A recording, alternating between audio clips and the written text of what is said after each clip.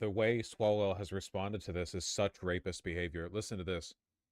An attorney for Swalwell sent two of the women CNN spoke with cease and desist letters on Thursday, a day after CNN first reached out to his campaign to request comment, according to copies of the letters they provided CNN. The letters called the women's accounts false, ordered them to retract their statements, and warned of potential legal action if they continued speaking out. The letters said the women's claims were undermined by their voluntary and cooperative relationship with Mr. Swalwell over the course of many years following the alleged incidents. They put in a legal cease and desist order, oh, if he raped you, then why'd you keep working for him afterwards? That's actually, they put that shit in paper. That's crazy. I wonder how that one will play out in the court of public opinion. And also the court of law. When I was 21 years old, we see some sort of parking lot and he says to pull over. He pulls out his penis and instructs me to give him oral sex. And I started to. Again, I felt incredibly uncomfortable, and I stopped and I said to him, this feels really uncomfortable and anyone could see us right now. And he said to me, you're right, it's probably not good for a congressman to be caught with his pants down. Swalwell calls her allegations false. You know, in his head after that, he was thinking like beast mode. I'm so suave right now. I'm like James Bond. False. His campaign responded earlier to vague accusations on social media related to his behavior with staffers. Did you ever behave inappropriately with female staffers? No, it's false. And also, some of the allegations I've seen, which is that we've had NDAs in the office. There's never been an allegation, and there's never been a settlement. And I will also just take stock that look, we're 27 days before an election starts. Did he ask you to send him lewd photos? Yes. And did he ever send lewd photos? Yes. He would send short Snapchat videos of him rubbing his penis through his pants while on the airplane. The staffer says she liked Swalwell's attention at first and nervously went along with it, which included sending back nude photos of herself. But in September 2019, she says she and some friends met up with Swalwell. After a night of heavy drinking, she says she woke up naked with Swalwell in a hotel room with no memory of what happened. The five of us were having some drinks. At some point, it was time to go home. I got in an Uber. I was taken to the Aloft Dublin Pleasant Inn where he was staying, and I don't remember what happened that night. But I know his endorsement page looks crazy. Wow. Look at how many of them have been struck out. Jesus Christ. That's like most of them at this point. Holy shit.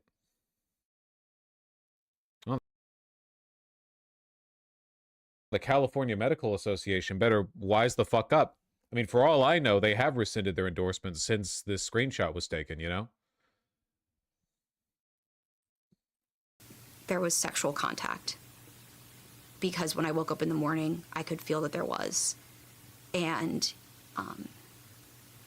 he said as much, too. What did he say? That last night was great. It didn't feel great to me because I didn't remember it. And so you blacked out and you end up in his hotel room and wake up with him. Yes. She says another incident occurred in 2024 after this event in New York, where Swalwell gave a speech. Some of us are working hard on Capitol Hill. At the time, she no longer worked like the Cesar Chavez stuff from a few weeks ago. Now it presents a huge contrast between how GOP versus Dem voters. Oh, yeah. Like, Dem voters don't like rape, is my understanding. GOP voters love it. Like, GOP voters literally don't give a fuck if they're voting for a rapist. Dem voters do. So there is like a meaningful distinction there. Me Too does work in the Democratic Party. Swalwell's office. I decided to ask him to meet me for a drink. And I did this because I was so far removed from what had happened in 2019. I felt safe because I was established. I had a partner. I felt more secure that I could have a strictly professional relationship with this person. After that bar closed, we went to another. I went to the bathroom, and I don't remember anything after that. You don't remember anything? I remember the next day. I can see flashes of that evening, of him on top of me pushing him off, him grabbing me, it was a lot more aggressive. It was aggressive. Did you say no? Yes. Oh, he's totally spiked the drink. I mean, she could just be drunk. I don't know. I said no. I Doesn't really matter, in my right? I mean, if you're super flash drunk, that you I still. can recall, I was pushing him off of me, saying no. And what did he do? He didn't stop. He didn't stop. And you woke up the next morning. I woke up the next morning, naked, alone in his hotel room. I, for a moment, didn't really hate even all know this. Yeah, I I think was in rape is his bad, too. hotel room. That's how intoxicated I was. Wait, there's an interview with his indignant lawyer? Oh, shit. Okay, we'll look at that in a second. And I called my mom. He likely did it to lots of other women. He did do it to lots of other women. The accusations are coming from many people, you know? The only person I could think that could help me. Her mother confirmed her account in an interview with CNN. CNN also reviewed screenshots of texts she sent to a friend, saying she was, quote, sexually assaulted by Eric. She also shared this note from a physician's assistant, calling her a, quote, survivor, after she went to get tested for STDs 1 week later. Why do you feel like it's so important to speak out now? When I found out there were others who might have been impacted by Eric in different ways, I realized I couldn't be scared anymore, because that is how he keeps us quiet. The fear, the shame. In addition to this former staffer, 3 other women who spoke with CNN also alleged sexual misconduct by Swalwell. One said he kissed her and touched her without her consent. 2 of the women said he sent them unsolicited explicit messages or nude images of himself, something the others say Swalwell did with them as well. One shared this message where he commented on her photo and wrote, quote, that swimsuit, with an expletive. You like it? She responded. Yes, very much like. With 2 S's, too. What a freak. He wrote. In a statement to CNN, Swalwell said, Ooh, me quote, like you. these Wowza, allegations are boing. false and come on the eve of an election against the frontrunner for governor. For nearly 20 years, I have served the public as a prosecutor and a congressman and have always protected women. There is another me out there. There is another young girl who dreams of working in this field and believes in him and could fall into this trap. And that's why you're speaking out. Yeah. You want to protect others like you when you were young. No one protected me. Sorry. No one protected me, and I don't want someone else to suffer because I know what I know.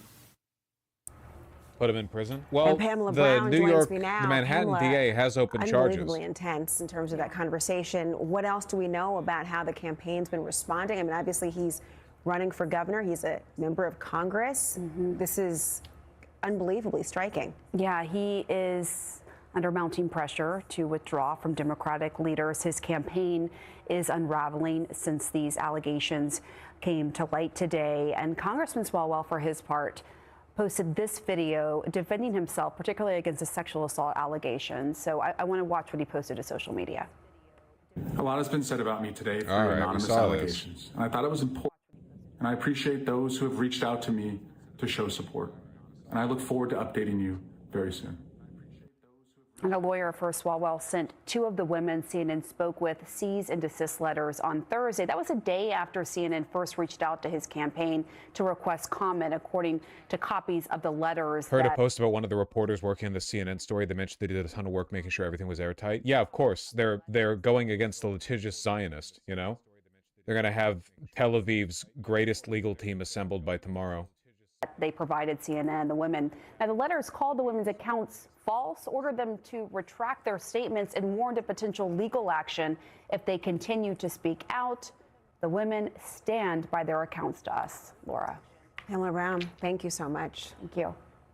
The political fallout, it has been swift. House Speaker Emerita Nancy Pelosi is encouraging him to drop out of the race for California governor, saying any investigation that happens, quote, is best done outside of a gubernatorial campaign.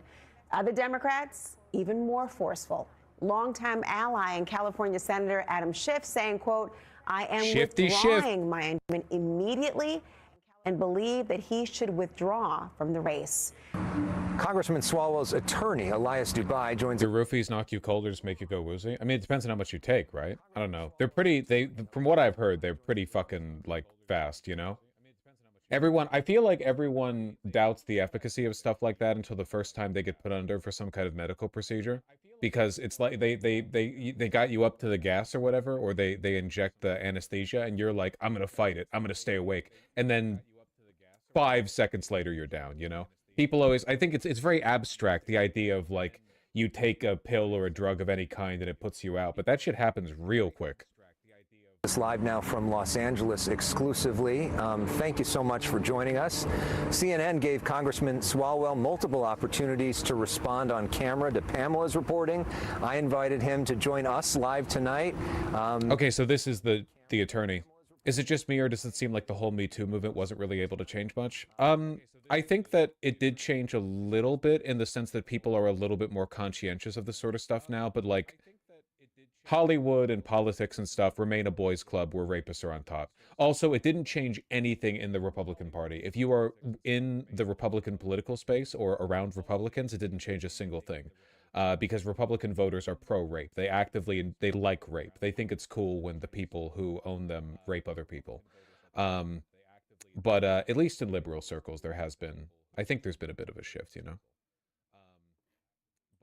He just posted that video online, but why won't he join us to answer the questions directly? This is his lawyer. This is Swalwell's lawyer. Well, let me start by telling you that we take these allegations very seriously. The congressman categorically denies any misconduct took place, and we intend to vindicate his rights. Wasn't Matt Gaetz forced to resign? Dude, fucking barely. First of all, not forced. Second of all, he barely did not make it as our attorney general. Like, he would have gotten through, okay? The only reason they didn't go with that is because some Republicans were sensible enough to go, maybe we shouldn't have an actual pedophile be our attorney general, you know? And yeah, that was a kid, the girl that he fucked and trafficked, but, like, barely. And still, Republicans don't give a fuck. In court. So when you say that you take them seriously, are you suggesting, and what he just said there was that he made mistakes? And he's still not in jail? He's still not in jail, even though the legal evidence against him is overwhelming. Like, he literally has Venmo messages where he's like, sent $600, thank you for the underage pussy. And, like, somehow he's not in jail. It's crazy. You can do anything. If you're a Republican, you can do anything, man. You can do anything. Between me and my wife, I apologize to her deeply. Is he saying... That sounds like a joke, but it's not. The thing that I just said sounds like a joke, but it's not. That he cheated on his wife, but didn't do anything illegal? I'm not going to get into the details of that. Our investigation is ongoing. A lot of it is privileged. But I can tell you, based on the video that you just played, the congressman takes accountability for potential lapses in judgment. What but lapses? Again, categorically denies any wrongdoing. So your investigation is ongoing. Why isn't he here, though, to answer those questions? You didn't answer that question. Why isn't he putting himself out there to answer the questions directly? They only kicked out Madison Cawthorn because he went after other Republicans. Madison Cawthorn had rape accusation against him that no one gave a fuck about. The only reason he got ousted was because he started accusing other Republicans of being gay. That was it. He has a campaign to run. He's busy. He's taking these allegations seriously. And again, as he told you in that video, he's spending time with his family and his wife and his friends, and that's his choice. So there are now 4 different women who accuse Congressman Swalwell of sexual misconduct. Is your position that all of them are lying? Look, as an attorney, I look at credibility, I look at motive, and I have to question the timing of these allegations 25 days out from an election. Many of these allegations are from women who claim that the wrongdoing... It's always the same shit with these people, man. It's always the same shit.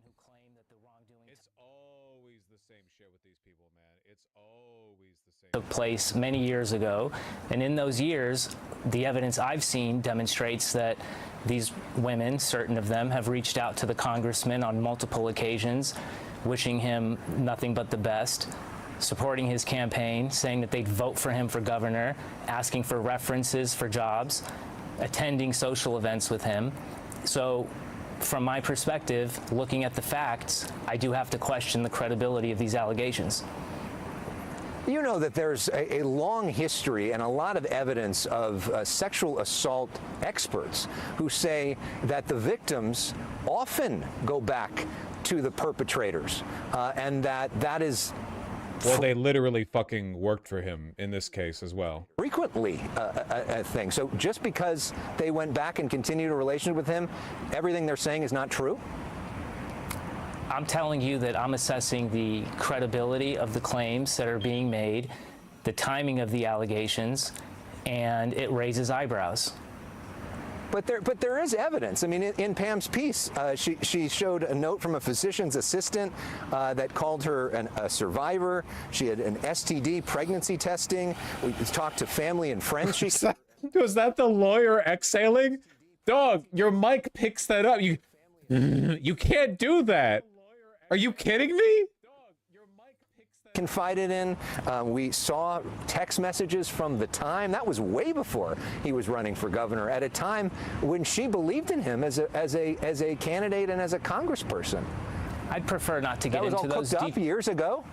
I'd prefer not to get into those details at this time, but I can say that those text messages were sent by someone who was in a relationship at the time and may have had her own motives.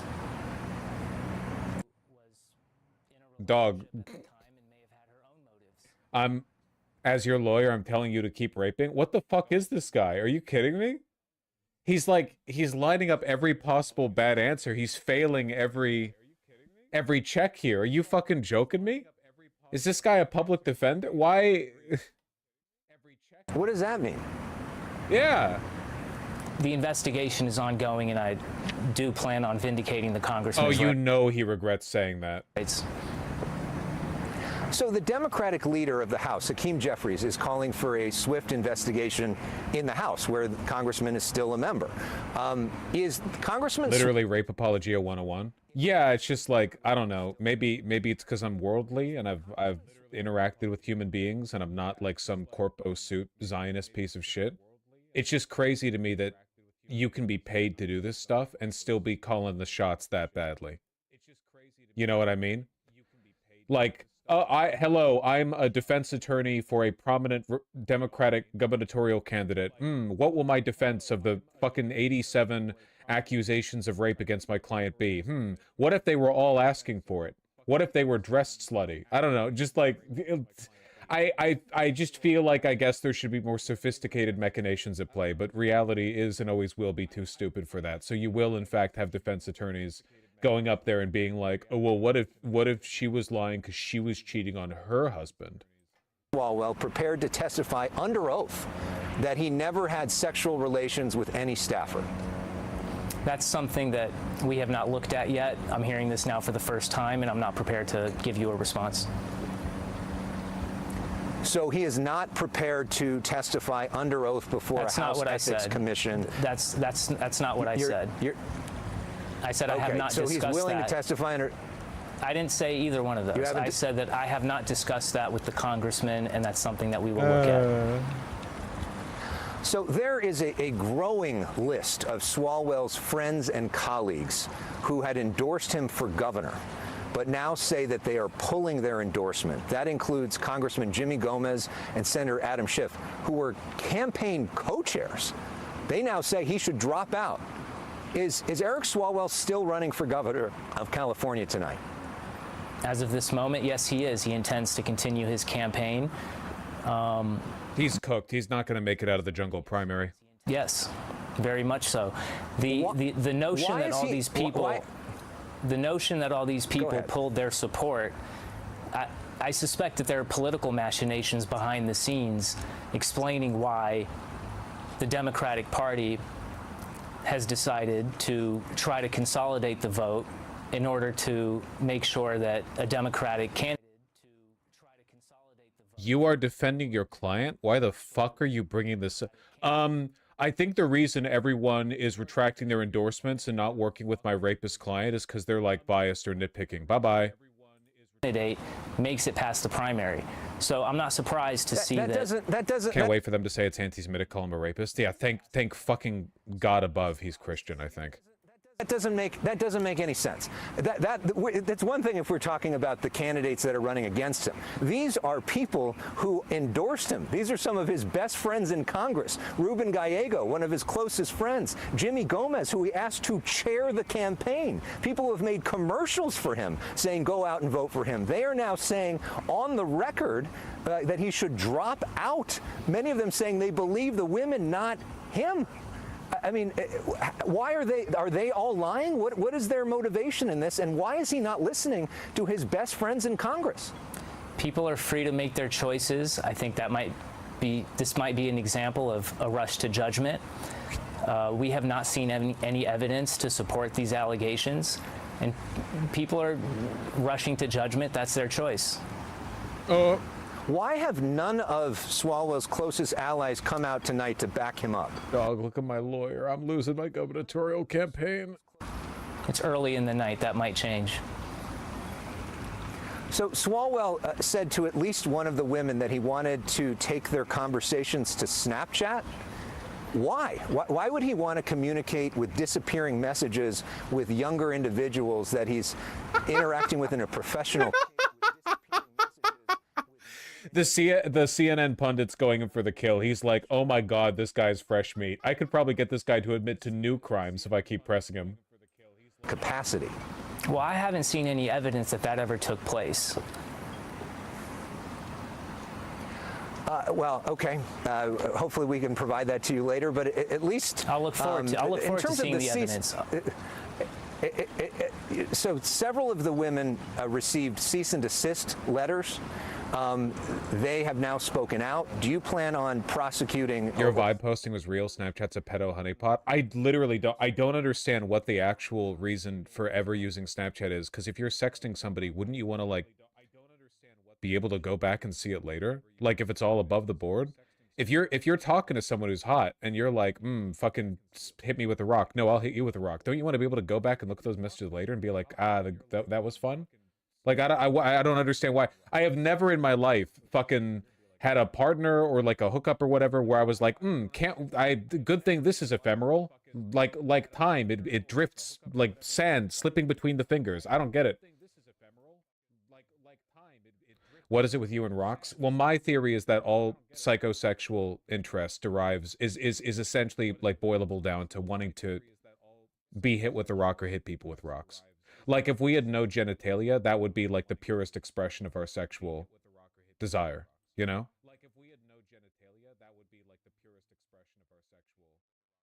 We're going forward with legal action against the women. We are looking at the evidence, and that is something that we are taking very seriously.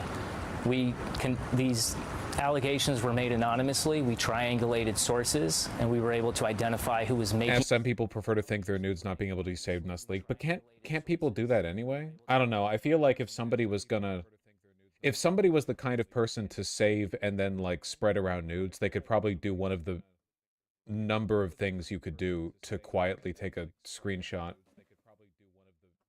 All right, to quietly take a screenshot off Snapchat, you know, like even without alerting the person who you're talking to. These claims, we believe that these claims are false, and once we had enough information to determine who was making them, we sent cease and desist letters, and we're now looking at all available legal options. Yes. When is Eric Swalwell going to be back on the campaign trail? That's not clear. He's taking time with his family right now, and that's a decision for him to make. Well, we appreciate you coming on and talking with us, and we look forward, hopefully, to having the opportunity to talk with him as well. Elias Dubai, thanks so much for being with us. My pleasure. Let's go back now to CNN's chief investigative correspondent, Pamela Brown. Woo, that fucking sucked. Let's go to our chief correspondent. Wow, that was fucking brutal to watch, huh? That was a good day. You know that's going to be clipped online. Our chief correspondent. Wow, that was fucking brutal to watch, huh? Oh, man. Interesting connection to Swalwell in Israel. I mean, he is like a hyper-Zionist, yeah. Secret link between Eric Swalwell, his billionaire pal, and a penthouse pet accused of honey trapping rich old men. Oh, God. Is it like another Epstein thing? Stephen Klubeck, an eccentric lefty billionaire, burned more than $1 million supporting Swalwell, is engaged to a penthouse pet, an Israeli OnlyFans model who's facing a string of criminal charges for burglarizing the homes of rich old men in Los Angeles. Wait! They're calling it the world's only morally good Israeli? Hello? Hold on. Queen? Hell yeah, sister. I was going to say brother. It's assuming sister. I'm assuming gender identity. Hell yeah, sister. I was going to say brother. Assuming sister. I'm assuming gender identity.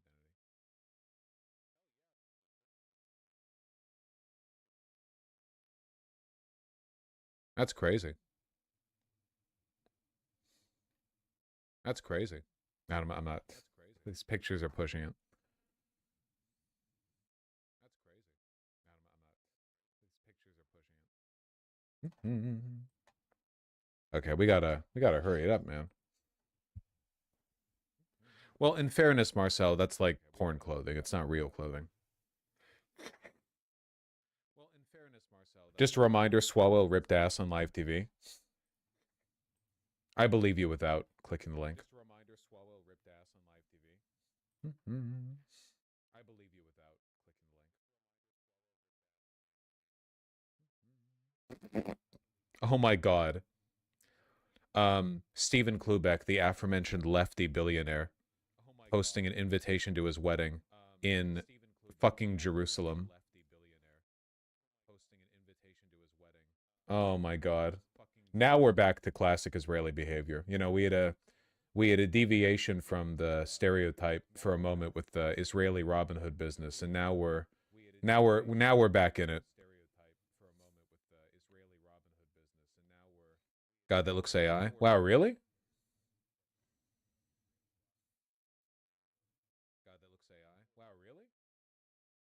Sweet home Yerushalayim. There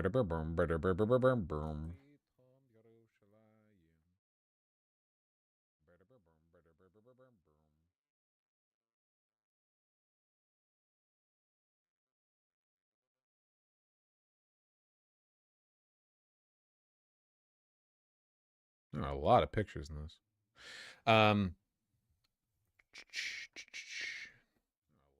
This is wife and AI data center. Are you people thick? It's an AI image promoting a wedding that he's having in Jerusalem with his extremely younger wife. It's just an AI. It's from Grok. Why are you all? I thought this would be like intuitive when you look at it. The girl is real. She's a gold digger, and it's an AI image. I don't know, you people. Sweet home Yerushalayim. Yup, yup, yup, yup, yup.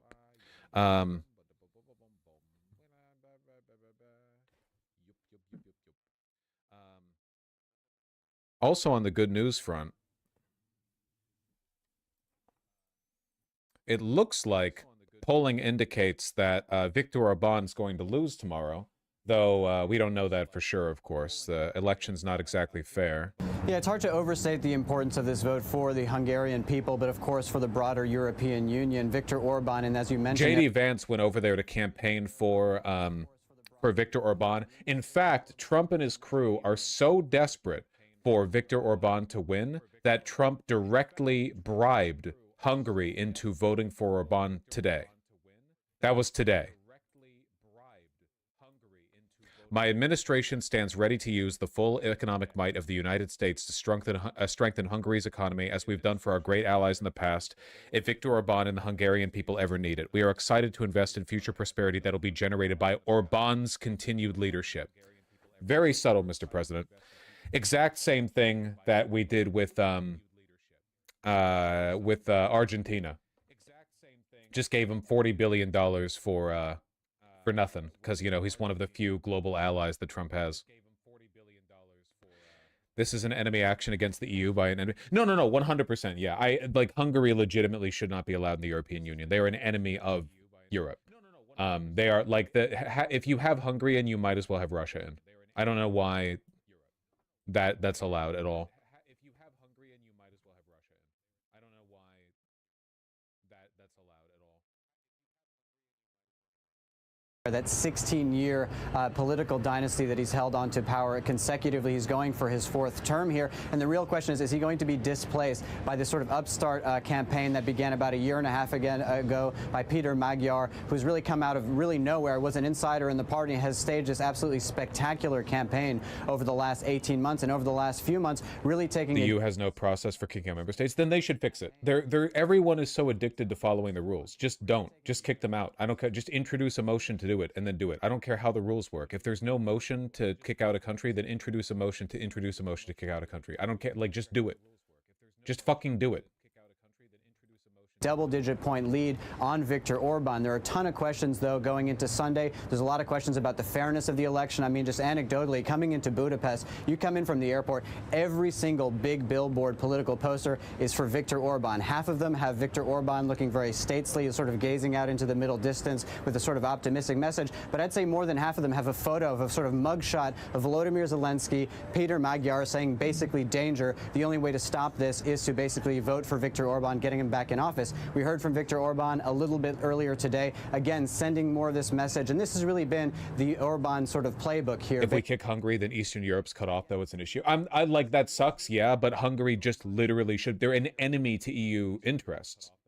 Like, Hungary is a vassal state of Russia, and Russia has actively sought to undermine the EU. They're like it's a real problem. They're a drain on resources. They're illiberal. They shouldn't be in the EU. There should be a very basic, like, ideological. It's crazy that they have ideological prereqs for entering the EU, but not like maintenance ones. You know, like the idea that you could have a country that fits the qualifications for the EU at one point, but then later it gets worse.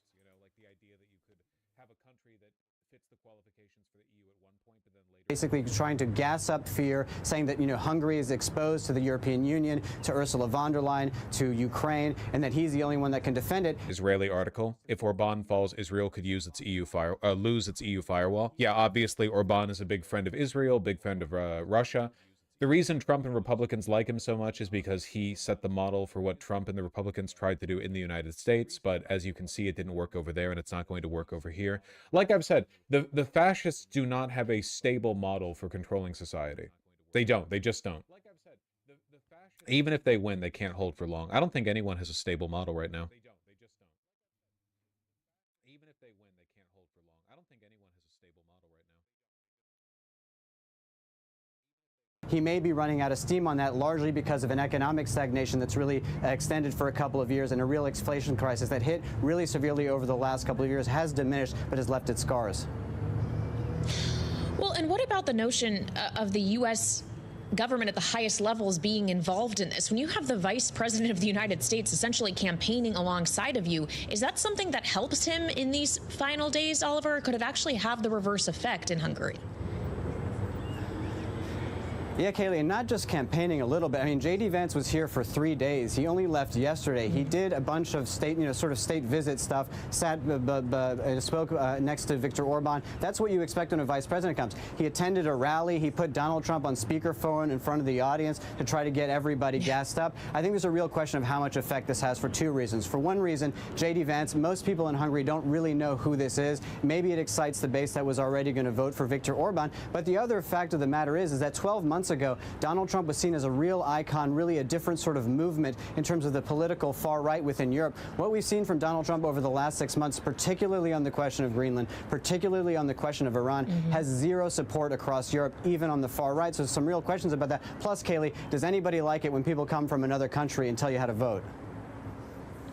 Well, good point. And you say the question of Greenland. That, of course, is something we heard President Trump raising this week, at least on social media, in the aftermath of his meeting with the NATO Secretary General Mark Rutte, as there's a not so closeted conversation happening about whether or not Trump would still like to see the United States participating in the NATO alliance, of which, of course, Hungary is a member. How does that kind of rhetoric also impact the Hungarian electorate when it's thinking about its own security? To your point, it seems like security is central in the election messaging here.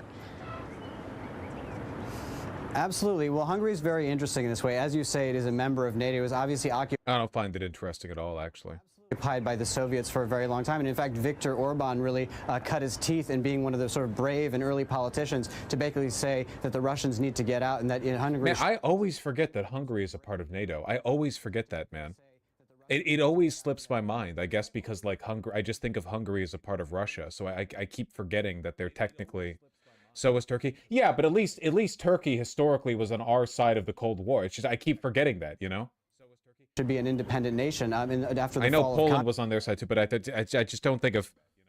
You're thinking of Belarus? I mean, Belarus is only one step further towards Russia than Hungary. Seriously, like Hungary is not that far from Belarus. Communism. He's obviously reversed that tack, not saying that it should be a communist nation or part of Russia, but has been on the side of Vladimir Putin. I mean, we had a spectacular story out a little bit earlier this week where we heard from Vladimir Putin this phone conversation between Orban and Putin back in October, in which Viktor Orban was saying very explicitly, listen, I'm here to basically do your bidding. I'm at your service to help you out. And that's exactly what he's done across the European Union. So it's a super significant election here for the Hungarians. It's being closely watched in Brussels. Viktor Orban is the only person that is currently blocking that 90 billion euro loan to the Ukrainians. As far as NATO is concerned, I mean, I think everybody in Europe is just happy when Trump is not talking about NATO. That obviously went away. You'd think that maybe when he was distracted with the war in Iran, we wouldn't hear from Greenland, but we've heard from Greenland again and again throughout the week. And again, everybody in NATO, I think this is the single biggest issue for the Europeans, more than the trade war, is whether or not the United States will be committed to NATO. Neat.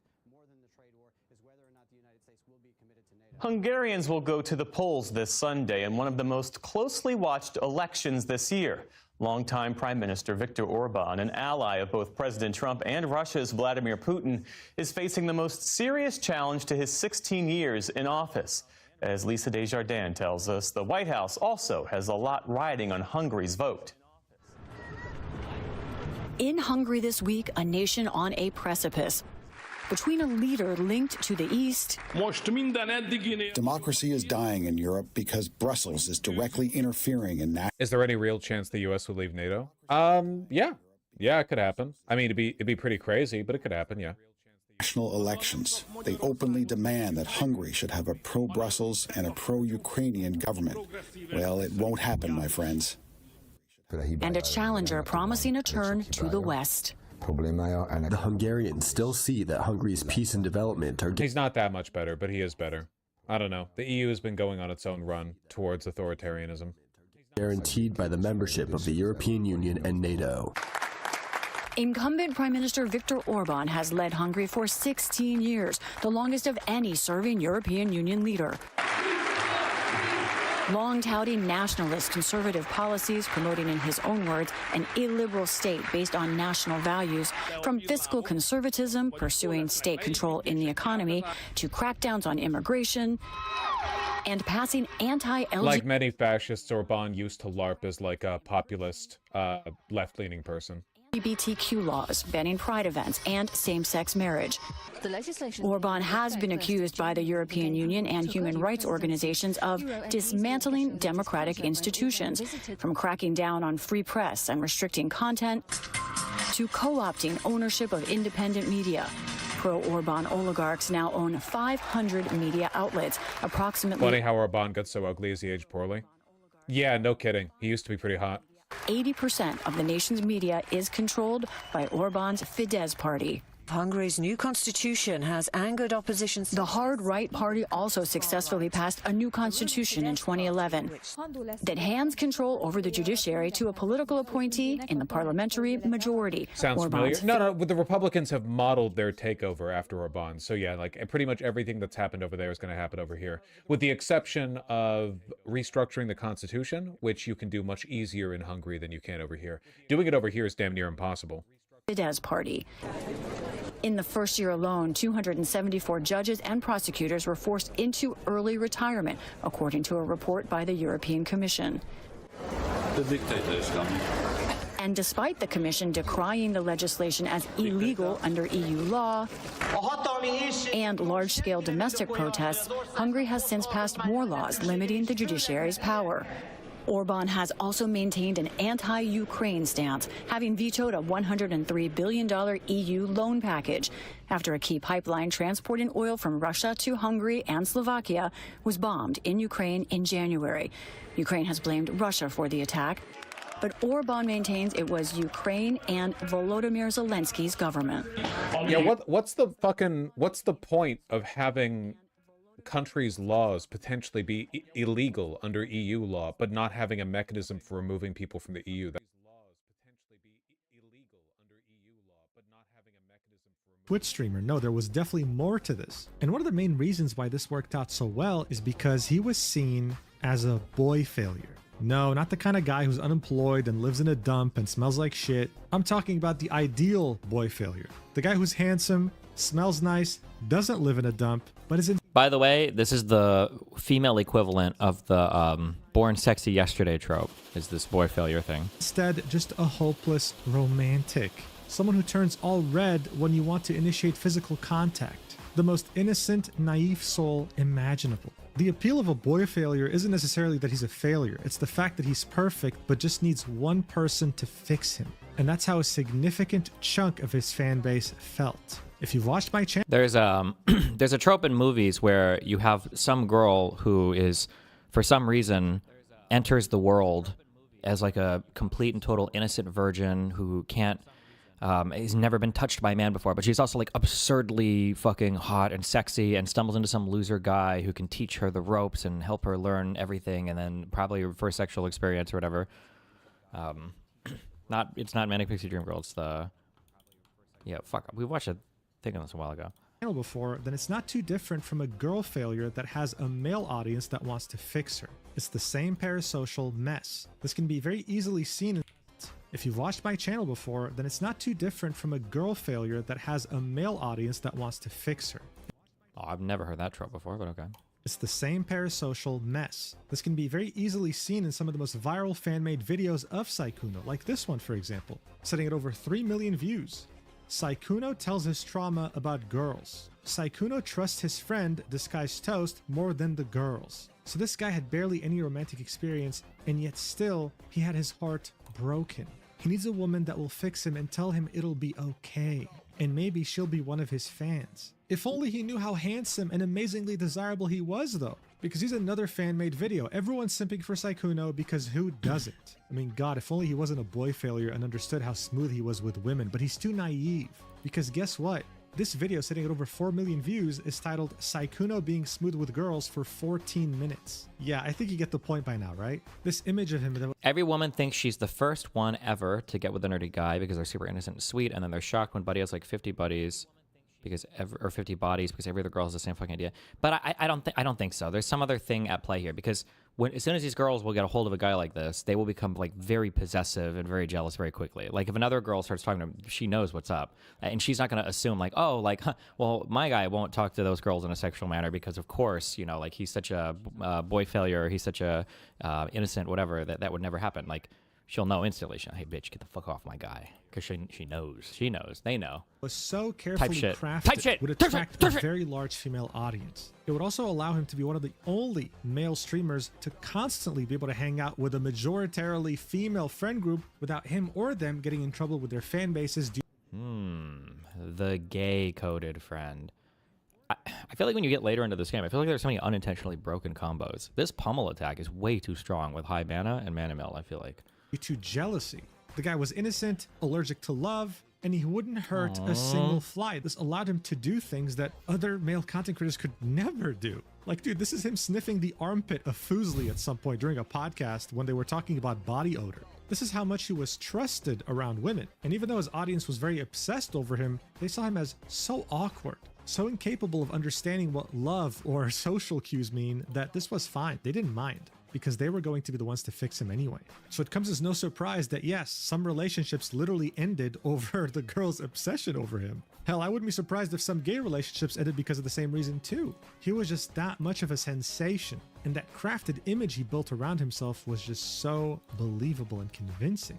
And so he'd keep on doing what he's always done, and after his 2-year contract with YouTube would finally end during May 2024, he would make his grand comeback to Twitch, peaking at over 26,000 1,000 viewers. Wait, am I gonna kill this thing? However, his viewer count Oh. would slowly begin Okay. to drift. And by April 2026, he'd be sitting at 1,665 average viewers, a far cry from the peak of the pandemic cry? back at 50,000. He'd also stopped collabing with larger content creators as much as he used to, mostly sticking to himself. But hell, I mean, 1,600 average viewers is still very easy to make a living off of. He had made his millions of dollars, had this incredibly obsessive fan base. As far as content creator careers go, this really wasn't so bad. The guy was a multimillionaire. What people weren't aware of, though, is that for many years since becoming a viral sensation, he would use his status as Sykkuno, as the most desirable streamer imaginable, as this do K-pop what? idol, To do pursue what? relationships with smaller or up-and-coming content creators, What? whether they be cosplayers or VTubers, manipulating them into thinking that they were Manipulating them.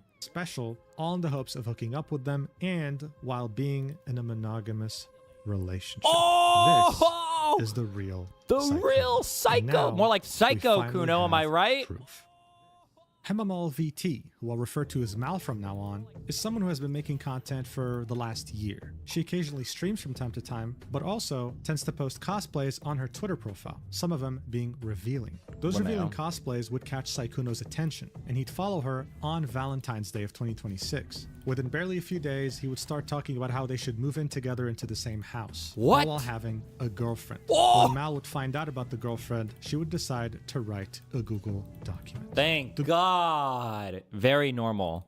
Whenever I have issues with somebody, my first thought is, well, I guess actually I am the manifesto writer, but that's when I made it a public first. My first thought is I need to tell the entire fucking world about how it's also crazy too, because like, why are you writing a Google Doc on your L? Why are you writing this? What is the what could the possible motivation be? But we know they're just a girl.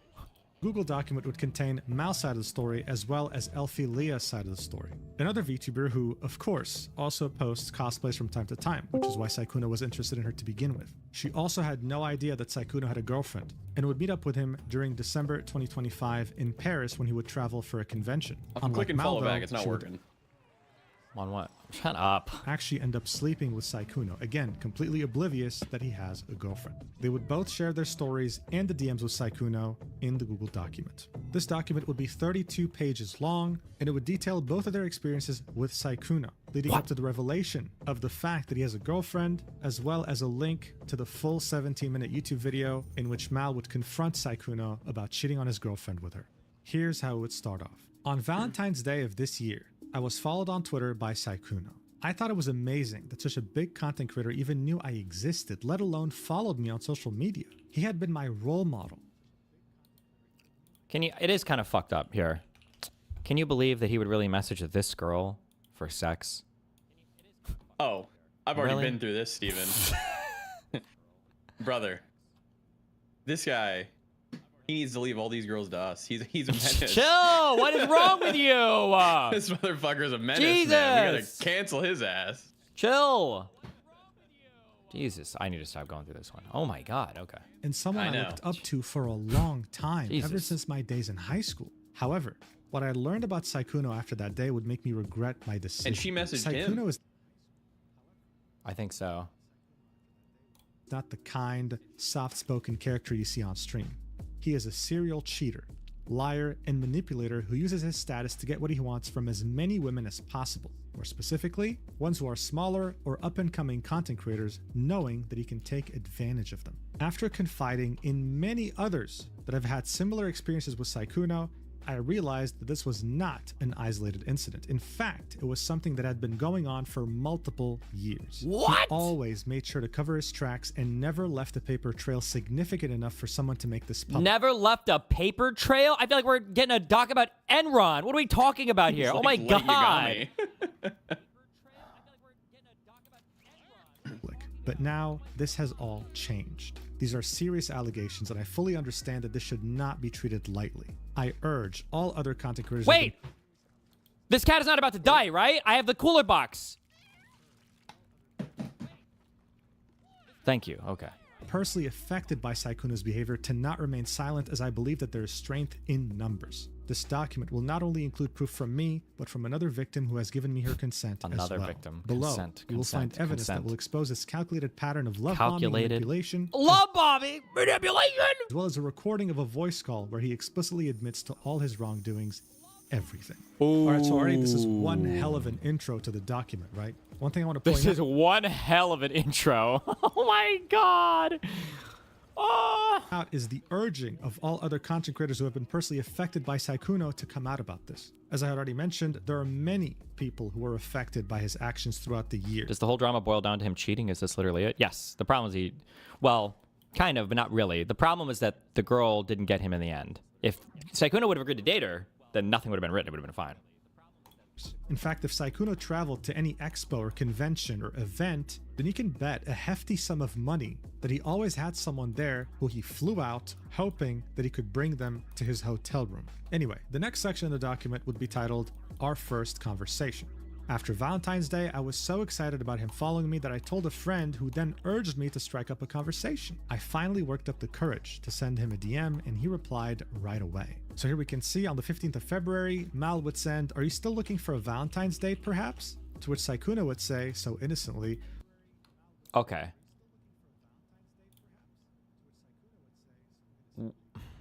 Never mind.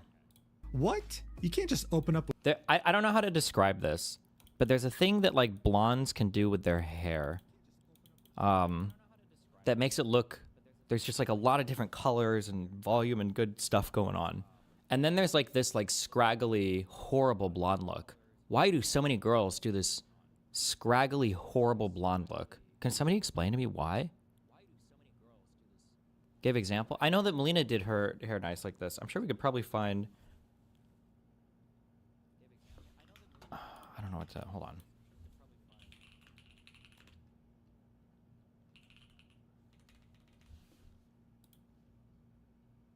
You're old. This is hot now.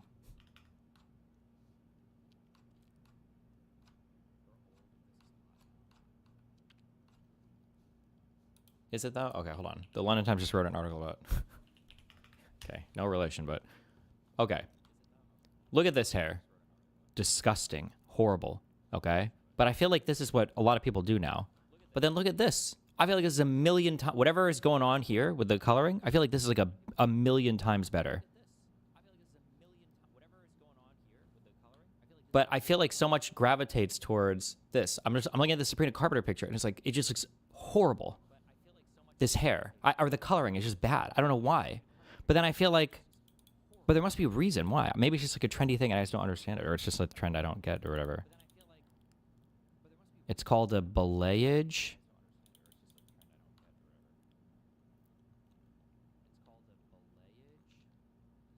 It's called bleached versus natural. Oh. Oh, women's hair is naturally colored and everything like this. Oh, of course. My bad. True. Okay. We found the I like women with no makeup person. Was something like that? And besides, Valentine's Day is almost over where I'm from already. To which she would reply with, I mean, we can always do a Valentine's Day, so February, current flew out, titled Our First Also, stay winning on this take that most of you motherfuckers disagree with me with. I don't think there is ever a reason ever to DM somebody unless you're trying to fuck. I don't think there's any reason to DM a large content creator if you're just like a normie person, unless you're trying to fuck them. There's just no reason. There's no reason for it. But like, on top of that, when your first message is a flirty message, Jesus Christ, what do you expect? What do you expect? So you're saying I can shoot my shot? Yeah, shoot away. But I'm just saying that's how most people are going to interpret it. And there's just, because there's no real reason to why just leave a public comment? Why would you send a private message? It's just like... Conversation. After Valentine's Day, I was so excited about him following me that I told a friend who then urged me to strike up a conversation. I don't understand who's furthering the incentive structure for women to keep going and succeeding at twit-longering men for the most retarded things ever. There's literally no one that benefits from this besides snarker types, and I refuse to believe these people are the ones setting the new standards for how interpersonal interaction should go. This is not a snarker phenomenon, unfortunately. This is like a false women's empowerment phenomenon. Basically, there's like... the dynamics and all this are so cancerous and AIDS and complicated, but like one of the reasons why men used to get away with fucking younger women, okay, and it wasn't considered a horrible, devious thing, technically, socially speaking, is because you were supposed to pair off with a person that you fucked. The idea of even men running around, and red pillars and other retards will tell you different, but like even men aren't supposed to be ultra promiscuous, like in traditional land, right? With some limited exceptions. You can't just run around and fuck everything, because most people in high society or in conservative society would look down on you for doing that. That's not good. So like when people look at like Jerry Springer, I think that the woman he dated was like 17 or whatever. So not great, okay? Not the best. But like she is pairing off with this guy with the understanding that he's probably going to like pursue like a long-term relationship and maybe try to get married. I think they did, right? Did he marry his... Wait, what did I said? Jerry Springer. I'm sorry, Seinfeld. They're all curly-haired Jews to me, okay? Seinfeld. True. The idea is supposed to be, well, if he's making a promise, he's going to marry this woman, whatever. It is what it is. Even if they start young, it's okay. They're getting married, ideally, But nowadays, women want to explore all of the sexual empowerment and freedom and all of that, but they still expect to some extent for like a guy they pair off with that there is some kind of like implicit promise of a long-term relationship or something at the end. Like they want to invert the roles a little bit somehow. But then the weird thing is that when they don't want all of the negative baggage that women always get when they sleep around, which is still true. Even in liberal circles, women will pretend that they don't feel like there's a negative stimulus attached to a woman who sleeps around, but they all still intuitively feel this way, or most of them do. So they want to like abandon that, I guess that social stigma, but then they want the men to have like the conservative like pair off mindset. It's like it's very weird and annoying and stupid. I hate it all. It's just I don't understand what you're saying. If a woman is being like super slutty and she finds a guy and she really wants to pair off with a dude, if that guy ends up not dating her, she will feel like insanely fucking scorned. And if it's like a public related guy, I would say there's like a 10 to 25% chance that she's going to write a public doc on how he played her. Oh, okay. I see what you're saying now. Yeah. Which is, yeah. But there's like, yeah, but but the way that we got here, it's like the confluence of so much stupid shit. I'm sorry, negative stigma, not stimulus, right? Like, yeah. All of these conversations just got abused and destroyed so much by red pillars and then by internet feminists and then by young people that it's impossible to have any real conversations about sex or sexual dynamics or anything because of how stupid everybody, like men and women, for as much as I love everybody, men and women are just never going to be the same or probably won't be the same necessarily when it comes to sexual stuff, and that there's always going to be a lot more risk related to the woman than there is to the man, which means that women are probably going to be a bit more selective, and the higher selectivity of women when it comes to sex means that there's an issue related to women choosing men to fuck. The men that women choose to fuck are almost always going to be in the same group of men that they would date. But men have a much, much, much wider gamut of women they would fuck than women they would date. And this mismatch is like a very, very, very hard thing intuitively, conceptually, for both sides to overcome. Both sides don't understand it. It's very, very, very difficult for them. And it just leads to a lot of, it cashes out into so many stupid situations like this. What I'm trying to say is everybody should just be gay, and then we'd all have the same standards because we're all gay. We know what the other person's thinking because we're the same gender. Finally worked up the courage to send him a DM, and he replied right away. They can't have their cake and eat it too. No, they shouldn't. They're retarded. But that's what a lot of, especially younger women and these women in these spaces are trying to do, are have their cake and eat it too. I get it though, because technically men did a lot of the same shit where it's like, I'm going to jerk off to porn every day. I'm going to jerk off to OnlyFans girls every day. I love doing this shit. But also these girls are fucking sluts and whores and I hate them all. And also girls need to put out on the first date. But if you put out on the first date with me, I'm never wifing you up because I know you're a slut. But if you don't put out on the first date with me, you're a fucking piece of shit bitch who's like a frigid cunt or whatever. Like it's all retarded as fuck. Oh my God, it's all so stupid.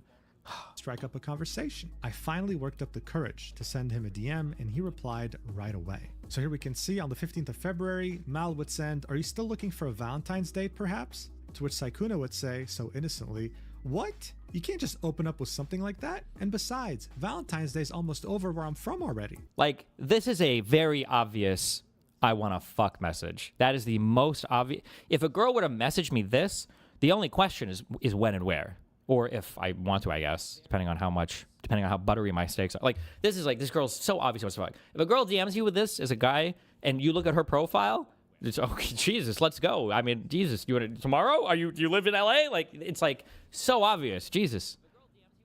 To which she would reply with, "I mean, we can always do a Valentine's Day do-over, you know?" In the same first conversation, he brought up what kind of games he liked to play and invited me to play with him after a convention. On the left image, we can see them discussing sleep schedules, right? Understanding what time it is for her, what time it is for him. And on the right image, we can see him say, "What games do you like to play? I'm like a massive game player. That's usually how I meet people or make friends, to be honest."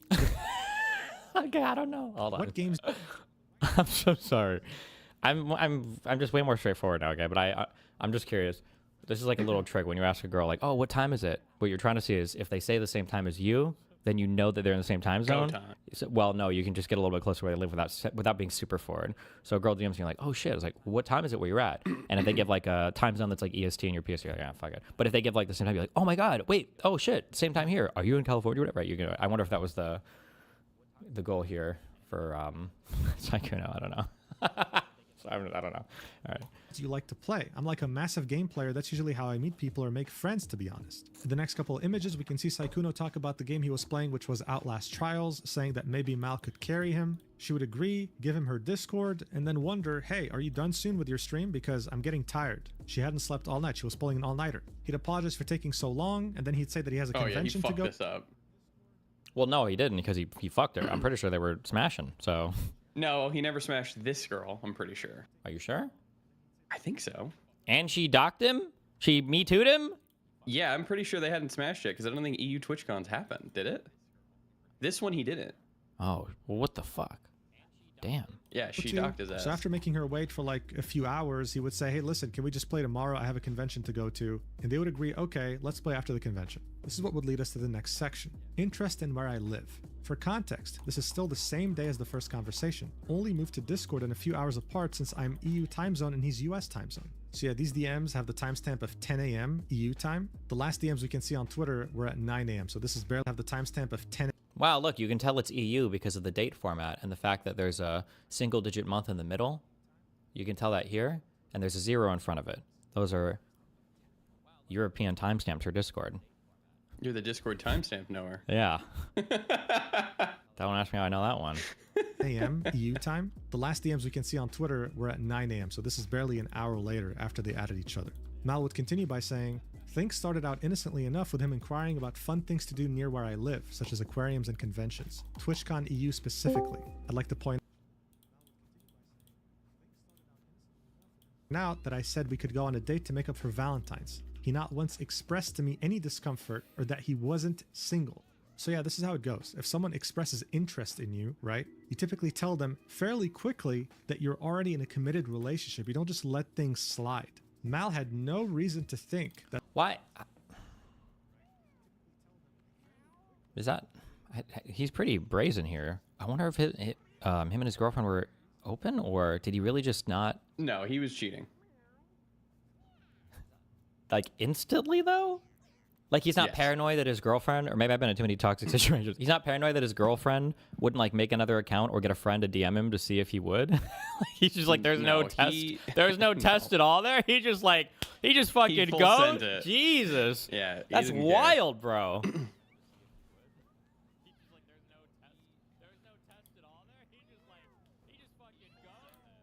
My favorite test or whatever is is getting a DM from a random number on WhatsApp, and they're like, "Hey, what's up? My other number or my account got deleted, or I had to switch numbers or whatever. We were just chatting. You remember me, right?" To see if the guy gives the right name. Oh shit. Saikuno was already taken. Otherwise, he would have said something after she proposed a date. He'd ask, did they have an aquarium? I'm a big fan of aquariums. She'd say, there's artists in Amsterdam, could make it a date, you know, to make up for Valentine's. He'd only reply with, a what? Lol? Continuing on with his innocent persona, but he'd never say, oh no, actually, wait, like, I want to meet up as friends. I'm actually in a relationship. Not once. The next section will be titled, Following My Private Instagram. He would also follow my personal... Is it okay to do tests like that? These are, I think testing on relationships like that is kind of a catch-22 to where if you're testing like that, I mean, it's like, already cooked, man. Yeah, if the guy is innocent, I think the guy has a right to be like, or a girl, I guess, it has a right to be like, this is kind of fucked. Like, what the fuck? It's like going through somebody's phone. But then if you find somebody, obviously you're vindicated, but then the relationship's over anyway. So I feel like if you're at that, I feel like it's just kind of like fucked, you know? Yeah, that's a big truth, Steve. You gotta have fucking trust. Yeah. Private Instagram that is only available to my IRL friends and family while using his official Saikuno account. Check it out. The official account? Following her with her personal account being hidden since it's personal. The next section Use will be this titled massive.com Making Plans to Meet Me in LLMs.text Person. link. So bear in mind, this was the next thing day. is I don't the think this 16th. video is doing a good enough job of actually going through the doc, because this lady sounds a lot crazier when you read the whole fucking doc word for word, like genuinely. Wait, do you know what he's this doing a video bit of- is? No, I haven't watched this video. Oh, this guy collaborated with the accusers. This video dropped like 1 hour after the doc did. So they were all working together on this. Jesus yeah. Christ, Yeah, exactly. man. Is this the shit that we watched? No, we didn't watch the video. We just went over the No, doc. no, I mean, didn't know there was a the video. doc that we went through. Yeah, it's the doc, That was but I the didn't know biggest they made fucking a nothing video. burger of all time. Yeah. Yep. All right, sorry. Well, it's going to nuke this guy, though. Well, at least Because I'll let it. the way that he used to market himself to women, because it kind of relied on this veneer of, oh, I'm such a cute Virgin anime boy. Yeah. The worst. Wait, why did I get linked this? My Smooth, Saikuno is your hair, impersonation. Blue? Not yet. We still gotta get the dye and stuff. Well, we but got time for that, Joel. I don't know. Like, I just like, or if you go to Mafia my Jinx. Twitter, I made a birthday post for Saikuno. Oh, I know God. how you feel about him. Oh, no. Oh, wait, I'll try to play this game better for you, okay? Would you like me to gank your lane? Jesus Christ. You know, I've never actually played a game with him before, so. Oh, well, I mean, you know, if you really want, I can't listen to this. Okay, stop. You were good. Stop. 15th of Stop. February. They had Jesus started Christ. talking on the 15th. He followed her on the 14th. The document would say, in this 2-hour Discord gaming call, the same day as our first conversation, Saikuno made plans to meet me IRL. It was set to be the same weekend as Dokumi 2026 since he was flying over anyway to attend TwitchCon EU. Going to the aquarium would be our first date. I also learned that there is a 15-year age gap between us. Oh, I just learned. 15 years. That's basically statutory rape. He's a rapist. Don't say me. Look, I personally spoke to the victim about this. I asked, like, would that usually have been like a red flag or a turnoff? She said yes. But the thing is... I'm sorry. Fuck. Stop. Girls don't like older men. I'm going to What do you hate. want me to say? Don't make me hate women. I already hate women so much. Stop. 15-year age gap between us. Right, so look, I personally spoke to the victim about this. I asked, like, would that usually have been like a red flag or a turnoff? She said yes. But the thing is, this is Saikuno we're talking about here. Like, kill me, bro. Oh my God. Right? So she made an exception because as you saw in the intro of this document, she used to watch him in high school. She genuinely looked up to him. To say that she was starstruck was an understatement, and that's exactly what he was counting on. Now, while keeping that 15-year age gap in mind, this next section definitely hits different. It's titled, Making Plans to Move In Together. These messages would be on the 17th of February. 2 days. By the way, a hot take. I do think it works more on women than it does on men, but being older is, I think, a multiplier of whatever you've got going on. And I think it works both ways. Maybe a little bit better on women, but if you're like a 19-year-old guy and there's like a 35-year-old woman, but she's like, you know, attractive as shit and she's trying to hit on you or whatever, that guy is 1,000,000,000% every single time going for that. You tell me this woman will pay for my dinner? Like every single time. I think that age is just a multiplier. The thing is that the things that we tend to value in men, so like income, competency, stability, whatever else, ideally are increasing in age. And for men that obsess over just like appearance or whatever on women, it tends to peak around, you know, probably what, 13, 14. Just kidding. Stop. I don't know, in your 20s or whatever guys think. So it tends to always look one way, but younger guys will go for older women if the older woman. How long is this video? 1 hour. Holy. After they started talking, it would say, with Saikuno, our relationship moved so incredibly fast it almost felt like a dream. It was like he could make anything I wanted happen. And as someone as prolific and successful as him, I had no reason to doubt anything he said to me. These screenshots show that Saikuno and I were intending to adopt a cat and have me possibly move into his house. I told him we couldn't get a cat yet due to me not being a US citizen and possibly having visa issues. Keep in mind, this conversation happened 2 days after the first conversation. So in this first image of these... I hate men. You really can't just be friends and be normal, can you? Listen, I feel you, girl. I hate women. You really can't just like fuck a little bit and be chill, right? Exactly. See, same problems, just on the other side of the fence. That's how it goes. Set of DMs, we can see them talking about pets in general, right? About how he might be allergic to certain pets, about how his current dog doesn't trigger his allergies. So they start discussing the prospect of getting a cat. Mal would say, I mean, if I'm there anyways, we'll have to think of a name, no? To which Saikuno would say, yeah, but I don't know if I can take care of it myself. Mal would say, or were you just gonna name it Cat? He'd say, you'll have to stay to help take care of it, lol. To which she'd say, I'm okay with that, though I don't know how that would work with me staying there. I feel like this is not a 100% serious thing, but how long was this conversation after they first met? Is this still the same day? This is like a day or two after, if I recall. Okay. They talked on the 15th, and this is the 17th, so this is 2 days later. Okay, Jesus.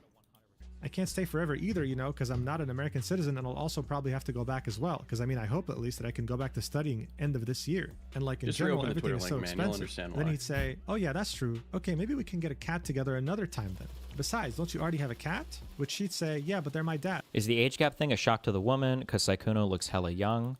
No.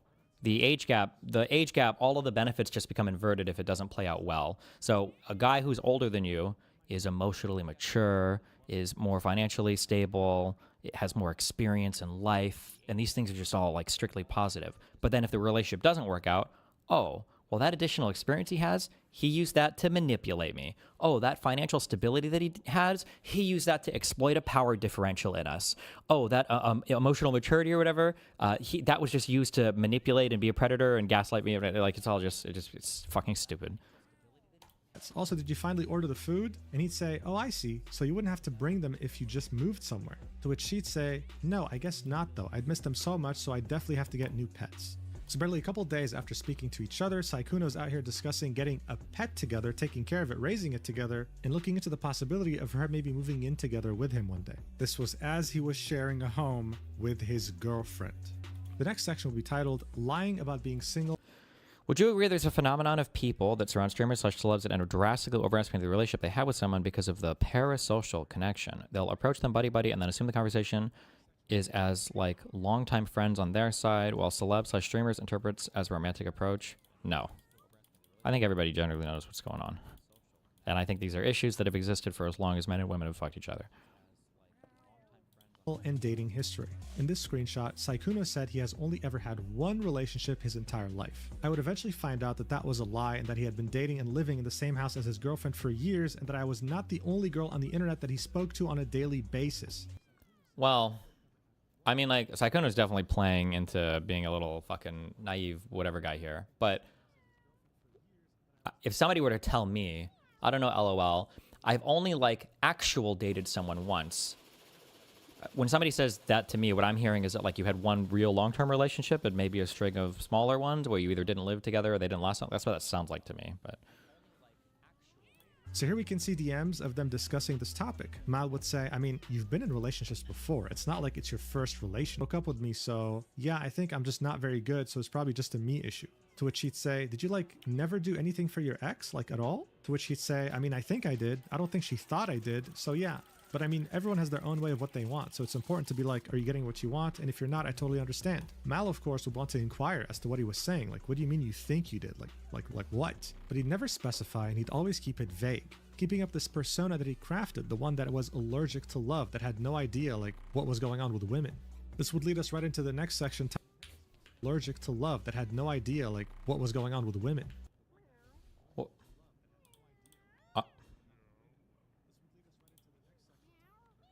I mean, I think I did. I don't think she thought I did. So yeah, but I mean, everyone has their own way of what they want. So it's important to be like, are you getting what you want? And if you're not, I totally understand. It just sounds like they had a mismatched relationship, or they were looking for different things in the relationship. That's not that confusing there. But, okay. This would lead us right into the next section titled Sexting. We texted every single day, and these interactions would be charged with flirting and suggestive topics. I would send him suggestive pictures and audios, and he would confirm that he'd touch himself to them. Additionally, he'd always act flustered and inexperienced, keeping up the illusion of his on-stream innocent persona. We'd also regularly talk about date ideas and things we'd like to do together in the future when we'd meet up IRL. Topics that are usually discussed between two adults who are clearly romantically interested in each other. On top of texting, we also called almost every single day, even after he'd stream for over 8 hours. We talked 8 hours. Full-time streamer. And play games regularly. One thing I'd noticed is that every time we called and when he spoke, he'd be whispering and never fully use his voice. His excuse was that it's because he was tired after a long stream, and I didn't really find that to be suspicious. Using your voice for 8 hours in a row doesn't... Wait! I didn't actually read through this whole doc. Is this guy cheating on his girlfriend while they're living together? And he's playing with these girls? Holy shit. God damn, are you okay? This guy's cheat maxing. Are you okay? Holy fuck. Exhausted after all. I now realized that he was quiet because his girlfriend lived with him and he didn't want her to hear. So in this first set of DMs, we can see them discussing things to watch together. Saikuna saying, let's watch something. Mal would say we should. He would say, let's watch a cooked Netflix dating show because those are funny, or both. And Mal would say we should. And do you also want to play games like Helldivers or Overwatch or etc.? In the next image, we can see them discussing the spicy audio that she sent him at some point. He'd say, you do too. She would say, yeah, like in that audio recording I sent you, to which she would act flustered over and say, huh? Oh my God. Well, yes, you really sounded cute in that too. Which she would say, did you ever re-listen to it or only that once? In the next screenshot, we can see them discussing going on a gym date. Mal expressed to him how much she enjoys going to work out at the gym, and so Saikuno would inquire about what a gym date looks like. This is when they discuss it more. In the next two set of DMs, we can see them talking about more spicy topics. Mal would say, you get flustered so easily. And then Saikuno would say, because I'm not. I've never done like this kind of thing before, lol. To which she would say, and? You don't like it? He'd continue saying, which is crazy because I'm older than you, but like I haven't really dated much, so. And then Mal would say, so? You have me now. He'd reply with, my XP bar is low, but no, I do it. I've never gotten something like this before. Yes, I like it. It's so good. I can't wait to use it later. As in, I can't wait to grill my sausage to it later, whatever she sent. To which she would reply with, you know, I've kind of wondered if you've ever touched yourself while watching what I send you. To which he'd say, what? Why would you wonder that? She'd say, well, because they're spicy pictures and videos. Of course, I wonder if you put them to use. And then he'd say, I'll definitely put this one to use. She'd say, so you've never done so before? And then he would say, maybe in all caps with a flustered sweating emoji. This is when she'd put her foot down and say, I want a yes or no. And then he would say, yes, of course I have. How could I not? Overall, these DMs were a balance of spicy and wholesome, just like what you'd expect when two people are romantically interested in each other, saying goodnight to each other, inquiring on their health. He'd compliment her on her appearance. She'd say, I love getting compliments from you. Good morning, handsome. What are you up to? But this romantic interest wouldn't just be expressed with words. No. Do your PSA that flirting always sounds cringe, please. Well, I mean, it does sound cringe, but like, inquiring on their health, you'd expect when two people are not. Overall, no. And then he would say, one thing you have to be careful, I guess it depends on what you're going for. Like, this advice wouldn't be for Saikuno, because obviously Saikuno is trying to mindfuck people, but it is really manipulative. When you try to make somebody feel special or feel unique, that is like especially when you're lying about it, definitionally, this is very manipulative. So, you know, if there's some person that you want to bang and you're like, oh, like you're the only person I've ever done this with before. This has never, ever, ever happened to me before. Like the goal in your speech is to create like a very special, unique feeling in that other person's mind. That is very manipulative, especially because he's lying about it. Compliments from you. Good morning, handsome. What are you up to? But this romantic interest wouldn't just be expressed with words. No, for Saikuno, he'd make sure to express it financially too. This is what would lead us to the next section, titled Sugar Daddy. Oh no. Not my 281.16 euro sugar daddy. Less than a month later, Saikuno would randomly ask for my PayPal account in DMs. He'd then waste no time in sending me money unprompted, something I always say that because I feel like that's what girls want to hear. Is that bad? I mean, it's manipulative. that I'd later realized was simply a behavioral pattern that he'd employ with women he'd express interest in. I want to reiterate that I have never asked him for his money, and he did this of his own volition. He bought me both a gym jacket, linked below, and Resident Evil 9, because I had expressed interest in that game. Here we can see two payments, the first one sent on the 28th of February 2026, 81 euros, and the second one being 200 euros on the 5th of March 2026. The sender was the business, Saikuno. He'd innocently ask for a PayPal username on the 28th of February. He'd start off the conversation with, you still aren't asleep either? To which she'd say, I fell asleep, woke up again because I'm having trouble sleeping. He would then say, oh, well, good morning. And what's your PayPal so I can buy you games later? She'd say, huh? Straight to the point. Jesus, I need to update my email to my PayPal because it's my old name from before I rebranded. When he would send her money for a gym jacket, at some point she'd say, want me to send it back? To which he'd say, no, I wanted you to get a nice gym vest, lol. Especially because it seems like you're really passionate about working out, so I thought it'd be nice. And then you can remember me when you're wearing it. I thought it was a cute idea. She'd buy one, she'd wear The real question is, do you think he was writing these purchases off as a business expense? it, she'd send it to him, and she'd say, I wore it with the green set because I know how much you like green. She'd also make a tweet on her account while wearing it, saying, this gym jacket is literally so comfy, the muscle mommy arc will be real. So up until this point, this was Mal's experience with Saikuno. The next section is titled A Calculated Pattern of Love Bombing and Manipulation.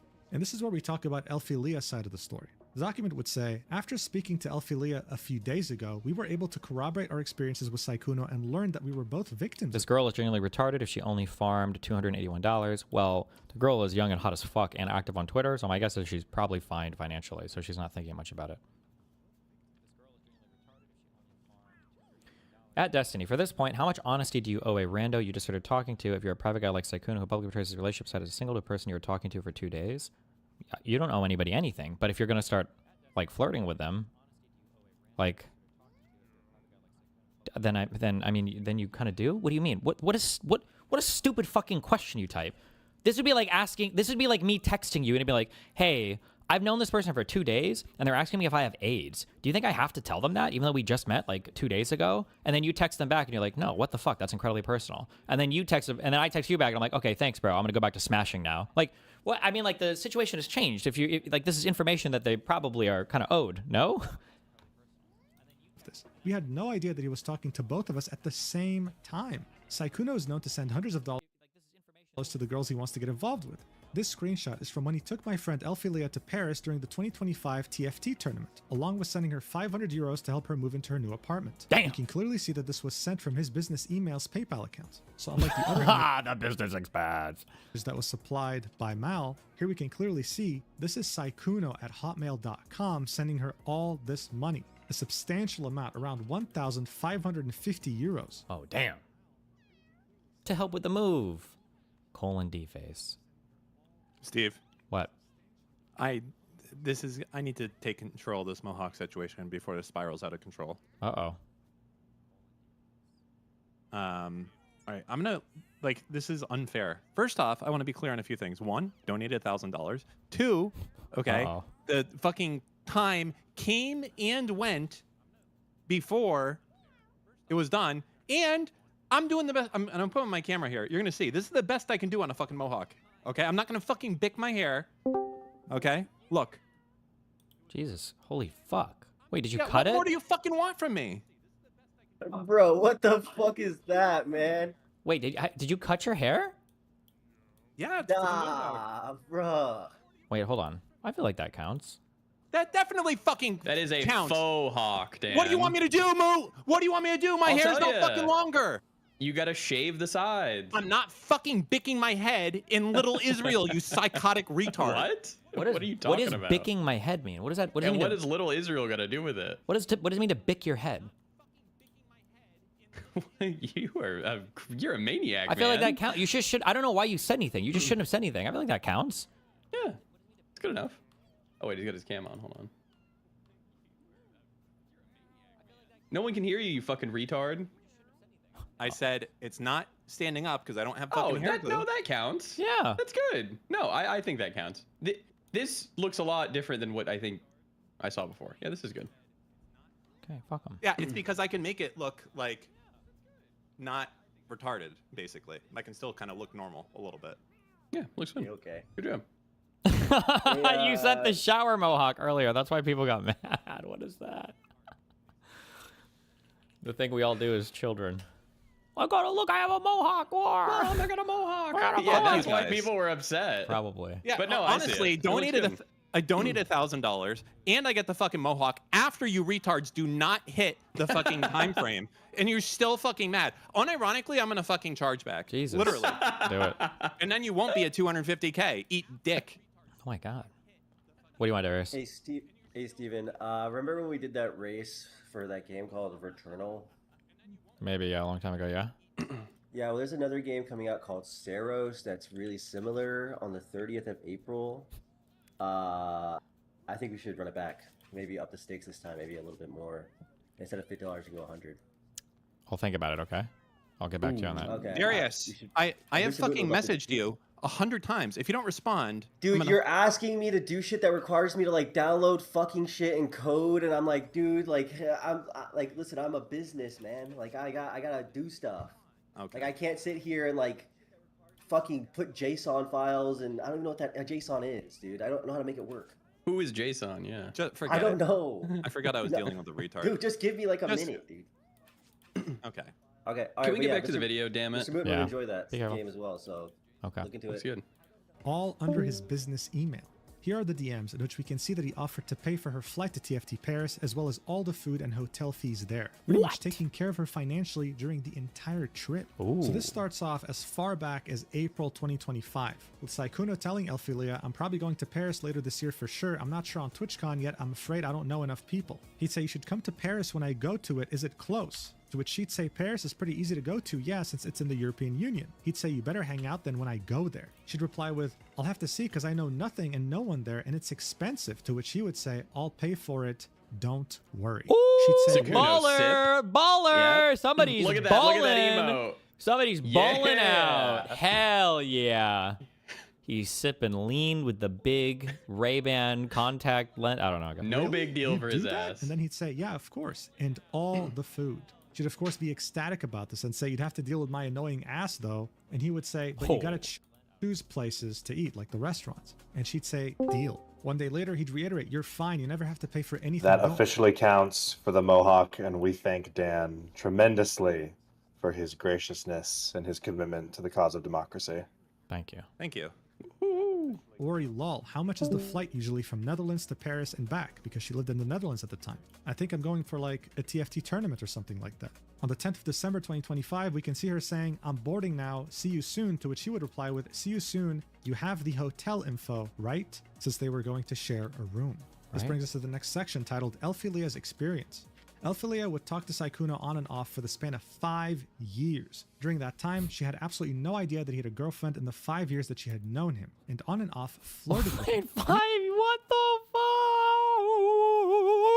Anytime she would bring up the topic of his love life, he would give the response of playing too many games and not going out enough to meet women to date. So bear in mind, she knew him since like 2021, back when he was like the most desired man on the entirety of Twitch or the streaming space. And even with all that flirting, he never once mentioned the relationship he's been in since 2021. So this was in the beginning of his relationship as well. So in this next set of DMs, we can see Elphilia saying, also, I have a question for you. Why are you single? Like, how?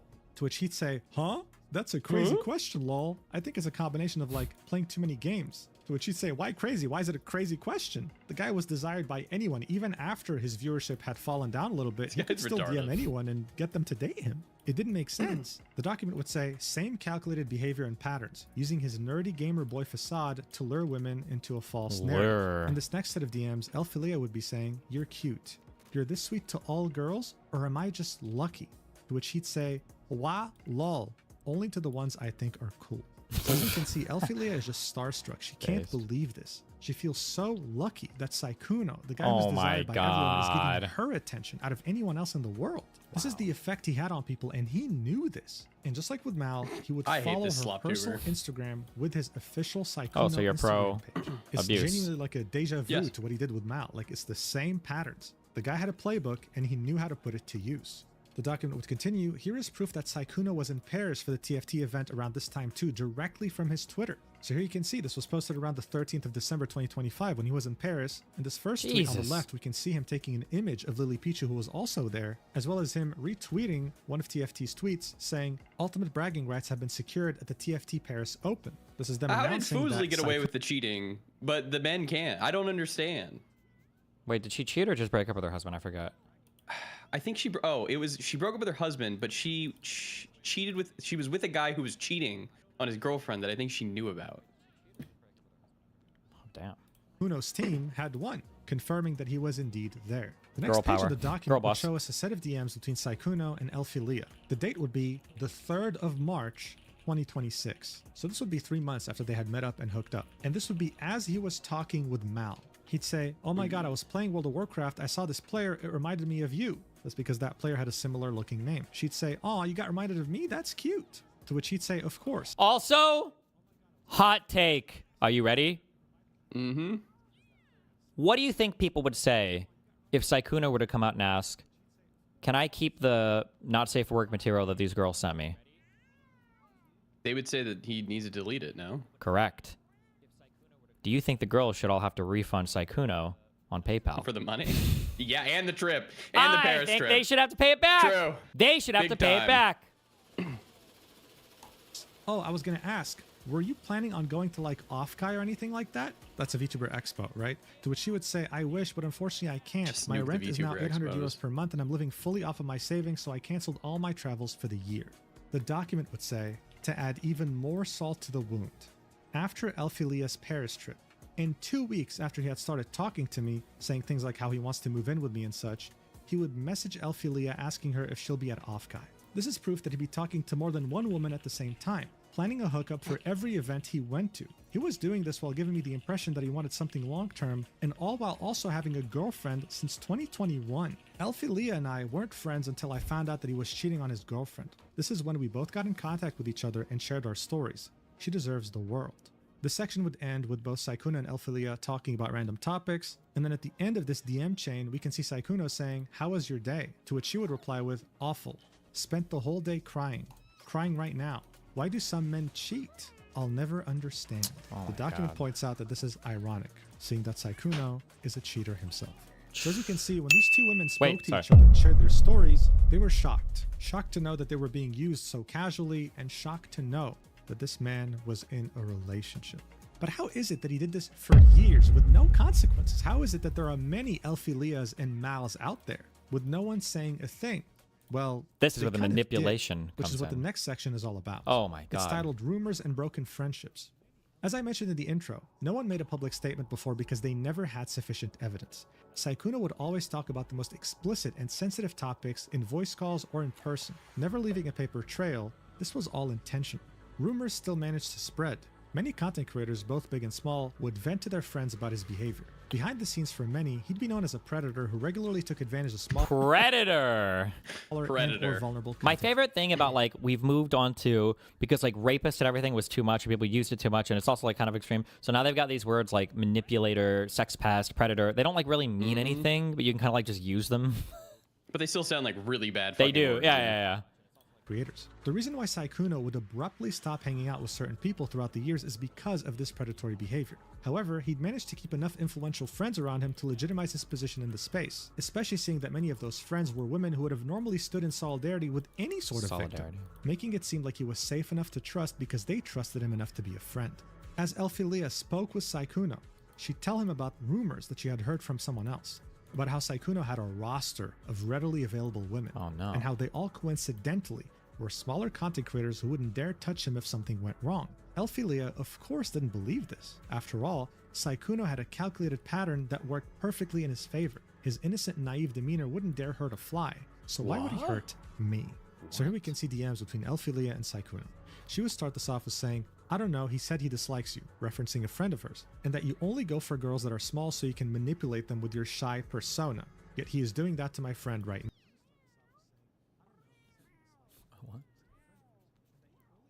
Now, To which Saikuno would say, oh yeah, I mean, I don't think that's true, but I guess people will say stuff randomly. I'm confused as to these people who think I'm going for them. I haven't really done that. But anyway, I'm sure it'll be fine. I mean, like I said before, people who know me will know me, and I guess he just dislikes me, which is totally fine. She'd say, exactly. He did say the only reason you haven't gotten called out is because you go after small creators and they'll never expose you. If you ever need proof of anything, I have receipts, just in case he tries anything funny. Saikuno would say, oh, I feel like the way VTubers are, they would love to try and expose bigger streamers. They love drama, lol. But it's not true, so I think it's fine. I don't need receipts or anything, it's fine. But I thought he was chill. I'm kind of sad he was so angry. Elphilia would say, I know, just making sure you stay safe no matter what, love. Saikuno would continue saying, I mean, why is he bringing up so much anyway, though? To which she'd say, he's jealous of you. I'm just playing League with him, and he brought you up out of the blue. Ooh. To which he'd say, I don't think there's much to be jealous of, lol. But hopefully he feels better soon. And Elphilia ends this by saying, he said you hurt 5 of his friends, apparently. Jesus So this was on the 22nd of December after they had met IRL, and Elphilia had no reason to doubt him, right? She still had no idea that he had a girlfriend since 2021. This is why she was still so readily siding with him. And speaking of cheating, this is what would lead us to the section, Saikuno's girlfriend. The coincidence that would lead me to finding out the truth about Saikuno happened last week. A popular male VTuber tried to slide into my DMs to presumably get in my pants, and when I rejected him, he immediately started to mention nasty rumors about Bao. Out of concern for her, I reached out to a mod who then connected me with Bao. The 3 of us struck up a conversation when I mentioned I was nervous about a date I was going on. They asked me who it was. When I said my date was with Saikuno, they immediately told me not to go on the date for my own personal safety. Bao told me that at the end of March, Saikuno's girlfriend reached out to her regarding a controversial tweet Bao made last year in 2025. She asked Bao if it was true that the tweet was about Saikuno. So this tweet in question... Steven, real quick. What? You told Wick he can come on after Collins? Yeah, sure. Right? Why? Can you make sure, and also chat make sure we remind Destiny to tell Wick to come on whenever that ends up happening? I'll think about it. Much love. Right, if your Saikuno's girlfriend reached out to her regarding a controversial tweet Bao made last year.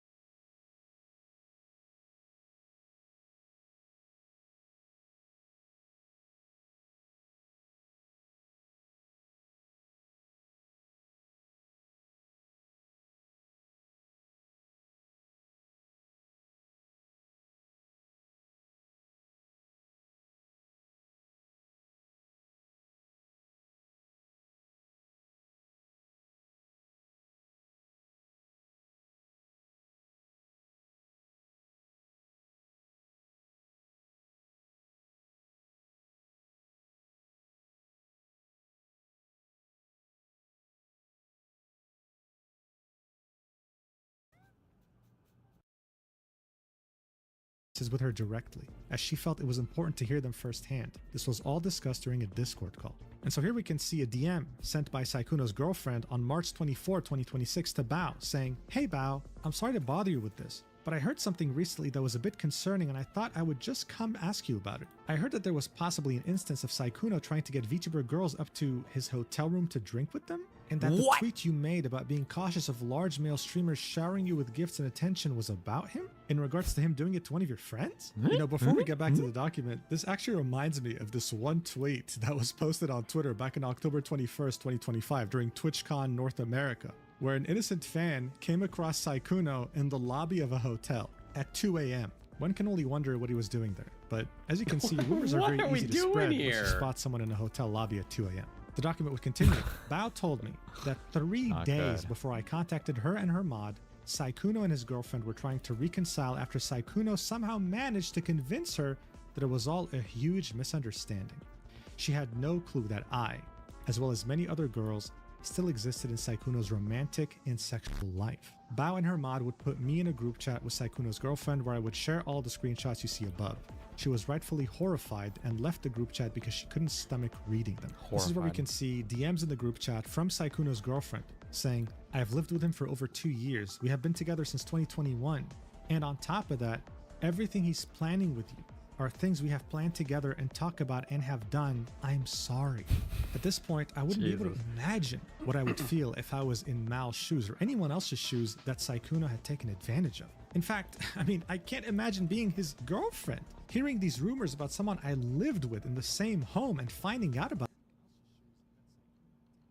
Wait, what? Ashley St. Clair wants to talk to you. Should she just join the Discord? Just tell her to DM me on Twitter. Who is Put it Ashley this St. way. Clair? It is Yo Mama, one of Elon's exes. Even after he managed to convince me that him sleeping with someone back in December 2025 was a misunderstanding, it's horrifying. This would all lead us to the final section of this document, titled To All of Saikuno's Victims. Ever since Saikuno's viral breakout during the pandemic lockdowns of 2020 when he played Among Us, he has always carefully curated every aspect of his behavior on stream and with friends. An innocent, romantically inexperienced boy failure who looks like an anime character and sounds like one too. This perfectly curated image would attract a large audience of women, with a lot of them openly professing how attracted they are to him. He soaked in the praise and never sought to limit the most extreme aspects of his community because it made him more desirable. He understood this and would use this curated image, as well as his legitimacy in the content creation space thanks to his followers and famous friends, to seek out any attractive cosplayers and or content creators that were small enough to be starstruck by his grand presence. It would work most of the time as he'd use the same calculated pattern that he used with me and Elphilia to lure them in, and eventually fly them out. Calculated pattern, lure in. And the calculated pattern is find girl who posts super sexy pictures on Twitter and follow them and then wait for them to DM you. Wow. No, I think it's girl DMs you, you DM them back in this case. To the next convention or event that He definitely is definitely a player and a fuckboy and a liar and a cheater, but I mean, he went to with the goal of hooking up. What these many women didn't know, though, is that he'd always lie about the fact that he's single, that behind the scenes... wait, he does this had guy play neglected any and of the neglected- call that this girl has with him?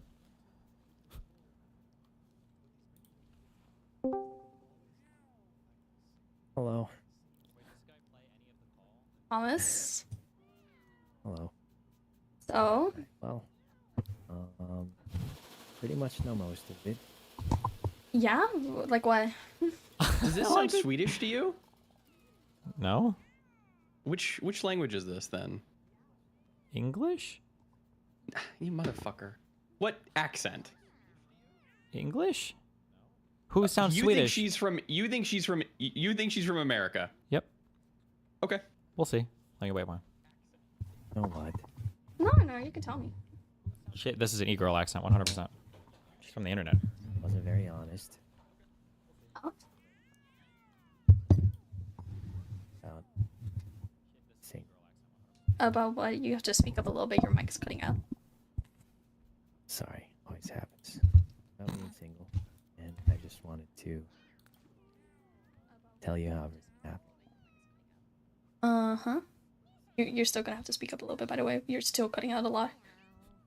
Sorry, you know how I talk quietly. Yeah, but you never talk this quietly. You know, I talk quietly.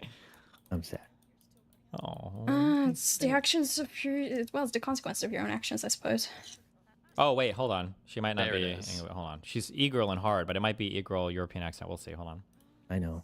Mm, So basically, I was in a very happy relationship. doesn't sound like it, but sure. Oh, fuck. Hold on. Well, anymore. Hold Let me finish. Uh-huh, I continue. was in a very happy relationship a long time ago. Long time ago.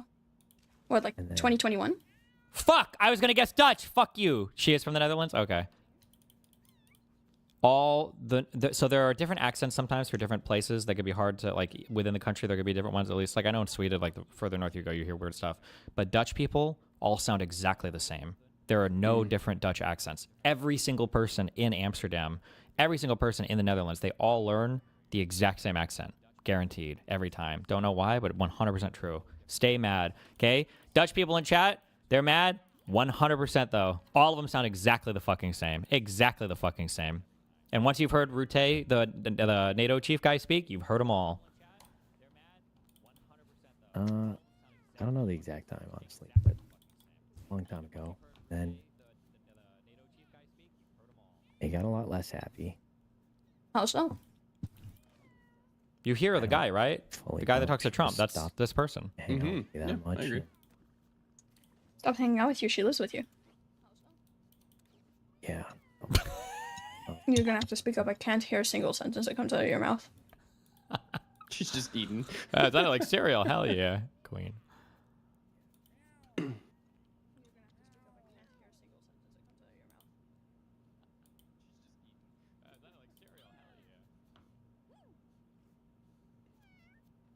You there? Yes, I'm here. Okay, I'm just asking because you went quiet. Anyway, so I was very, very happy. Mm-hmm. And at some point, it wasn't so happy. Mm-hmm. I don't know exactly when, but like we stopped spending time together. Hello and welcome to the walkthrough tutorial video for the minimal glow chat widget for Twitch. Or what? I couldn't hear that And part. all the options will be broken into different sections. This first tutorial video for the Beans tab in the left-hand menu. I was just very sad. And all the options will be broken into different sections. This first section So you is slept for with Elfie in sending tests. Paris. He was sad. Give him a break, man. He was sad. And then you flirted with me. Yeah, he was sad. And were telling me how you wanted me to come visit you in Vegas, and how you wanted to go on a date, and how you were serious about me, and how you really meant it, and how you wanted to go get a cat together.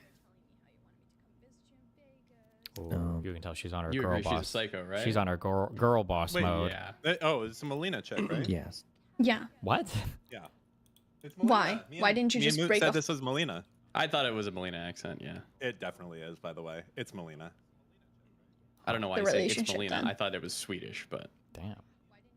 Because a combination of remembering how it was, some part of me hoping it would go back to that, and Well, obviously it's not going to go back to that if you're actively cheating on her.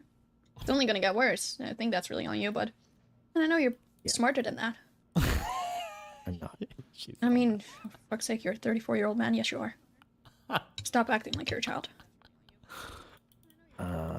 Don't think that's. Oh my god, she's getting off this whole combo too. Because remember, also, she knows she's recording it. She knows he she's doesn't. recording. So she's like, oh, this is my audition. What I'm acting like, but I mean, you say you're not smarter than that, but you are. You're a 34-year-old man. You just chose to do it. You knew damn well in the back of your head that it wasn't going to end up well. God damn it. yeah. But it's complicated. It's really not. Cheating is just bad. She hasn't done anything to ask for it to be cheated on. It's pretty cut and dry. Yeah, but she relied on me to take care of a lot of things, and I still cared about her. Okay, that doesn't mean What was the point of this? Why did he even agree to have this conversation? that you do that because you wanted to, not because she was like holding it against you or forcing you to. No. Exactly. He wanted so to have it. there's still no excuse for you to cheat on her. True. Not saying there was one. Just explaining why it happened. He's sad. And True. the only reason why it happens is because you just chose to do it. True. I don't know why you decided to lie to me, because you know damn fucking well that lying, especially, is like a big thing I do not tolerate. As opposed to all the people that do tolerate lying. Yeah. Yeah. And I was fine about the Alfie thing, because I was like, okay, he didn't know me before that, right? But then I find out you've had a girlfriend this entire time. Do you realize how fucked up that is? Because not only were you... Because, sure, you didn't lead Alfie on. Alfie acknowledges that you didn't lead her on, right? Because I've talked to Alfie. I'm friends with her. I've been friends with her before I even met you. Okay. Like, she acknowledges that you didn't lead her on. You led me on, though. You did lead me on, though. Yeah. You gave me all these fucking fancy-ass promises about, oh, we're gonna go on a date when you come visit here. What, so you could cheat on your girlfriend again? So you could sleep with me so you could cheat on your girlfriend again? That wasn't... What were you intending with that? Well, I thought it was going to, be over. But what? Like, I thought that was gonna be the end of that. The end of what? My previous relationship. You were gonna break up with so you could date me, or what? Well, like I said, it'd been a long time where, like, we hadn't spent time together. Hadn't done anything in years. Mm-hmm. And in my head, I thought that was, at some point, be over. What? I couldn't hear you. I said, I thought that meant that was going to be, like, the end of it. So you were already moving on before you even broke up with her? Jesus. Were you intending to break up with her, or were you just waiting for her to break up with you? Wow. No, I don't know. It's So- just a really weird I just mix of, like, want to understand this. So what was your intention with me? Like, where was I in this whole thing? Like, were you intending to date me after her? Like, were you intending to just ditch me to go date me? I mean, I guess for me, it felt like it was already... But that's not what I asked. I'm talking about me. I mean, yeah, that's kind of what I was thinking. You were thinking to just ditch her and then date me. What, were you gonna do the same thing to me? Of course not. Not to you. I'm sorry, but like, you're not really selling this whole relationship thing really well. If this is the type of Have you looked relationship at you will yourself? Of hold. course not, lady. Whoa. Not trying to sell it. Problem? I can tell. Just trying to explain what's going on. Yeah. The thing is, if I'd never reached out to Bao, because I didn't even reach out to Bao about you, right? I reached out to Bao about because lied behind my back to a bunch of people, and I was not okay with that. And then started lying about Bao. That's when I reached out to Bao. I became friends with her roommate, and then I was talking with a little bit back and forth, and then you came up in the topic, and then she told me you had a girlfriend.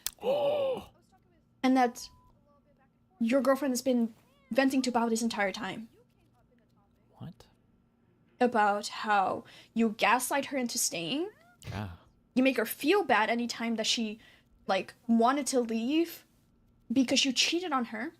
And she knew that you cheated on her. She just didn't know who. Not good.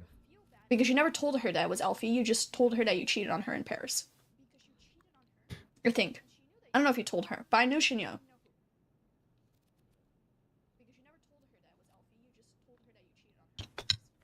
Yeah, I did tell her. Why? Why go through all this trouble? Because didn't know how to, I mean, for God's sake. For God's If sake. the only thing why you even stayed with her is because she relied on me for a lot of things. You can afford to take care of her for a little bit before she gets back onto her, like, her feet. Like, at least don't put her through the trouble of, like, telling her, like, oh, like, I'm still gonna be with you, like, telling her that you're still her fucking boyfriend. Jesus. While actively cheating on her Actively. every single day. yeah, I mean, you're right. I should have just, said how I felt. Like, you could have just deadass. If the only thing that you were concerned about is the Type fact shit. that she Type relied shit. on you Just deadass. for things, you could have just supported her until she got back onto her feet, so she could support herself. Dead ass. You know? And it wasn't just that. Then what else? Somehow hoping it would go back to how it used to be. Well, as I already told you, cheating is not going to make it go back to how it used to be. Not with that attitude. It's a lot easier to say that. It's the truth. It's the harsh truth. Nothing is going to go back the same way that it was if you're going to cheat on someone actively. Yeah. It's active versus passive. That's why I'm going to change. You're going to change what? That's it. Everything. Oh, he's done. He's a changed man. Just gonna change that. You're going to stay with her? You're right. But honest to God, I feel like the poor girl's been through enough. I don't think you should have to sit there and keep doing this to her. Because I was in a group Lock chat in, with her Steven, this is while you important. were on stream. I'm locked in. And this girl's absolutely fucking distraught because of the shit that you've done to her. Wow. The shit that you've put her through. Like, genuinely. Do you know how much that fucks someone up? Loker cannually. Like, you already cheated on her once, and she decided to trust you still. She decided to stay with you, despite the fact that you already had cheated on her and admitted to it. And what do? You go onto fucking Twitter and go find the next girl to fucking flirt with. Unbelievable. Like, if anything, honest to God, I'm not even mad at this point. I'm just disappointed. I'm really disappointed. She hit him up with a disappointed. Yep, that's fair. Because she's been crying to Bao about it. Bao's been sitting there, like, comforting this girl, trying to tell her, hey, maybe you should leave him. Because this isn't okay. This really isn't okay. You're putting this girl through mental strain. Mental strain. Every single day. That you continue to be with her. While you're sitting there having fun playing with your fucking friends. Be so honest right now, Thomas.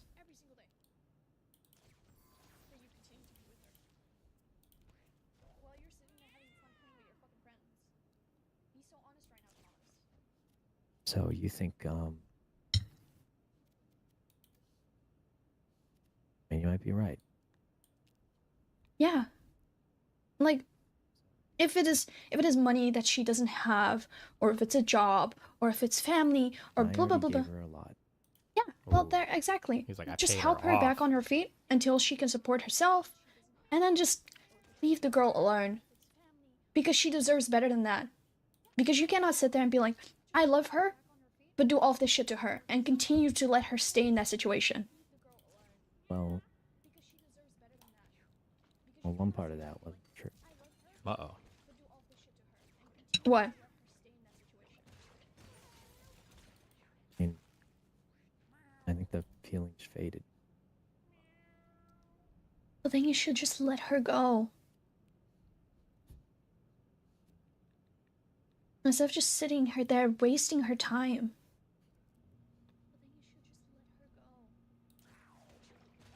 Okay, This is so dramatic. Seriously. And also, Jesus. why'd you get on a call with me when right now she's upset? I know she lives with you. I already talked to her. Yeah, you should be And I there to. told her I'm going to talk to you first. You should be there to comfort her. She's the one that you cheated on. No, I'm going to be doing that. I just wanted to settle this first. This is not settled. I'm beyond upset with you. Like, genuinely beyond upset with you. Wow. I mean, that's fine. By settled, I mean, like, Oh. He's having the call. Wait, are they? Hold on. I'm sorry. Which one is this? Is this the one he's known for 5 years, but he hasn't? No. No, this is when he met. Did he meet this one in person? No, this is the one I don't believe he's met in person. The one he knew for 5 years is the lady he had sex with in Paris. Okay, this is the 19-year-old that is on Twitter. Yes. They haven't met in person, but they've been like sexting and stuff. Yes. Gotcha. Oh, he's trying to jump ship to this girl. I understand. That's why he's having the call with her. Oh, Hold because in on. the beginning, why are you even talking to this girl? Okay, sorry. All right, Mm-mm. okay. Well, no? Okay, hold on. Like, genuinely beyond upset with you. I mean, that's fine. By settled, I mean like that's it. Like What's it? probably never talking again. You and me? Yes. She already said, because I was trying to figure out why, but when she said I'm beyond upset with you, those are, when somebody says that, that's a good thing, because like, oh, you're really, really mad at me. But like we're still something. We're still doing something, as opposed to like, I hate you, or It's I'm not talking to you. fucking Yeah, done. exactly. Yeah. Yeah. What? Why? Is that not why? What is why? I'm still upset with you, but you didn't cheat on me. You can still talk to me and be like, make up for your actions. Don't get me wrong, because I always am there for second chances. But Oh my I God. never will forgive you for cheating on her. That's There's still a chance, though. This is like That's the most shameless. So you're saying? The most shameless. Jesus. There are a lot of girls that are upset with you, by the way, because Alfie's not the only one that has hit me up. Yeah, that sounds like you've heard things. Yeah, and you lied to me a lot about that too. A lot. Cause how big was the roster again? I don't think I ever had one of those. I mean, maybe not at the same time, but you sure do hop around. Why are they coming back to? So. Yeah.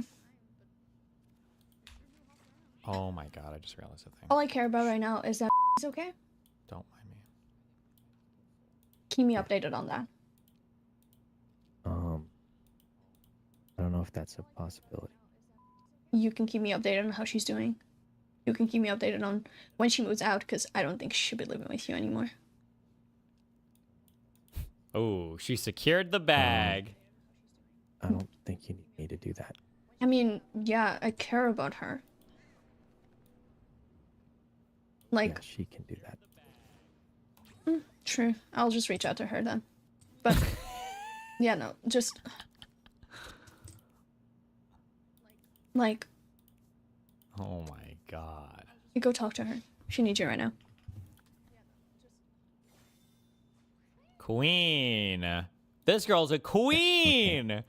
Oh my God, she's got him under her. She's got him under her thumb now. She knows all the girls that he's been fucking around with. She's got him paranoid as fuck. She's got all this fucking leverage now. Oh my God, she's talking to his biggest haters. Whoo! When did they have this call? Whatever you're about to say, the only answer is she absolutely would have dated him again, and then something happened to where they couldn't date, and that's when she decided to dock him. Well, he cut her off. That's why he got docked here, I think. And I think if anything, at the beginning, she cut she's like, him off? Wait, what'd you say? No, he cut her off. Oh, yes. That's why he got docked. But at the beginning, she in this document says like there's a 19-year or a 15-year age gap. If anything, I feel like she's the fucking predator. She's obviously way smarter than Sakuno, and she was fucking toying him along. Jesus. Kind of. Wait, what is this? I said that as in I was willing to be his friend if he learned from his mistakes, but when I found out it was a pattern with a lot of girls where he was using the same lies and such, I couldn't stay quiet anymore, thus the doc. Wait, but didn't she literally say to him, there are a lot of girls that are upset with you? Yes. Yes. Queen. What a queen. She's a just queen. a liar. She's a queen. Yeah. Breast girlfriend that he'd been with since 2021 and who has lived with him since 2024 in the same house. I implore the many other victims to come out about their experiences with this predator. And I end this document with a recording of Saikuno in which he admits to everything, predator? especially with how he cheated on his girlfriend with my friend and was intending to do that with me as well. For context, this was shortly after I had messaged his girlfriend about his cheating. 30 minutes later, he would ask if I was free for a call. As his girlfriend was crying downstairs, he somehow chose to prioritize someone that he barely met 2 months ago. She's referring to herself. I pointed this out during the call. Here's the link. So the link isn't here right now, but obviously it will be by the time this video comes out. It's okay though, because I have the video. And if you're wondering why you should watch it here, well, it's because Saikuno's voice is so damn low. I mean, the guy was whispering as if someone was after him with a gun. They could barely tell what he's saying. Oh, fuck. I actually bothered to add subtitles. This whole recording is 17 minutes long, and as the document stated, he pretty much admits to everything. Watch. Go back to how Do all of this shit to her and continue to let right now. that's Second chance. It's okay.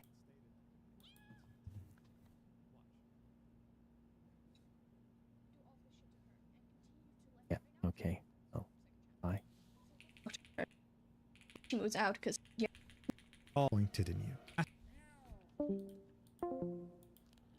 Shortly after the call, the last thing Mal would ever say to Saikuno would be, "I'm beyond disappointed in you."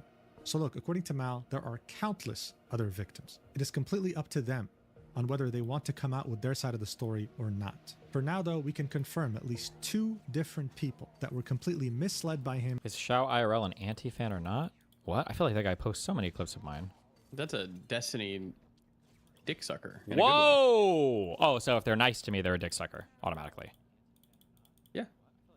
I love him. I As he follow cheated Show on his IRL. girlfriend so comfortably. In those 2 instances, we can see him also using the same playbook, the same tactics, sending them money, making them feel And special, under following color, their you personal can Instagram, select wanting to meet ASAP, to hook a up, color, everything. which And I think one thing that stated. personally struck me was how only 30 minutes after his girlfriend found out about his cheating and probably confronted him, he chose to run upstairs and prioritize Mal, someone he My met 2 months ago, all while his girlfriend was crying downstairs, gutted, heartbroken. There's a reason people say with great power comes great responsibility, because once you have this power that Saikuno possessed, you can so easily take advantage of others. So as a content creator, you have a very clear choice, and unfortunately, Saikuno decided to be the worst person possible. I wish all the victims in this travesty the absolute best, and I also I don't know if encourage it them gets to worse than speak this. out. When it I don't rains, know, man. it pours.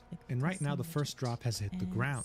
Saikuno and anyone else who seeks to take advantage of their position need to be held accountable. And for anyone who grew up watching him during quarantine, who looked up to him, I'm sorry to be the bearer of bad news, ruining Basically, whatever he's a ideal rapist. image Sorry, you guys. had of him in your head. In any case, if more victims decide to speak out, then I will most likely stream What the fuck? me reading He all said of there was them countless on my other channel victims. later Well, on. but they haven't For the time spoken being, out yet, though, bro. Please, if a larger So they content haven't creator been reaches counted. out to you, Got it. even if you don't make content, please always be extremely skeptical and know that they probably So don't this is see why you you as the played most Among special Us. person in the world. They've probably done this to many others already. Thank you so much for watching until the end. I really, really appreciate it. If you want a healthy alternative to an energy drink, then definitely use the code MUJIN at GamerSubs for 10% off. And if you want Thank exclusive you. content like high quality art and exclusive yapping videos, then definitely check out stacked.com. It's like Patreon, but better. I love you so much, platonically. Come on, platonically. I'm not going to be like Epic, Saikuno. epic, And I'll see you in the next epic, video epic. whenever We got it, we got it, we it got is. it. Mwah. There you go. Mwah. Gee, what the fuck? What? Look at the fucking screen. Thomas the Predator engine. I didn't see those captions. Not the Predator engine. Well, Oh, welcome to the Champions Club, Sakuno. go grab a Red Bull. We'll do some wonderful call-ins. The final Israel-Palestine call-ins. Where is TTS? What? They have to be Yeah, implemented it's in the been back end and one everything. fucking Jesus day, Christ! man. It's been I'm one sorry. Never mind, So Dan, I'm you the need to only one shave. who does. Dan, shave the things. That's not a. That's a. It's not a mohawk. You know, fuck That's a you faux guys. hawk. If I had put the Faux hair hawk. back, I would. Faux I'm the only hawk. one who fucking did anything. By the Faux way, hawk. ask me how much fucking beforehand knowledge I have over this DGG Are you digital okay? ground game shit. Are you Yeah, okay? Ask me. Are you ask me stumbling how, right now? He misspoke. He did. He did. He did. You missed a whole fucking segment yesterday that you were scheduled for. Hey. I don't want to hear it out of Ask me how many people were in communication about me. How many? With this thing. About me? 0. The first I heard about it was a day beforehand, and I was scheduled for shit. I was on fucking posters. I should be suing you for copyright infringement.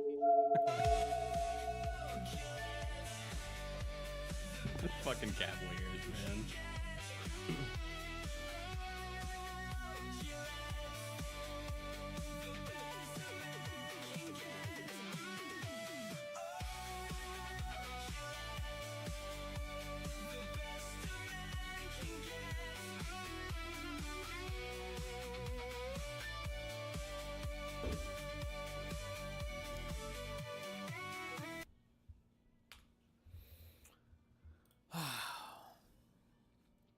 back home from South Africa. We'll be live around 3 p.m.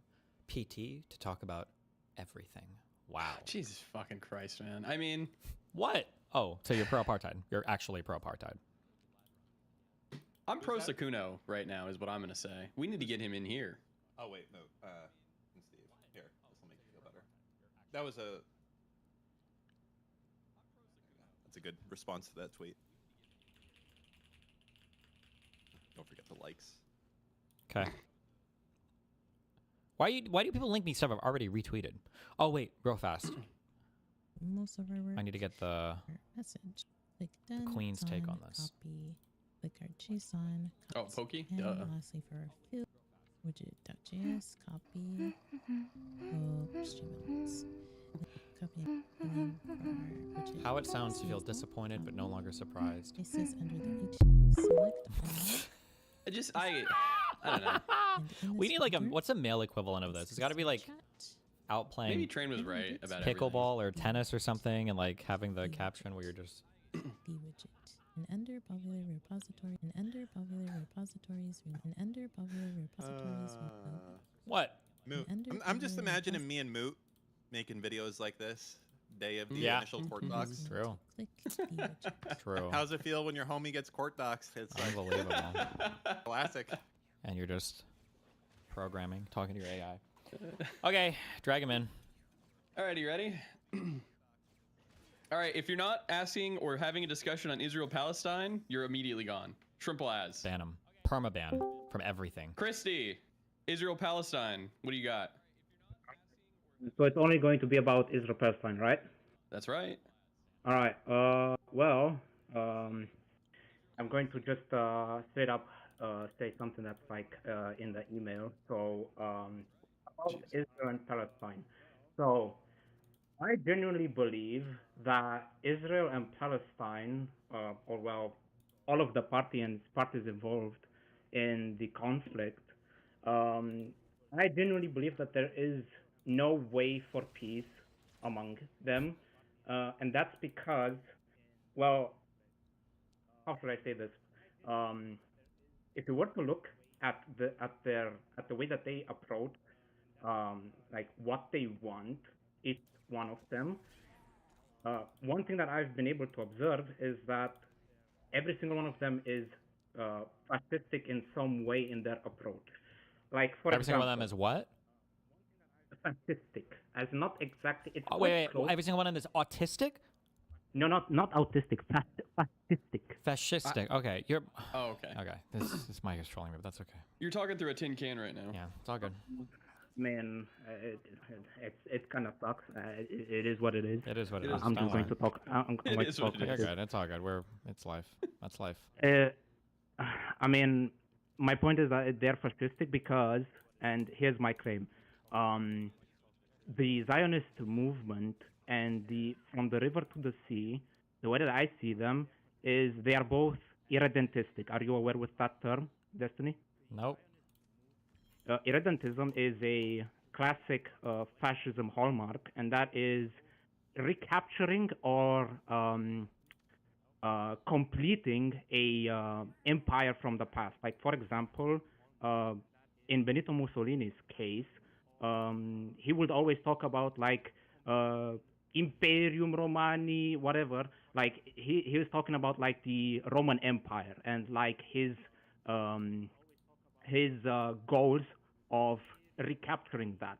And the one thing that I've been able to observe in like Israel's Zionism and the way that they approach with like everything that they did in the British Mandate of Palestine, or like Palestine, whatever, you know what I'm getting at. The way that they approach it is that they want to gain a superiority, like some sort of like tribal superiority that you can observe in like classical fascism, and so it's that's why it's kind of awkward, because in order for there to be any peace in Palestine, you would have to get both the Palestinians, because they are also complicit in this.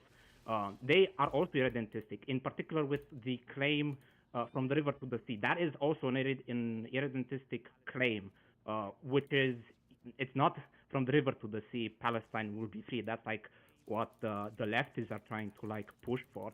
But if you want to take the more classical approach, that used to be from the river to the sea, Israel will be either Arabic or Islamic, depending on if you want to go for like the nationalist or like the religious fascism approach. And that's why you will never see any sort of like peace come through in that region until both of these parties involved, like they both have to do it. Because if only Israel drops its ambitions to gain to like essentially fulfill the kingdom of Israel as they so desire with their Zionism, if they drop that, the Hamas or like the Palestinians would do everything in their power to like conquer Israel and try to bring it back to what it used to be at a certain point in the past. So what is your question or prescription here? I only foresee two possible solutions, and I want some perspective, and I want you to like I don't know, give your opinion on what I have to say on this. So the only way that you can achieve any sort of like long-lasting peace in the Middle East, it would have to be by incentivizing both of the Israelis and the Palestinians to drop their fascistic approach and like gaining control over that area, whether it's from like an ideological selfishness or like from a economical one, like whether they want every single person in Palestine to be of Jewish religion or like of Islamic or of like Islamic religion. You would have to like make or a path forward where they both drop their desire for like I don't know, I guess tribal domination. So the only other solution that I would have for this, it would be if it would be kind of like a third party to go in there physically, like boots on the ground, and ensure that it like incentivize this sort of like so that they can de-incentivize their fascistic desire. What do you think about this particular approach? Go ahead, Steven. Yeah, I mean, I guess, yeah, but I mean, we're kind of, that's like the question, right? How do you make both sides stop fighting with each other? If we could go in and get it so both sides don't want to fight with each other anymore, then the fighting would stop. Yeah, I agree with that.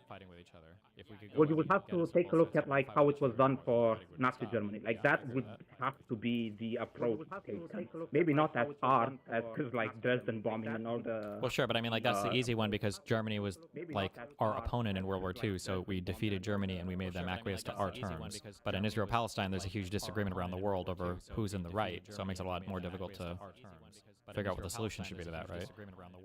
Yeah, that's kind of what makes it a bit harder to do, but there's no other foreseeable solution to the conflict in Israel-Palestine because both of these they are two tribes.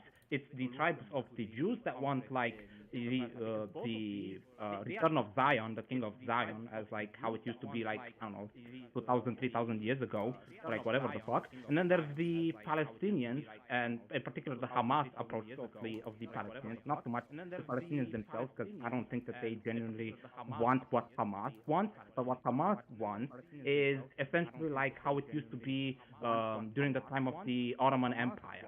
So like that's usually where the conflict stems from, and so you would have to think about a strategic way to justify the presence to make them like stop fighting each other and then be proactive to like disincentivize those types of desires to like rear their heads again.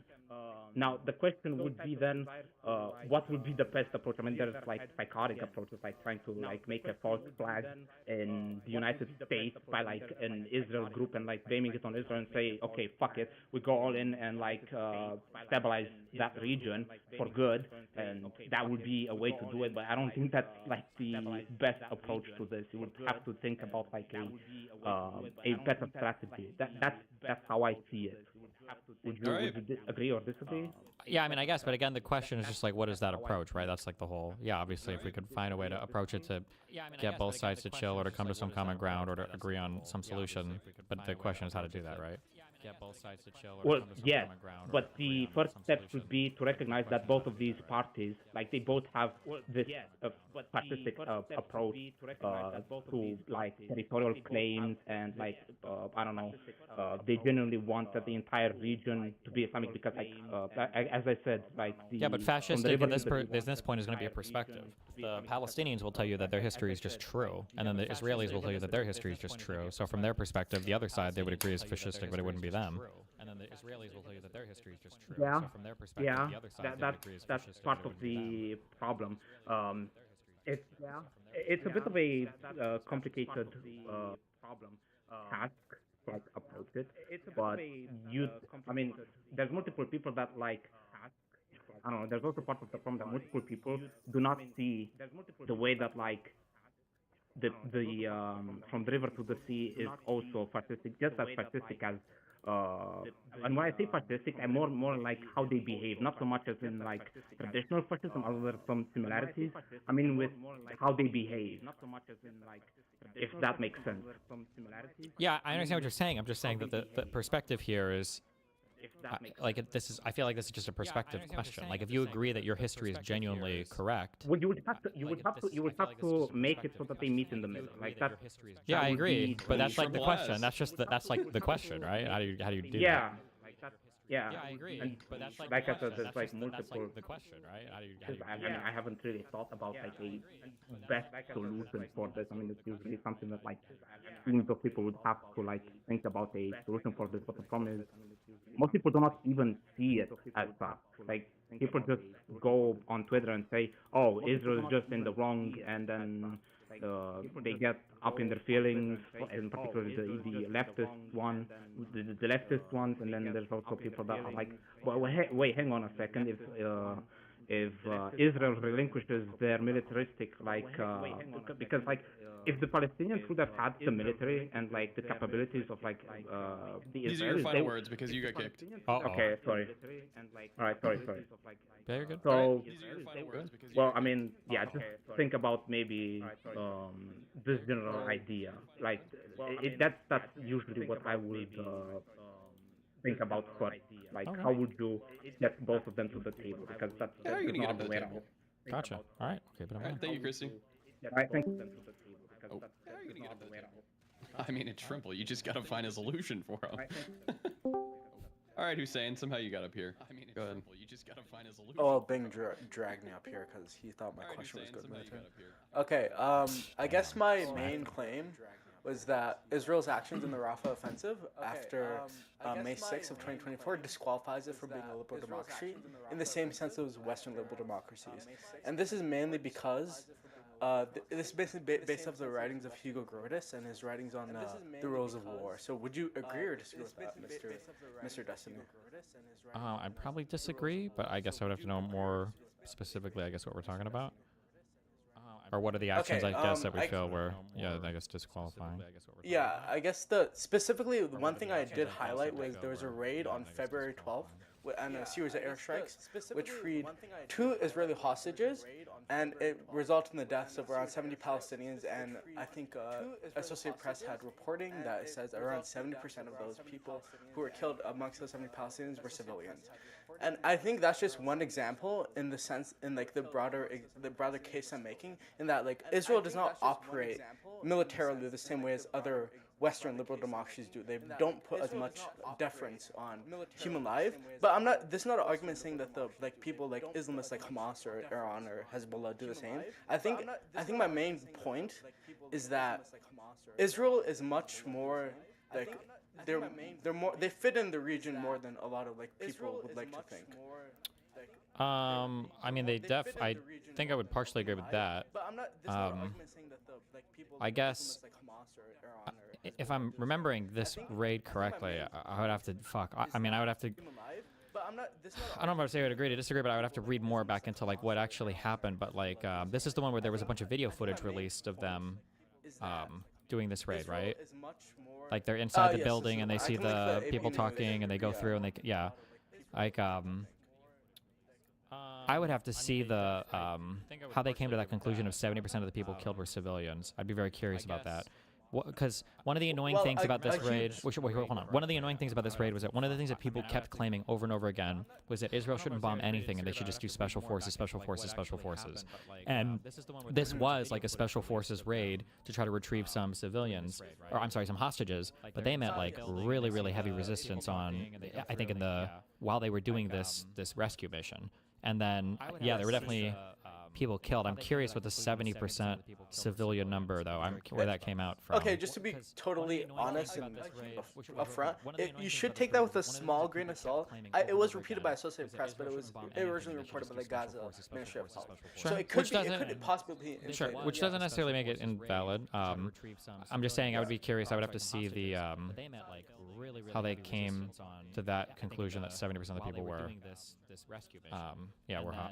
were civilians. I guess. Yeah, but that's just one specific example in the broader claim that Israel does not operate in the same way most Western liberal democracies operate.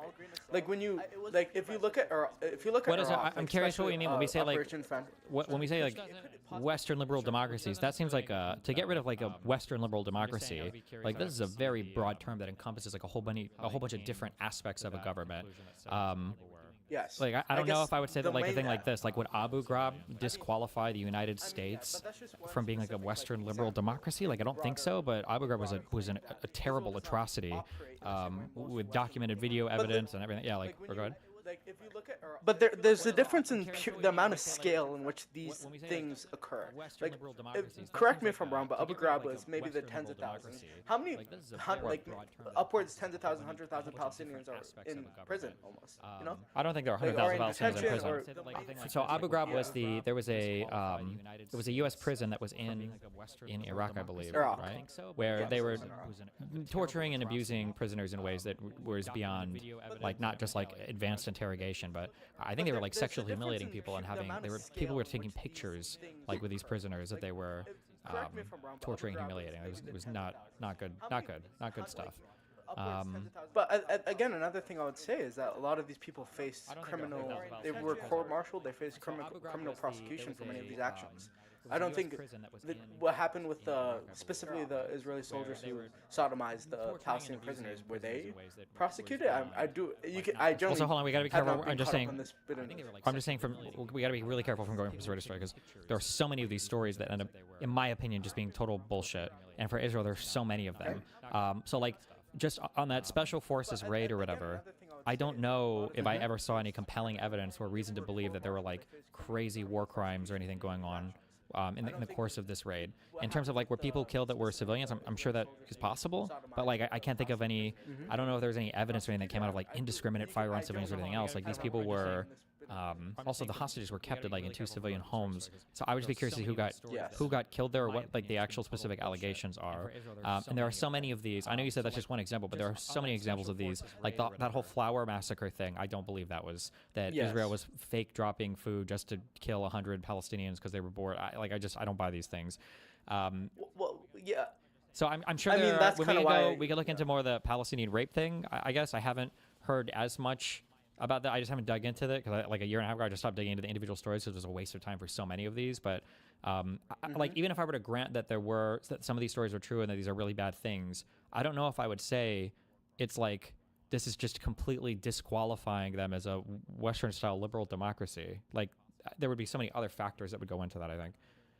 I guess the specific thing, I'll try to mention this earlier, the specific thing I would try to pinpoint in which they don't operate in the same way as an aspect of a liberal democracy is like Hugo Grotius was he was a liberal theorist during the Protestant Reformation in the 30 Years' War, and he talked a lot about the fact that if you are a state, you should put heavy deference and heavy limitations on military operations that might result in the harm of civilians, and through that, his writings is basically what we build most of the rules of engagement on international law off of. So I think, and I'm pretty sure that my main claim is that Israel acts in a way that they do not put enough deference and care in reducing the amount of civilian casualties, that it kind of goes against a lot of Grotius's writings, who's like a pivotal liberal theorist.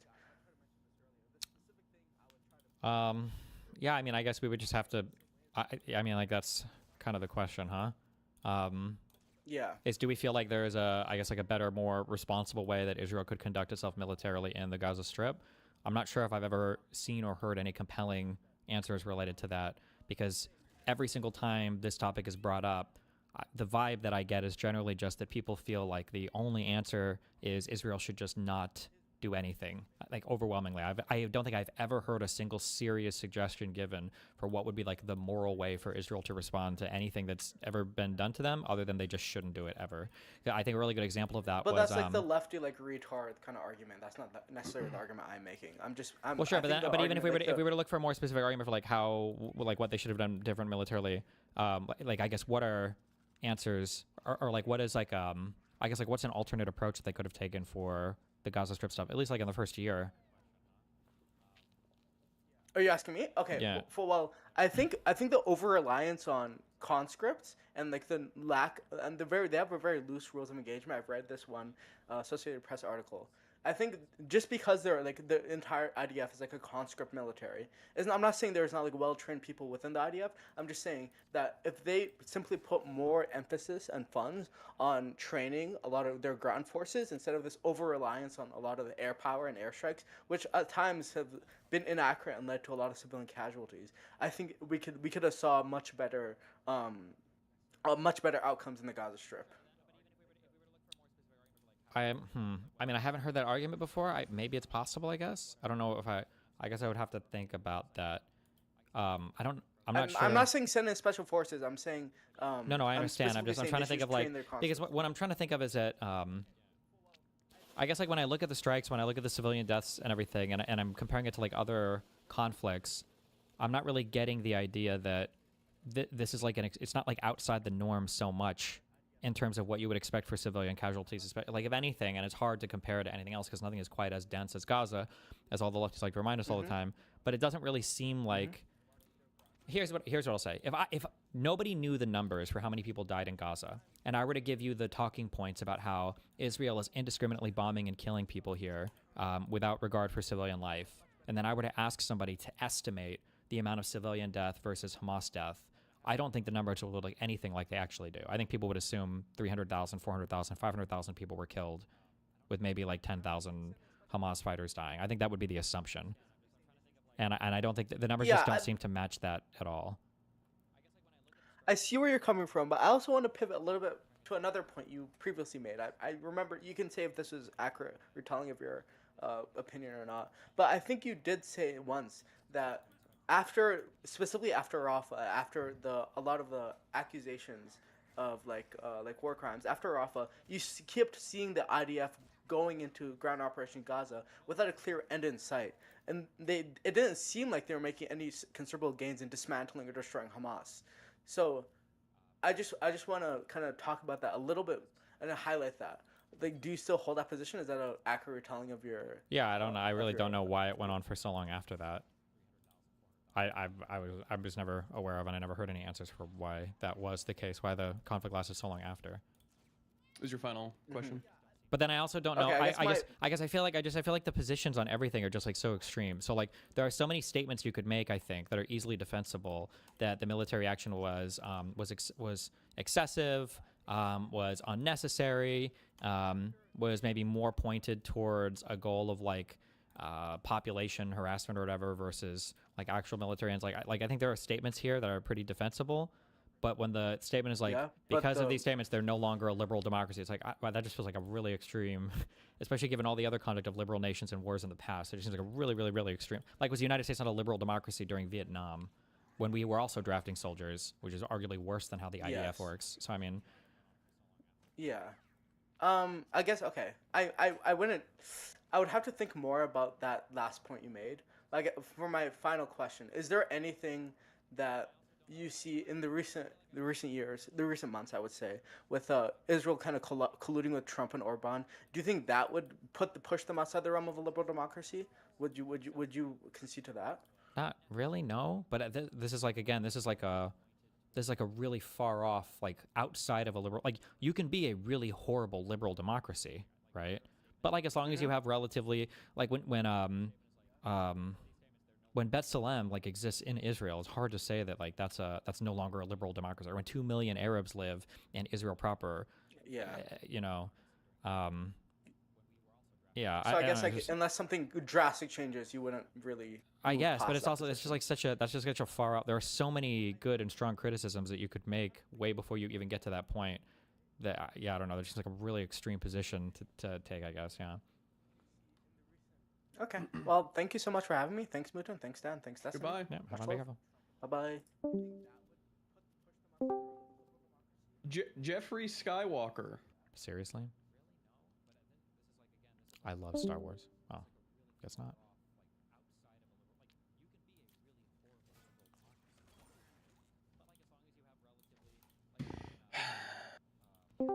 GTI guy. Hey, welcome. Thanks for having me back, guys. Jesus, what do I have like 3 fans? Well, I'm going through the payers first. Okay. And these are all the tier 3s. Uh-oh, chat's already hating on me. I'll make this quick.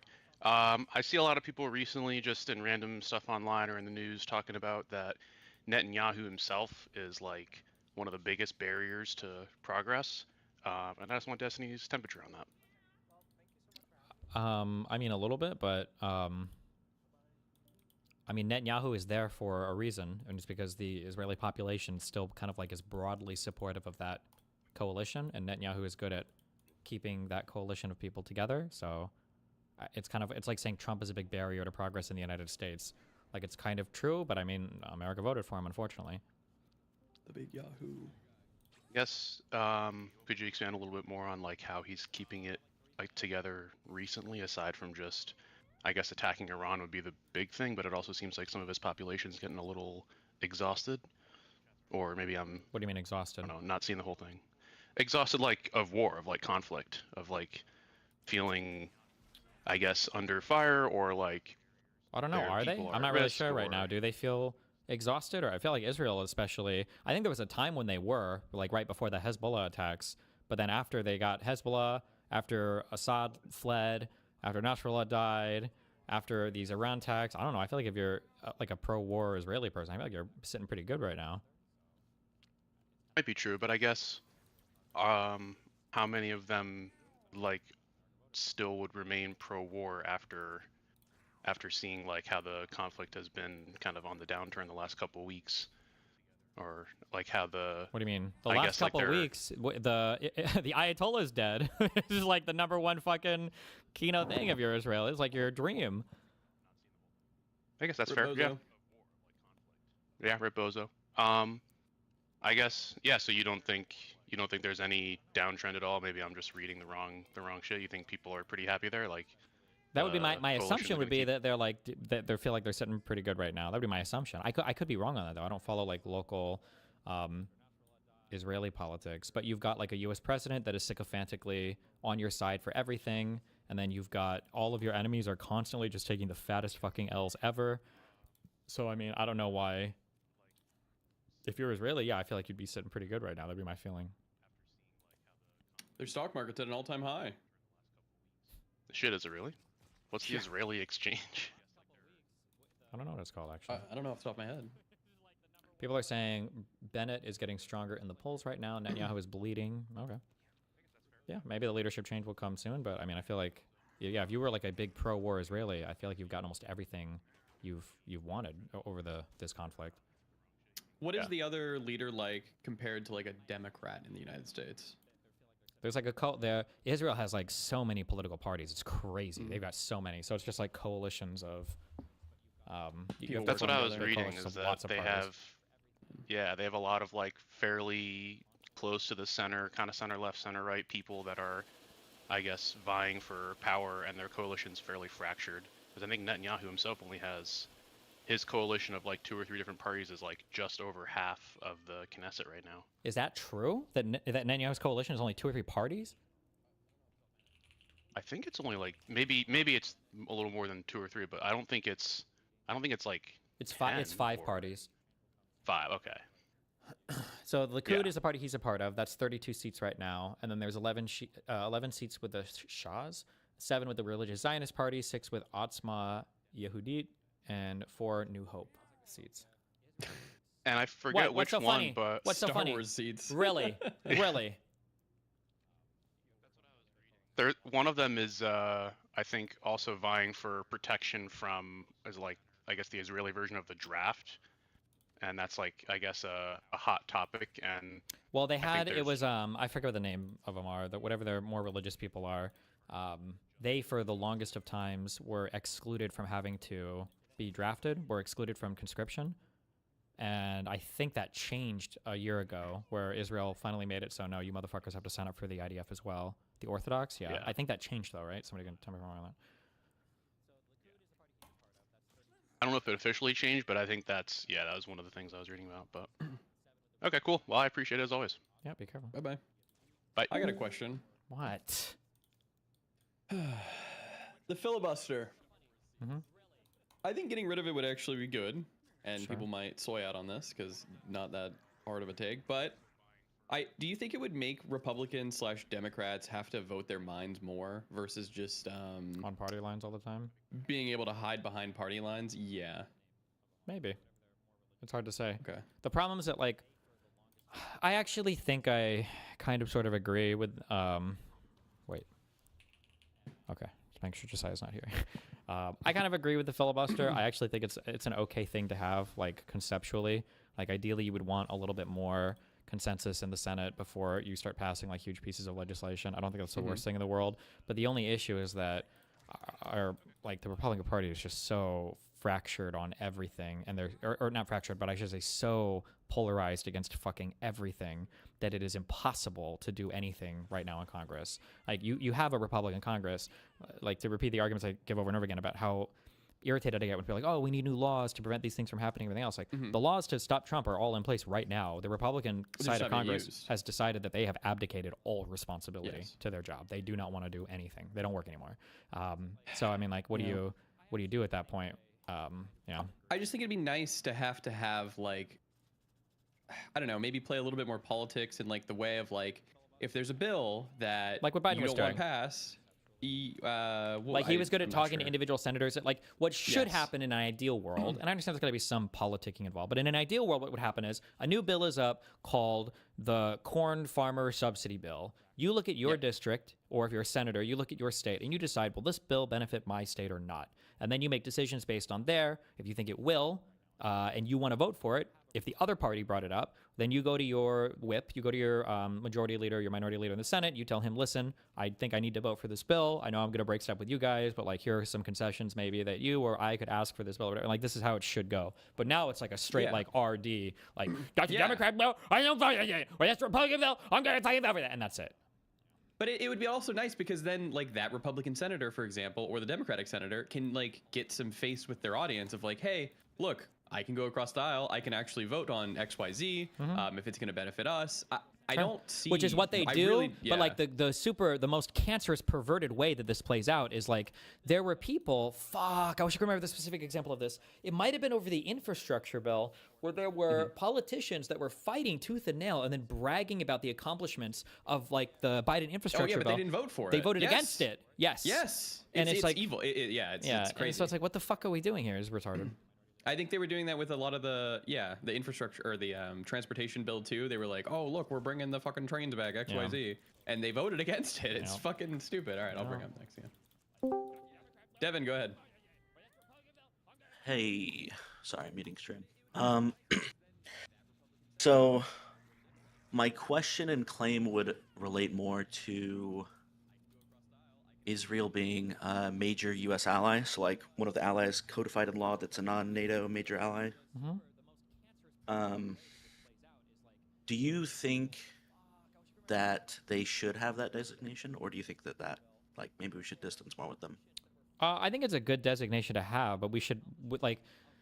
The problem is that, especially under Trump, is Trump acts like we have no leverage. Like, if we're designating somebody like this, we should have a great deal of say over how we can dictate their behavior to be. But we're pretending right now, or at least Trump is pretending, or he's just weak, that we don't have any say over their behavior. So, I think designating them like that is fine. The Middle East is an important region. Israel is a strong ally for that region. However, if we're going to designate somebody like that, like along with all the privileges that come with being a strong U.S. partner, there should also be like the ability for us to place big restrictions on bad behavior, which it seems like we don't do Okay. right now. Yeah, I think I agree with that then. Do you like my issue though is we never do seem to. We definitely have under past presidents. Like you can look at this Iran war, for instance, how Netanyahu has been begging the U.S. for so long to engage in this conflict, and most U.S. leaders before Trump have said no, we're not doing that. Or you can look at like again the JCPOA from Obama. Israelis hated Obama for that. That was like the biggest stab in the back. These motherfuckers hated the fact that the U.S. signed that with Iran. But I mean, like Israel's our partner, so you know, chill out, sit down. And that's how it should go to some extent, but yeah. I guess in my mind, it just doesn't really feel like we're partners. It kind of seems like they're a like Qatar tier ally that maybe does a little bit of intelligence sharing, but like the main reasons that I usually get told, and you can tell me if you agree or disagree, that we're allies with Israel is sort of like there's the intelligence aspect, there's the military technology aspect, right? Because they develop a lot of military technology that we use and we share with each other and we learn from each other. But it feels like we don't actually share that much military technology with them. I don't know about military technology. I mean, the nice thing about being friends with Israel is they're the strongest military in the region. So we have like big ups there if we want to fight with anybody else, or in terms of like region control. They are they're the strongest guys there. So when it comes to dealing with what used to be that axis of like Syria, Iraq, and Iran, and keeping like Saudi Arabia and the Gulf states safe, like Israel, I think is a pretty big bulwark there. But without Israel as our partner, I mean, I think they could basically just dictate where they want that region to go completely without us. Intelligence is nice as well, But do you really feel like they could just change and sculpt the whole region? I mean, like we don't have any really major bases in Israel. Like usually what we have in Israel are air defense artillery systems, which we send out whenever Israel's about to get attacked to help defend. I'm not talking about our military. I'm saying Israel's military can do. But do you not feel like even if we like restrained our relations a little bit, that we would still be able to control the region a bit more, like just purely due to our presence? I mean, that's kind of why we have bases in these regions, like in Saudi Arabia and the Gulf states and in Kuwait. I mean, we have bases for power projection and to keep like insanely crazy shit from happening, but we don't really control proxies with our bases, forward operating bases like that as much. I guess, like, what is your question?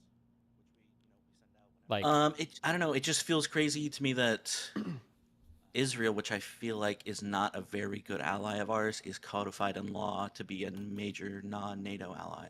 If we were to, I mean, like, if we were to completely sever ties with Israel, would we expect? I'm not advocating for that. Or what? I guess, or what are we advocating for? I just think it's crazy that like Israel is pretty belligerent to us in a lot of ways that I think most people don't know about. Like, for example, they sold us the Iron Dome system to the U.S. military, to one of my sister units when I was in the military. And after the acquisition, we asked them for the software to run them, and they just said that it wasn't part of the deal. So we have like, I think it's like 6 Iron Dome systems that we can't use because we don't even have the software for it, because they weren't wanting to give it to us as part of the deal, if that makes sense. Wait, what did you work at in the military? Israel, I was in an air defense artillery unit. Okay, that seems. I feel like there's way more to that story. That would be mega sus, especially because my understanding is the software side of stuff is almost as important, or if not more important, or like equally important to the hardware these days. I don't know how you could buy a system like that and not have that. I feel like there's got to be way more to that story. I mean, that's what was relayed to me, right? Because we were planning on buying more and rolling them out to more units, and then eventually we didn't. We shifted away from using Iron Dome systems because we weren't really able to. Because that was part of the our like 2030 modernization program in order to combat drones. Was we were trying to incorporate the Iron Dome systems into our air defense capabilities more. I feel like I really have no idea. I can't answer. That sounds to me like some shit I would say if I fucked up as a manager and I'm trying to explain to my soups or my frontline employees why we don't have a thing. It's because I fucked an order up or something. But I don't know. I can't speak to it. I mean, like, I guess back to, I know you say you're just asking, but like, what would our, or I guess what is the prescription, or what do you think we should do differently, I guess, with their approach? I mean, well, I think we probably have the same prescription, but it's like, well, we have mostly the same. The U.S. needs to take a lot firmer of a stance on a lot of things. I feel like our conditional aid in terms of like arms and what we give them to purchase arms from us. Like, I feel like that needs to be enforced a lot more strictly when we're giving demands and then they're not complying. What was like because didn't Biden have a big red line in Gaza where he was like, you can't go past this area? I keep hearing this otherwise... red line thing. Can somebody explain to me what the red line is? Somebody brought this up the other day, that there was like a red line where we can't go to Rafah. My understanding was that Biden said you can't go to Rafah where every single like refugee is currently residing at. So they had to pause that invasion into Rafah for a week or two to evacuate. It was about 1 million people from Rafah up north before they began. But now I've heard people say that was a red line, that they were never supposed to go into Rafah. Is there like a link on this, or what were the actual statements here? Because I feel like that was my recollection, was that you can't just push in here when there are all these civilians and then they waited for the civilians to evac and then they pushed after. I don't have anything on hand. That was my recollection of the situation.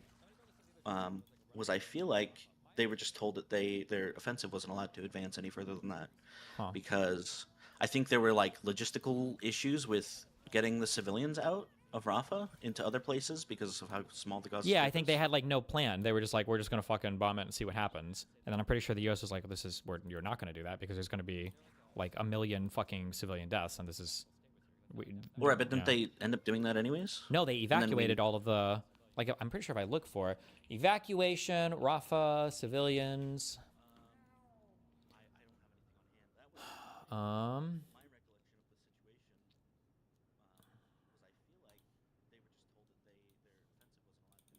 What year is this? Stop. March 31st, 2025. Israel's military on Monday issued sweeping evacuation orders covering Rafah and nearby areas, and indicating it could soon launch another major ground invasion in the Gaza Strip's southernmost city. Israel ended its ceasefire with the Hamas militant group and renewed its air and ground war earlier this month. At the beginning of March, it cut off all supplies of food, fuel, medicine, and humanitarian aid to the territories of roughly 2 million Palestinians to pressure Hamas to accept the proposed changes to the truce agreement. Israel's military ordered Palestinians to head to Muwasi, a sprawl of squalid tent camps along the coast. The orders came during Eid al-Fitr, a normally festive Muslim holiday marking the end of the... Let's see, last May, they launched a major operation in Rafah on the borders with Egypt. Supposed to withdraw from the quarter under ceasefire. It's signed with Hamas. Later refused to do so, citing the need to prevent weapons smuggling on Monday. People fled with their belongings. Was this after the... I think this was the issue. The orders issued. Hold on. See if I can try to find this. I'm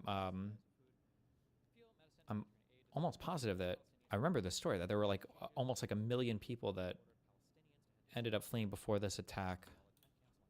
Wait, hold on.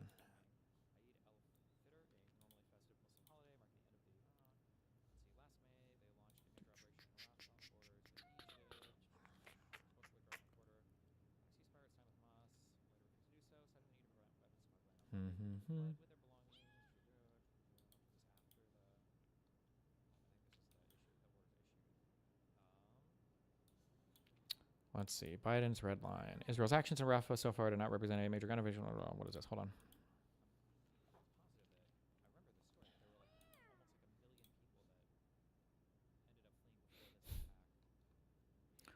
Okay.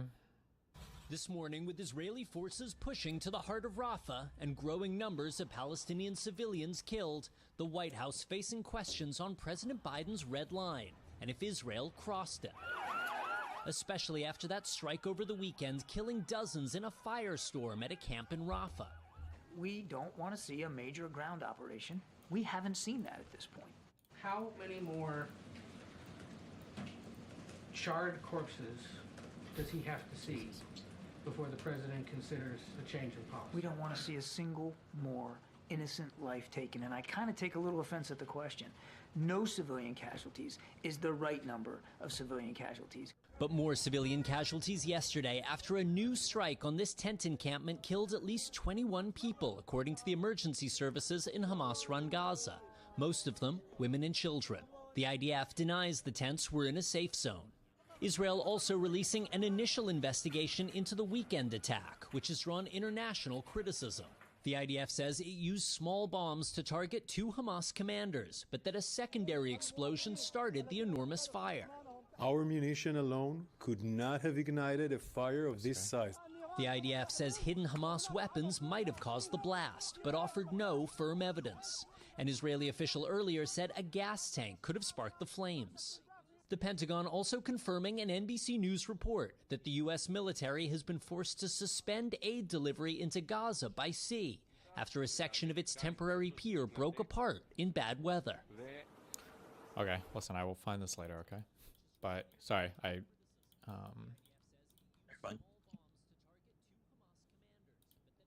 Yeah, sorry, I'm diverting from your conversation. Okay, go ahead, continue. Trying to remember where we left off. Basically, I just think that, I mean, I think we agree that the U.S. needs to be a lot stronger on Israel, but it just feels like we all say that we should, and then nothing ever really happens. And this isn't me like Pepe posting or anything, but it just feels like with how fickle of an ally they are. Like, I don't know if you remember this, in the early 2000s, they were selling our avionics to China. We just laughed. It just Who feels... thought that was funny? I thought it was funny. Why is that funny though? I mean, it's kind of fucked up, right? Like, this is someone who has a status. Like, do we consider Israel to be on the same level as Japan? I just feel like they're. So, I mean, like, here, this is the issue. The issue is that, like, there is no in between for anything on any of this ever. So, like, when it comes to any military operations in Gaza, all of the loudest voices just say there should be no war. Period. That's a not only is that an impossible position, it's a retarded take. It's an impossible to work with position. So that's where like 90% of the people who criticize every single Israeli military operation, that's the position they occupy, that there should be no war at all. So absent that, and then that same thing applies too when it comes to like what are restrictions that we should place on Israel. Well, if somebody is saying there should be more restrictions on what Israel does, it's going to be 90% occupied by people who are saying we should send them nothing, give them nothing, or maybe cut them out of our alliance completely, rather than like, how do you work with a difficult ally who is doing things that, like, given the opportunity to, Israel will do things that is in their interests, and sometimes even contrary to our own interests. But like, we only ever have these conversations about Israel. And, you know, you're mentioning the fact that, like, these guys have been codified in laws, an informal ally. Turkey is a formal ally of the United States. Turkey's in NATO, right? And Turkey was literally fucking World War III tier shooting down Russian jets that were flying into Syria for barely entering their airspace. There's a huge deal. We were like, whoa, what the fuck is going on? They also like murder Kurds? Yeah, and they also, well, they do that all the time anyway. But yeah, there was that huge thing where when we pulled out of Syria, there were a bunch of Kurdish forces that were working with the United States on operations and missions, and we said, you'll be safe, don't worry. And then we left, and then Turkey went down and they murdered all of them. And nobody gave a fuck or talks about any of it. It's because of Trump, we don't even talk about anything related to what should we do about Turkey or restricting this. We just don't have the conversation because nobody cares, because no Jews, no news. So it's annoying because like all the questions you're asking are good questions. Like, Israel is the, I don't know what you would call this type of ally, but like, if they have an opportunity to get one over on us, they absolutely will do that. I think you'd have to be naive to say otherwise. But the problem is that people act like Israel is the only country that will do this. And then the solution is never like, okay, well, how do we bring an ally like this under more kind of control or place more restrictions, have a more reliable operation where we can rely on them to kind of follow our lead on things. Instead, it's just like, this is why we have to cut them out completely. And then it's a complete neglect for anything else that'll happen in the future in that region. And it's just like, it's like, there's not a serious suggestion and it's not workable. That's my issue, I guess, mostly. Would you say like they're like a little bit adversarial? I wouldn't say adversarial, but they're just like, when our interests align, really good things will happen. Yeah. When our interests are not aligned, Israel, without a very strong push, will take their side versus our side. They care less, yeah. Yes. They just do what they want, yeah. Yeah. My only issue is it seems like it's been like maybe 20 years of trying to wrangle our, ally. Well, what do you mean by wrangle? I don't think we have I don't think we have like strong wrangle forces even in the United States. I mean, there was the JCPOA with Obama, which was a big deal, but Trump came in 2016, and Trump is an Israeli dick suck. Trump gave Israel everything they wanted and more, and wouldn't restrain these motherfuckers on literally fucking anything. And then Biden comes in, and then we have fucking October 7th, and it's like, Jesus fuck. It's just like a really bad set of circumstances. I don't know. I mean, what are some prescriptions or solutions that you have? I do think that we should probably expect a lot more in return in terms of military technology. Like that, I think that's a big thing for me. What do you mean by I do have an article expect that more? I can link you for. What do you mean by expect more in return for military technology? Like, with so at the moment we are currently expected to go to war with a near peer ally, so that would be like China, or maybe Russia. I didn't understand that term you used. Did you say near peer ally or what? Near peer. That's basically like a military force that is almost equal to us in terms of military capability. Okay. Yeah. Gotcha. So I think a really critical part of that is going to be new air defense systems. So like the Iron Dome, I think that's probably a non-negotiable that. I don't know if the Iron Dome. Our dome though? Well, no. One, it's not. But I don't know if the Iron Dome is like that useful to the United States.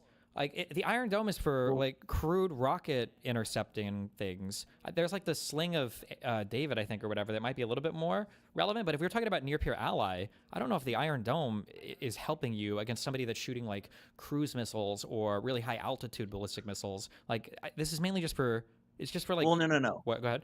So I'm not talking about missile interception, because that would be more like THAAD that we already have. Sure. What I'm talking about is for like the escalation in drone warfare, because I'm pretty sure this was in the workings when I got out. It's not like classified or anything, but we were trying to use them as anti-drone systems, because that's one of the biggest things that's like, as I'm sure even if you've loosely followed the Ukraine war, drone warfare is a big aspect of. Yeah, I've heard. Yeah, the war itself. I would be, and I could not be informed on this or just making a bad assumption, but like I would be kind of surprised if it was the case that the Iron Dome could be repurposed for drone warfare. Why do you think that's not the case? Because I thought the main achievements for the Iron Dome is that it has a geographic layout of things that should be protected. You've got your cities and your open spaces that aren't. And then it can see crude rockets that are being fired. It can calculate the ballistics, and then it can launch an interceptor if the calculation trajectory is like going to be in a city, and then it can intercept and destroy the rocket. But drones, unless there are drones that I'm not aware of, drones can't be calculated like that. Like a drone can just change trajectory, and like an interceptor is not going to work the same way. Are there missiles that do this as well?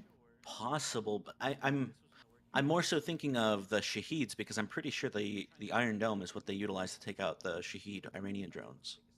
Are they? How does a Shaheed work? Can a Shaheed change trajectory or no? It's not like the quadcopter ones. It's like the have you ever seen like the Reaper drones that like kind of orbit, if that makes sense? Like they kind of circle around, but it's more like a kamikaze. It's so it's like an RV plane almost that you just steer. The Shaheeds. I need to learn more about the Shahed drone. My understanding is that the do the Iron Dome missile interceptors, can those missiles, once they've been fired, can they change their trajectory significantly, or are they more or less on a set path once they've been shot? I'm pretty sure the interceptors are rockets, so I don't think they can. No. Okay. People in chat are saying yes. They can? Oh, can they? I'm talking about the interceptors. Soul City's wrong. Yes, they can. They can't. Yes, no, yes, no. It can be steered. I mean, like, can they be significantly changed or just like slightly changed? Because then the next question is going to be, how much do the Shahed change trajectories? Yes, they can change trajectory. Appearing as sharp, abrupt turns. Okay. a short-range interceptor, so it's not going to matter too much. You can see them change directions in videos. Oh, okay. How much is an Iron Dome missile? I want to say they're like 2 million each or something. The interceptors. Jesus, they're like they're Patriot expensive as fuck. Cost? I believe. I don't know. Jesus. Yeah. How much do Tamir intercept? Hello?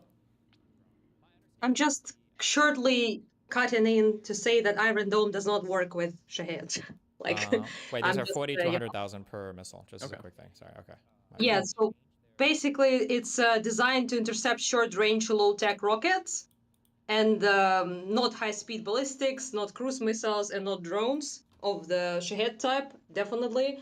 And more importantly, it's only good for a very, very small country. So something like Ukraine in size, it will not be impossible to do, and definitely not possible with the United States. Yeah. Gotcha. Okay. That's what I've been told by military people. Bye-bye.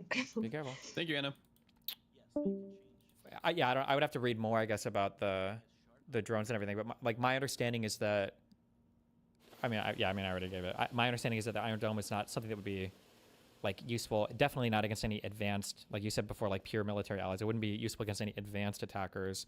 And then I don't know if it would be good against like the small drones or overwhelming drone attacks either. That's my understanding, but I guess I could be wrong. I don't know. But I would also say, I mean, like if we really wanted to do something about defending our country or allies against drone attacks, we probably should have worked with Ukraine more and stuff. But I mean, we worked with them a little bit, but I mean, Not enough. Well, I don't know if we ever gave it to Ukraine, but we have something called a directed energy, or it's a CUAS. It's like a handheld, weird little space gun that you can actually shoot at the drones to disable them. But I don't think they work anymore because of the optic fibers that they run now.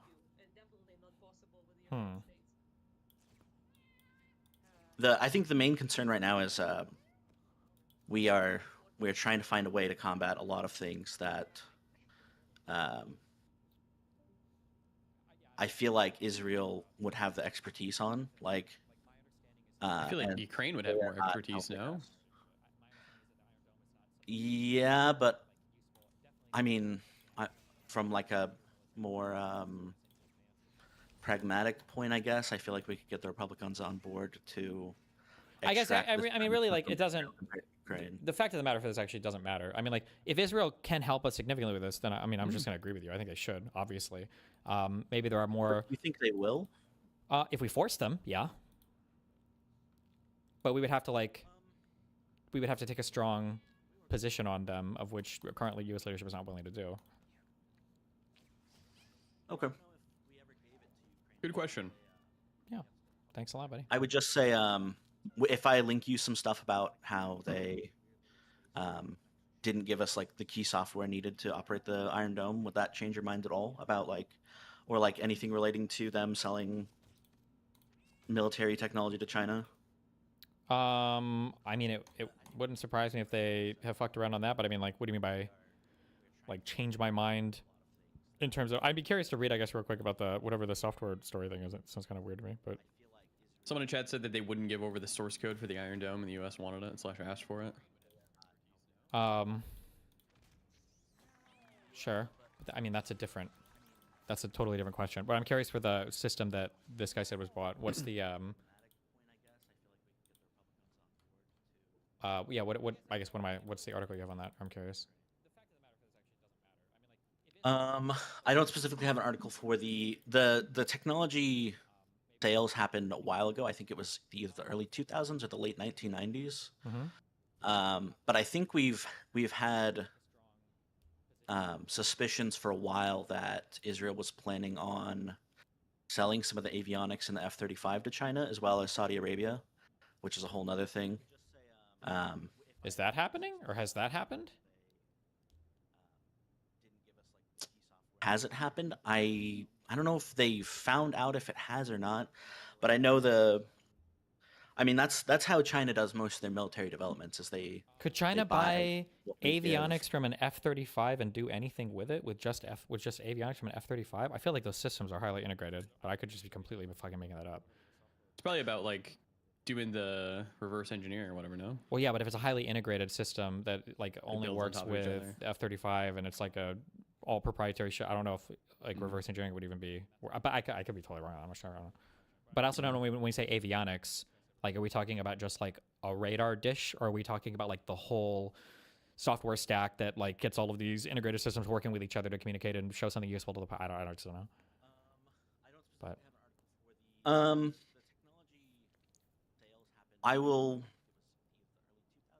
I'll find it for you and I'll give it to Bing to give to you, or I'll DM you. Okay. I wasn't expecting us to actually talk about the.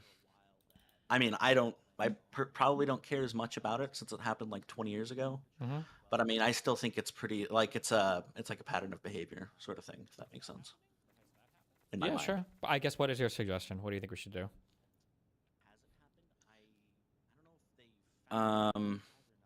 Well, like I said, I think Israel owes us a lot more for what we give them, like in terms of military technology. Like, Yeah, are but you earlier familiar you with asked, the earlier you trophy said, systems? earlier you Kings said have? you feel like they probably wouldn't give any of it to us. So I mean, like, what is your suggestion? Give any of what? Or earlier, because I said earlier, well, I think we should force them to help us more, collaborate more, and you said, well, but do you think they would? So it sounds like your position is that they probably wouldn't. So then my question would be, what do you think we should do? Right, I'm just saying I think we need to be more firm on Israel. Like I'm saying I think we agree on that, right? Yeah, but I definitely agree on that. Yeah. As far as like the red line stuff goes, where we said there was a red line, and then because that's what it kind of sounded like to me when you watched that video, is that Biden had set out a red line that they weren't allowed to do a ground invasion of Rafah. Well, I think Biden. I think the quote from Biden was that they can't do a ground invasion of Rafah without having an evacuation plan first. I think was the official position. But I did find the article on the UN saying that there was a or not the UN VO. Oh, this is Voice of America news, so who knows if this is fake news or not. But 800,000 people flee Rafah without safe options amid Israeli military. But this is when they waited for this evacuation to happen before they went in and they did their ground assault, which I think the full quote from Biden was that they have to have like, you can't do this attack without like an evacuation plan or something in place. That was technically the red line. But. Okay. I guess. Yeah. I mean, I guess what do you think we should do? What's your perspective? I thought I mean, like, I don't know. I feel like it's a very one-sided relationship. Like we get intelligence that we get from other nations in the Middle East, and well, let's assume that we just ditched Israel as an ally. We were like, fuck this, and we just left. What do you think would happen next? Do you think it would be like, walk me through some of the things you think would happen, and then if you think it would be good or bad for what would happen in terms of like the Middle East? Yeah, sure. And do you think it would be good or bad for U.S. interests? What would happen next? I think that depends on how cynical you want to get. Like, I could see them just going full bore on Gaza and the West Bank, probably. But I feel like they're kind of doing that now, if that makes sense. Like, they're just biding their time and. Do you really think right now? Like, do you really think that Israel's going full? No. I'm saying like. They. Like with the settlements, it's an incremental thing. Like, I think if we abandon them, I think you're right in that Israel would. Probably have a lot less discretion, but I mean, they're already like. Would you disagree that Israel is trying to gain more control of the Gaza Strip or the West Bank right now? No, they definitely are. So I guess like my point would just be that it's going to accelerate. So I mean, you're right that they would be negative, but I'm not advocating for like a cutoff of. Well, yeah, but then I'm asking. Okay, so I'm asking again, diplomatic relationships or. What are you advocating for? What do you think we should do? We either need to enforce these like hard boundaries that we set. Like it's crazy to me that we bought Iron Domes from them and then didn't get all the software that we asked for when that was conditional of the deal. Okay. So we either need to like have a backbone. Like, would you agree that we kind of do let them get away with stuff sometimes? Well, I mean, what do you think based on what I've said so far here? Probably, yeah. Okay, yes, I agree. I think you would agree with that. Yeah. Okay. So then I think, like I said, I think we agree on the solution. It just seems like you make excuses for them a lot of the time. What excuse have I made for Israel? I as far as like a specific claim goes. I'm trying to remember because you haven't talked about Israel in a while. It seemed kind of weird to me that you didn't want to call them evil. Okay. Not, oh my god, enough, but like, the law is kind of crazy, right? Yeah. Okay. I don't think I make excuses for Israel. I'm pretty critical of when they do bad things. I think we should hold them more accountable for things. I mean, do you think that Israel purposely dumped a bunch of bread in for the hopes that Palestinians would surround it and then just start killing them? That they would send a whole night unit out into the unoccupied Gaza Strip to do that? Is that the claim? Isn't the idea that Palestinians were getting aid and then Israel started doing limited fire into the crowd because there was like a suspected terrorist threat or something like that? I thought, well, the claim that I was reading was, I think you're referring to a separate incident, but I could be wrong. I don't know. The claim that I remember reading was that there was like flour aid or something that was being delivered, and then the IDF waited for hungry Palestinians to surround the aid, and then they just opened fired on the people to kill them all because epic. And it was like and they called that the flour massacre. The thing that you're talking about was, I think there was like a caravan of trucks. And then eventually, no. I think this might be the same event. Yeah, I'm sorry, this might be the same event. Because this was food aid trucks as well. Sure. So I guess what is your perspective or your vibe of like what happened here? I mean, I don't think it's like I feel like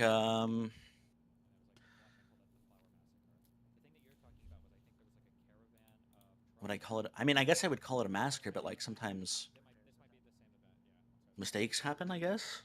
No, I'm asking you. What are you vibing out? What are you thinking? Well, now you sound like you're making excuses for Israel. What do you think happened? What do I think happened? Like, do you think the IDF went in saying that like we're going to bait Palestinians with these trucks and then we're going to murder them all? No, I don't. Okay, well, I think that's why it's called like the flour massacre. Is that I'm just taking some quotes here from the head of this Wikipedia article, but it's like. Survivors described the massacre as an ambush, stating the Israeli forces deliberately opened fire as Palestinians approached the aid trucks, resulting in a rush away from the gunfire that added to the death toll. I mean, I would say it's probably a massacre in the same way that a lot of our like battles with Native Americans were massacres, where like you can kind of see why there was a battle that started, but then it ended up just turning into a lot of unnecessary bloodshed, if that makes sense. Okay, I don't think this would be comparable because the Native Americans were their own standing fighting force. Obviously, they were disadvantaged for a lot of reasons, but these were people coming for aid, no? Yes. Yeah. Okay, wait, what do you think we disagree on? Or hold on, I'm curious. What is the...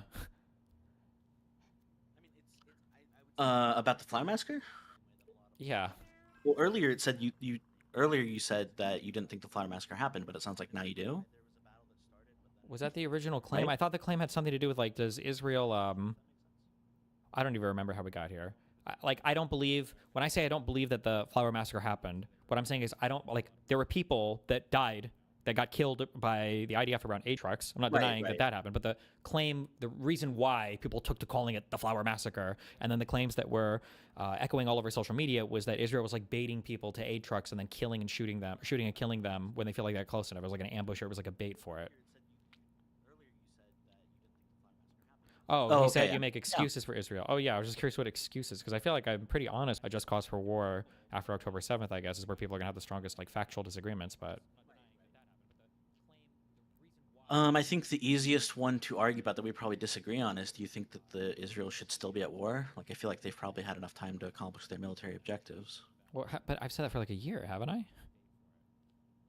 After they did that, after they did the push into Rafah, my understanding was they'd ground pushed through the entirety of the Gaza Strip, and then past that, I don't know why that war lasted for like another year and a half. I just didn't understand that. It just seemed silly to me.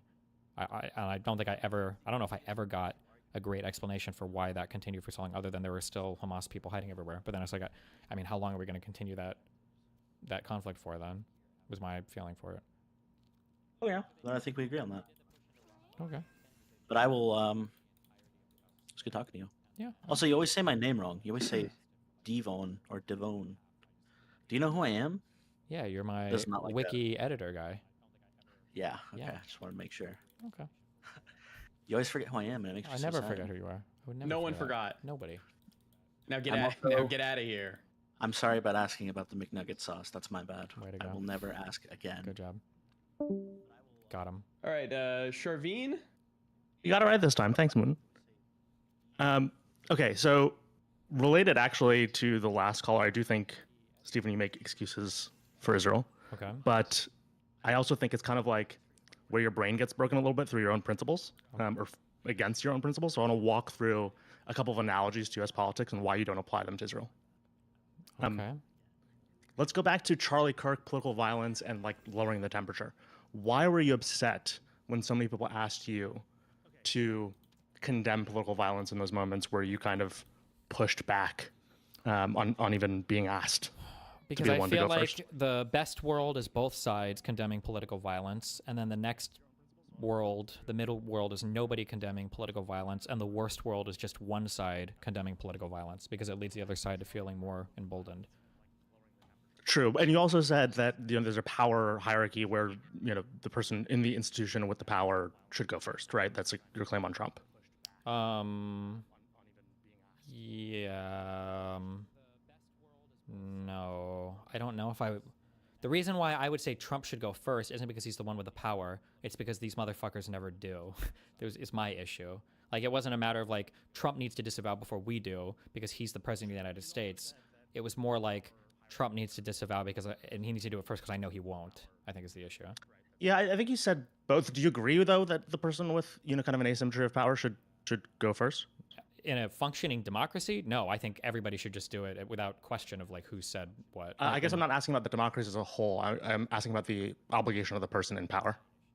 I mean, I guess I'm not. There's no turn ordering here. It's irrelevant. I think. Like if somebody gets killed or whatever, like in a normal functioning society, if I see that like somebody gets killed, like everybody should say this is horrible. We shouldn't want political violence ever. It shouldn't be a question of like has the guy at the top said it first or he's got an obligation to say it first. It should just be everybody. But I guess if states have some sort of monopoly on violence, is there some sort of like duty to restraint? I mean, it depends on what they're responding to, but I would say like as a broad rule, generally the stronger party has a bit more obligation because they've got more capability to defend and to attack for sure. So what do you think about, kind of, and I know you're over the past month plus, like a lot of your rhetoric is changing, but how do you perceive that in relation to the Israeli government? What is my rhetoric? What is all my rhetoric of mine has changed? I think you're shifting on Israel in general. Okay.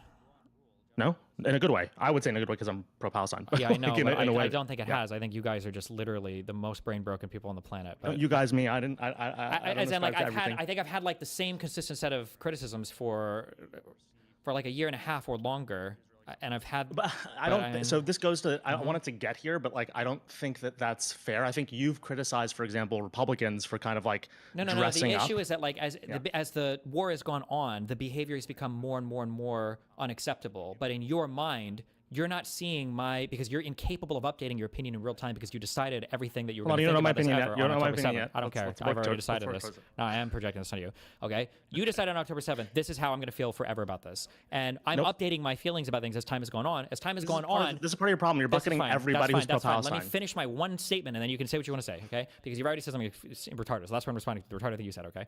Maybe my underlying assumption about your thought is not true. That's fine. You can correct that, okay? But as time has gone on, and I've said that my behavior, or the behavior of Israel, I think is less defensible. I think that these things are not defensible. In your mind, you're viewing it as like, oh, this is good. He's changing his mind about the things that he said about Israel. But that's not true. My opinion is just up. Like, if you were to ask me right now, do you think that Israel's behavior was acceptable on October, 30th or whatever? I would say yes, absolutely. My opinion on that behavior hasn't changed. But my opinion on Israel, as it stands right now, I think the behavior has been significantly less defensible over the past year.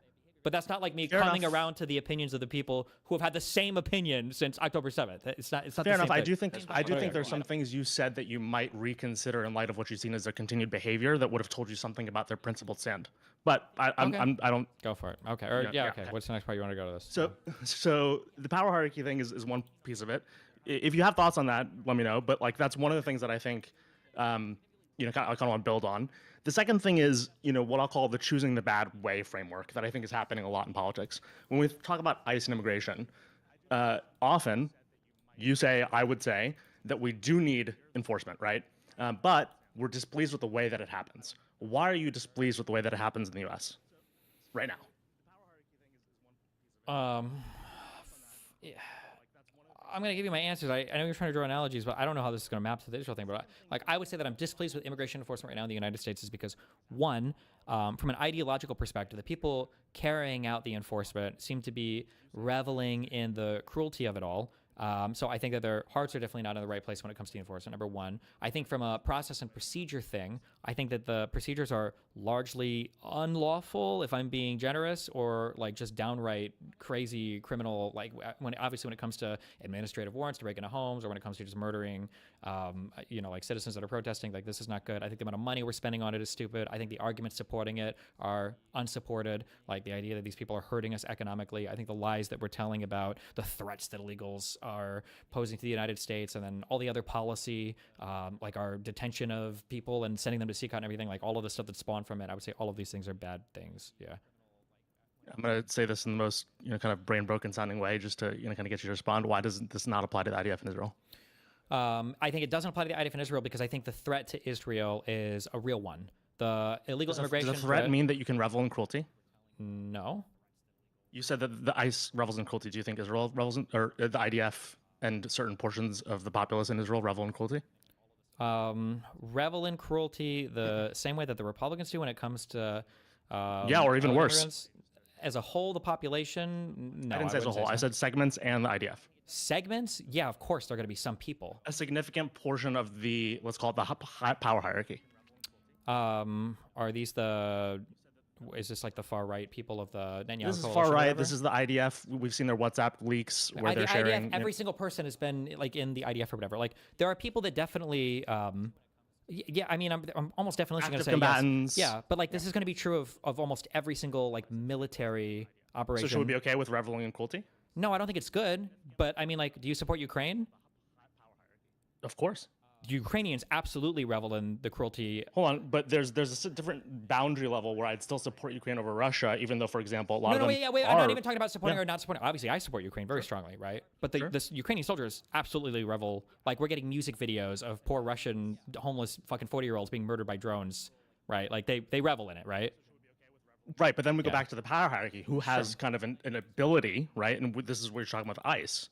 So I don't know if I think when I'm reveling in cruelty, I think I think to some extent, I think it's a function of your justification for war in going into the conflict. So let me say that, like, you should never revel in it. Like, that's not good. I don't think anybody should ever revel in it. But like, in the same way that people clap and cheer when a dad steps out and murders a guy who assaulted his daughter or whatever, right? And people revel in that. They love that. It's because they feel like the dad's cause here is much more justified than but hold on. That's also, we all would generally agree with that. We wouldn't agree with a lot of the reveling in cruelty that the IDF does. They revel in kind of civilian death and taking over hospitals. We've seen WhatsApp group where they take pictures of aid workers' bodies and are kind of celebrating. I think that's significantly more rare. There are people among especially the far right in Israel that do this, but I think the majority of reveling you're going to see are people who are under the assumption, right or wrong, that these people are like Hamas terrorist fighters or are significant supporters of Hamas, such that they're helping them in military missions or whatever, which still isn't good, but I think it's significantly different. You're right, but this goes to a later point I want to make, which is that, like, this is part of a framework where you often ask, even with the last caller, you're like, what should we do? And I'm the one critiquing these people. You spend 90% of your time yelling about pro-Pali people, bucketing them all in the same group and basically attacking that side of the movement. You could be the pro-Palestine person that has the right solution, that takes the nuanced and researched approach. You do not proliferate or promote or amplify any of what is real on that side of the movement, right? Because there's nothing real on that side of the movement. The entirety of the movement is poison and it's bad. It's dog shit. I'm sorry, but it is. I have no problem if I'm debating a far right. Wait, can we define the movement? Can we define the movement for a sec? Yeah, it's a bunch of fucking retards that have never stepped foot on any soil in any country that is even on the Mediterranean their entire lives, let alone fucking Israel, let alone the Gaza Strip, the West Bank, or anything else. Yeah, it's a bunch of people that are fucking retards that have no concept of how that thing should end. What movement are you part of?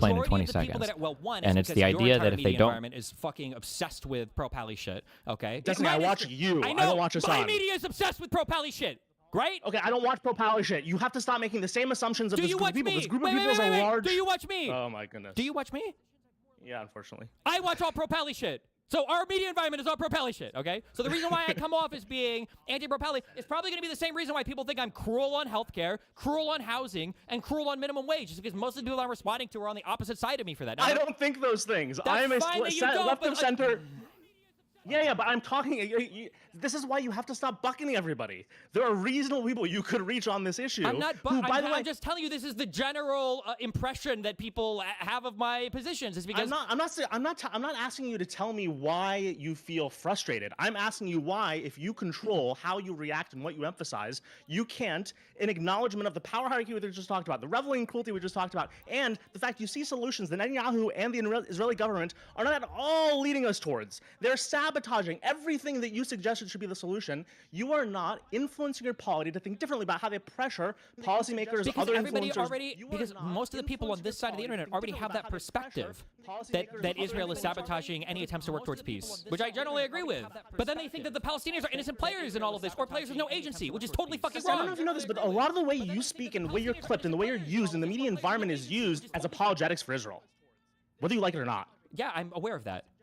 Right, so I would you rather could be change that. apologetics for Israel on my side of the internet than joining the lump brain dead I didn't cancerous suggest mob you of should people. join Shut anything, the fuck right? up. I'm just telling you that I'm never gonna be on this part of the internet and start giving a ton of criticism of fucking Israel. All of these are stated. All of the people know these things. Like, there's just not. What am I just gonna throw my voice? By the way, no, they don't. You say that, right? But if you went to a lot of individuals who are low information, and again, your stream is a good example of these people. Hassan's stream is a good example of these people. They're low information on this issue, right? And so a lot of their assumptions can be changed if they're shown some version of evidence. This is like the Ben Shapiro, kind of compliment to you of, oh, you do your research on stream, and I think that's one of the great gifts you give to your audience. But a lot of the research you do are the version that are apologetics, because you're fighting what is, yes, I agree with you, a bad view or a bad movement that has a bad set of solutions, when you could be promoting, and when I say promoting, by the way, it's not just, oh, here's my solution, here's what I think. It's also saying, I'm going to take seriously the critiques of the IDF and of Israel that have to do with the same principles I asked my audience to take about leadership in the United States and in the right.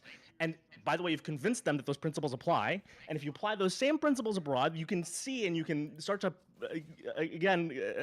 have a call to action that we should be acting differently to persuade a different set of behaviors. Okay, give me an example of how this would play out, I guess. Yeah, I think that you should take really seriously the cruelty, the revelry and cruelty. I think that the way that the IDF and the far right, and I've been exposed to some of this just based on where I'm in New York. I think if you highlighted some of that, kind of revelry, the issue is that when we talk about the IDF versus Hamas, right, or the IDF versus, kind of how we discuss Gaza, when we don't highlight or verify or talk about the downsides of how the IDF or Israel acts, what we're doing is we're taking one population, the IDF in Israel, and we're saying, look, we can justify their bad actions. When the bomb gets close to that journalist that almost got hit, kind of 2 weeks ago, or even with the apartheid courts, there are reasons that they're going to want these things. But we don't do it to the other side, right? What happens is, ultimately, your audience, more than, let's just use the extreme example, Hassan's audience, will view every Israeli action with a sense of skepticism that they don't apply to the other side, right? Or a sense of like, I'm not sure this is what Israel really meant to do. They'll do a lot of apologetics. They'll do a lot of, give them the benefit of the doubt. That sort of thing, I think, poisons your audience against what has really shown itself, which is a lot of misbehavior on the side of Netanyahu, Ben Gvir, Smotrich, and the Israeli government, because you've constantly told people to be so skeptical. And you do not, I'm just going to tell you, you do not do the same level of research to go, look, I think this about the Flower Massacre, but here's what's real over here. And here's what's, kind of the dynamics of this WhatsApp group that leaked. And here's this, why this is fucked up for the IDF to be quoting or tweeting something to a foreign government. It gives your audience this default where they just do not take seriously what Israel and the IDF do, but they do take seriously because you say every single time anything happens, on their side, you kind of point to and you go, look, this is how Hamas uses aid, this is how Hamas uses steel. And so they go, great, every time anyone in Gaza does anything wrong, it's clearly wrong. That's one example. I don't understand why I would lend my voice in the current media environment to criticizing, I guess, like Israeli behavior, which I do to some extent, but like the overwhelming amount of people right now who are part of this media environment, like literally don't even think Hamas or Hezbollah do war crimes or don't think that they do any bad things. There's like an infinite set of excuses. So when like all of the excuses and everything else have been given for them, and I do provide justification sometimes for why I think the Palestinians fight the way that I do. I think even shortly after the October 7th stuff, like I said, like, you know, if those terrorist attacks happened in the West Bank, I basically would have no sympathy for Israel. But obviously the fact that they happen on the territory proper, everything is pretty bad. It sounds like you just want me to scream like Israel bad. Yeah, go ahead. Yeah, tell me, give me the harsh truth. Yeah, go ahead. Yes, tell me. Yeah, I'm gonna give you the harsh truth of like when you spend so much time with Hassan and the 9/11 statement. I think that's one of the examples of you not doing a favor to your audience. What are you talking? Because you just made the same exact statement that he was intending to make, and you know that. What is my statement on the Hassan 9/11? Your statement, as it relates to October 7th, and hey, I can kind of. What do I say about Hassan's 9/11 statement? You just use it as a way to critique the pro-Pali movement and Hassan as being brain broken. What do I say? That's all you do with that statement. I'm like the only person on the internet. This is why I hate being. I will never. You're right, hold you're on. right. No. You have convinced me that I will never, ever take these semi-charitable positions on Palestine because I shouldn't. I am the only motherfucker on the internet. Stop. I am the only person on the internet that defended Hassan's 9/11 take, and I think I even did it yesterday. And you still think I super? You do it You still think I super? You do it after the critique. You do it after you make fun of. You do it after. I'm the only person that defends this taking my own fan base. You guys think I attack him over this? You guys are mind raped. Can you admit to me? Can you just admit that you're mind raped by lefties on all this discourse? You're mind raped. Then there's like, I can't even. This is insane to me. It's crazy. I'm having a good faith conversation with you, but I'm telling you in good faith that you do it after. Good faith, but you're mind raped. I'm not mind raped. You're mind raped. Oh shit. Anyway, hold on. So let's just take this to another place, which is, you know, the October 7th thing aside.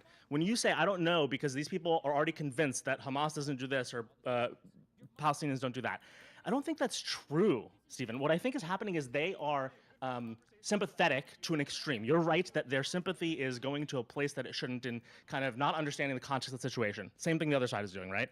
But the challenge when you say, why should I lend my voice to that side of the argument? Your critique of them that would be accurate is that the nuance of either the history of the region and or you know, kind of the real politics of the region would lead us to some version of a complicated conversation where I have to go like,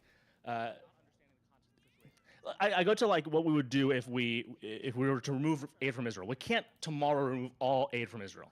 But what we can do is we can have a set of conditions that would otherwise have consequences for individual cabinet members in the Israeli government, right? These are the complicated conversations we'd have to have where we go, hey, who is responsible, for example, when you talk about the settlers that you disagree with, right? Who's ultimately responsible? I don't actually know this. Who's ultimately responsible, do you know, in the Israeli cabinet for allowing those settlers to generally, you know, kind of do what you say is worse than Hamas?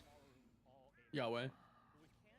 The structure of how the West Bank is set up. Cabinet member, right? What? There's ultimately some cabinet member who would be responsible for enforcing against that. I think structurally it just plays out that way, just because of how. It's because in the West Bank, it's because Israeli citizens get to have civil courts versus their military courts, so they get to escape a lot of the accountability. Okay, but I assume that similar to the U.S., there's probably like, you know, a head of some sort of ministry that we would be able to point to that say, look, you're not actually enforcing what even your laws might say. The enforcement, it's like saying like, who's responsible for not charging a white person of crimes of owning a slave? Okay, fair enough. Why don't we decide to target 3 people in the Israeli government about that issue? I mean, and we should. And... I've said this. Like, I think it was. I don't know if Biden did it, but I'm pretty sure under Obama we were sanctioning individual people that lived in the West Bank from the United States. Not just individual people in the Israeli government, in the same way that we did to that one guy, you know, who was flying back and forth, and you know, Netanyahu went crazy for like 3 years trying to get him to get his visa reapproved. I mean, I guess. I was just thinking, yes. Why not? Because sanctioning members of the government for a policy your country has is I don't even know if that's we have to take new measures in the same way that in the United States. I don't know if the West Bank is the most extreme situation of all the U.S. allies. I think I would probably look to sanctioning all the situations. I don't mind nice. What a pointless fucking critique. Cool. Let's just sanction every single fucking person then that does things we don't like. Do you see how fucking retarded that sounds? 100%. Okay, great. Then we should do that. I agree then with you. We should, as long as we sanction every U.S. ally. That's not what I'm saying. So I'm going to give you as ridiculous a response as what you're saying, right? This is an issue that is active. This is an issue that is international and global. This is an issue that a lot of people are concerned about. Yes, whether you like it or not is not the same thing as if Japan is doing something we don't care about. What It's about not the same thing. Turks? What about the Turkish people constantly killing fucking Kurdish Make the people? argument for me. Why do you think I'm not? All right. All right, time for DoorDash. All right. Man. Alrighty. Okay.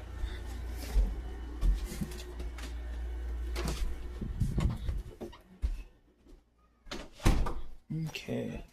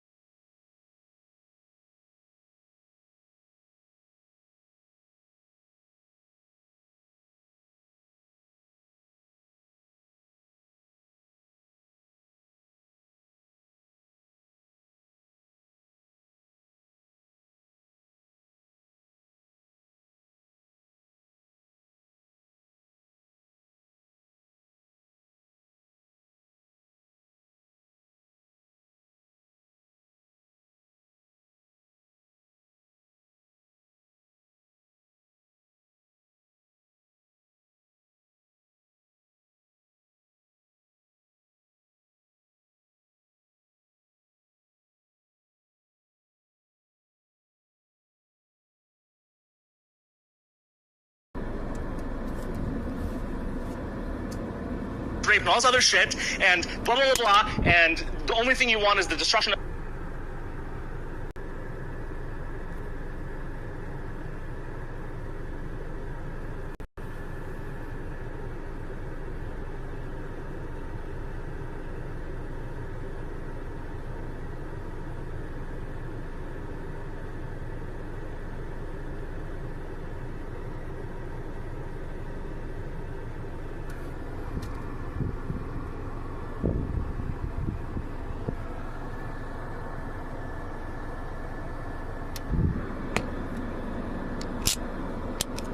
correct myself on that, which is after you make fun of him, then yes, sometimes you're like, by the way, he's kind of right about this. I just start screaming at you because how frustrated is you would bring up my take on fair enough, so what? You have to pay a little bit of a tax. You have to pay a small tax. So what?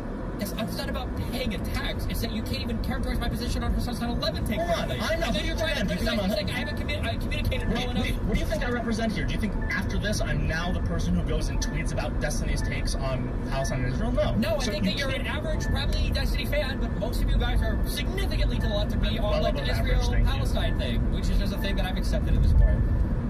Right, but what do you think happens, right? Because you're going, that's not going to work because all of you are brain broken. What do you think that means? It's a waste of time to talk about it, and I'm praying every single day that we miss one of the Iranian enrichment sites and that this can all be over soon and we don't have to worry about it anymore. As an Iranian, I hope that doesn't being the case. But I will say, I think your pessimism about this is misplaced. I agree with you that your chats, right? I think you're dealing with the most aggressive people, and Hassan's chats the most aggressive people. But at this point, a lot of your social media impact, and your downstream impact, is through clips, is through other things that are happening in the world, right? It's not necessarily... Yeah, okay, let's do it. You want to do this one? Wait, did I bring something up? Wait, what? Who's get someone out? I see one of my tweets. I forgot I was sleeping in here. Somebody brought this up. Don't worry about it. For real, you're good. Well, you don't want to do that? You're brain broken. That's fine. But you also said that you're Iranian. Are you Muslim or? No, I'm not Muslim. You're in America though? Yeah. Okay. Grew up in Jersey. Do you want to do that one? We can. Why I'm upset at Zelensky for that? Sure. Let's hear it. When we see his language about Iran, one of the things, and the same thing would be true if he said something about Gaza that was out of band, we would want to understand the relationship between what did he say in here? What did he say in here about Iran? Let me reread the tweet. Also, asymmetric power, bro. This is the lefties that attack me all the time. That use this excuse like, "Oh, we're a small." I'm not saying lefties. I'm a neoliberal. No. I didn't say. Can you listen to the words that I'm saying? I didn't say you're a lefty. I'm saying that these are the excuses that smaller fucking loser content creators use all the time. Don't use lefties next to me. Just critique me directly. I'm not. Okay, good. Yeah, that's okay. I'm not critiquing you.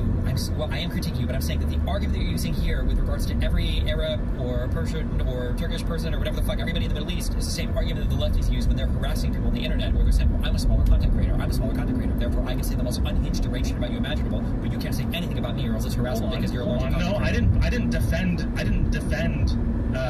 Iran saying something. I critiqued Zelensky for saying something. What was the reread this tweet and tell me what he said. Is the one I quoted?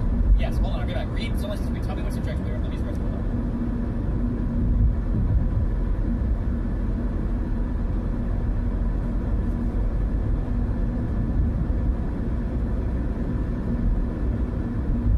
Hey, where's Destiny?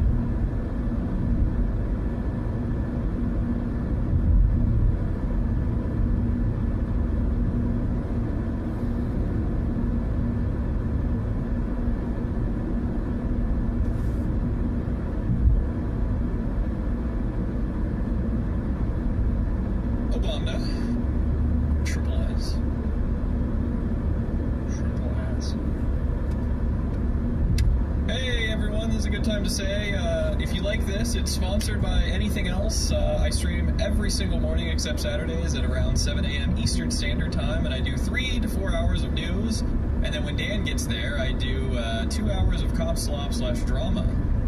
So tune in to check it out. We do sometimes, yeah. And we're going to be releasing Shrimple As merch soon. Does that have a shrimp on it? It kind of does, yeah, actually. But it's being made. It's being made. It looks good. Here is a very, very It is not done at all. It is a rough markup of what it could look like.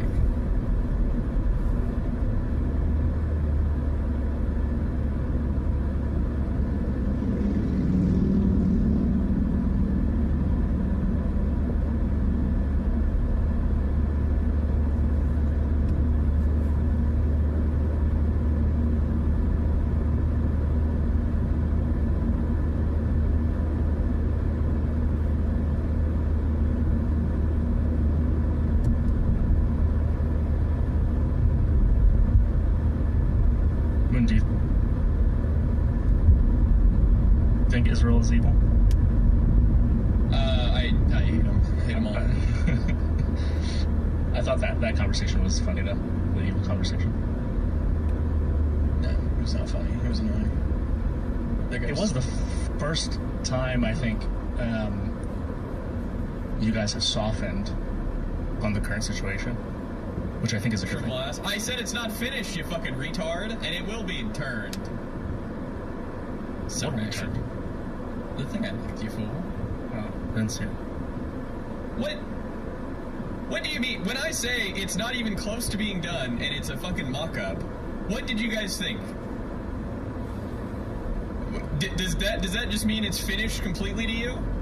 You sons of bitches. That's why you never show draft work to your boss. No more, you know what? No more IP debates. They're done.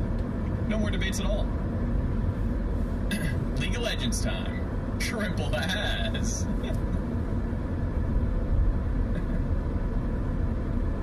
It could always be worse, you sons of bitches. Don't forget that. Wait, what happened? What happened? Are you back? Yeah, go ahead. So first, some important context. I came in when I was a year old. My grandfather was the equivalent of the Attorney General for the Shah, Iran, back in the day. And so I hate both the Shah's former version of Iran, based on my family's kind of retelling of the situation, as much as I hate the Islamic Republic. I think both were bad.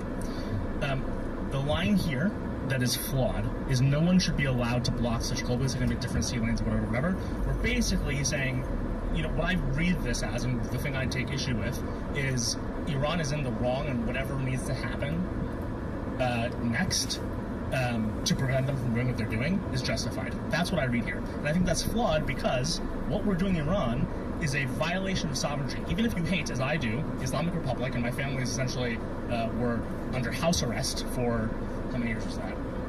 Like 12 years under the Islamic Republic post their participation in the Shah regime.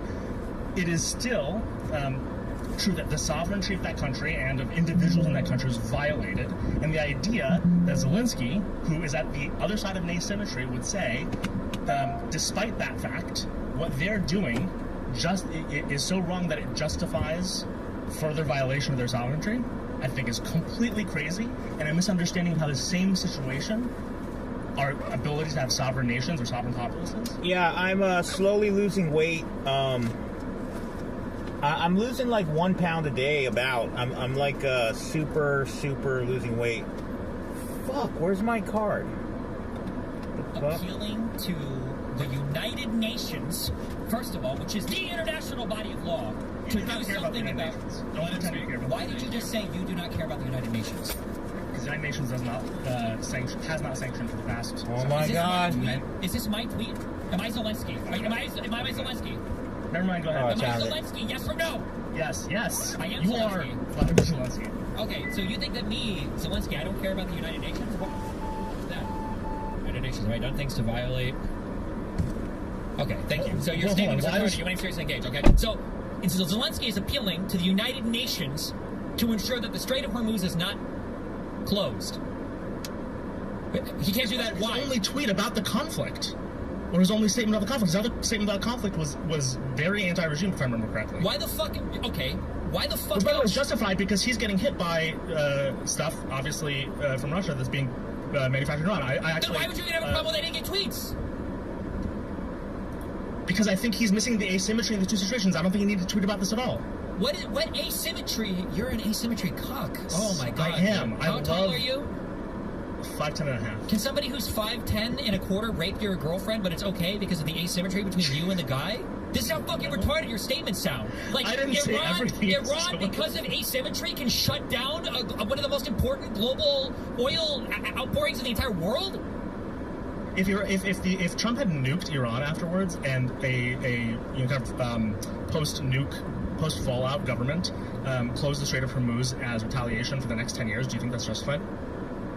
No. Your brain broken. Okay. If their population was nuked, they can't retaliate in some cases. You don't expect blowback. You think terrorism is justified if you're a small enough party? I just want you to know, and I know you're never going to understand this, and that's fine. And for the 2 people in the audience, every single Israeli will understand what I'm saying. None of your weird fucking propelling dick sucks understand. But the line of argumentation that you're on right now is why Israel, past the second intifada, never listens to the rest of the world when they're critical of things that happen with Israel. Because you will always make excuses for the retarded children Arabs, for the retarded children Hamas, for every single actor in that region to be a retarded fucking child who has no reaction in their kid beyond rape and terrorism and pillaging, and it's all justified. Okay, wait, hold on. So let me finish, or I'm banning you from my server. You always have infinite justifications for every actor to do whatever the fuck they want, but Israel has to be the crazy adult in the entirety of every single situation. This is unworkable. No sane country, no sane human being would operate under this rule set anywhere on the fucking planet. Nobody would do it. So why do you think that we should take some illiberal means? This is retarded. What a retarded fucking question. Do you think it's illiberal if somebody's breaking into my house and I kick him in the face and I didn't vote for it? I didn't have a Democratic panel. What are you talking about?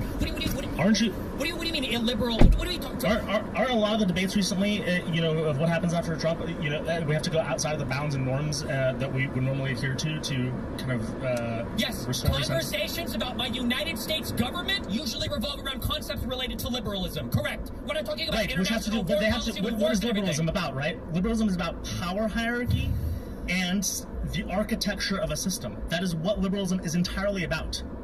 Right? And so if, for example, the higher order power in a power hierarchy violates a tremendous amount of the principles they are supposedly adhering to, then you would not be surprised. And you're right, there's this weird word I use, I don't know if I said justified or you said justified, but there is language that maybe I should be more careful about that upsets you around, okay, are we excusing something? Do we understand it? Why are you saying that? Oh my God, how do you watch my stream?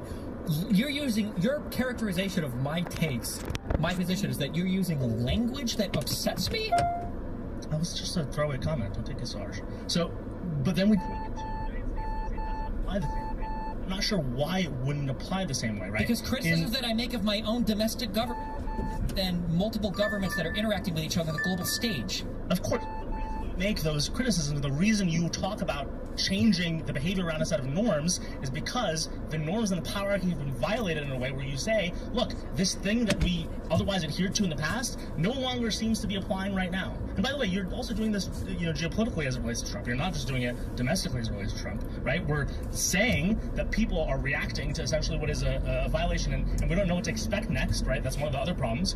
We don't know what to expect next if we do not somehow adhere back and put back together the order that previously allowed people to act as you would want them to. Okay. Walk me from whatever you just said, that smorgasbord stuff. Walk me from that to it's actually okay to shut down all of your neighboring shipping lanes if you have been illegally aggressive on another nation. I don't think it's okay, and I don't remember how I asked that question. I don't think it would be okay. If you don't think it's okay, then what would be wrong with Zelensky appealing to the United Nations to solve that problem? And that is exactly the job of the United Nations. At this time, violating the sovereignty for no clear reason, because Netanyahu forced it or forced Trump to, and threatening to do all sorts of other things to them. Yeah, in that situation, you essentially have someone you've backed into a wall, and I think Zelensky should be kind of understanding of being backed into a wall, and his message here does not seem to acknowledge how this same tweet could be said about him. But it can't be said about him. What is Ukraine shut down internationally? I don't know, but I wouldn't be surprised if we would find analogies with you. Actually, there's one really good one. I'm glad you didn't bring it up, so let's just keep moving on. Could you bring it up? No, because I don't like any of you guys' stronger arguments. Stop saying you guys, I'm just me. You are you guys, for sure. Okay, but what is it? You should have said the Nord Stream 2. Oh, damn. You're right. However, but the difference is, you can see, it really is a great analogy. It almost works for you, but if I mind torture it a bit, it works for me. The Nord Stream 2 is a great example because, one, there's a reason why Ukraine didn't openly take credit for that. Two, now I don't know how true this is, but I think the current argument or position is that Zelensky wasn't even aware of the Nord Stream 2 being shut down, okay, number two. But number three, the world was critical when that was shut down. And number 4, nobody has made any statements whatsoever that were saying that, like, oh, like Ukraine is justified in destroying that pipeline. Like, you're dick-sucking Iran right now, that is a state sponsor of terrorism all across the fucking region, that is actively shipping things. Like, the situation is so unbelievable. Could you go back to my tweet? Could you press the back button real quick? What? I don't think I said here that we should abandon Ukraine or Zelensky whatsoever. I'm a huge fan of his, and I have absolutely no idea why you would assume that I would. Because you're say saying, that this means... fuck this tweet for real, bro. Yes. You're saying this because you saw it probably from many. Yeah, but I don't know what is so objectionable or condemnable about the particular tweet. Hello. Hi. Can I What's ask up? like a serious question? I'm trying to be not mad right now, but Iran sponsored Russia in the war against us. They're also quite literally the reason why we have been attacked by 50,000 Shahed drones, which daily bomb our cities. Daily, every day, my city is terrorized by those Shaheds. So please tell me, on fucking God-given earth, how do you even assume that we should say anything that will be against the destruction of that regime? I'm serious right now. Russia uses Iran. Is that legal? Is that fine? Do you think that Iran should be nuked? No. Neither does Zelensky. Exactly. I have, my opinions exist on a spectrum, right? And so I'm not suggesting at all that Iran is right in what they do against Ukraine. I'm also completely supportive of Ukraine, and I think we should be spending so much more money than we are and sending so much more support. It's not what I'm talking about. Why is it wrong for us to not to appeal to United Nations and also support the destruction of this regime? I think maybe it's the language, and this is why I said fuck this tweet, right? It's the language that presumes that an actor that is currently being pressured in a way that is, by the way, just like Ukraine. Pressure them. Look, I get what you mean there, as someone who cares about the Ukrainian conflict, and by the way, I probably care more about kind of the Ukrainian conflict than I do. Huh? This is the biggest sponsor of terrorism in the world. I don't know what that means. I don't know what that means. Or why it relates to the tweet. Why does that relate to the tweet? Everything. That regime is doing a shit ton of. Does that mean we should nuke them? Does that mean we should nuke them? They didn't get nuked. Nobody's talking about nuking them. Right, but this is all exists on a spectrum, right? So just because they're a state sponsor of terrorism, or just because Hamas exists in Gaza, does not excuse every action we take against the sovereignty of a nation. If we excused every action we take against the sovereignty of a nation because they violate some principle of some other nation or some other nations, nobody is saying that it would excuse every action against Iran. The question is, he say that because they sponsored fucking Russia and we are daily bombed by them and they sponsor every fucking dog shit terrorist organization in the world, did he say that we should nuke them? I think it would be useful to think about it this way. The people who have sympathies of a kind for the sovereignty of Iran and the sovereignty of a nation don't necessarily have to agree on what Iran should look like or Ukraine looks like post these wars. But they can agree that right now these are two nations whose sovereignties are being violated in a way that bothers our higher order sensibilities. It's offensive. It's offensive. What did we do that our sovereignty was infringed upon? What the fuck they do? It's a big difference, my guy. Is it not? I didn't say it was the same thing at all. I think you're getting properly excited about the fact that this is about Zelensky's tweet, but this is one of I don't know how many tweets I made. I think he shouldn't have tweeted this. That doesn't mean I think we should remove support from Ukraine. That doesn't mean I think we should change anything. I think we should go further. This tweet was still not an acknowledgement. Tweet. I never accused you that you said because of this tweet we need to remove support. You keep asking me as if I'm not making a difference or distinction between them. I think they're very different and distinct. Apparently not, because you're saying that there's no evidence of that. There's no evidence of that, right? You said you are talking about my tweet. My tweet is a tweet about how I don't like the language in his tweet. That does not mean that I'm equating Iran and Ukraine. In terms of sovereignty infringement, they're not. That's why I think the tweet is flawed. That's not why I'm equating the two geopolitical situations. That's why I think the tweet is flawed. You lost me on that one, buddy.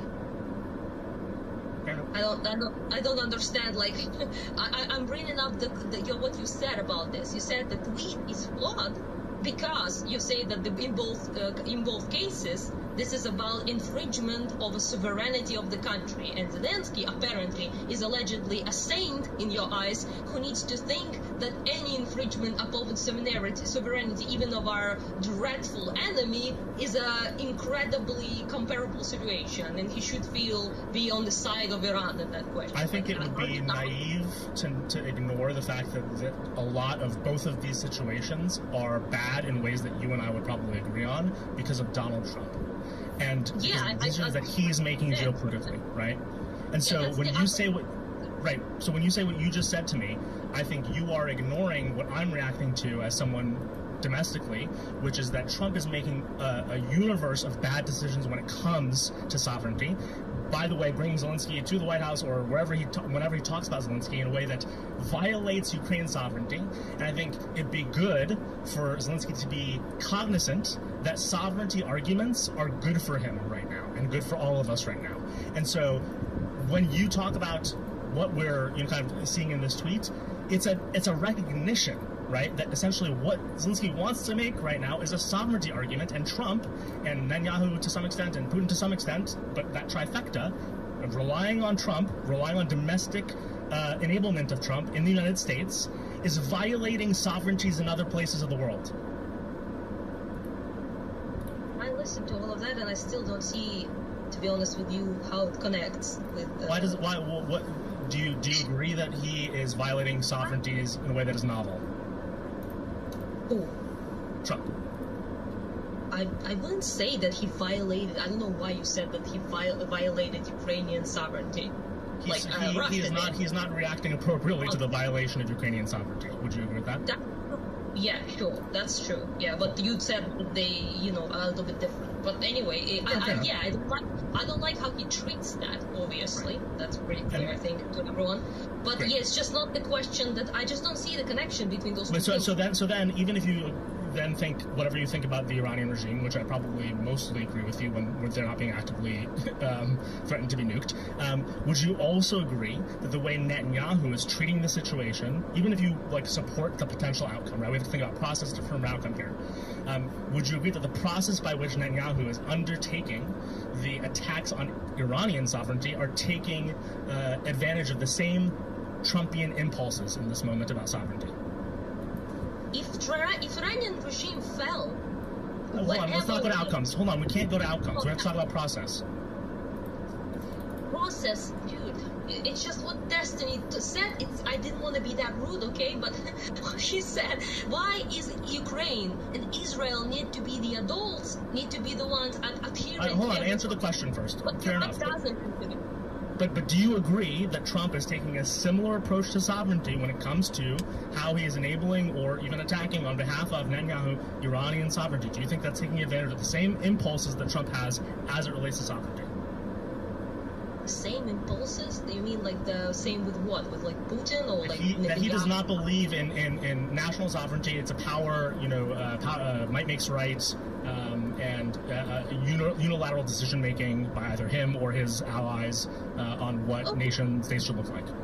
I guess considering they didn't really do the fucking ground invasion occupation thing, so it's not Again, I just want to re-clarify the question. Do you agree that it's taking advantage of the same impulses? In some way, I guess, yeah. That's all I'm really suggesting. And because of that, especially as it relates to, me being in the United States, one of the things that I think Zelensky could be more cognizant of and would support kind of the national argument happening against Trump here, right? The argument here actually melds Ukraine and Iran very closely. Most mainstream people have sympathies for both. And just the reason they do is because... As a quick clarification, that's not true. The majority of people that have sympathies for Iran don't give a fuck about Ukraine. But... I don't know if I agree. That's fucking wild. The motherfucker who defends Iran right now and screeches about the sovereignty and how evil the war is the exact same motherfucker that is mildly pro-Russian and doesn't give a fuck about Ukraine. No, that's wrong, and you guys are gonna not agree with me, but that's okay. You're both brain broken. So, I mean, it's just not true. It's just not true. Hold on. Are we assuming every pro-Iranian person is just like Islamist? That's what I said. I said that actually 100% of the time. That's what I said. Good summary. So I can't take your positions to an extreme. When somebody is never able to summarize my position accurately, I assume it means they understand it really well. Yes. Let me discard this because whatever. Okay, so then the point I was making was domestically, the argument we should want to make, one of the things that will allow us not only, by the way, to fight Trump, but post-Trump forces around geopolitics and coming back to the notion of the world order and coming back to the notion of the UN, is that sovereignty is to be respected. That if we do want to cause the downfall of the Iranian regime, we should spend the money, we should do coalition building, we should get the support of our citizenry in whatever country that would go and undertake that mission. Both missions have the same domestic flaw. The United States is unilaterally, or Trump is unilaterally in conjunction with his, as a person, allies, deciding to break sovereignties elsewhere. And I think it's good for everybody, including Zelensky, including whoever else, to know that domestically, we actually should be protecting the notion of sovereignty. It doesn't mean that we can't go invade another nation or take down a regime. It means, though, that there's process to it, right? We do want to go coalition build. We do want to take the UN seriously and the Security Council seriously. We do want to take the proper process to get to the outcome. Because if we only go based on outcomes, we're all screwed, right? This is a world none of us want to live in. The UN. He doesn't appeal to fucking Trump.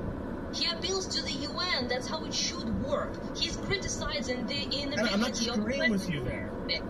I don't disagree with you, but do you agree with what I just said, though, about the domestic politics of Trump and the fact that sovereignty is something that the United States is violating because Trump does not respect the concept of sovereignty?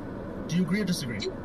Every fucking concept of sovereignty needs to be respected. There were countries that were attacked for a reason, okay? There were countries hold on. That's different than respecting sovereignty, though. Hold on. We can attack a country while respecting their sovereignty because we believe they violated or are violating something that is existential either to us or our allies. But we would, because we respect sovereignty... Fucking regime change and killing the people is, like, by definition, not respecting the sovereignty. I don't know what you mean.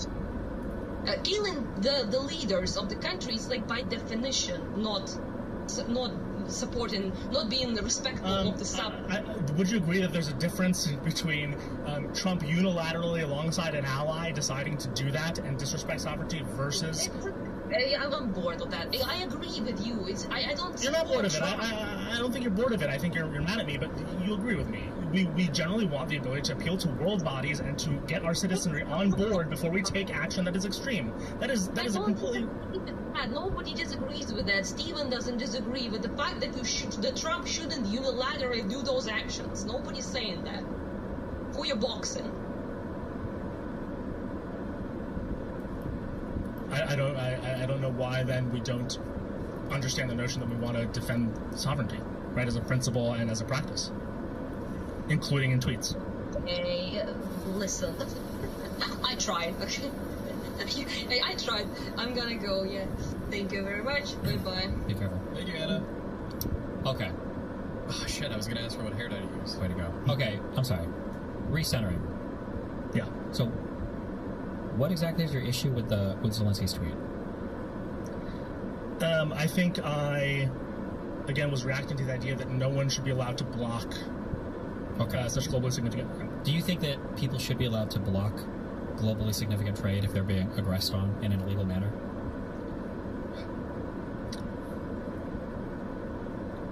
Allowed. I don't mean this in a cute way. What does allowed mean? As in, if there was a body that we could appeal to, like the United Nations, to stop it, ought we appeal to that body, or should we not say anything and just say that, well, this country should... We ought to appeal to that body. Okay. However, I think Zelensky's in a unique position as being somebody else who is trying to get process to be the thing that wins. Mm-hmm. To understand that currently what's going on with Iran does not respect process, and so they're resorting to out-of-process means. And again, I'm not saying the word allowed, right? So they're allowed to victimize the rest of the world then, if there's an out-of-process attack against them, and everybody else in the world has no right to say anything at all. I mean, help me think. I'm thinking about this out loud. what am I looking for? Do you think I'm just stupid? There's something here that like I can't identify. There's some difference in allowed and like we can't complain about it, otherwise we're endorsing illegal action. Well, again, I don't dislike Zelensky. I think the tweet never said was you did. poorly timed. No, I guess I get the tweet is poorly timed to me, even in light of what you're saying. I agree with what you're saying. There's no good time for that. When would be a better time for that tweet? When it's all done and over? Because this wasn't April 7th. That would have been when he was threatening to nuke Iran. No. Well, end the civilization or whatever, but yeah.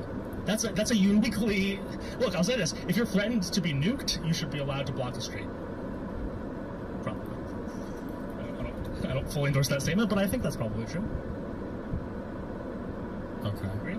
I would disagree. I think in your worldview, I think the United States should forcibly seize every single port on the planet then, in case any two countries are...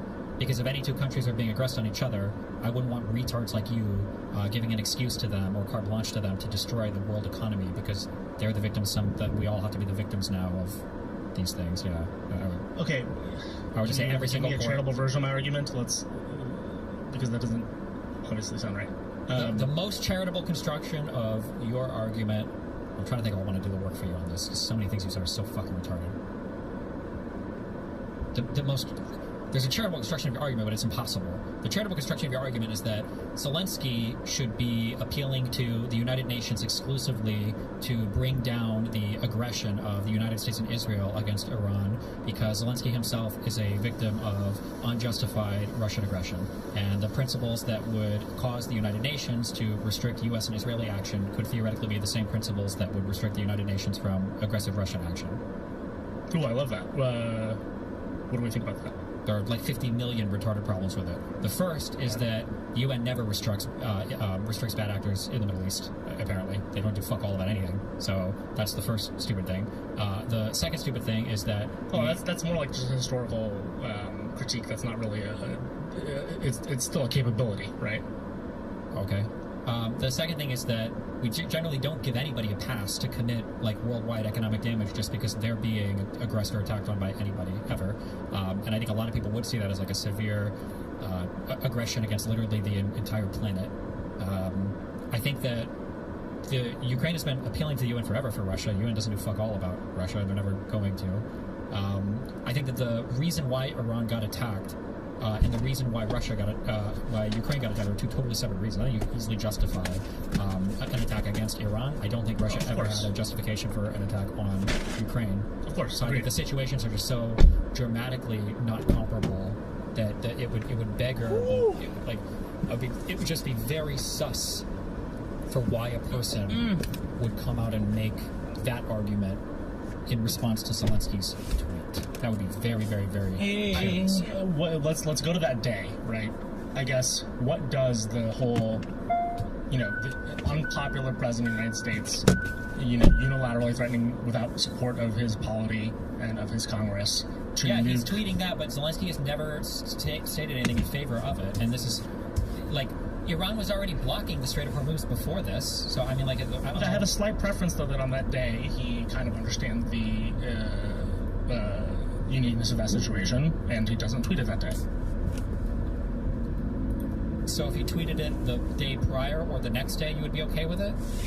Honestly, yeah, because the Strait of Hormuz, by the way, I do think that, there's a lot of ways in which Trump and Netanyahu are making it hard, but I don't think it's a good thing that Iran is doing that, and so yeah, 100%. I don't believe you, but there's no way I can prove that, so... I mean, so let's go to, the idea you don't believe me. I think this is one of the flaws, in general that I'm trying to point to.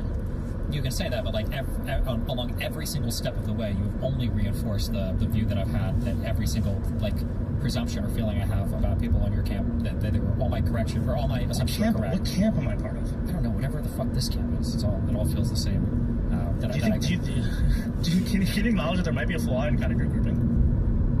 Yeah, when there are flaws demonstrated, for sure. But again, every single thing you've said and done seemed to point that my assumptions were correct. Well, you misunderstood criticism I've had about Hassan. You seem to be using these asymmetry arguments that were... Can we discard it, because I think it's complicated, because Fine, so you can ditch that if you want. You seem to be a big believer in this asymmetry argument that appears to give a free pass to every smaller actor. Do you not believe in some version of the asymmetry argument? it's not the same argument. No. In the United States. I'm just going to say no for the purposes of your comparison because it's such a bad comparison. That just because two parties are asymmetrical, or rather, I'll say yes, but just because two parties are asymmetrical doesn't mean that every single standard is changed. Correct? 100% agree with that. Then I don't know how. So asymmetry has nothing to do with here. What? A lot. So let's go to. How does the asymmetry apply here? Is one side allowed to terrorism? What's here? What's here? Here is in an asymmetry that would allow Iran to close the Strait of Hormuz. Or I didn't apply the asymmetry. I did not apply the asymmetry argument to this. I did not apply the asymmetry argument that would excuse Hamas terrorist attacking Israeli civilians. Did I justify? Then what are you applying the asymmetry argument to? The asymmetry argument was about you not critiquing what is essentially a version of, kind of Hassan's Russia, where basically every stream you do a lot of apologetics for the government, where I'm suggesting actually we can look at the asymmetry and know that a lot of the things that come downstream of that asymmetry, for example, the revelry and cruelty, are things that we should be actively critiquing and punishing. And sanctioning individual members of the Israeli government is another thing I mentioned, but every time I brought up any of those things, you're like, oh, well, why would we do that? We're telling the IDF, you're not doing aid appropriately, we're going to come in and do it for you. Yes, wait. Those are places where the asymmetry would say, hey, we have an obligation to try to solve this, right? Okay. I agree with that, but then what was my response to that? My response to that was I would agree with that, but I would give a different position that literally nobody would agree with, which is if we're going to sanction the IDF for doing these things, then we should sanction Hamas as well. And then that's when you brought up the asymmetry thing. I said, well, no, I don't think so, because it's not the same. I don't mind. Hold on, we didn't get that far into that, so let's do that. We're good. You can sanction Hamas. You're either having memory problems. You can sanction Hamas. If you don't remember saying that, then I don't know why we're having this conversation. I don't know if you've literally forgotten. No, I said we didn't go far. I said we didn't go farther than that. We didn't continue that. Do we need to look up the VOD? No, you said that would be unfair. You wouldn't be. You'd be opposed to that. I give up. I said whatever you said. I said. But let's go to it. Wait, you said. Hamas. You said I'm a retard and Dusty's right about everything. So then we agree. Yeah. If everything. But then we should. Do we think separate Hamas? And this is why we got to the aid argument. Hamas from the people in Gaza. I don't know. How do we appropriately sanction, right? This was where the argument actually went, Stephen. This is where the argument actually went. No, come on. This is where the argument actually went. So how could we sanction? Because I agree with sanctioning Hamas, right? I'm not going to let you do this.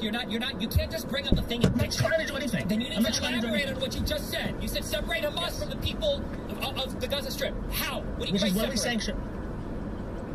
Military action.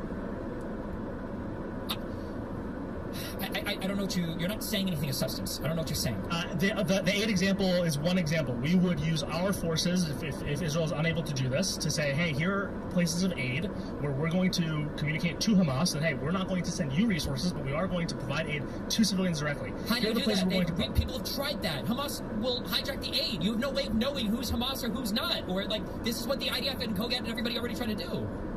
Those versions of aid go back where we have good arguments to what you're talking about, and it might be continuing to happen, but the versions of argument where Hamas are essentially resource arbitraging are about shipments that go into kind of deep Hamas or kind of Gaza territory. Right now, when we're talking about aid sites, this is not a real critique. Okay. The critique of aid sites right now is that the IDF can't actually execute them without shooting civilians. I'm not even sure what we're talking about, but okay. Do you disagree that there's a difference between what we used to do, which is that when either Israel or global entities would send resources into Gaza, and Hamas is part of that arrangement or decides to hijack that arrangement and not deliver those resources to individual civilians, is different than right now we have aid sites where the primary difficulty is travel to those aid sites, access, times the IDF kind of turning them into potentially risky zones for those civilians to access.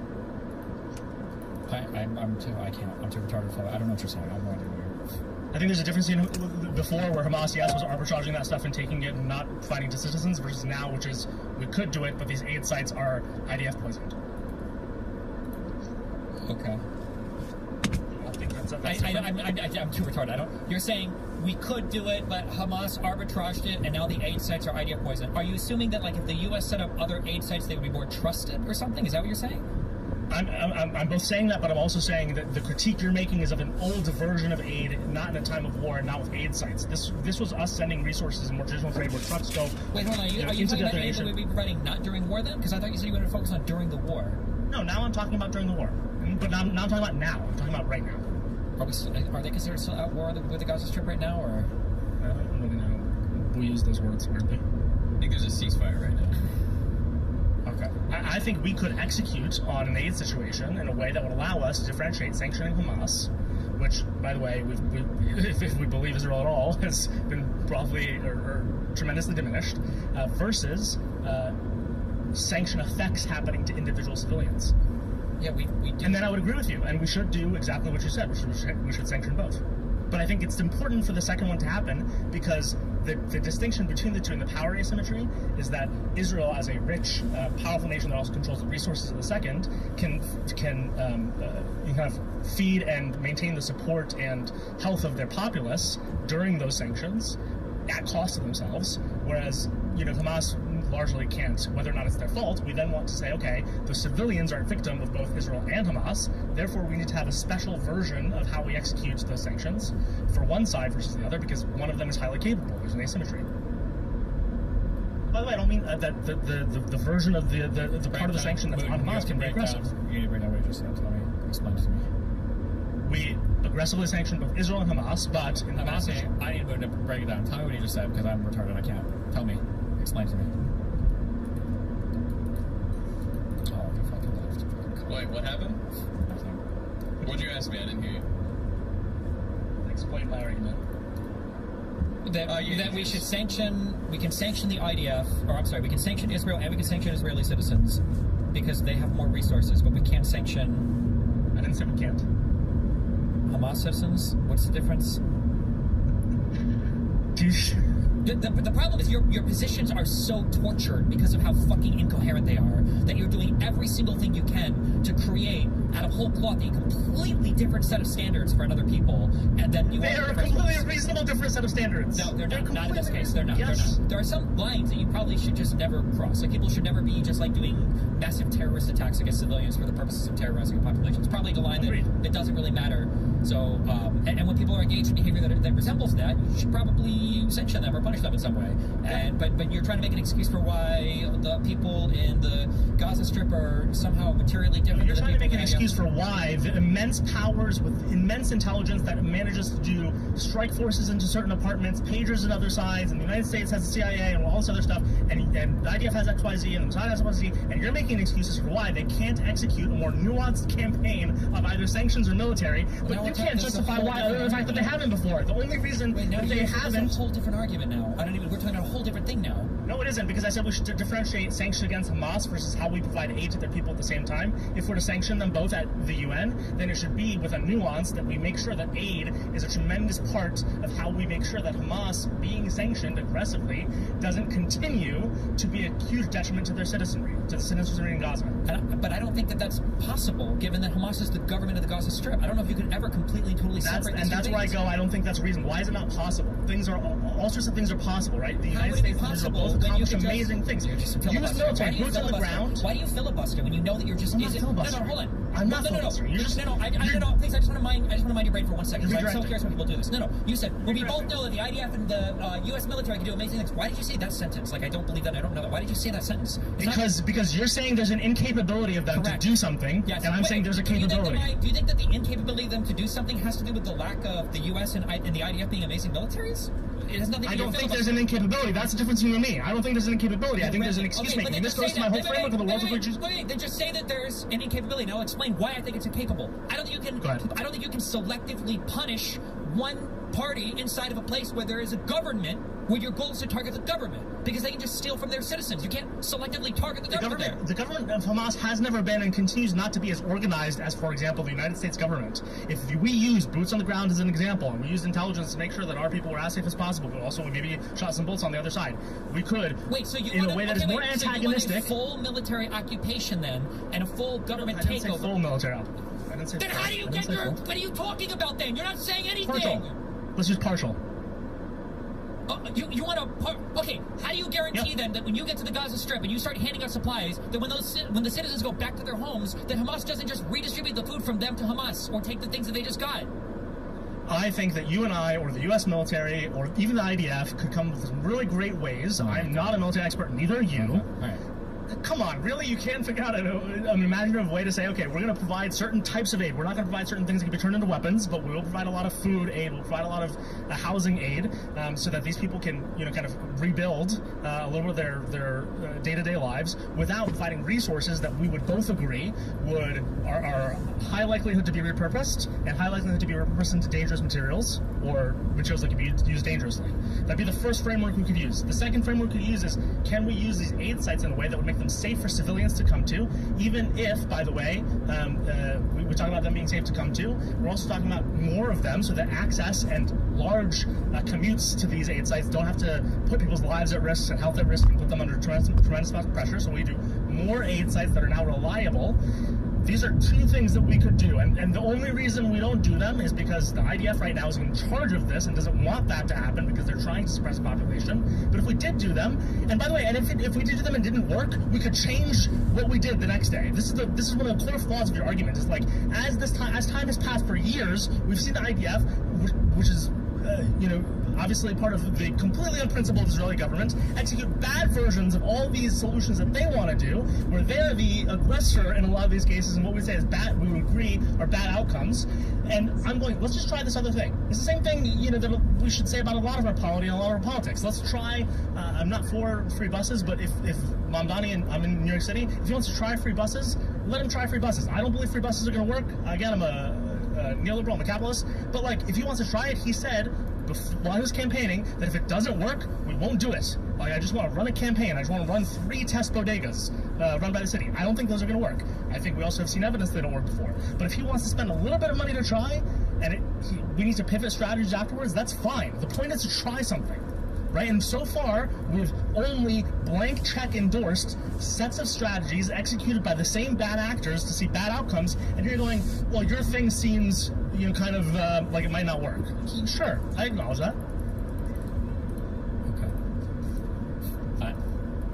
Do you agree? That was a great. Should we try things? No. They have tried things. There's a reason why that whole population hasn't starved, despite the fact that you guys have said they've been starving for 2 years. Clearly, somehow, food is getting in there, right? There isn't mass starvation. The people aren't all dying. Some amount of food. Enough to feed 2 million people for 2 years, right? You wouldn't want to live there. So what was the point of saying that? What argument do you think we're making there? I don't think... Wait. What, do you think that I think that I want to live there?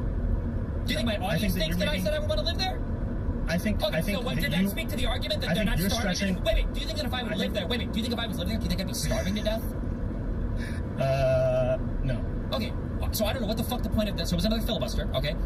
So it seems like I use the word starving, and you like to stretch my words, where I'm not trying to stretch yours. I use the word starving to maybe mean something slightly different than you that I think is still very important. If you want me to use different language here to... I'm just saying, it seems to be the case that if 2 million people are in there, and they're not starving to death, that a lot of food... Do you think they're food insecure? Sure. But they're not. A lot of I want them to be food secure. Great, me too. Okay, and I also want them to have internet and broadband and 1 gigabit internet connections to everything, and I want maximum ad revenue if they see. What if we just started at food secure? That's fine. What if we just started at food secure? All I'm saying is that clearly there's been a lot of food that's gotten in there. If there's 2 million people and they've managed to survive this long, that's all I'm saying. What if we just said? Okay, what if we just said? Do you agree with that, or is that true? That a lot of food seems to have gotten in there, enough to feed 2 million people for them to not die over the last 2 years. Yeah, I agree. Okay, so they're doing something. So when you're like, oh, we just try something and it doesn't work, we throw our hands up and do nothing, something is happening, right? Okay. If you want to suggest other ways to distribute food or whatever, that's fine. But the solutions that you are suggesting, I don't think you realize how dramatic you're talking about when you're talking about a foreign military occupying sections of this country and then having a security force in there to run local operations to try to ensure that the distribution of aid. It's never worked this way anywhere in the world. What you're talking about has never worked anywhere in the world. It didn't work in Yemen. It hasn't really worked in Syria. It hasn't. It's kind of, I guess, working in the Gaza Strip. What are some things that you think we could do in, let's call it, the next 2 to 6 weeks to make an operation reasonable that would be some middle ground? So I'm not suggesting, by the way, that everything that I'm suggesting. I don't even know 100% what the situation is at the moment that needs dire addressing. I'm not sure 100%. Yeah. I have what I would assume would be that they need to have elections again so that they have a legitimate representative for the Palestinian people. The elections need to include the Gaza Strip and the West Bank, and then you need to bring that representative and Netanyahu or whoever the current Israeli leader is back to fucking D.C. or one of the challenges I assume and again, both of us are a little bit not up to date, but like, it's not just like could we get Hamas to let them run elections? Could they run elections? It's like also, do we understand that how they would get information about who to elect? Like, what is the? I don't mean this again in a cute way. Like, the utility of elections feels difficult to me because there's no politics there, right? In the way we would want. It's essentially a terrorist organization, to your point. The Palestinian people in Gaza are people connected to the world and the internet, and they know they have politics. Okay, take me charitably for a second here, right? Like, is the utility of that version of election, where yes, they might find some amount of information, going to get us a lot? Like, what do you think the difference? What you're looking for, what you're looking for is legitimacy. You need a person who can represent the Palestinian people, and if they can demonstrate that representation through an election, then that makes them a worthy representative, ideally. Okay. But if you just take like you couldn't just take a random person from any part in Palestine, because then there are going to be some people like, well, this guy doesn't represent me. He's not my leader. Which is why we often use Hamas, kind of as much as we hate to, right? But both Israel and the United States use Hamas as a proxy. I don't know what you mean by that, but that is. No, I'm acknowledging your point. We need representatives, and even right now, we use the enemy as a representative. Well, because they're the government of the Gaza Strip. But I'm just saying that there needs to be a unified representative of all of the Palestinian people to negotiate some deal with. But again, the solution that I'm giving right there, neither side wants that. So you would need a president that has a vision for peace in Israel that is relatively. I don't think anyone's even suggested that, though. I don't know that you're right that neither side wants that. Neither side wants a two-state solution. The Israelis, generally speaking, want all the Palestinians gone. Palestinians, generally speaking, want a one-state where they are the majority population. So wait, hold on. I guess you just went long term. I thought of this election as being kind of like for effect and purpose for, let's say, the midterm. Let's move away from that. If you're now talking about, hey, we're talking about two-state solutions for a second. Let's move back to today, and we want to effect a set of changes that, even if they are not long term, begin to allow both Israel to feel a little safer, or whatever, or as safe as they do now, because they're pretty safe, at least from Gaza, and then allow the people inside Gaza to begin to kind of have some version of self-determination / stopping kind of the acquiescence to terrorism. What are initial steps? I think this is something, and by the way, the reason I'm asking this question is I think it is actually important that people who are in this middle ground that you probably identify as, that I would say identify as, of like, hey, we don't agree, with the complete crazies on the pro-Palestine side. We think Israel wants way too much at this point too, but we need to effect versions of change over the next 1 to 6 months that begin to allow conversation to happen. The most important thing that could happen would be a commitment ideally from leaders on the ground, but a foreign leader to say that this will get solved.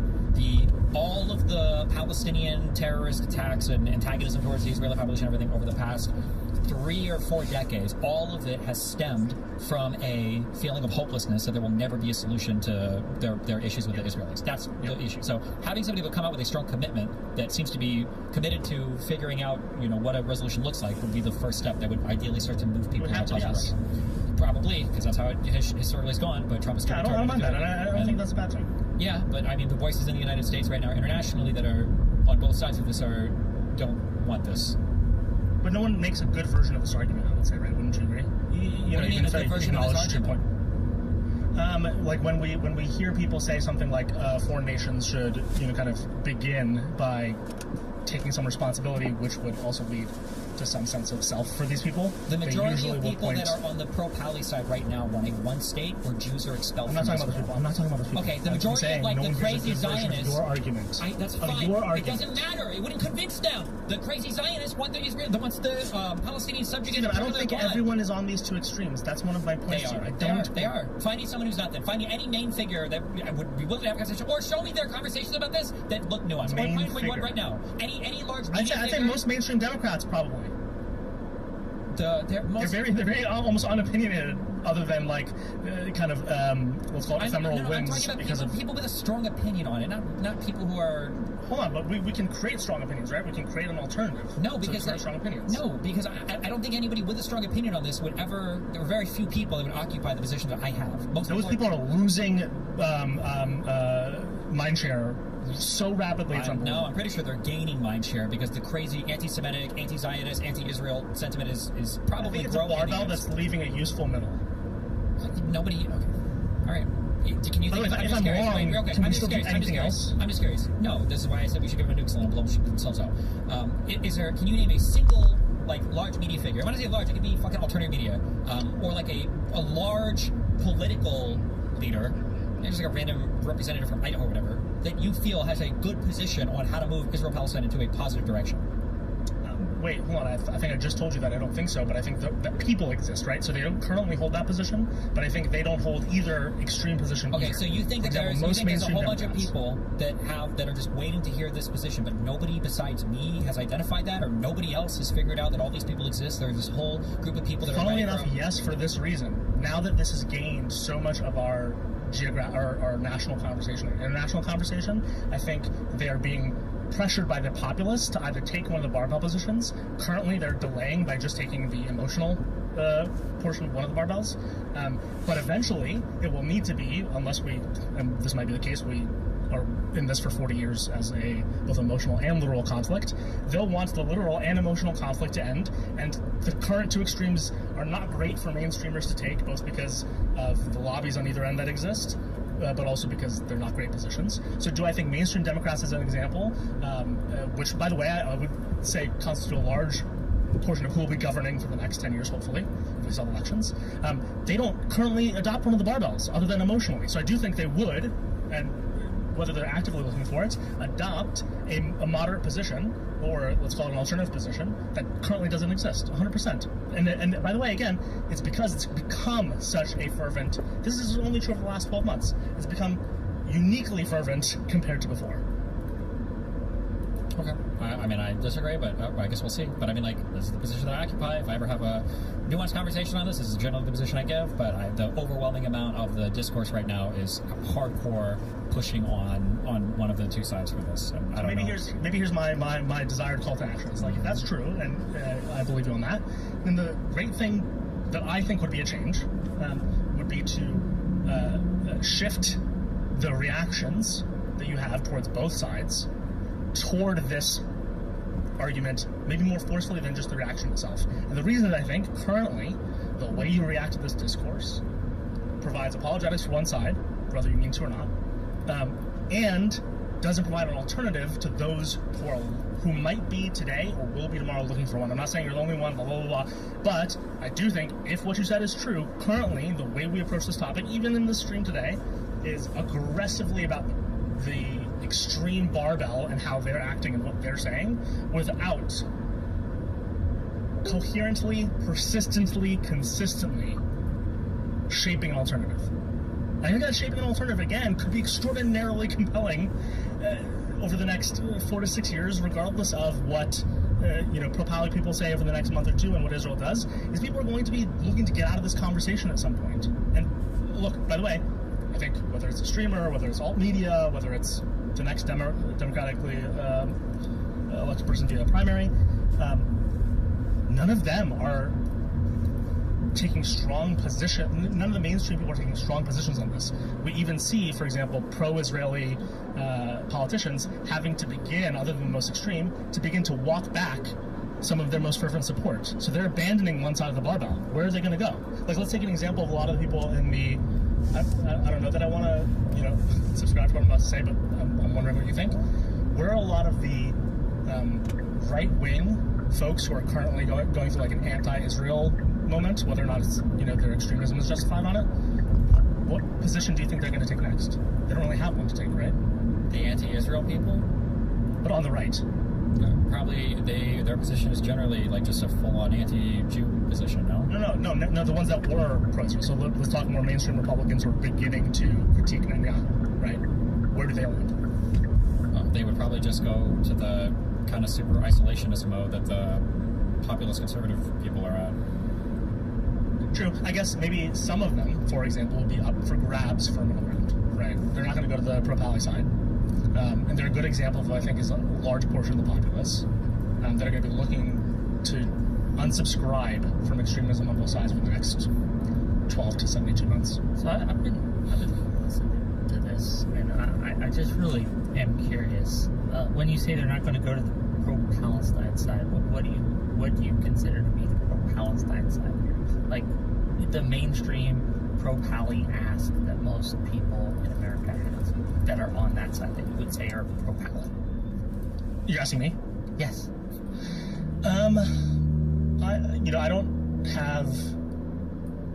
I'd actually be curious to see what the polling says. You don't know? You don't know what the pro-Palestine side is? Oh, sorry, hold on. Let me answer the question. I think there's two versions of the pro-Palestine side. There's the version that Destiny likes to paint as the only version, which is the Hassan, very extremist, very kind of anti-Israel and pro and very excusing of Hamas version of things. But I think there's a second, much larger, maybe more silent pro-Palestine side, which is people who, again, are slightly lower information, have sympathies and kind of like visceral lizard brain reactions toward the people in Gaza, are now becoming extraordinarily skeptical of the Israeli government because more and more is coming, kind of to factual light for all sides.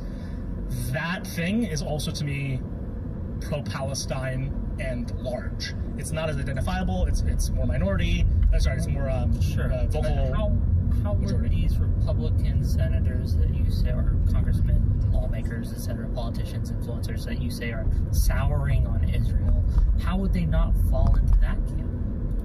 Which one, the extreme one or the second one? The other one that you just mentioned. They would fall to the other one, but I don't think the other one would. I don't think that those people have a preferred policy. Like in Stephen's whole frame of like, a lot of these people don't want to hear a reasonable solution, they just want the extremes. These people, I think, would be open because they might default to an extreme right now, or they might just be confused and empathetic towards Gazans. But I think they would appreciate a politician who can very clearly communicate, kind of their anti-Netanyahu stance, which is even something Stephen has said repeatedly, and they would still kind of think of Israel as a long-term ally and would not want to abandon them. I guess the problem I'm having. I just want to say, fuck, I don't want to hijack this too much, but like, the reason why I don't agree with that is because Israel-Palestine is kind of complicated. I think people overcomplicate it, but it's kind of a complicated thing, and most Americans don't care about foreign policy.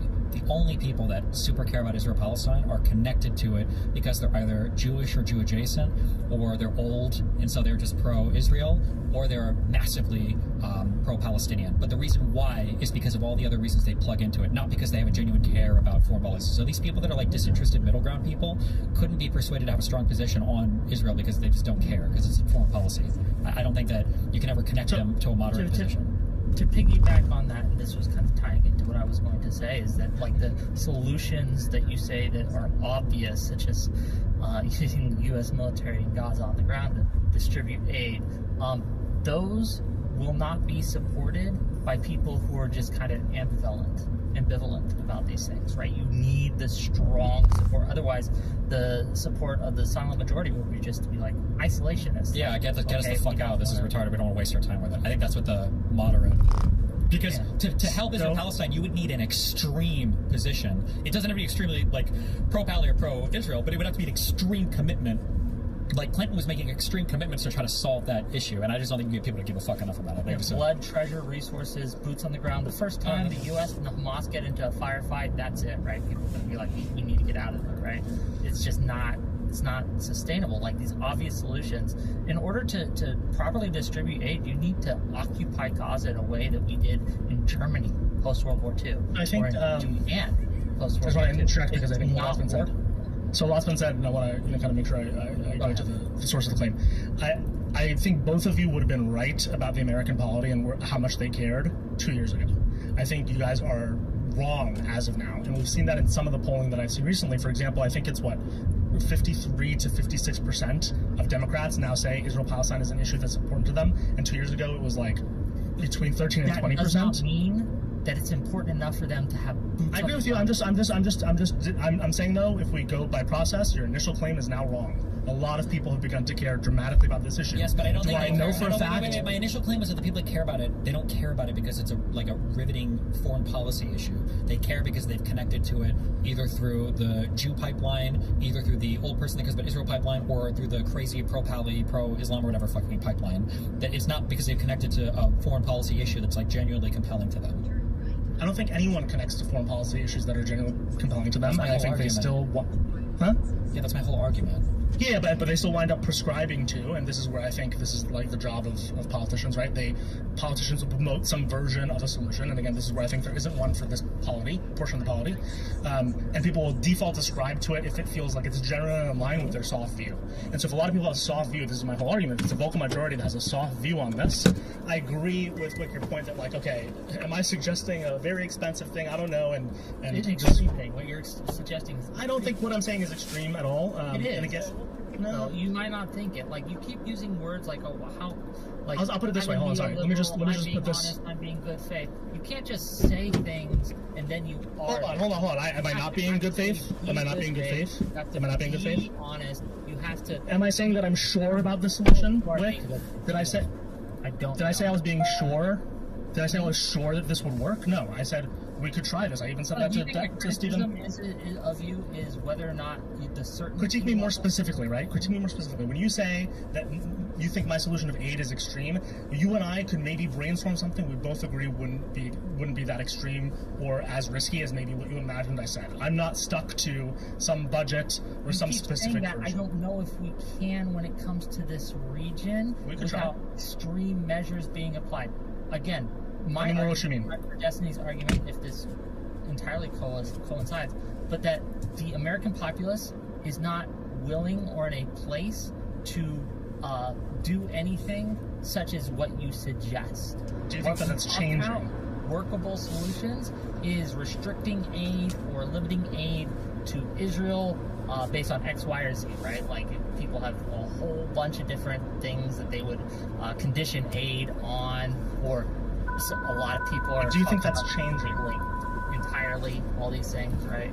So when you say that we could make a reasonable solution to the food issue in Gaza, I'm telling you that the American public is not in a position that they want to put forth the resources where that would. Do you think that might be changing? Do you think that might be changing? How much the let's call it vocal majority or soft view American would be willing to? I don't see evidence of it changing enough or fast enough. I just see slightly different evidence. I'm not holding some sort of strong position on the version of it. No, I'm not. Okay. Luke's making a face for this. I am just making a face. I came in here. No, I appreciate the pushback, but again, I'm pushing back because I'm saying I'm not here claiming there's a certain type of budget. I'm saying we want to have certain upstream. Can you give me a reason why people would want to continue to give aid to Israel at this point? Why would someone want to continue to be an ally and have a strong relationship with Israel? Can you give me that argument? Yeah, I think there's three reasons. One is they believe that Israel is our strongest, both past, present, and future ally in the region. Two, they have historic. So to clarify that point, you think because of just tradition, that is an argument that someone would make. I said and future. Yes, but I'm asking you. I guess let me rephrase the question. I'm asking you, what would the argument from someone who wants to maintain a relationship? Are you being good faith with that question? What do you mean? If they believed that Israel would be our potential long-term ally, why wouldn't? I mean, I could make that argument. They could say because of religious affiliation. Well, they would want us to be an ally because we are already their ally, which I guess. I said that they were our past, current, and our best past, current, and future option. That's what I said. Okay. Second would be the historical. So there's kind of historical and traditional sympathies towards the populace, and some sort of obligation driven off of those sympathies. Why'd you make a face? No, I'm listening. No, you made a face. I just don't know why.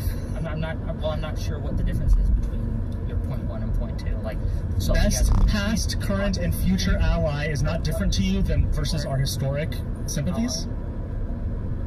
Why are those not different to you? Okay, I guess it's not different. Those are very different. Whoa. How are those not different? Like, I can understand this evangelical argument that might take place, right? Or people who are sympathetic to the Jewish ethnicity and things like that, but it would just tie into the first one. But make the third point, please.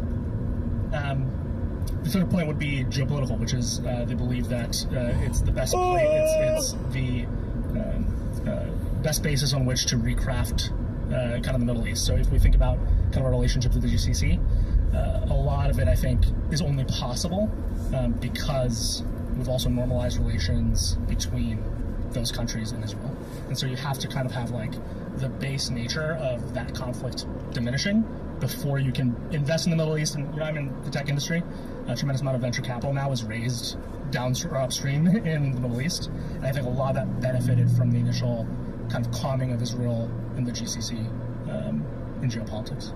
Okay. I don't know.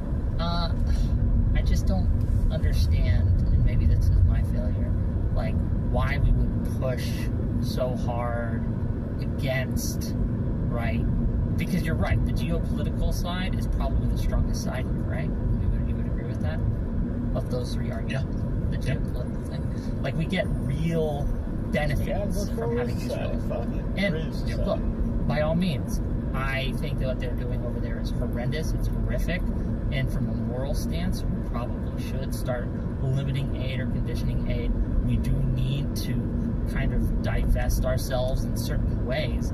But if we're going to make that argument, we have to realize that that comes with extreme costs to our interest in the region. It comes with extreme costs to tech. Those costs are already happening. How long it takes me doing DoorDash let's talk about that. Because that's a great point. I don't want to go too far. So let's dissect that because that's a great one. So again, I'm in tech. Two things happened with the relationship of tech and the GCC countries, because we already venture capital already has like kind of a many decades relationship to Israel for funding, and there are a lot of tech companies based out of Tel Aviv as well. Well, yeah, one of the I think other than Taiwan, those chips we use in all our tech and stuff, the second place we get them other than Taiwan is Israel. Not only that, but a lot of startup software that we use is just, again, venture capital. There are a lot of venture capitalists who are who commute between the two nations. But over the past, let's call it, I'd say this is about 6 years. After normalization, kind of with the GCC, a lot of venture capitalists began to raise money, and these are firms like Andreessen Horowitz and General Catalyst. A lot of these funds that are kind of traditional American mainstream venture capital firms begin to have deep relationships with Qatar, UAE, Saudi Arabia as their LPs, their limited partners in their funds. This is already causing two dynamics in tech that are, I think, underrated to the tech industry, and whether or not that matters in the long term, who knows. But the first is you don't have nearly as much travel going to the region. So a tremendous amount of both Israeli Americans or people who were doing a lot of business in Israel, but also doing a lot of business in Saudi Arabia, the UAE, they've stopped entirely, like cold turkey. So a lot of the capital that, by the way, takes about 5 to 10 years to deploy, so we won't see this effect, is not being raised anymore. You see this a little bit in the AI space, but a lot of those commitments are so large and already happened in kind of perfect timing. But now you're not going to see the $10 billion fundraise by some of these venture capital firms or $12 billion. And to be clear, you're arguing this as a reason to discount our the geopolitical gains that we get. It's a reason to think the geopolitical gains are already being severely impacted. Okay. Do you think that it would probably be less impacted if we were able to provide Israel with enough weaponry and security to properly stabilize that area in that region? No. No? You don't think that we would Israel? Hold on. Yes, Israel specifically. You don't think that if Israel was able to make to normalize relationships with the countries around it, such as Saudi Arabia, where they were on a path to doing and things like that, you don't think that if they were be able to make that area more stable, that you wouldn't see continued investment in the Sorry, you didn't say make it more stable, you said give them more weapons for the goal of making it more stable? In order to give them more resources. So let me be more clear. Let me be more clear to you then. I don't think giving them more weapons would make the area more secure. There's two reasons for this that I would say are like causal, or could be causal. The first would be, I think the reason you have normalizations in the GCC countries and Israel is somewhat preconditioned on this notion that Israel doesn't get too powerful. Not literally, but I think one of the reasons, for example, Saudi Arabia is willing over the past however many years to normalize was they thought, okay, we're also all economically getting intertwined, and this isn't going to become a nation that rules us necessarily. There's a coalition of Arab and Muslim countries, so they're somewhat like conditionally okay right now, and I think there's a bar at which they go, hey. We also shared an enemy, right? And they share an enemy Iran, exactly. Yes, exactly. So that was going to be my second point, which is that if Israel becomes too equipped, then I don't think that means regional conflicts necessarily decrease.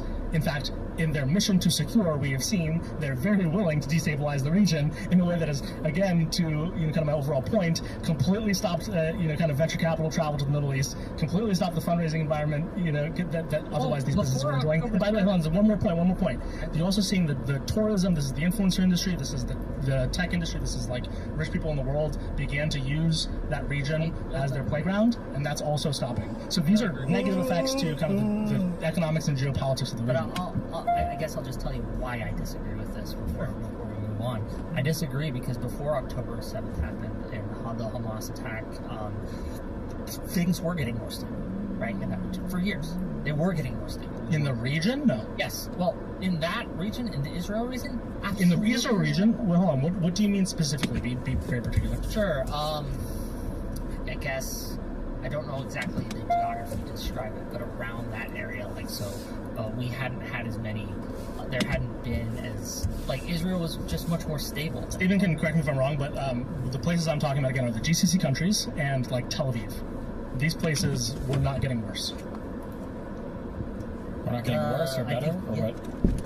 Yeah. In prior to October 7th, Tel Aviv and the GCC countries in general were more stable, getting more stable. I think so, yes. Okay. Some What were you saying then? like Yemen, right, and the Houthis, right? Right, but that's not what we're talking about, but sure.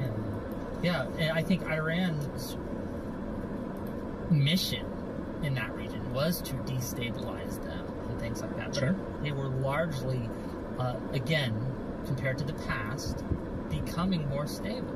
But one of the reasons that they did October 7th, or one of the stated reasons, I think, the ones that a lot of people say that they did, was to destabilize it again, to prevent the further normalization, right? To prevent Who?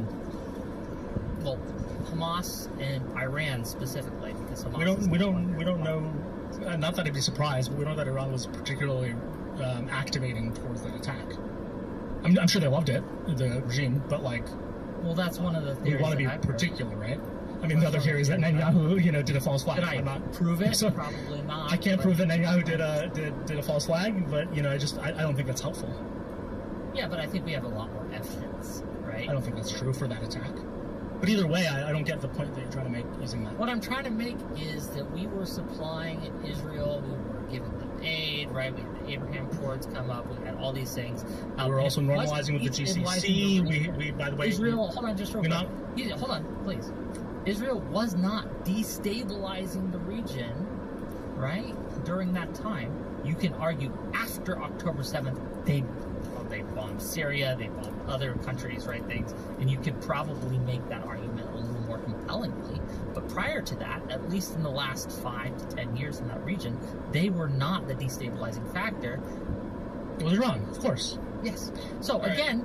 And that's the point. On in like 2 minutes, by the way. Whatever your argument initially was that us giving them resources, weapons, etc., they would necessarily start to destabilize that region. But I didn't say necessarily. I said that it wouldn't necessarily do it, right? So again, we have to be specific here. I don't think giving weapons would necessarily lead to the mission statement that you gave of giving those weapons for destabilization. Not in and of itself alone. There would have to be other things. And it would potentially fail, which we can see because Israel is not exactly a stabilizing force, doesn't do things lightly, and has been, by the way, one of my personal interpretation of what's happening in Lebanon and what's continuing to happen with how Netanyahu is pressuring Iran is the current Israeli government doesn't want stabilization. They believe that when they're the underdog and there's a populace that is kind of well fed to hate them, they benefit because they get to try to portray themselves as being geopolitically attacked. The way I put this to a friend is the unfortunate thing about kind of what's going on right now again in Lebanon is if in 5 years there are resistance movements in southern Lebanon against an occupying Israeli force, I'm not sure either of those things will be true, but let's say they were, they will look to Westerners like terrorist attacks, even though right now we're upset with what they're doing in Lebanon, right? So in other words, they're setting themselves up. What acts have been done to Israel? We're going to move on because this guy's been here for like 2 hours now. So we'll give Wick and you a final word. Get your last word out. Go ahead. Wick, you want to go first? Oh, well, I guess on this argument is that I think that there's a lot of reasons to want to limit aid to Israel and change our relationship. But my concern, especially with a lot of things that you've been saying, is that you have no real path to do that. And every time I look and kind of scratch into the surface of what you actually want, it's always kind of going to lead necessarily to a situation where Israel is either A, dissolved. What? I said nothing about it. What thing did I say that would lead to Israel being dissolved? No. Hey, final word. It's his final word. You'll get your next. Kind of arguments after, okay? Right? So, what a bunch of horseshit. Thing you want, these things will necessarily lead to. No! Aid in Gaza? It's Wick's final words. You can't let him finish. Do we literally lie in their final words? Destiny doesn't like. Steven does not like when people do this. Steven doesn't like when people do this to him. I'm not your girlfriend. I get to actually finish when we're having relationships and things like that. Okay? That was good. This is the problem, right? The things that you are advocating for are going to lead to worse outcomes because whether you realize Aid in it or Gaza. not, whether you It's intend it to happen or not, that's what I believe will happen. I think that you give infinite charity one side and no charity to the other, and we have to recognize that this is a maximally complicated situation there is no simple solution here. Everything that we want to do in there is going to take so much blood, treasure, and time from the U.S. It's probably not worth doing. And that's the long and short of it. And we got other fish to fry. All right, Shaveen, go ahead. Your final words. Yeah, I don't think that trying to go through maybe resource-intensive or emotionally intensive movements to provide aid in Gaza would necessarily lead to the dissolution of Israel. I think that's one of the most ridiculous things I've ever heard in my life. I think we are afraid to do things, and yet things are going to happen anyway. And so one of the things we have to decide is, yes, it might mean investment, it might mean, getting a coalition together, both domestically and internationally. It might mean the cost of lives, but lives and money are already being spent. Geopolitics is already being ruined. And so one of the things that I want to happen is that we start to make proactive choices instead of being, as a polity. And when I say the polity, I mean United States domestically, but then also a lot of people internationally who don't like what's happening now and also don't like what the extreme barbell of any side would vote for. Would look and be willing to invest in another option, somewhat because we already have these consequences anyway because of the powers that be in every situation doing what they want to do. And so I think instead what I'm suggesting is people would look for a different solution, would look for a middle ground solution, if only we would more definitionally provide it. And I'm not sure about any of the things I've said on this conversation. I think they're better ideas than what's happening today. And I think they move us towards behavior change in these regions that might lead to better outcomes. And that's what I've got to say. Notice how you have to finish with me, right? Thank you. I let them finish. Good job. You're welcome. It's been great, Shaveen. We'll have you next time. Goodbye. Thanks, everyone. Thanks, Rick. Thanks, Steven. Ciao. Now, I just basically wanted to show and prove to everyone that I did shave my beard, so I don't know if you want to put me up on screen for a minute. We did. We saw. Good job. We're proud of you. You're beautiful. Love you. You're always beautiful. And, yeah. Thank you so much.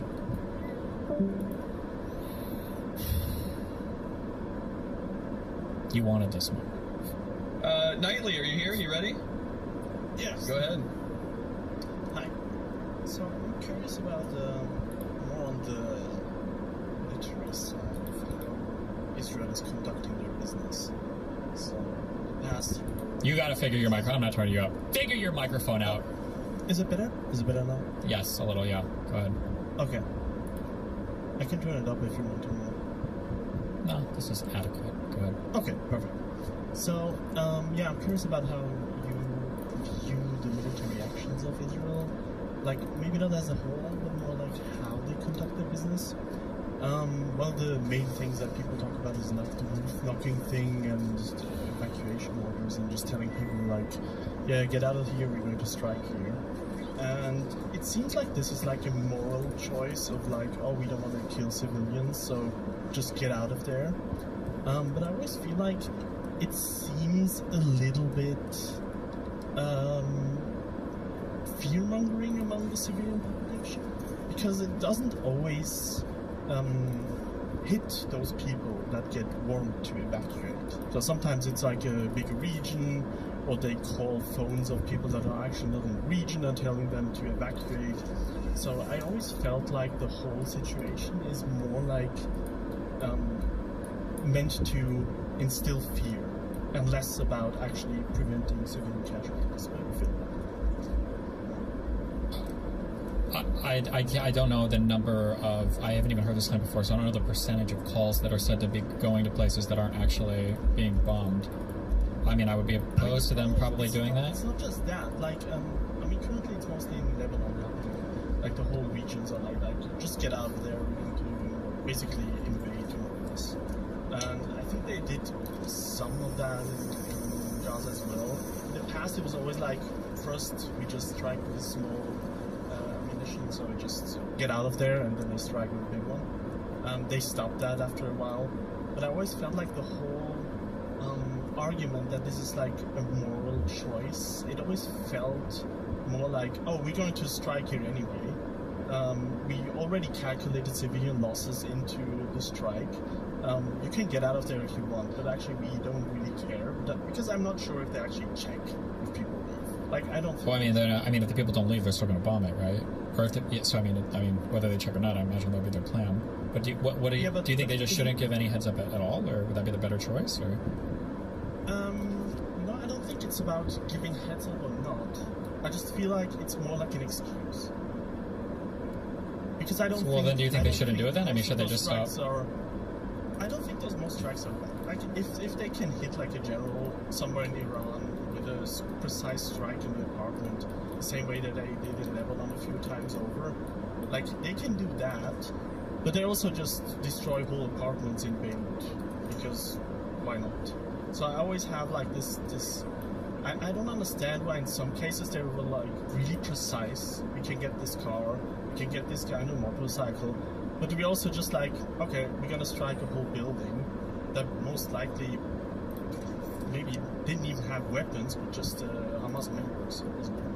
So I'm always curious of how there's so many different styles of attacks happening that are, I don't see the reason for this. And it always strikes more like we want to make people afraid of us and not actually having a purpose.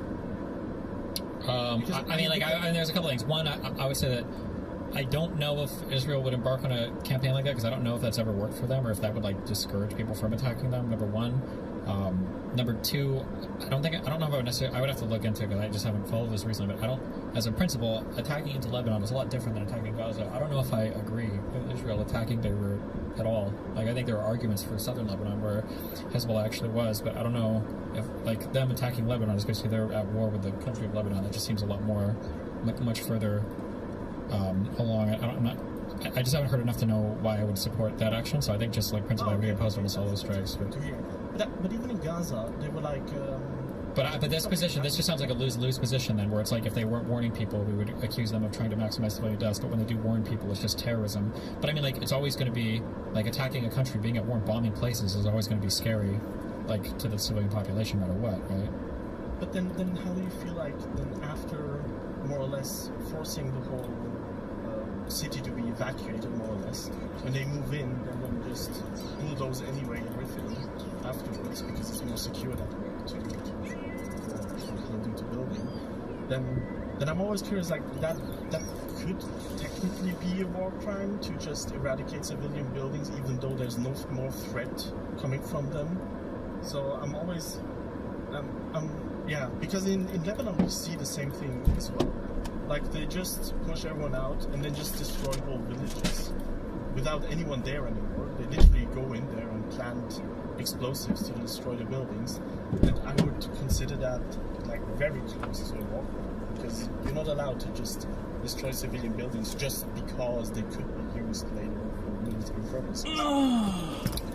Yeah, I mean, I don't. I feel like they did the same in Gaza. I would have to know the rationalization. I would have to know the rationalization for why they're hitting what they're hitting. It's difficult because there are it's difficult because there are reasons why you could do this that could be justified, but there's not really like an oversight board to know if they're being honest about it. So it's hard to say. Yeah, I just can't. That's the main issue I have. There is no outside observer telling us if this is the correct way that they're doing it, or if it's just randomness in a sense, or if it's just purely for destruction. Because right now, I feel like the same that happened in Gaza for like, we destroy whole cities so they don't come back here. The same thing happens in Lebanon. It's like we destroy every city that we conquer to make sure they don't come back. And I feel like that has always been their way of fighting. So I'm always against this war is mostly because history has taught us that the way that Israel fights is just push them out as far as possible, destroy so they don't come back. And so I always feel like that is my main reason why I'm against any of their actions mostly. And that's why I have been critical of them for a long time, not even before years that we started about that. So I'm curious how you feel about how they conduct war versus are they justified to conduct war? I mean, generally speaking, I think they try to conduct war in not a fucked way, but I mean, especially if you're Lebanese, I mean, you're not going to be of that opinion because I think Israel is probably some of the worst conduct I think that Israel has ever been committing, has probably been in Lebanon, right? I fucked the names up. The Sabrilla and Shantilla, whatever the fuck that massacre or whatever was, that was in Lebanon, right? During the first, yeah, and that was during the, I forget the dates now, the first war in the 80s? Yeah, so. And then I believe it was during the first war in Lebanon. I don't think it was in 2007, it was in the first war in Lebanon, where Israel was trying to commit to this idea of basically dropping leaflets in Beirut saying that the only reason we're bombing you is because Hezbollah is there, with the idea being that the Lebanese population would reject Hezbollah, but all it did was it made them fucking hate Israel. So, yeah, I mean, you literally said the Christian cities to push out the Shiites. Yeah, so I think Israel's tried this in Lebanon in the past. So I mean, like, I feel like if I was Lebanese, I would probably fucking hate the way that Israel conducts war. Like some of their worst conduct has been, in Israel. Or from Israel's been in Lebanon. Yeah, I don't know what else to say. I mean, most of the behavior seemed pretty stupid. But then it sucks that Hezbollah for the longest time basically ran, everything near the Litani and like south of that country, and is even I think a little bit part of your parliament now, right? Like it's an elected party that has people. I mean, they're technically separate. Sure. They do have. There are members of like. Am I making this up? There were members of like the Hezbollah party in your parliament. Are you Lebanese? Oh, I thought you said you were from Israel. I thought I heard you say that. I'm sorry. No. The thing is that how the parliament works in Lebanon is also a little bit insane because they kind of have to have all the sects represented in the parliament, so they cannot really vote for anyone else technically as well. So yeah, so it's a little bit of a mess. Yeah. So yeah, I don't know. Yeah, it's a clusterfuck. But go ahead. But that's why I'm mainly against all these actions, because just looking at the past and the whole history of the region, I always felt like that Israel, I mean, you said it as much, that if something happens to Israel, they will fight back, and they will fight back hard. So it's always the same. When something happens against Israel, then my personal immediate realization is that, a lot of people will not die, and not Israelis. Sure. So that's why I'm like a little bit allergic to anything happening in the region. And I'm not even like agreeing with anything of Hamas is doing or Hezbollah, but it's always like, now civilians will be suffering again because no one is going to stop Israel from doing what they're doing. Sure. I guess the question is like, what do we do about the situation is a lot different now, but like say go back 5 years ago, what do we do about Hamas and Hezbollah? I think the same way we kind of acted with ISIS, with all the strikes that happened in Europe. Well, hold on. The deal with ISIS was like a full coalition of different countries invading, conquering, throwing them out, and also like a massive civil war that led to the failure of the Syrian state, no? Yeah, but I mean, besides France, that was striking ISIS targets in Syria. None of the European states was like, oh, now we're going to invade the region to make sure that ISIS is destroyed. It's not like there was nothing happening from Europe, but Europe was more like, okay, this shit happens. We probably bombed a few of the targets there, but we're not going to invade. Like, it's not like the US was like, oh, Well, yeah, but they didn't have to invade because everybody else was invading, no? Like, you had the Kurds, you had the FSA, you had so many different factions in the Middle East, we were in the Iraqi supporting army. it. Yeah, we were supporting the fight. Yeah, of course we did that. So, like, but it's the same with, I think, with Israel. But aren't we treating? Wouldn't we be treating them the same if we just supported Israel fighting against? Wouldn't that just be exactly where we are now? I mean, it sounds like really insane to say this out loud, but sometimes it's the same with the Ghazni assassination, all those small little terror attacks that happened in Israel. I always feel like at some point you kind of have to accept that this shit will happen, but when you overreact, even more shit will happen in the future.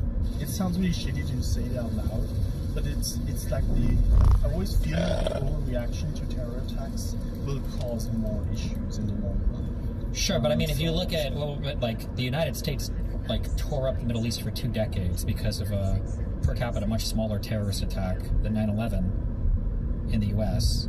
You had all of Europe that were clamoring for the destruction of ISIS based on the per capita much smaller terror attacks that were happening throughout Europe.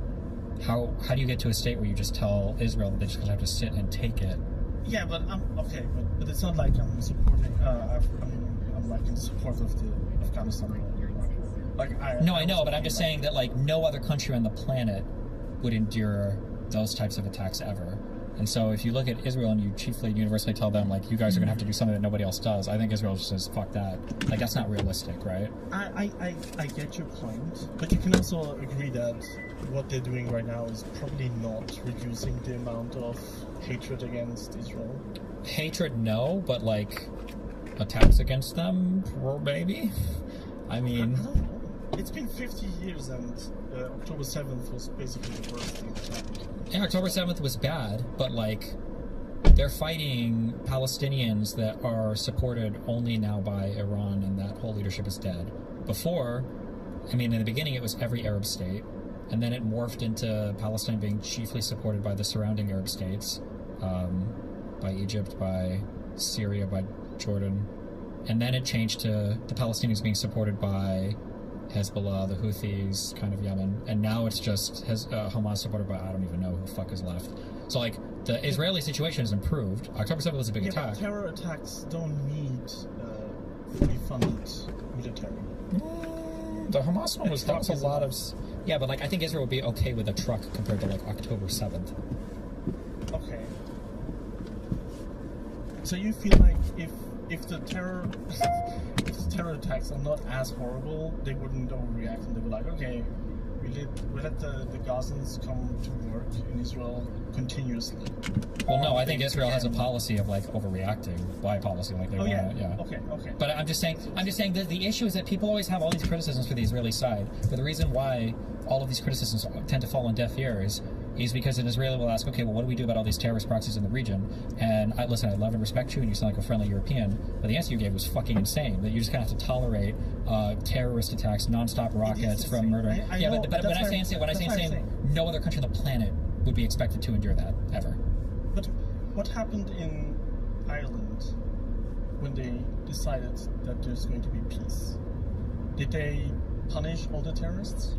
I don't know what the super resolution was to that, but I mean, that was a huge effort on the behalf of, again, America, on Clinton to negotiate. It was a really, really, really, really big deal for both sides of this, no? But were any of the terrorists punished? I don't know if they were punished, but they finally had peace with each other, no? Yeah, I think they pretty much even released some of the terrorists. Yeah, but what about it? We don't have peace between Israel and Palestine right now, no? Oh, no, I'm just saying, like the letting go argument is not something that didn't exist in the past. No, hold on. They didn't let it go. They reached a resolution to their issue. There was a deal. There was a Good Friday Agreement. There was a deal that was made to allow these two places to live without continually bombing each other, right? Yeah, but people were not punished for their acts. Yeah, but they were fighting back and forth, weren't they? Before, Okay, so you would say if they found some kind of peace deal, you would be fine with saying, okay, we let Hamas people live. I don't think Israel would be fine with that. I don't care if they would be fine with that. They have to, and there would be way more support. Okay. Right?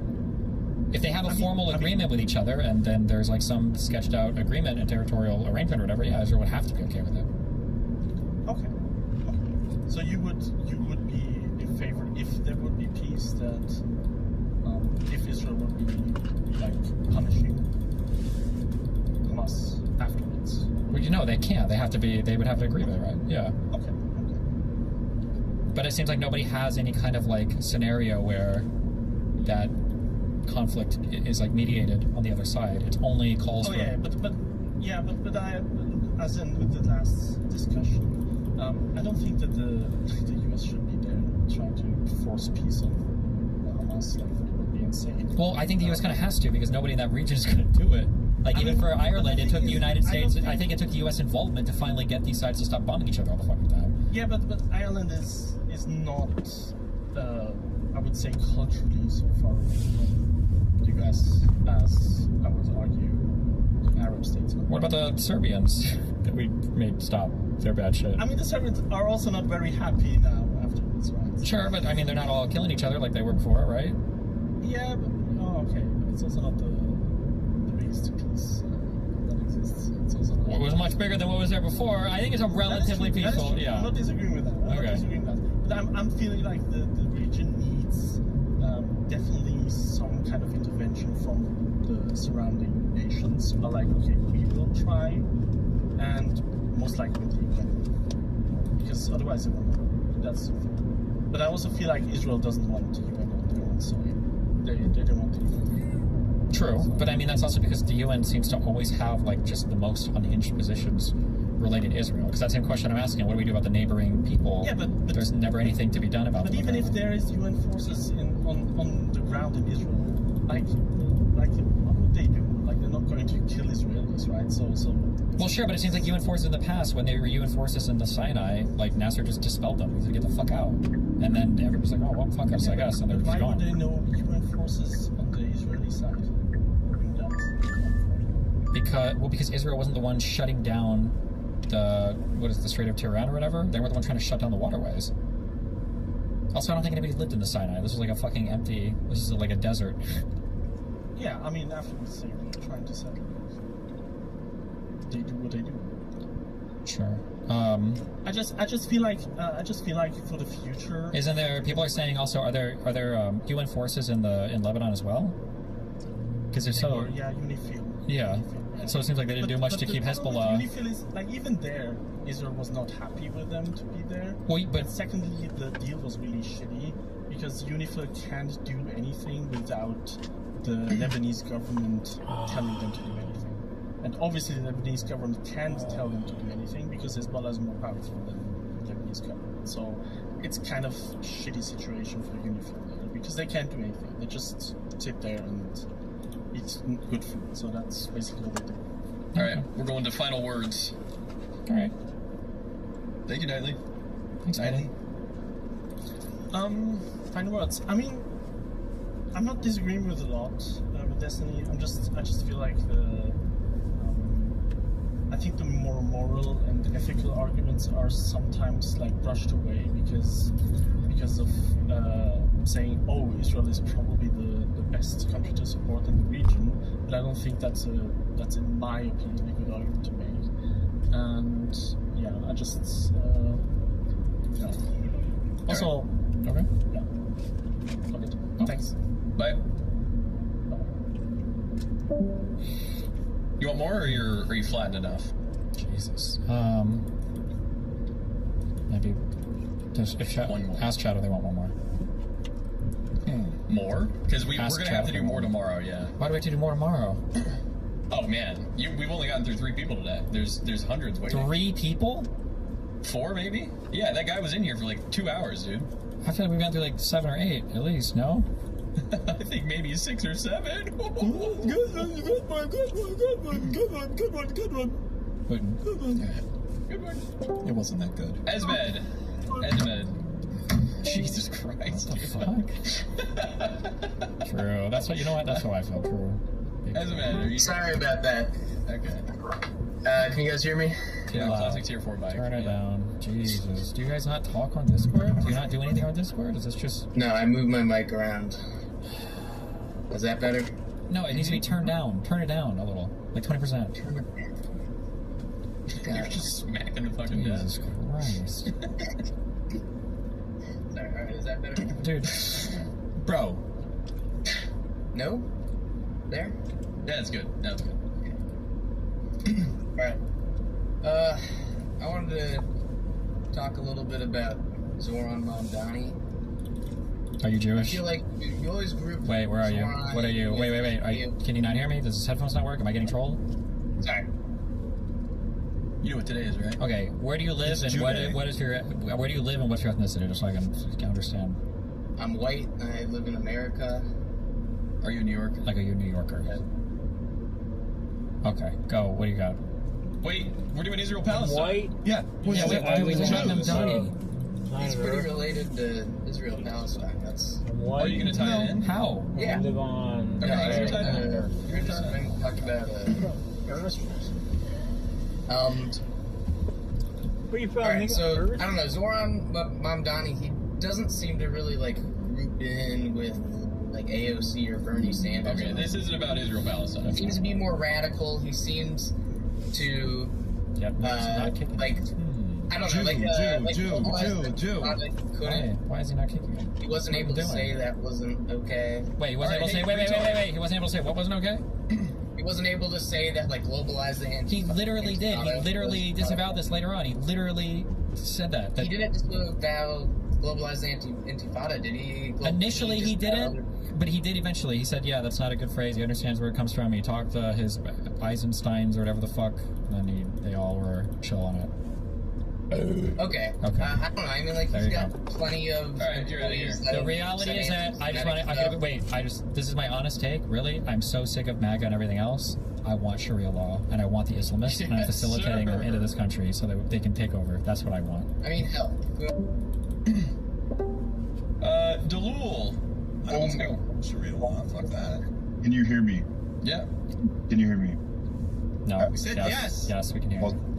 Sorry. Oh my fucking god. Oh, you did. Okay, sorry. Let me start from the beginning, and then we can. Good place to start. Yeah. Get your question in the first 30 seconds. Go. Okay.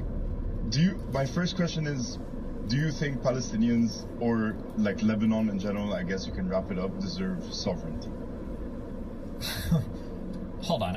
You're Lebanese, like by birth, like in the U.S., or where are you from? Yeah, no. I was born in Lebanon. I have my Lebanese passport right next to me. Okay, and Lebanese and Palestinian people are wrapped up in the same question to you Well, for this, I kind of wrap them together, but okay, wait. Because this was unexpected, so let me just breathe for a second. Yeah, no problem. Because I do want to give you like a quick argument that is actually like legitimate. Okay. Okay. My first thing that I want to touch on just from besides this is that saying that Hezbollah, in my opinion, is not a proxy of Iran. Do you agree or disagree with that? I guess it depends how you define proxy. I mean, they get a ton of external support from them, but I mean, they also exist on their own. But I would argue that if Iran didn't exist, that they would find funding from somewhere else. I don't know about that, but I know that Hezbollah would definitely carry on. Before, I think it would have been from Assad, but now, I mean, they would exist in some manner, sure, yeah. Okay. So, I just wanted to get that out of the way. Sure. My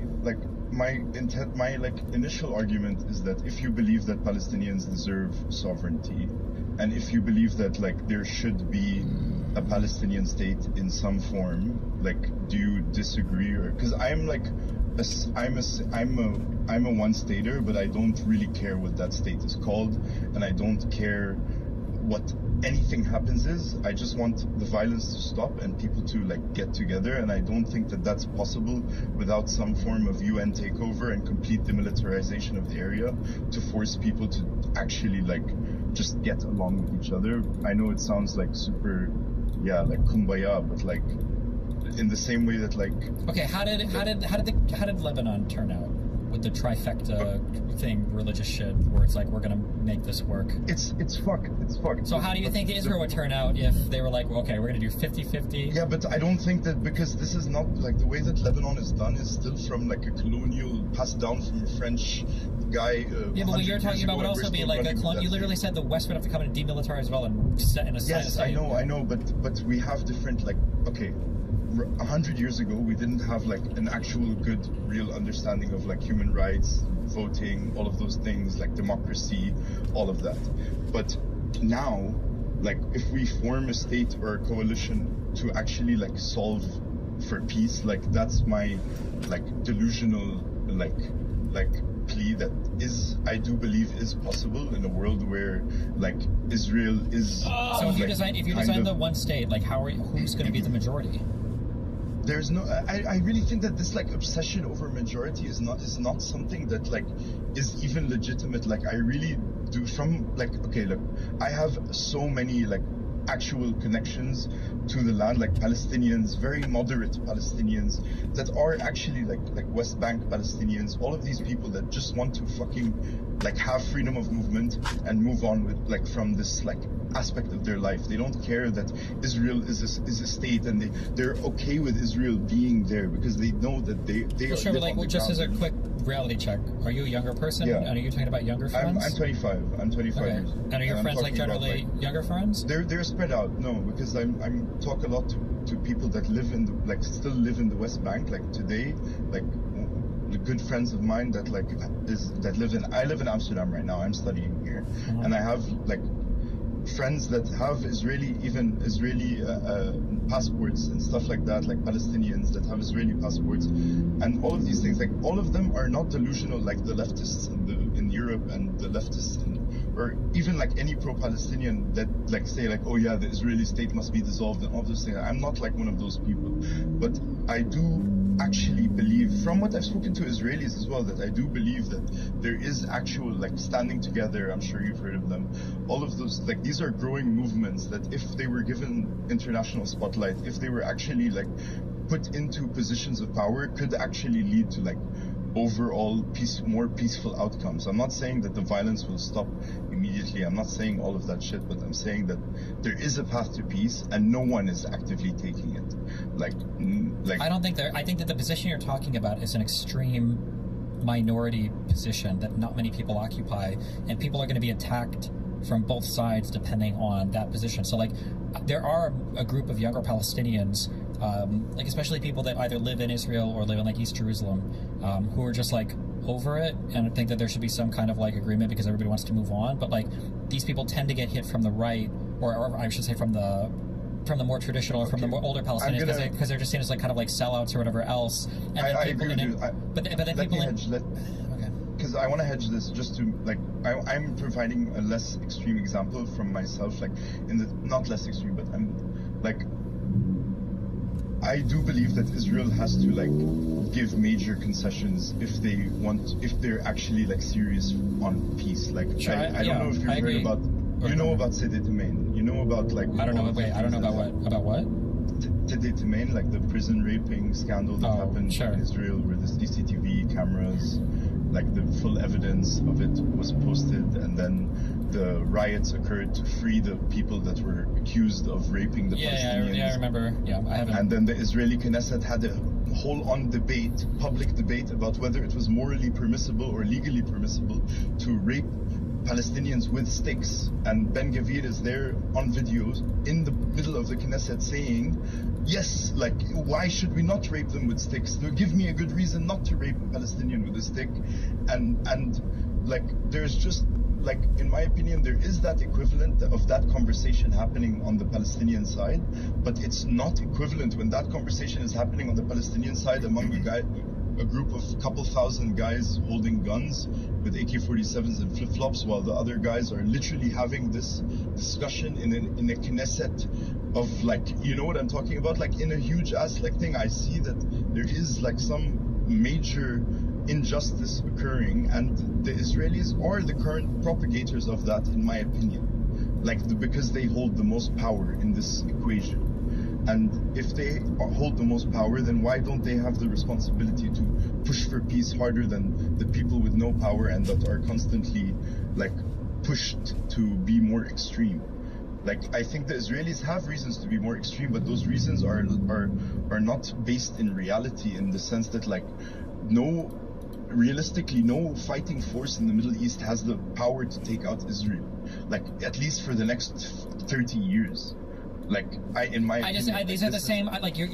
These are the same talking points. There's just nothing in reality that's going to work here. Like for you to say that you don't care what the negotiated one-state solution looks like that is like paramount. It's everything. Like, who's going to be the owner of that state? Will it be the Jewish people or will it be the Arabs? Of course, no. But why do you think, like, who owns the U.S.?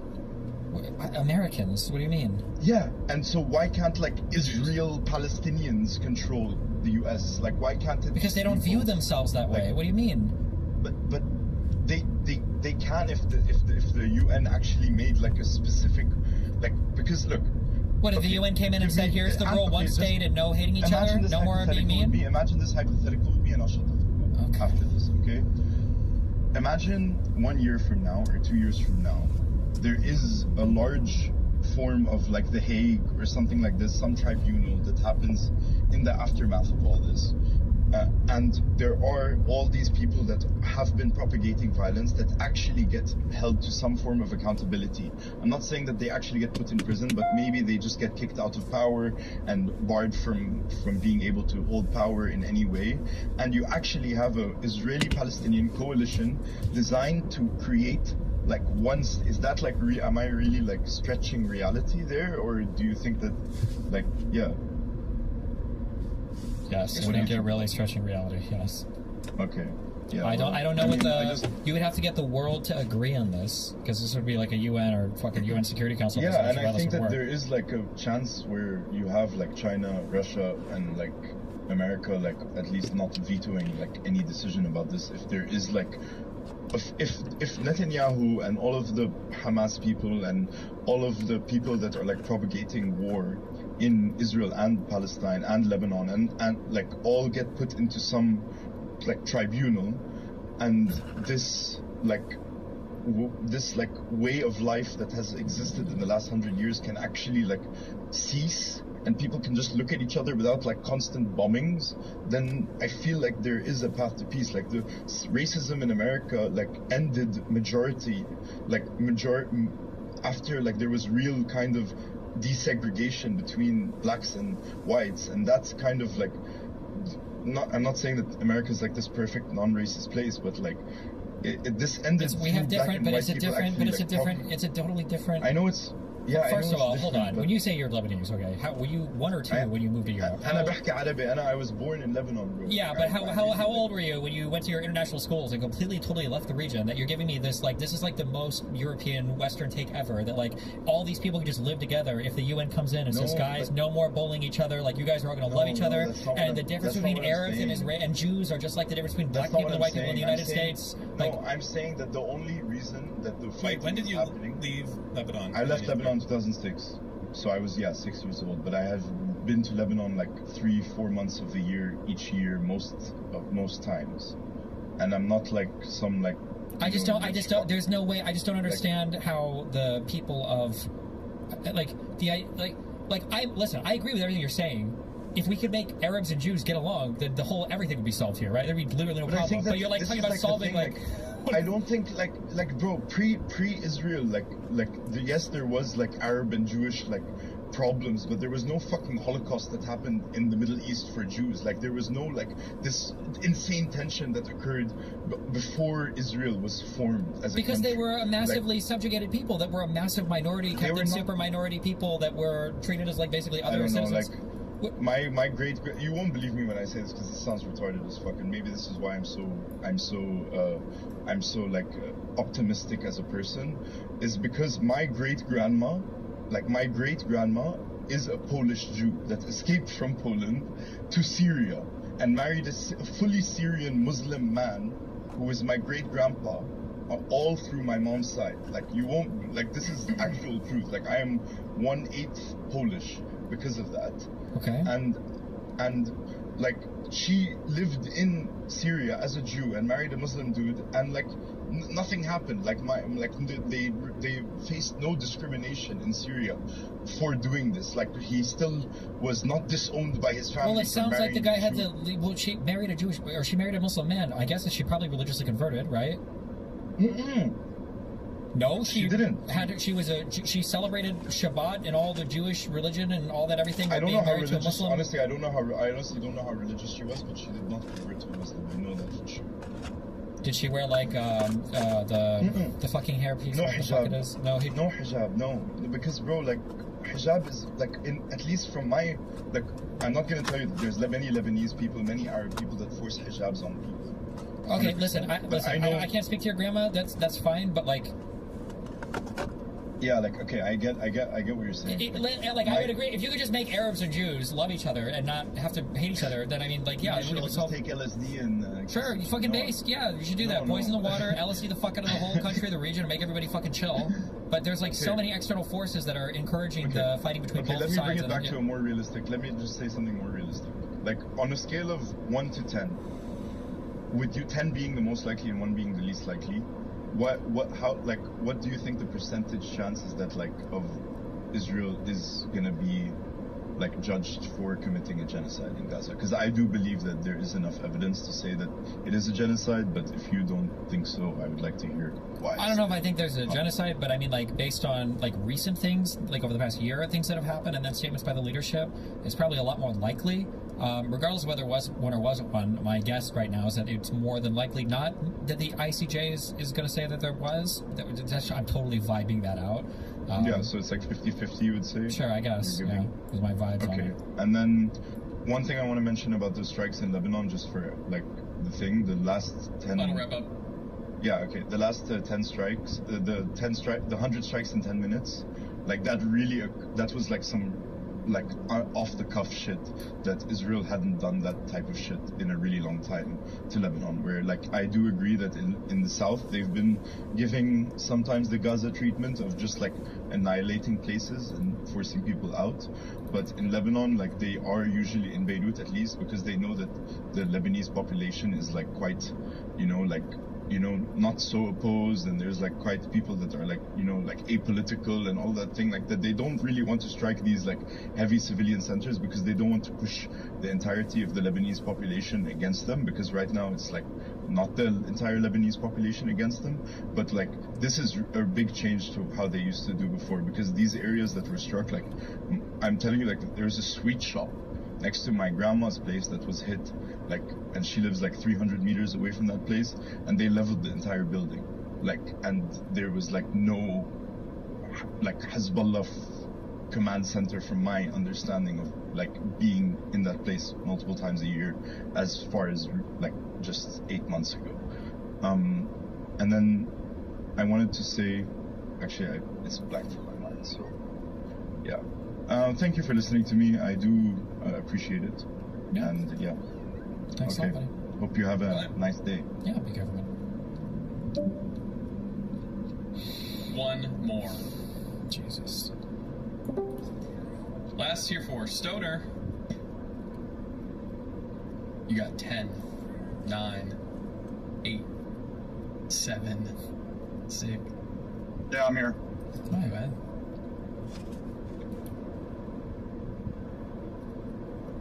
Base alert, base.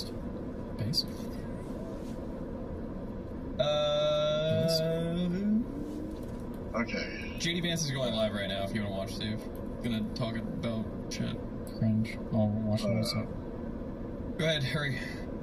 Alright, I only have like one question. It's really like, how do we derail these conversations? Because they seem to hijack the conversation every single time, and there needs to be a way to like move them so far past that they feel stupid for even bringing it up, like because it's like talking about Israel-Palestine. Yeah. I mean, I don't know. I mean, I mean, Dems should have a stronger stance on it so they can speak meaningfully about it without it seeming like they're kind of avoiding the debate on it, which is probably not making them look good. And then it's about having strong. Well, it seems like it's so complex. Complex. I'm sorry. there needs to be like it's a situation that is so complex. You can't like fit all of the solution on like a protest board or something like that. You know, you have to like if you're gonna make it like if you're gonna make it like palatable and everything, you have to be able to like make it really, really simple to where, you know, people can understand it. I just feel like it's like too complicated of a situation for like, you know, average like blue collar people to even like contemplate. You know. Yeah, I agree. It's complicated, but I mean, Democrats could still have a stronger, more well-known position on it. They're just busy discovering. They're in a journey of self-discovery right now to try to figure out what the fuck their positions are on anything, and we're waiting for them to figure that out, basically. I feel like we just focus on like domestic issues. Like, I like none of this like any in the Middle East. I mean, I understand like we attacked Iran and everything, and it's fucking bad. And the Trump administration is like fucking insane. But like if we like focus on like domestic issue, I don't really think there's a way we can like really lose that. Too bad. But it's whenever we get into foreign policy every single time that we really fuck up. But yeah, that's all I had to say. Anyways, I appreciate bringing me on. Yeah, no problem, buddy. Okay. All right, bye. All right, debates are done. We might do more tomorrow if Steve wants to. Might do more tomorrow. What? Problem? What did you not understand that I just said? What did you not understand about what I just said? I don't think you spoke English. Good. Well, what do we do? Do you figure it out yet? What the solution is? It's simple. Shrimple as what? Kill the Jews. Jesus. In a video game, you mean? Video game. It's a joke. Video game. Okay. I don't know. I don't know how to decide what to do about Israel-Palestine, Stephen. You don't have a solution? No, I don't. Not even a small one. I think they should probably just learn to fucking deal with each other and realize they should be friends. True, actually, though. Literally the same God. True. Well, yeah, I think it is in these religions. Careful about that one. My solution would be get rid of settlers in the West Bank. They don't care about that. That's just make them move. Sure, but they don't care about that. Who's that? The non-Jews. That's just I think the Jews shouldn't be there. Yeah, but that doesn't matter. I mean, they shouldn't. You're right. Brave. Well, there we go. We agree. Brave. Yeah, but that won't solve anything. Brave takedown. Any more brave takes? It's a true take, unless you disagree. Say you disagree. If you do. I just said it was brave. I know. I'm saying if you disagree, say so. I didn't say I disagreed. All right, I agree. Okay. Fuck you. Fuck you. Fuck you. Wait, where are you going? Seriously, Why? Yeah, seriously. I want to eat. I haven't eaten. I've been here. You don't have to leave Discord to go eat. Yeah, I can. I do. What? What a pussy. Seriously, I hate him. It's sad. What he's become. An eater. Yeah. He just goes to eat food. It's crit. Who tried? Oh, it's this kid. Was I wrong? I don't know, probably. About what? I thought, like, well, I had my convo with you about how everyone's just kind of trying to tone police you. Well, it's not really, though. They want my position to be different is what's happening. Yeah, it's also, too, I think the Reddit, well, I don't know if all those people are from the subreddit, but I feel like the Reddit is a lot left from your position. On some issues, yes, yeah. But it's like... Is it like I complain about this forever, and it's just I feel like it's never gonna change, and I don't give a fuck, whatever. But like, there's just no center left pillar on the internet anywhere. Like I'm like, no, that's not true. I'm sorry. I think no, because even like I feel like probably Mockler and Brian Tyler Cohen all probably I don't know where they sit on like Israel. My guess is they're probably a lot more conciliatory towards that pro-Pally side too. So there's just not very strong like neo-lib or center left places. So it's very easy to kind of like give way to the further left feeling on all of it, just because there's so much pressure moving in that direction. But yeah, we're culturally weak. Yeah, so we need to fight back. I mean, that's kind of like the issue. That's like every subreddit, like kind of like turns to like the most maximalist like left position, and like there is no center lib stuff. Yeah, because extremism is fucking fun, bro. Nobody has a picture of Warren Buffett on their fucking wall. They have Che Guevara. Should I just kill this cat if it got rabies? Yes. And roll with 3 cats? Yeah, because it's gonna spread, unfortunately. Oh my fucking god. Wait, if I kill this cat, do I lose the stuff it has equipped, or do I get it back at the end of the battle? Ooh, I would just take it off just in case. Well, it's too late now. Oh. Well, I mean, I can save scum.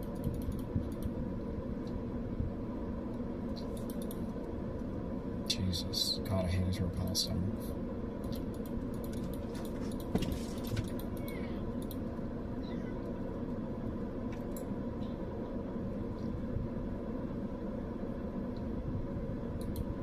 Well, Do you think the center left will ever like have their their Ben Shapiro's? No. They'll probably, they'll make a comeback, I'm sure. It'll be in the next few years when the far left and after the far right disappears, or they're going to be all fucked for a while figuring their shit out. It's going to be... Name me one time in the history of the people that there was like a cool liberal. What, Bill Clinton? Barack Obama? Those are presidents. Yeah, they're liberals. I'm talking about like Jon Stewart. Now, he was far left. Not when we were kids, no. Now he's kind of... I think he was kind of far left, even as a kid. Okay. Wait, I think so. He was pretty progressive, even when they first came on. I think I started watching him on Comedy Central after Craig Kilborn. He was after Craig Kilborn, right? I don't know. Maybe, you know what, Dan? Maybe he was. He was. Maybe he was, Dan. He was. I have to kill my own cat. God damn it.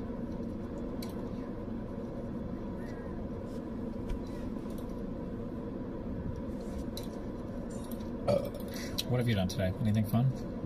I installed an idle error control valve and a Mac boost controller valve that can be controlled from the ECU of my car. Really? And I also had my head shaved for a mohawk. Did you go to like a barber professional for it? No. It's a fucking mohawk, not a professional hairstyle. You just get rid of everything except for a strip. How long are you going to keep it? Not long, I'll tell you that much. Long enough that I've fulfilled the obligation of whatever the fuck this was. And that's about it.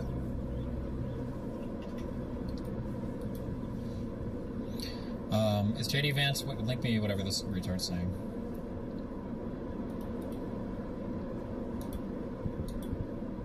Oh, man.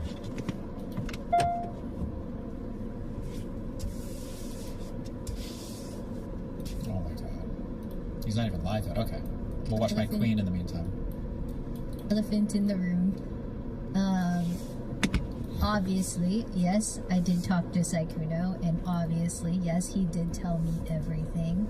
And obviously, yes, I should not have tweeted that I was disappointed yesterday, because it just gave a lot of ammo to a lot of angry people. Innocent little anime and boy. so, Innocent little anime The dog sharking thing? Yeah, 50,000 likes. but yeah, he knows that I was gonna mention it today, and he told me Innocent little anime boy, you can fix me. I am disappointed, as I have been with a lot of my friends in the past, and I'm sure I've also been disappointing to a lot of my friends as well. So, what do we know from this, Dan? I can't speak fucking ultra leftist. Saikuno's going to continue to stream. She's going to continue to be friends with him. She made the equation, or she equated. Wait. Oh, sorry. Hold on. I may have missed that. She's... Go back 15 seconds.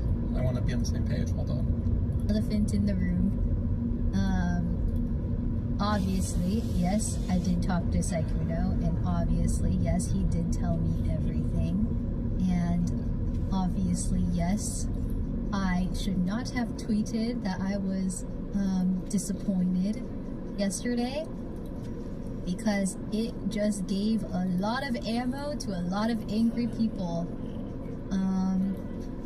And so, but yeah, he knows that I was gonna mention it today, and he told me everything, and yeah, I am disappointed, as I have been with a lot of my friends in the past, and I'm sure I've also been disappointing to a lot of my friends as well. So 100%. You know. Yeah. You know, everybody makes mistakes. What is it?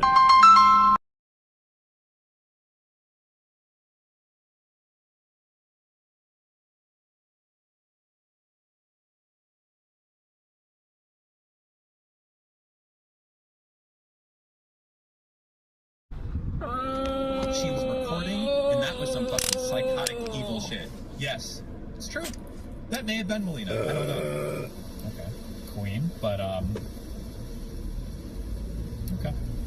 I mean, does it not change in your mind a little bit when you know that, like, she knew she was recording?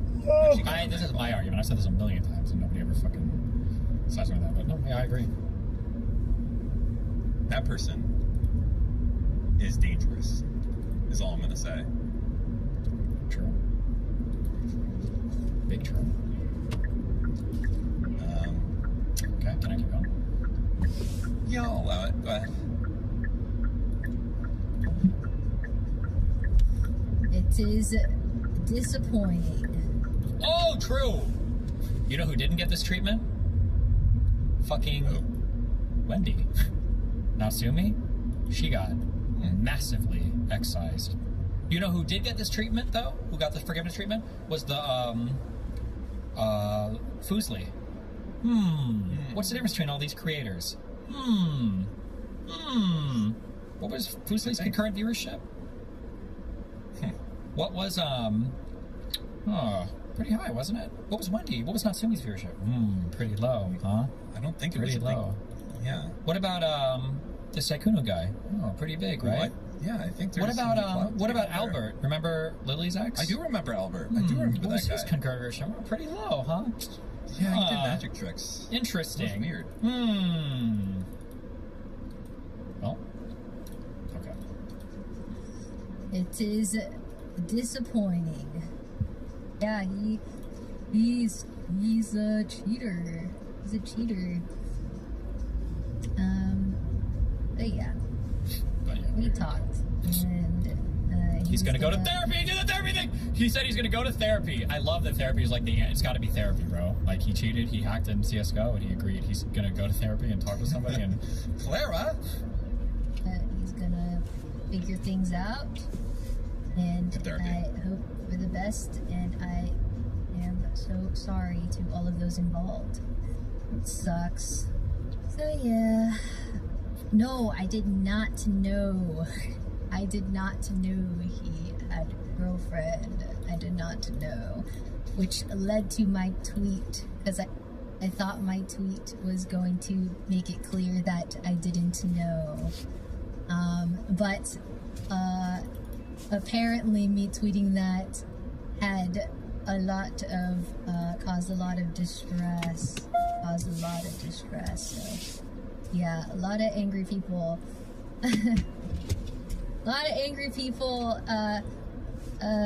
You know, it's my karma, because last year, it's because XQC reacted to my tweet, and he did a whataboutism, which is funny because last year when I talked about it, I did a whataboutism, which I've already talked about and I already apologized for, and I already understand that it was really stupid of me. that is kind of fucked up, though. Is that true? Did XQC really go over her? Everything that everyone's telling me to talk about, I already talked about, and I already owned up to it. How do you feel about Swalwell? Coordinated attack, none of it. Is he APAC. Pro or anti-APAC? I don't know. I just screamed. Whatever it is, whatever. it's definitely not true, and I definitely categorically don't believe anything ever until I need videotape of him being abusive. Otherwise, it's a lie. I'm not perfect. I make mistakes. You cheated, so what? Who cares? No, okay. Cheating is bad, guys. I don't know who needs to hear this. Did you not see the video? I saw, yeah, the 4-second video. What am I supposed to get from this?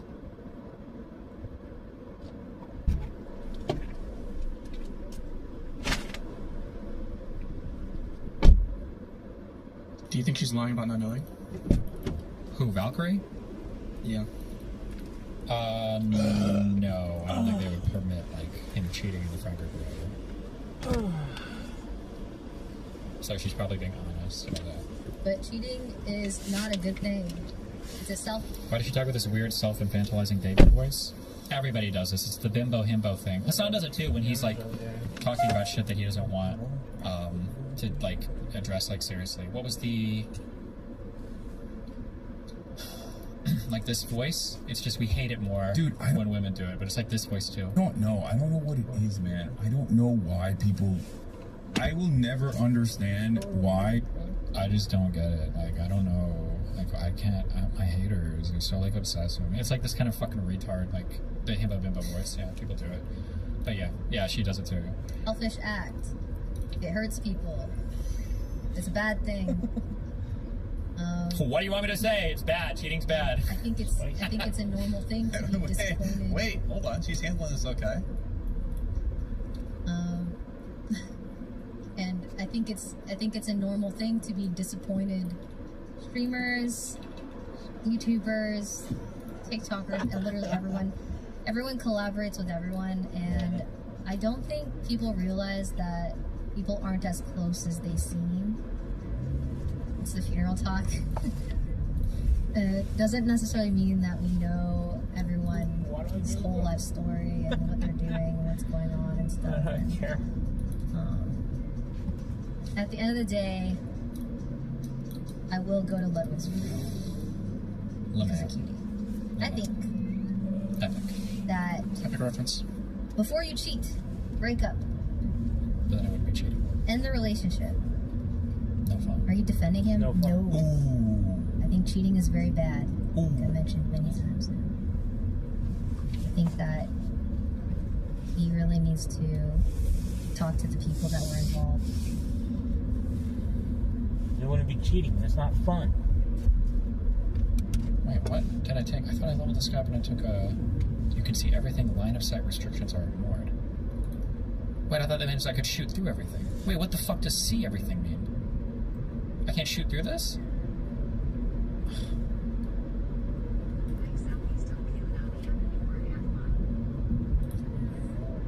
Not to be too parasocial, but they lived together in 2022. There's no way she didn't know, and they were friends. Bro, living together, especially for streamers, doesn't mean fuck all. Like, you could, like, they could live together and not talk much personally at all, or it's not like she's, like, on his computer, like, reading everything, and, yeah. Somebody said, are you excited for another round in front of Judge Becerra? Having Doe's attorneys explaining that they didn't have depositions because of Doe's school schedule would have been disruptive will be cinema. Yeah, I'm hoping that I don't know how normal it is, but I don't think it's normal to, like, she called for a hearing on that, and I expected it to be automatically granted, which I think is good, and she called for a hearing on it immediately. Like, we didn't even respond yet, and she called for a hearing, so I'm hoping that that's going to be a cinema fucking court day. That's in 9 days. Hopefully I have a good indication of what is going to be happening, I guess, based on that hearing now.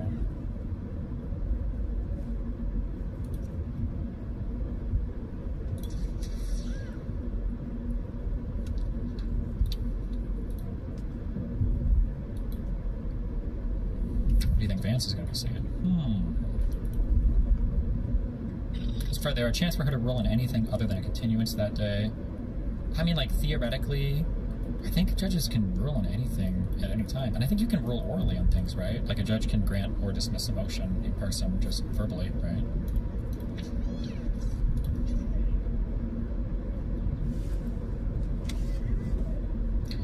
when you say call for hearing, for what does it mean? Well, they filed something a few days ago to ask for the case to be continued 2 months, for the trial date to be pushed 2 months down, because they need to do, because, for Pixie's side, because they still want to go to Sweden and depose Melina, and we haven't done party deposition or anything like that. And then, so right after they filed that, obviously we have to do a response, and our response is due in 2 weeks. But the main judge on the case, scheduled a hearing for us on that motion for 9 days from now. I think on the 20th, 420, baby. Before we even responded to it. So my guess was going to be that motion would have been instantly granted, because I think it's pretty normal to ask for a continuance or whatever. So I'm hoping that the hearing will be instructive on whether or not they're going to dismiss it. Or my hope is that every time any judge has ruled on a motion or done a hearing, her attorneys have gotten fucking roasted. So my hope is that she's going to be asking them for why aren't the depositions done? They still have I hope that they're going to address the show cause on why did you guys skip your deposition and you didn't tell the court, and you emailed Brettler and you told him that you weren't going to tell the court. Why the fuck did you do this? And then figuring out on the motion for summary judgment, do you guys have anything for subject matter jurisdiction right now? Or April 21st. But yeah, I'm hoping those questions will all come up. Otherwise, I don't know what the point.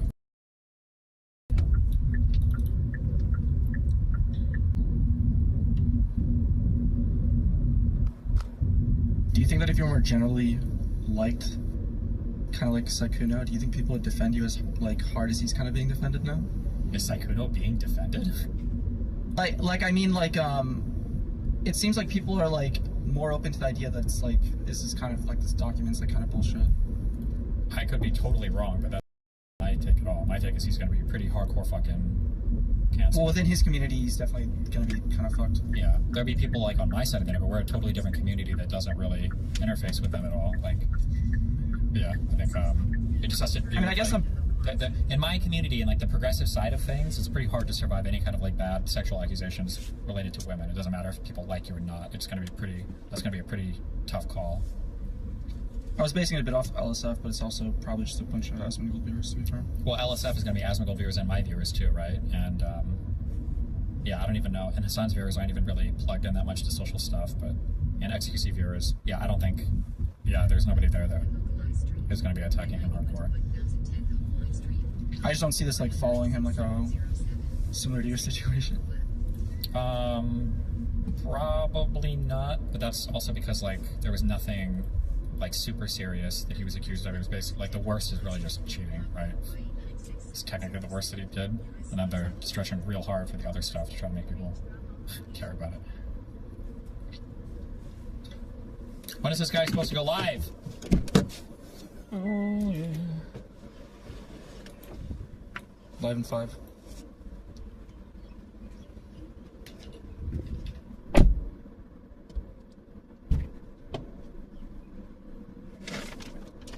Live at 5.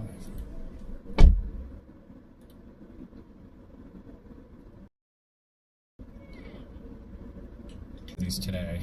Oh fuck. Let me think if I want to or not. Let me use the restroom. Hold on.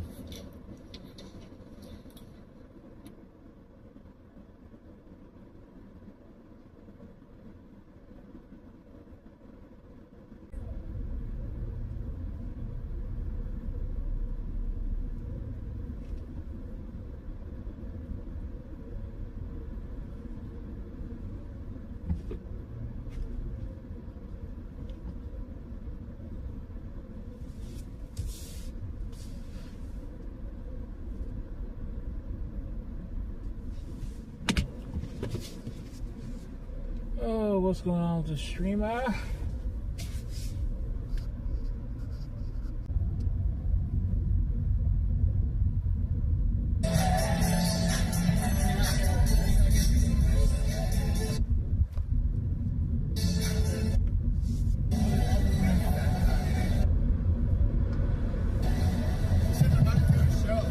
Oh, fuck!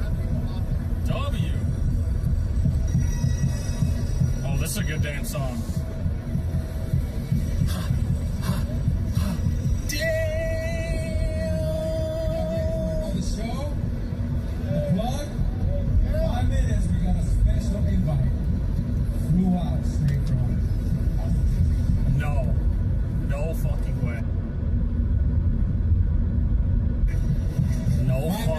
Who do you guys think it is? Who do you think it is? Who is the special guest? Who is it? Nick and I should risk her. Who is the special guest? Let's see who can get more numbers in 5 minutes. I'm good on that. Who is the special guest, though? Just some, he said nobody, just some guy from here. Oh. It's Action Man. No. Did you just say Nick White? Yeah, that's me. Oh, hell yeah. Oh, man. Dude, you're famous. Hey, shit, what can I say, bro? I'm fucking...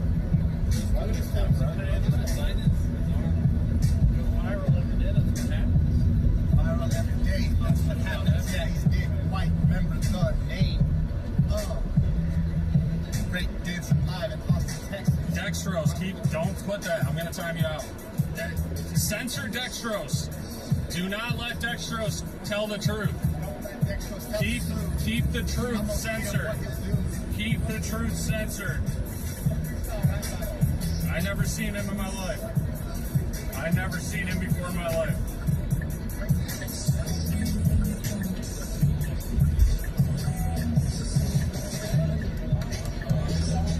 Oh yeah.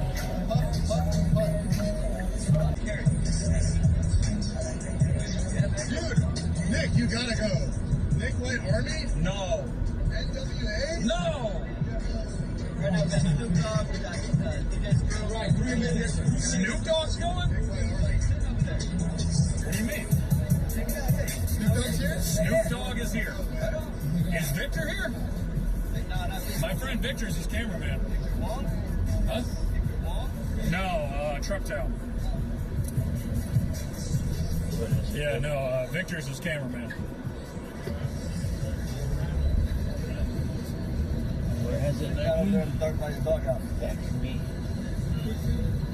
Okay, where is he? This is Snoop Dogg?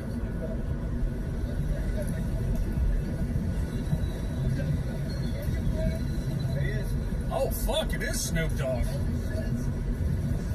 He's a little shorter than last time I saw him. Yo, Snoop. How's my boy Victor doing?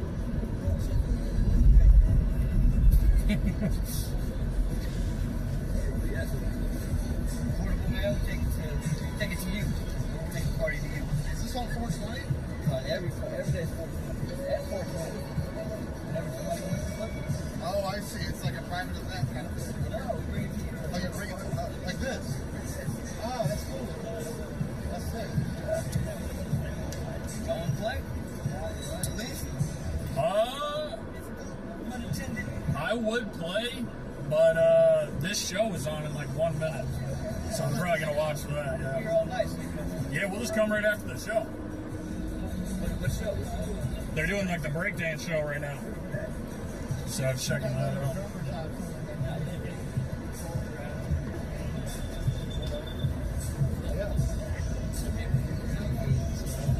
Little Uzi Vert is about to show up. I heard he's here. Little Uzi Vert. This shit is gonna be crazy.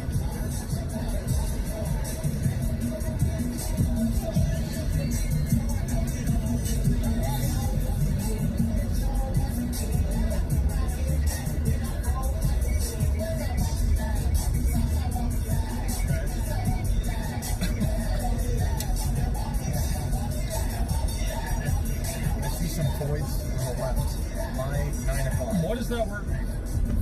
Female. Also, when you say my 9 o'clock, do you even know what that means? Yeah, I'm facing this way. It's my 12. So it's like my 7. So 3, 6, 9, 12. So it's to your left? Yes. Okay. 9 o'clock is the left. Okay. No, I mean, this, like, literally, we're right. Well, that would be more like 11 o'clock or like 10 o'clock. I know, but I'm saying, like, if you want to get your clocks right, like 9 o'clock would be directly. I'm just saying. It says a clock, yeah. Dude, I would not talk to them. You wouldn't talk to them? Yes, I would. They have to be super hot, though. Yeah!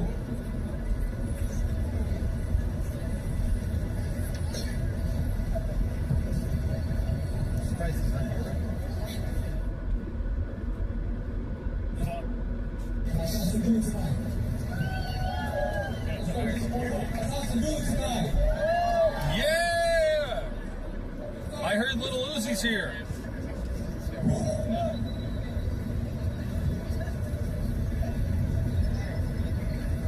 Y'all hear me?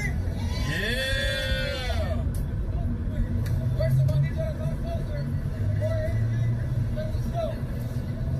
Got my man over here. Let's go to the show. Yeah? Are you doing good? Good. He said he's doing good.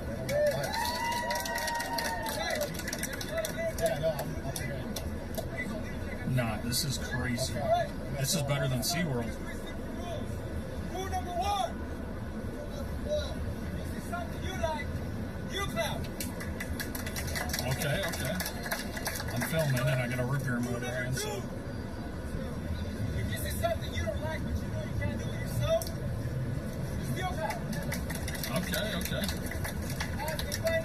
He wants yes, man. He wants yes, man.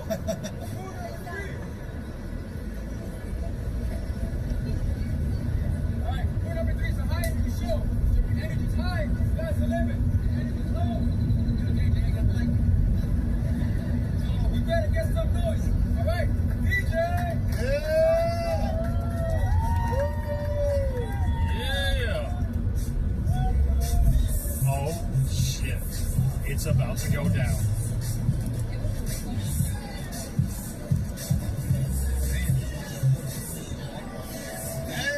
Oh my God.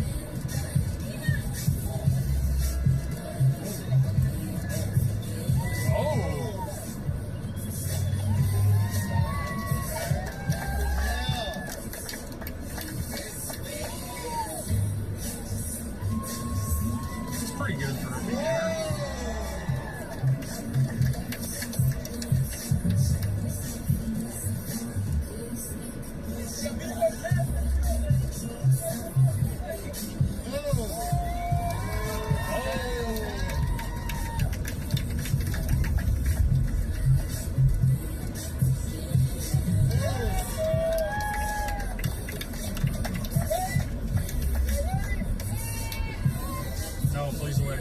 I'm not ready. Oh! Yeah!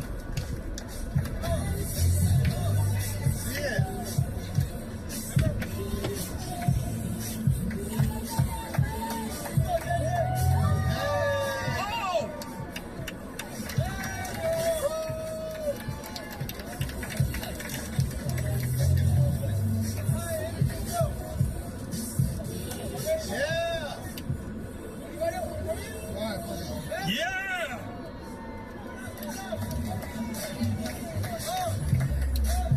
No way.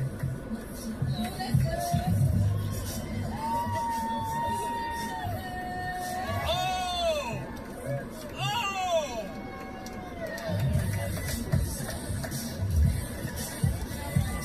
Oh!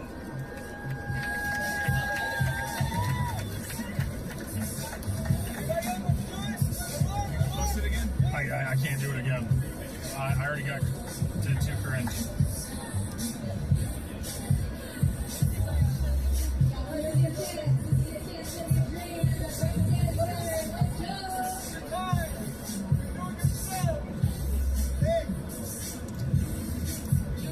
Hell no.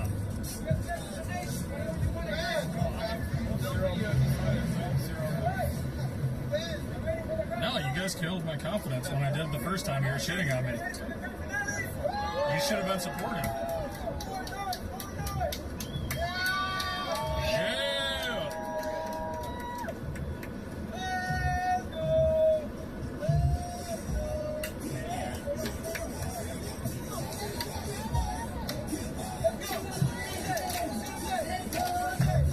being a hall monitor, I literally already did it.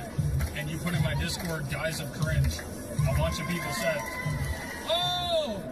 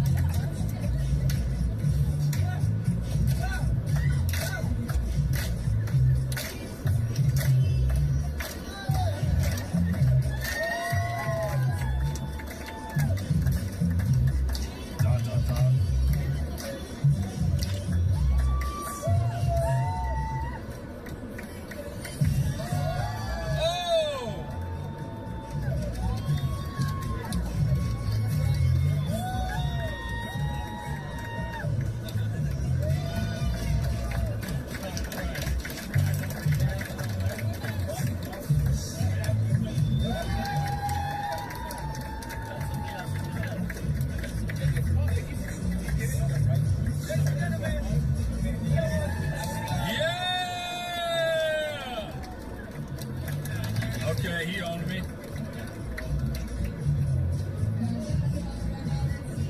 That was good. Very good, very good. No, it was good.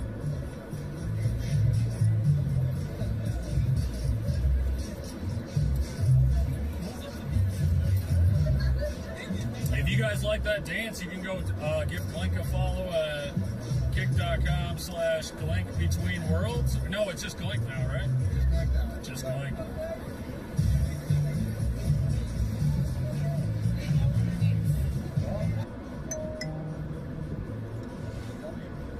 Glad you came out, man. You too, Matt. Yeah, this is fun. Also. Yeah, it's actually really fun. How you feeling, man? I'm feeling good. See, you're taking care of yourself, doing better. You're moving. Yeah. How you feeling? Better. I was falling asleep earlier. Maybe it's I just have bad dopamine or something. I don't know. I do feel better after eating. I do feel a lot better. I got 5%. I'm about to head. I gotta go watch the fight. All right. You staying around? I'll probably just go home then.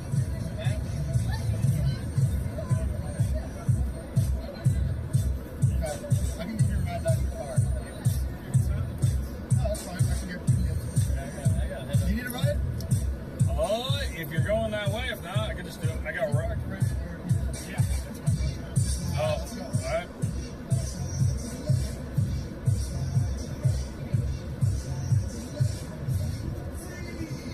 Everybody clap your hands.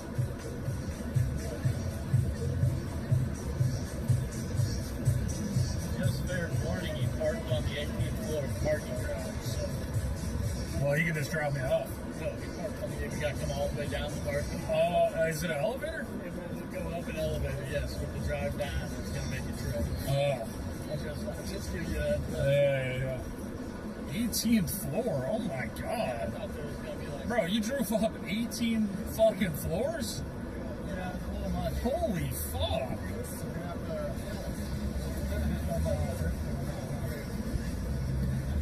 You were looking at a car for a while, right? Yeah, but then there was a war, so I was about to buy it, but I bitched out because of the war. What happened? Oh, you're gonna be in it, man.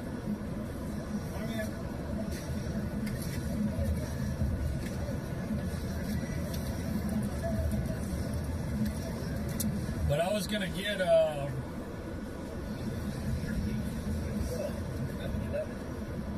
like a $6,000 car from one of my viewers, but the war broke out and they were like, the economy's gonna tank, all your stocks are going to zero, you're gonna die. I was like, all right, maybe I won't get a car right now.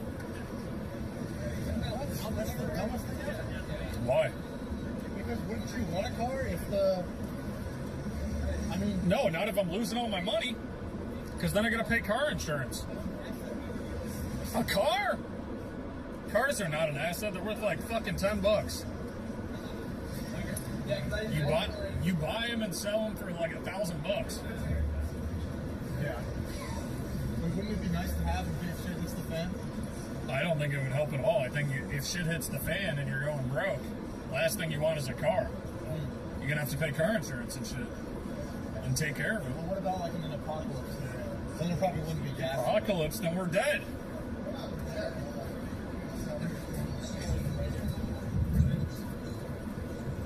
If it's the apocalypse, I mean...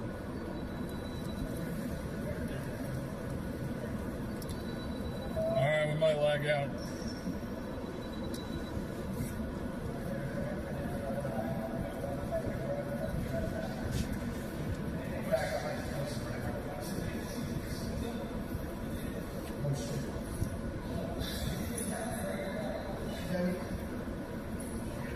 To the right, to the right, to the right, to the right, to the left.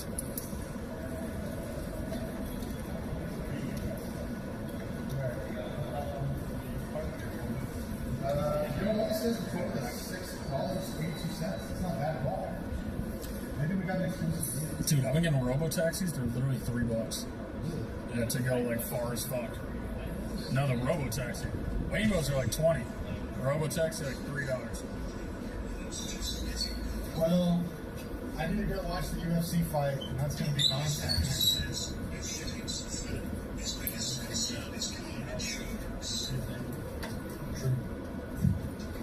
No, I'm saying if you're going broke, you don't want to pay car insurance. Like if the oil goes up and shit. Yeah, especially gas. They're saying gas is gonna be expensive. I don't want to pay car insurance. I think it's on the outside. Gas prices. Bro, Nick White 000. We're going Trip Zero. I thought you were cool with it. Yeah, he just is a little troll dick rider. Like, look at this fucking dude. Going in. Yeah, he's like fucking the ultimate troll.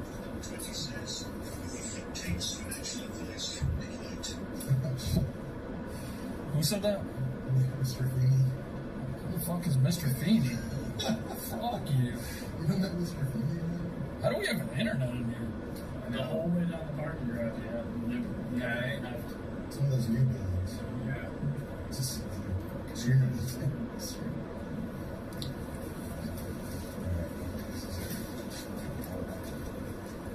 well, there was an outside. I think we're over on the... Yeah, we're on this side. This car's right there. Do we walk out here or no? Yeah, I think To the left, to the left, to the left.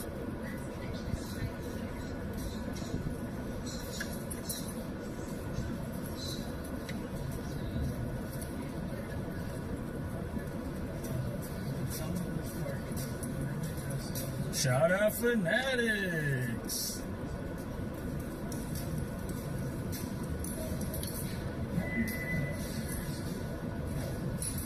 Shotgun!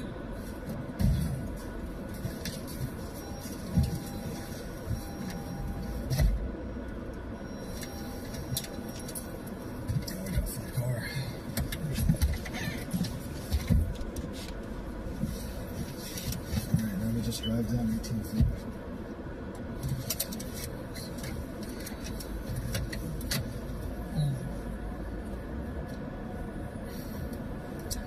That was pretty good when you danced in front of like 50, 100 people. I didn't feel like anything flowed with that dance, honestly. Oh, no, it looked good. Really? Yeah. I'll check the vibe. Those guys look fucking insane. I would have done it if they weren't shitting on me when I was doing a practice one day. I just said dies of cringe and all this shit. I was like, alright, well, I'm not going to do it in front of 50 people then. True. Oh, the gloving, I forgot. Bro, what happened with the gloving? I got the gloves and I never even tried learning still. I'm just too fucking lazy. Okay, so Ben just mentioned it. I told you about it. On the 17th, we're having this DJ night rave, end of the world rave at Sid House. Okay. pull up with your gloves, you can definitely get some hugs. It's gonna yell at you for the signal, by the way. When I feel like me. I don't know. Who doesn't have a signal? I'm locked in. Pretty soon they're gonna manufacture these cars to blow up if that doesn't get planned.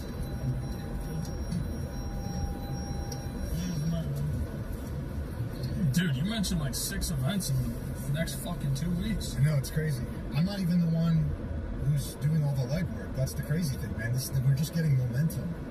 It's like something like Mateo is planning that one on the 17th, and Abraham, when you met, is helping with the boxing thing. Dude, Abraham was pissed. At who? Me? Yeah. Why? He said you said to meet him at 4. Well, what time was it? It was like 5:30.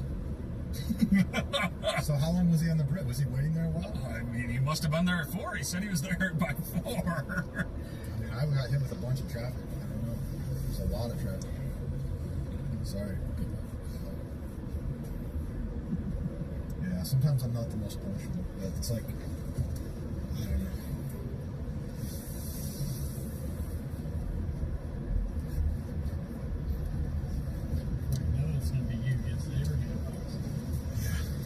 But at least when you showed up, a bunch of people were doing it. So he seemed to be happy that all the people were doing it after. I don't know how many of them signed up, but... Yeah, but I mean, at least there was like interest in like all those people were coming and shit. I would not want to fight that guy. He was hitting like a freight train. Yeah, he kept like saying like, want to play chess, want to box? I'm like, no, I don't play chess or box. He's like, come on. It's like, what do you want? You automatically win. I don't do either of these, and you do them. I'm like, all right. You're gonna fucking destroy me. But you did play him? I played him at chess, and he beat me in like fucking easily. But then he was like, you want to box? He's like, come on. And I was like, no, I don't. Come on, you never wanted to. I'm like, no. I'm fucking boxing you? I don't box and you box. You're gonna fucking kick my ass. Have you seen, what do you think of Clavicular's wrist tape? All I know is Clavicular is meeting at like the computers. He's doing computer science events all the time now. And I see them advertised and I'm like, how the fuck is this guy showing up to coding shit? Really? Yeah. What? I didn't hear about that. He's showing up to all this coding fucking shit. It's like, I don't understand. Where did you see that? It's even in Austin, Texas. They're advertising all over the place. So he's going to be here for a coding event? Here, I'll show you. In a week or something, he'll be here for coding. Dude, we should fucking snipe him. I don't give a fuck about meeting that guy. Do it for the culture. You think I give a fuck? Clearly, if you want to. Oh, you do it to the left. I know. Oh, to the left. For standing, that was swiping. Oh, you're right. I was looking at the symbol. Nice. That was only $7. I thought it would be like $70. Oh, shit. Thank God we didn't stay for 2 hours. Yeah, look at this, guys. Computer Science Club Clavicular guest speaker April 14th. Bro, that's insane. And so he knows computer science or not? I don't know if this is like, it has thousands of likes, but it's like, why he doesn't code? Is that Austin? City right now. You know, if I went to New York, I'd be, small fish in the ocean or whatever the saying is. But as far as Austin, I fucking run this place.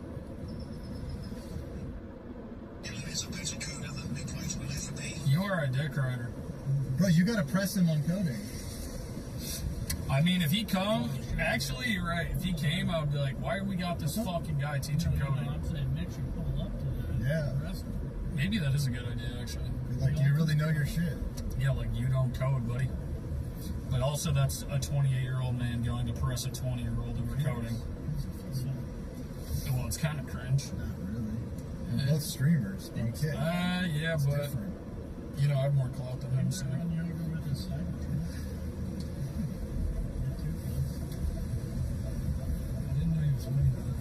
I mean, you know that every other streamer...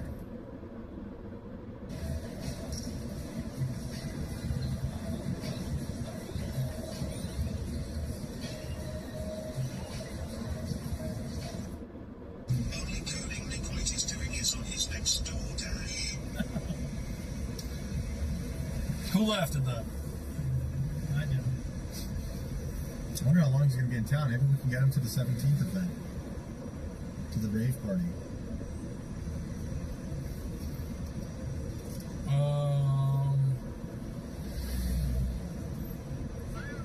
Yeah, man. I'm sure he'll go to the rave. Probably. What voices do you have on keep you guys going? Okay, we're at Ice. Let's see. Lex. Emma Watson. How long have I been live, guys? Can someone put that in my chat? That one's Mark. Oh yeah, they use that one.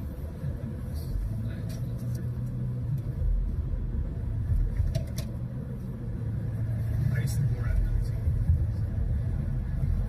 1 hour, 2 hours, cringe. 5.5. Yeah. 5.5's decent. I can. Okay, let me think. I mean, you'll be kind of on the way back too, Ben. Yeah, that's fine. This chick's not bad. On the left.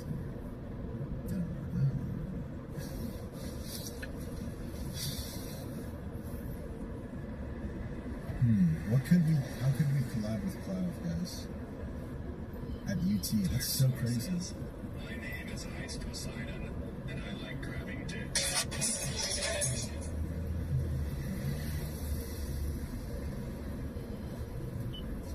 Your Uber verification code is 81.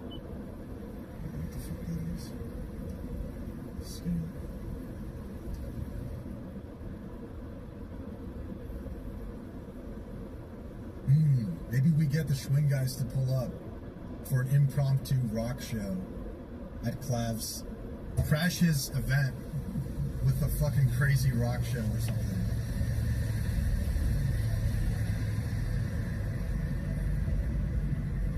Mog him. We have to mog him. Hey, that's where you pull out with the folding table, adjustment, and you have Abraham challenge. Sir, quick question. You ever heard of the live streamer Nick White before? No. Oh, really? Yeah. Oh, I was just talking. What do we set up? We'd have to figure out exactly where he's going to walk by to set up the table. And he's going to be like, I don't want to play chess.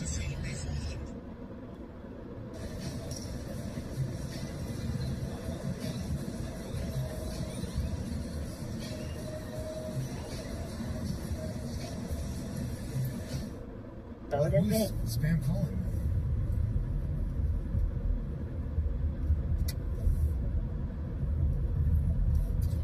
Chat, y'all still there? Because I stopped paying attention to my stream, not gonna lie.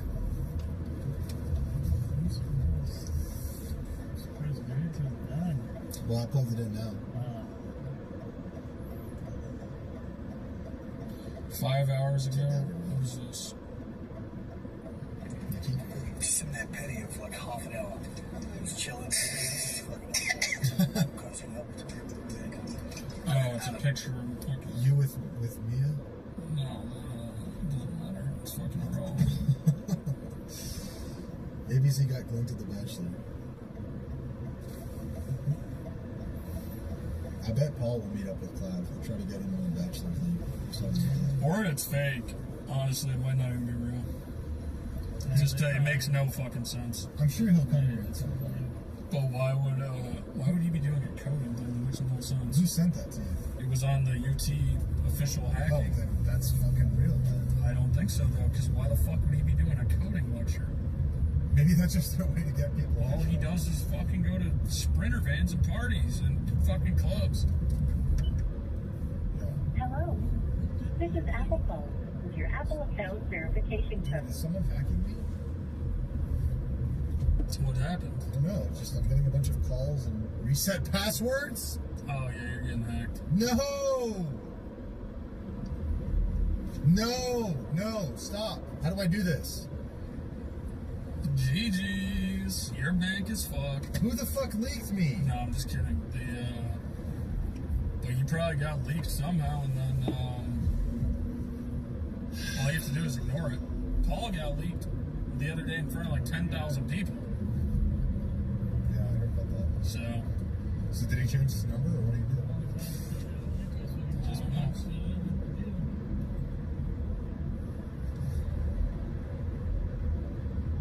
When I punched it in at the to get in, but I didn't even show that. Did you show it, Matt?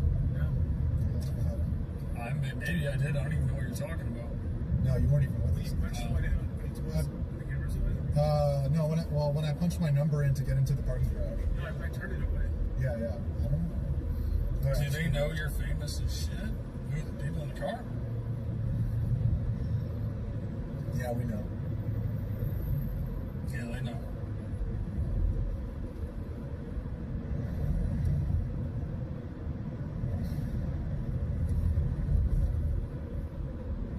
Nice changes his number every few months. Nick, in your free time, do you ever have like a little personal project that might use any of your coding knowledge? Nope.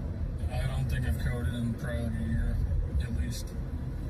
Haven't even done anything like that.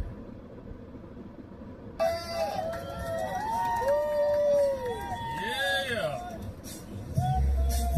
Oh, shit. It's about to go down.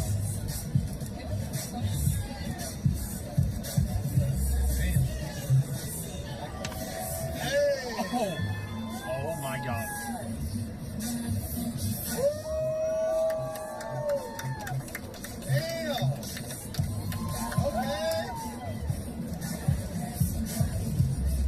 Okay. So I'll be like, Buddy, what did I say?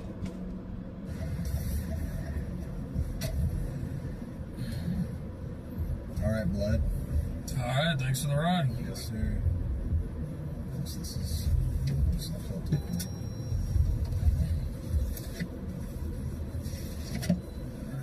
Hi, Dunkel, talking shit. Same as always. Alright, later. Later, bro. See you guys. See you. Later, Matt.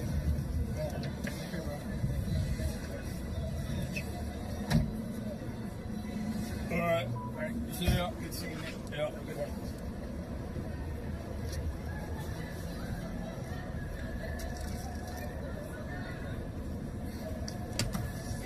Oh, yeah. Hi, Dunkel's talking mad as shit. Yeah, every fucking day, every hour. It's so interesting. He seems to talk shit about everyone all fucking day, every hour of the day. That's all I get in my chat. Dude, he's got bad trolls.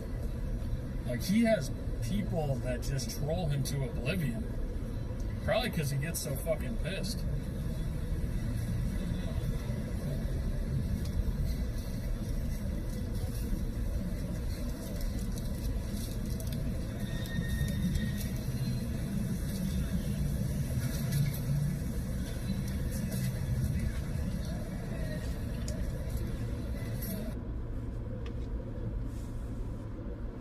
Yeah, fuck it, here, I'll just try it.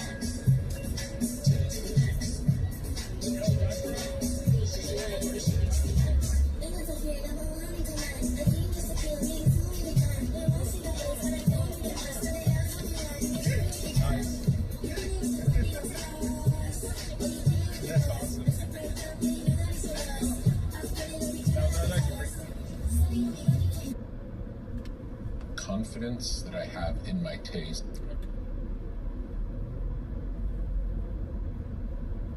Nick White is gay. What is this? Did Vagabond get his channel deleted? And now he's a new... I let my girlfriend have sex with other men. Okay, so it's a troll Vagabond. It's a fake Vagabond account. Dude said I've let my girlfriend have sex with other men. Belong.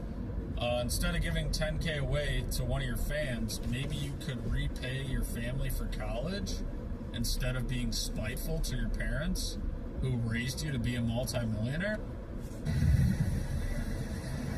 I've only targeted like shit talk probably like 10, 20 creators max. There's probably like 200, 300. There's hundreds to go.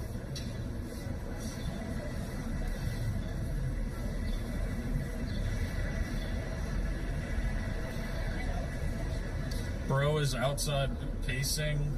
Outside, it's a coffee shop. I'm waiting for my Uber. What do you want me to do?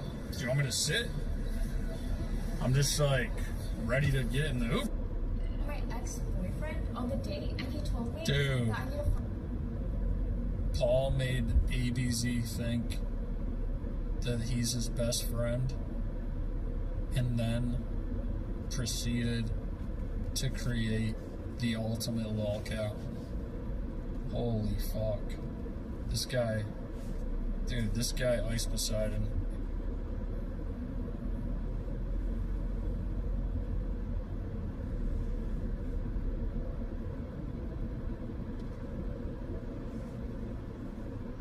Hello?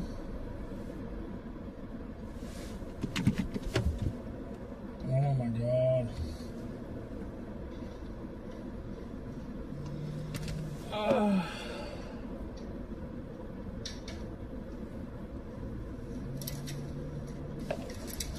Hey.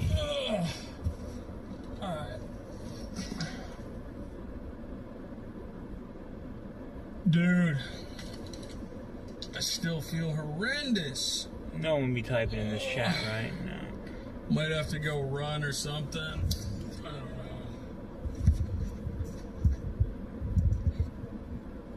know. I don't know why I'm dying. Maybe I'll just do a blood test stream. I don't get why. You should be able to just have no insurance, walk into like a bunch of different places and get a blood test like anytime 24/7. And then just get the results instantly. I don't know why it's so difficult. Here, I'll just try it.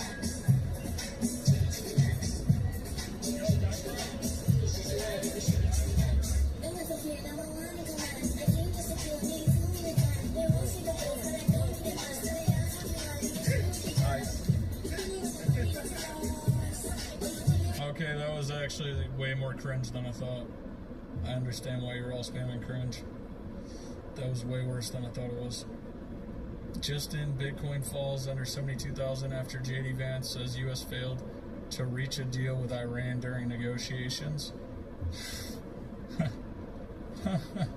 Oh my god. What is it? How fucking cringe are these retards? Wait. I am so fucking sick of this shit. How's the Bitcoin price? Like, why the fuck is everything like, oh my god. Bitcoin. Oh, Bitcoin price. Yeah, baby. Why are you laughing? Ha ha ha ha ha ha, he's losing money. Bitcoin price. Fucking bitch. Fuck you.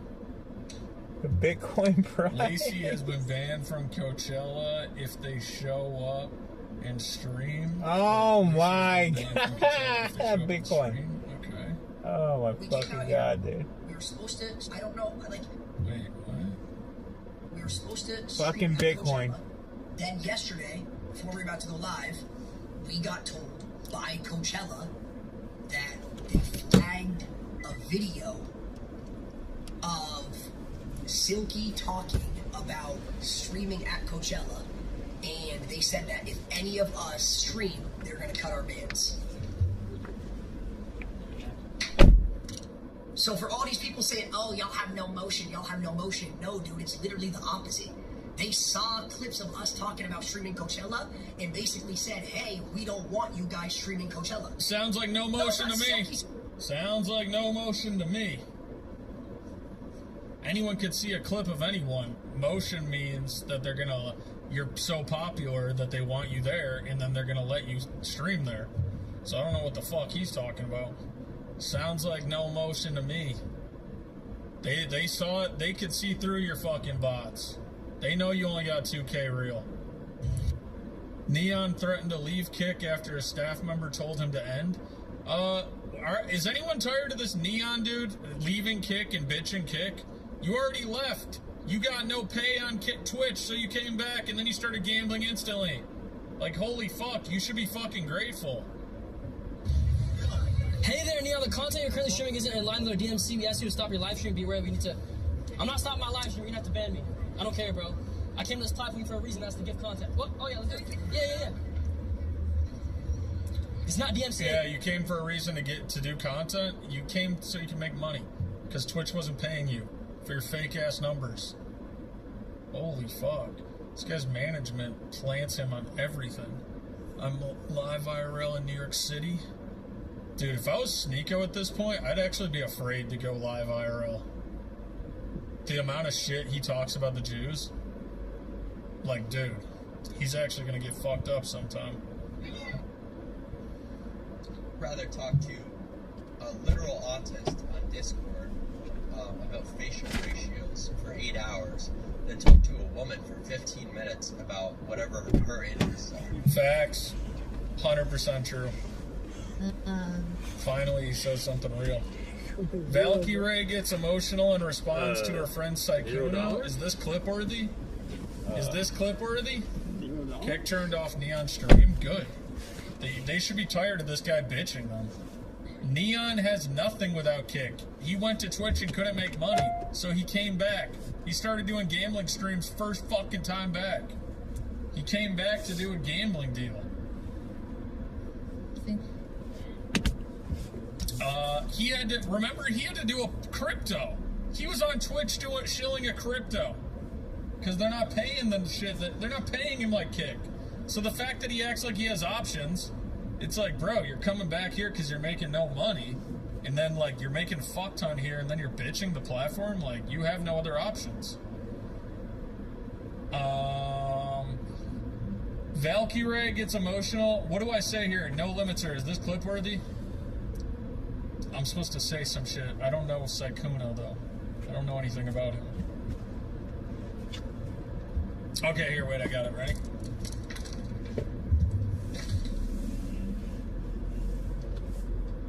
Valkyrie gets emotional and responds to her friend Saikuno cheating on his girlfriend of 5 years. Yes, he did tell me. Elephant in the room. Obviously, yes. I should not have tweeted that I was disappointed yesterday, because it just gave a lot of ammo to a lot of angry people. Okay, last time I shit talked Valkyrie, I got they told the person that clipped me to remove it, because I'm not allowed to say you're 35, start a family, so I gotta avoid that one. All right, here we go. Ready? Valkyrie gets emotional and responds to her friend Saikuno cheating on his girlfriend of 5 years. And obviously, yes, he did tell me everything.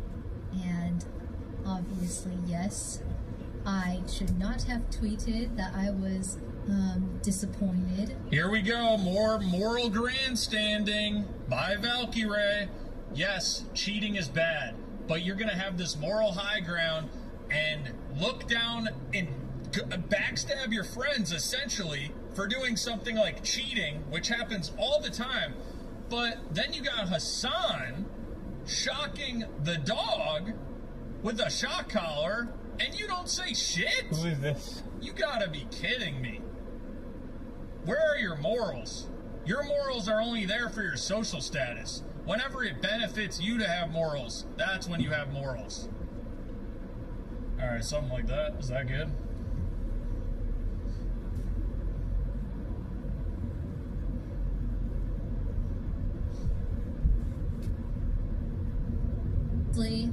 Elephant in the room. Obviously, yes, I did talk to Saikuno, and it was yes, he did. Should I do it differently? I don't know shit about the Saikuno guy, to be honest. What's good, Citrus, man? My man Citrus, but I wish I could tell you guys. He literally had some dude's girl just on his bed, legs spread. He just beating cheeks. He's beating cheeks, and that phone on the side of the table. Zzz, zzz, zzz, zzz. And on the phone it said, ex-boyfriend calling. He looks at us like, nah, not now. Keep stroking. He's just fucking stroking. It's bro, Trainwrecks is fucking weird as fuck. When he talks about sexual shit, it is so uncomfortable. He's always talking about, he's like, yeah, I had a dream. I was fucking a chick. I was going in hard, and then it turned into a fucking dude, and he started blowing me. And I'm just like watching. I'm like, what the fuck is this dude saying?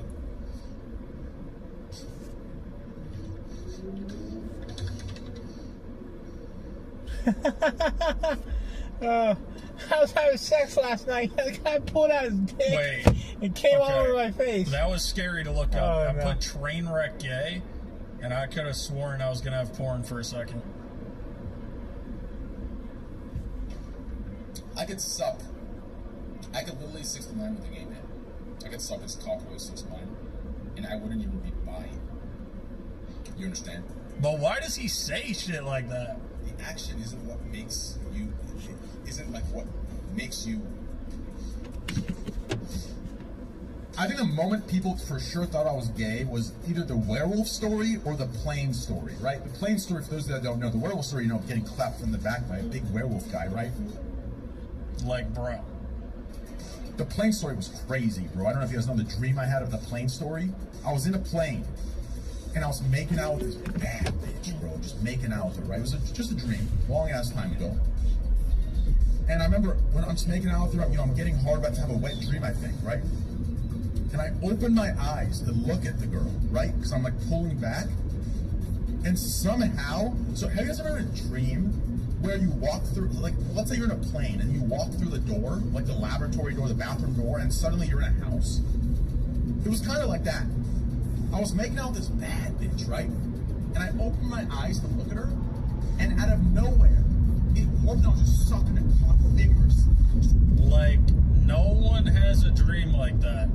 That is not fucking normal. Nobody has dreams like that.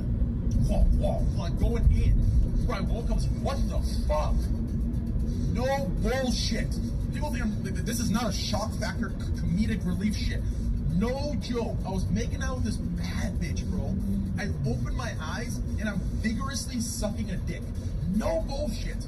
Literally never had a dream like that in my life. That is just insane levels of gay. Like, it put me into deep thought for a while. I was thinking, like, is this like me coming out of the closet somehow, like subconsciously? Right? How I'm like making out with the chick and I open my eyes and really I'm just sucking a dick crazy.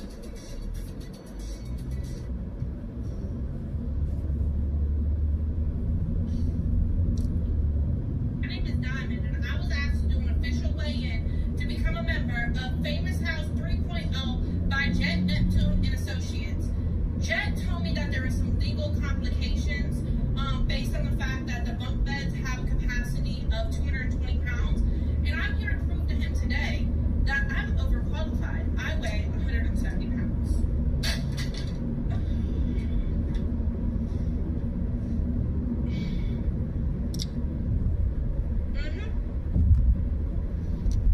Okay. XQC is your Valkyrie says she messaged XQC after he called her out. daddy. Dude, I know, bro. I know. XQC is so famous and so popular. He's so popular, and when he says things, it just, it's like the juicers, they swarm, and then it's like, damn, fuck. Holy fuck, you're 35, start a fucking family. Dealt with this last year. Don't clip that, you'll get banned. Any clippers that clip that, you're gonna get banned.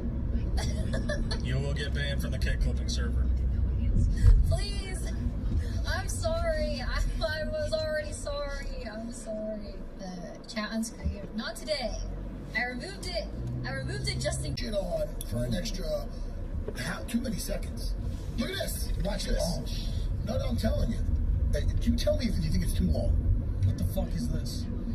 Joe Rogan couldn't believe what people are doing for content after watching Clavicular. The guy's neck makes me sad. But now, to now, he's gonna. Joe Rogan is reacting to Shuvi.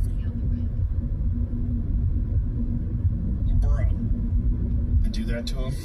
Yeah, sorry guys, I hate to bring the room down, but so the crazy thing is Armin knows he was out right away. Yeah. I mean, that's next level. If I was Shuvi, I'd be on cloud. This one.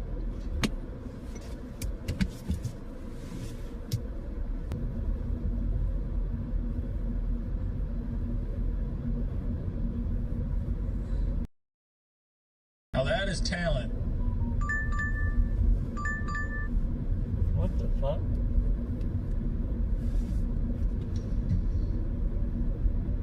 Honestly, elephant in the room. Elephant in the room. Obviously. Boss Man was seething how Aiden Ross got $100 million up front from Rainbow.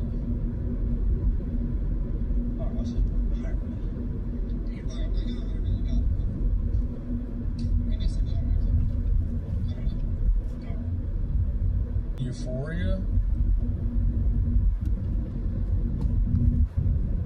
Yo! What the fuck? I gotta watch Euphoria season 3 though. I know a low point, but I don't know if that's public. Well, what is it? Can I ask what is it about? Well, you're not ready to I got canceled at one point. Euphoria. So basically, Euphoria. She starts an OnlyFans or some shit. I'm pretty sure. And yes, I've watched Euphoria before because I had girls from Hinge come over when I was 24 or 25 or 24 or something, and then I put on fucking Euphoria like a gay lord. Come on, man. Well, 4-1 is different than if it really happened. Big guy, man. Don't worry, man. I'm not one of those people. I'm quite into sexual trafficking. Okay, we can talk about that, man. We live in a world of cancel culture. I want to hear that story. I'm not sensitive, man. Like, what happened? What made you become cancelled, sir? Someone said something publicly in a way that journalists took it and made it sound like something else. Made it sound like sexual trafficking. What did the journalists do? Yeah. I mean, it wasn't even just like one journalist. It's just like a tweet goes out and then people don't fact check it. They start writing articles, and then other people just cite the first article, and that's their way of like saying, oh, well, I didn't say this. I just referenced this other thing someone else wrote, right? How did this cancellation affect you, and how did you come out of it? Personally, basically, I think honestly, I see the silver lining now. Damn, he just went ABC there for a minute. You hear that? It should affect you, and how did you come out of it? Personally, basically, I think honestly, basically, to be honest, at this point, honestly, I see the silver lining now. It was a good thing for me personally because everyone who was a fake personally, basically never reached back out. And it was like a reset on people, and like during that time period. Personally, honestly, basically, like if it was during then right now, you'd have heard like 3 texts, right? Like it's just nonstop. Personally, honestly, basically, personally, basically, what the fuck? Have the Midas touch for making money on social media. A ton of money. He makes a ton of money. 50 mil is a ton of money. 50 mil is like poor rich. That ain't shit. No, I'm just kidding. Don't even tell him. Don't even send him that. 50 mil is like poor rich. Don't even send him that. I'm just fucking 50 around. mil is like poor rich. Yeah. As you can imagine, people will just come flocking to you. I'd call us about every little thing, helping me with this. My account got banned. Can you help me? Talk to Instagram, blah, blah, blah. And so it was nonstop. And then like for a week, no one called me at all. And that was awesome, actually. And then slowly over the next, 2 to 6 weeks, anyone who kind of reached back out to me, I figured they're real friends because from the outside looking in, that's definitely a low point, right? Like getting canceled. Okay, canceled, real friends. It's some Squidward or Hey, whoa.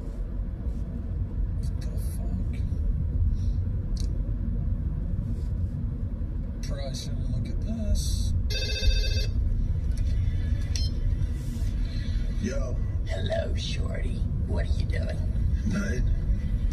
Are you all alone? What's up? What's up? Who's that? Yo, pick up the phone. What's up? What's up?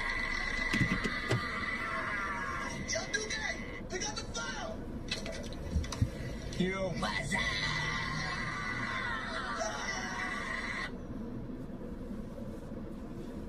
I was watching Spider-Man 2 last night. Slangs that Gen Z ruined.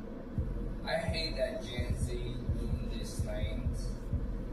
The word goon used to mean a thug, somebody that do bad shit. How goon stand for masturbation.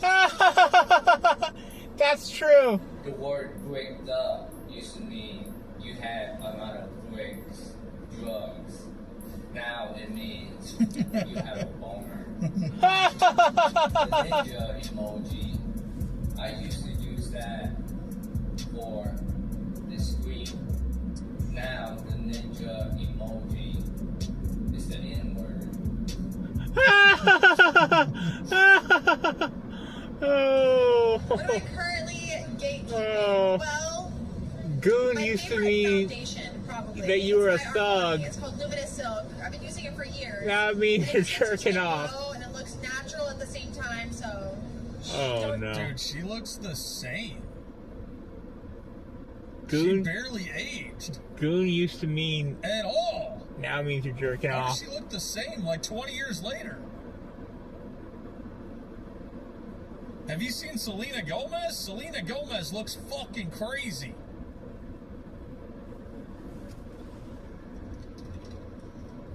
Selena Gomez.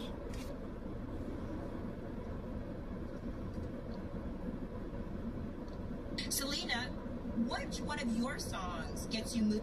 Hold on, how do I look at dude? Selena Gomez Oh my god, look at her face now.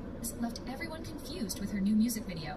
Fans quickly noticed that Selena seems to look different every time she appears, but this time, people couldn't stop talking about how much her face has changed. Some claim she had excessive Botox and fillers, and no longer represents Dude, she doesn't look like herself at all. natural beauty, while others defended her, saying the changes were just side effects of her lupus-related medications. The argument is still going on in her comment section, with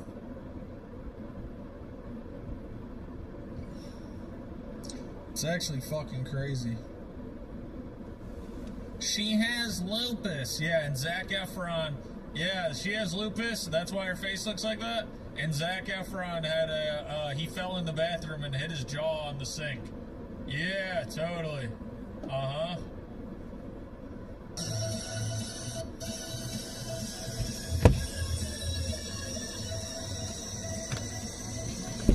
Oh.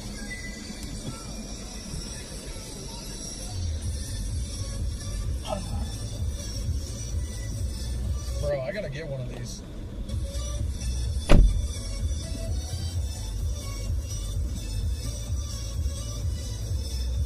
I should get one of these masks and then fucking just be a different person.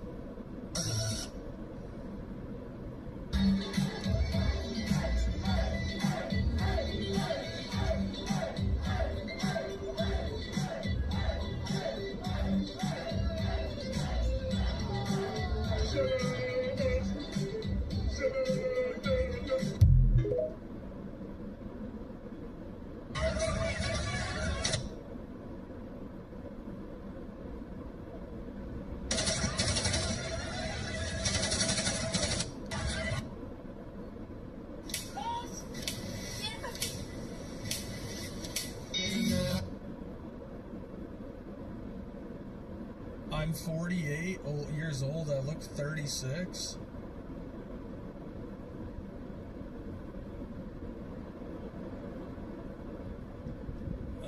This is engagement bait. She's not 48. Cap. She's engagement baiting. That's a good one. I should try that. Should I say that I'm 22? I look 16? Or no, I gotta go. Should I say I'm 42? I look 25? I should do a selfie like that. Should I try that? What year, what age should I say that's like believable?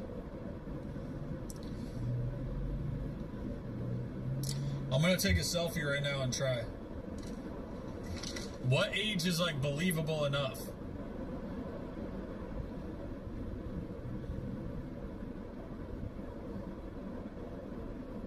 Fuck, I got McDonald's and Pepe frogs in the background. I don't know if they're gonna believe that I'm fucking 42 with a Pepe drawing behind me.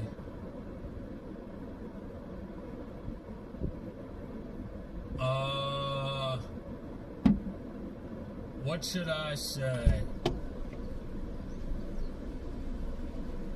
Oh, I'll take the selfie first. Take the selfie.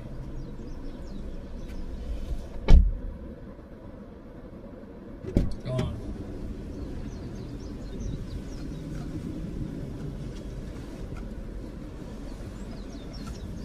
Wait, it looks too serious though. She took like a professionally lit one. Hold on, I gotta. Oh. Mine doesn't make it, dude. I'm trying to get a picture like hers is like her looking like, you know, like a professional one on the couch. Mine is like me sitting in a chair looking like a retard. It's not gonna work. I think it's a girl thing. It's not these selfies don't. It just doesn't look like it's gonna go viral when I take it. Maybe I need flash. It just doesn't make any fucking sense. How do I do flash? It looks like I just took this in a chair, which I am.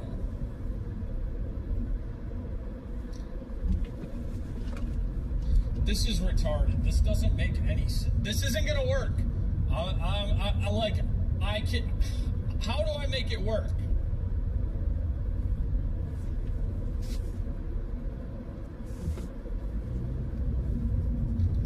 All right, here. Let me show you what I got.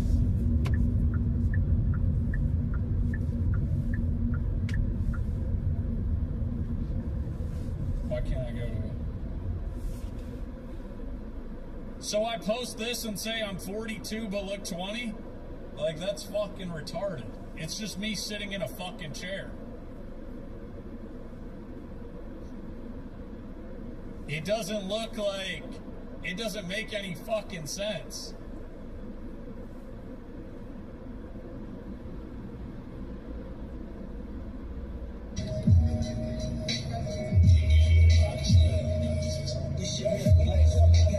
I'm a cool, chill guy. Fuck. Alright, shit. Is this what the face filter? That's not how you make friends. You don't just yell, I'm a cool, chill guy now.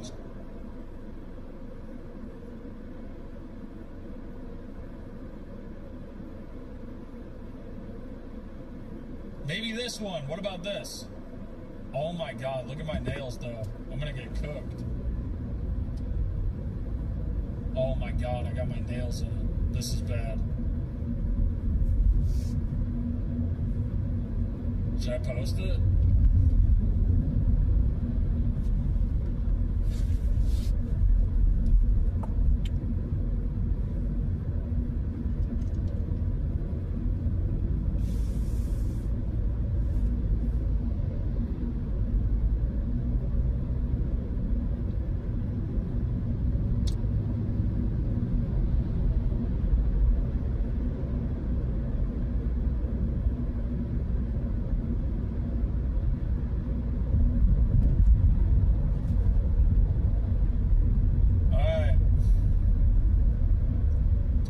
Try it. Let me try. How do I download this to post? I'm so fucking bad at this shit. To desktop. Okay. Just fucking go to my desktop. Holy fuck. Okay, I'm 48 but look 36. So what is mine?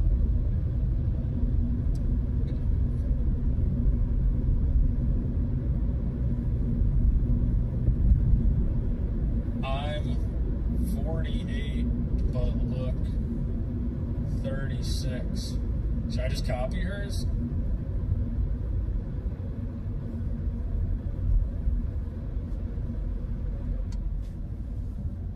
What does hers say? I'm 48 years old. I look 36.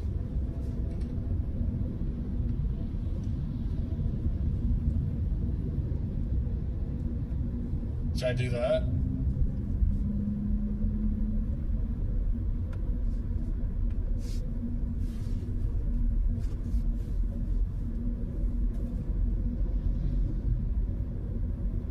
Do lower? But that's what might make it seem like this guy's 36? He looks 28. Because they might be like, no way, he's 48? Alright, fine, let me do. I'm 44 years old. I look 32. Should I do that? Is that more believable?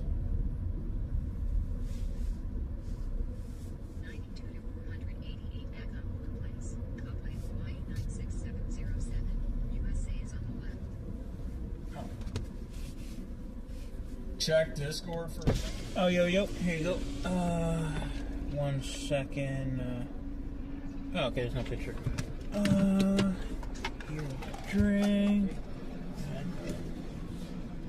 I think there's a straw next to the bag. I guess you can grab the bag. Is there a straw next to it? Oh, yeah. All right. Okay, that's all good. Have a good one. Yeah, you too. Gonna close it? There you go. There you go.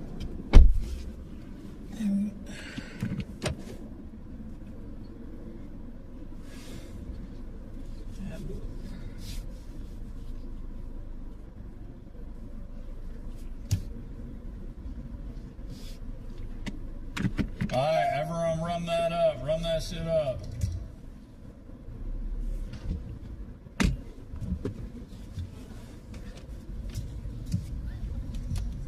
Is there a straw next to it?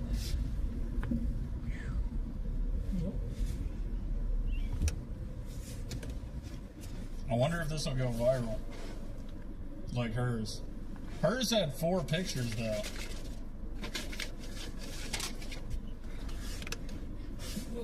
Is there a straw next to it? There you go.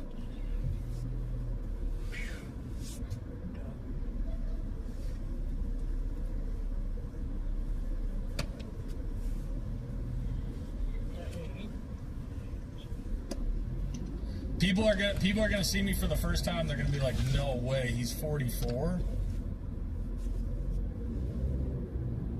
Wait, could I really pass as 44? I feel like I could. I feel like some people that don't know me might see this and literally be like, "Wait, he's 44? No way. He looks good for 44."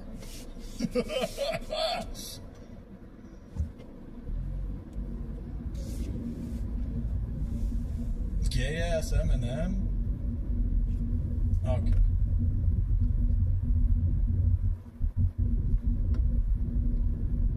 Gay ass Eminem. Yeah. Dude, you don't look 22. You look retarded. I didn't say 22. I said 32. Nah, you look gay and retarded. Thanks. Yeah. Not bad for a lesbian. Thanks. Can we try and be real though? I want to try and go viral with this, dude.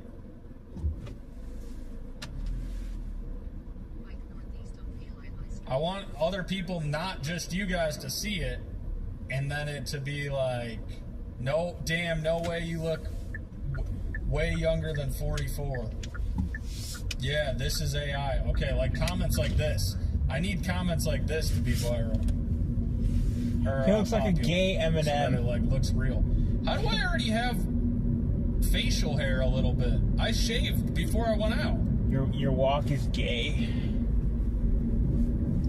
Gay walk. It doesn't even make any sense. Your walk How is is it already gay. grown back? Gay walk. Nick when he talks to Mia. Okay, so I have bad fingernails, whatever, bro. I don't talk to any of them. What is your skincare? This guy stole my girlfriend 3 times. Okay. Now, I don't think anyone's gonna take it seriously if they look at the fucking replies now.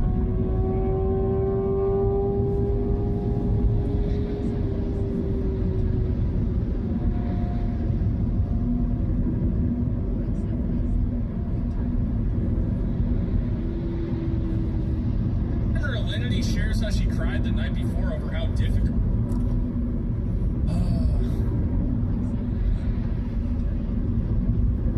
Alright, well, moving on. Hopefully it picks up. If anyone wants to retweet it, would be appreciated. I would love it if other people were complimenting me for how good I look for 44. Oh my... Also, don't comment fucked up shit. That's gonna get me in trouble. Really? Oh, this would have been a good one too. That looks pretty good for 44. Damn, I actually do look old as fuck. Damn, the fact that I can pass for 44 is bad. I need to get my shit together.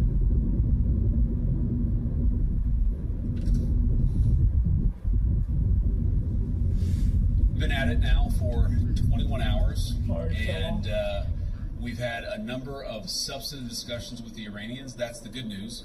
The bad news is that we have not reached an agreement, and I think that's bad news for Iran much more than it's bad news for the United States. Why are they doing a press conference every 3 days? Like tanking the stock market, all the markets? Every 3 days. Why do we even need an update? Stop telling us. You're intentionally tanking the fucking markets. Like, are these guys just doing options trading between like ceasefire and like I think we're gonna end the war tomorrow. Boom. They fucking bet that it's gonna go up, and then they're like, actually, we're not gonna be ending the war tomorrow, and then it fucking goes down, and they're just making fucking bank the whole time. Oh yeah. Yeah, I know. Bitcoin fucking tanked. I know. They fucked it. They lost me. They just lost me a bunch of money for no fucking reason. Yeah. Kick streamer Connor fills anti-ICE protesters. Why are you protesting ICE at this point? ICE is barely doing shit anymore. There's barely any fucking deportations going on. Move on.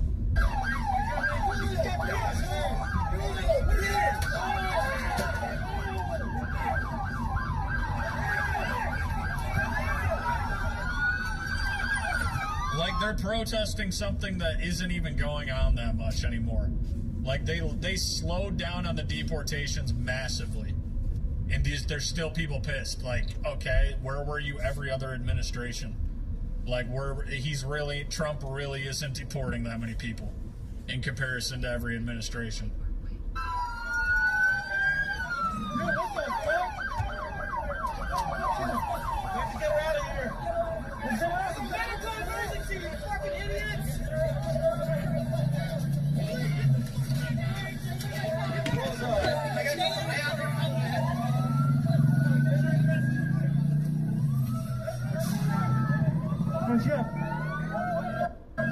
What?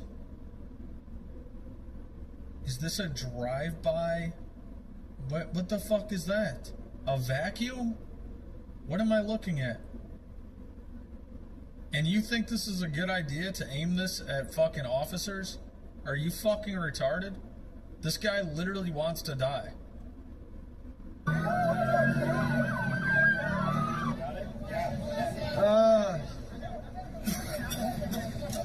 Oh, he got it fucking good. Here's when I got it right in the face. Take your mask off and your shirt, bro. Take that shit off. Hey, take that shit off.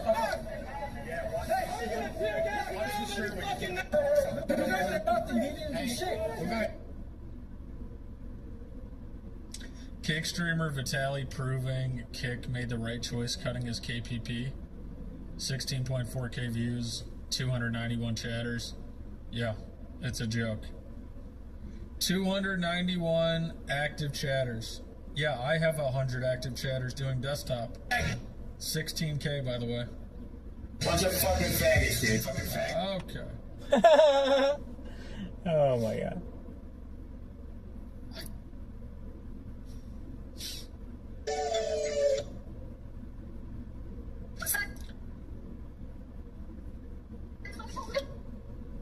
Say wow. Was basically just Mr. Beast pressuring people into donating to Team Water, which is a great cause. But at the end of the day, let's be honest, chat. If Team Water raises, whatever, $100 million, who gets the credit for it, bro? Who's gonna make the tweet and say, oh, this is Team Water and we raised this amount of money. Who gets all the credit for this, Chad? Oh, Mr. Beast, 100%. Mr. Beast. I haven't even got my fucking plaque yet. Exactly. So, basically... I don't think I'm ever getting Anonymous my just tipped Guinness. $3. That's what I was promised. I never got my Scuff Guinness. Don Vito. Scuff Don Vito, Scuff Don Vito, Scuff Don Vito, Scuff Don Vito, Scuff Don Vito, Scuff Don Vito. Yes, you. Okay. World record plaque, but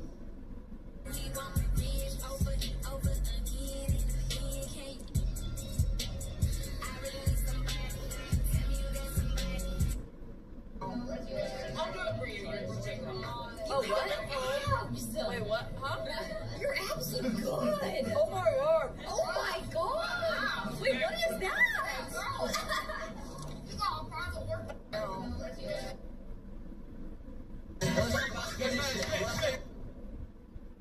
I'm sweating. I'll tell you, I've been physically sweating a lot. I don't know what that means, but maybe it means I'm getting healthy. I don't. No way, he just said maybe it means I'm getting healthy. Oh, fuck you, man. Fuck you too. fucking suck. Yeah, Sneeko doing IRL. It's gonna get dangerous soon. This guy's like getting on live every day, ranting about how much he hates fucking Israel, morning to fucking night for 6 months. You don't think that it could go wrong IRL streaming at this point? Shut up. Oh, fuck you, man. Fuck you too. fucking suck. What? You gotta... What's your problem with me? Fucking faggot. Yo! Do I have to end YouTube now? The usual suspects, huh? It's always one of those. Switch it up. Oh, fuck you, man. Fuck you too. That's fine.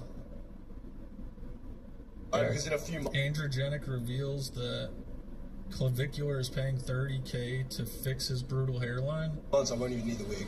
My hair will be done. If this guy gets his hair fixed, he is literally going to have 2 viewers. His only content is getting his wig snatched. I have never heard of this guy or seen a single clip that isn't him getting his wig snatched 500 fucking times. Every clip of you, there are 30 fucking clips of you getting your fucking wig snatched. And, like, I'll have a result.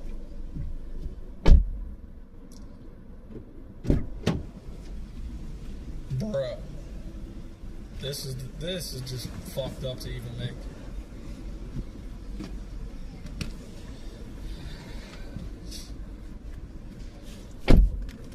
Oh.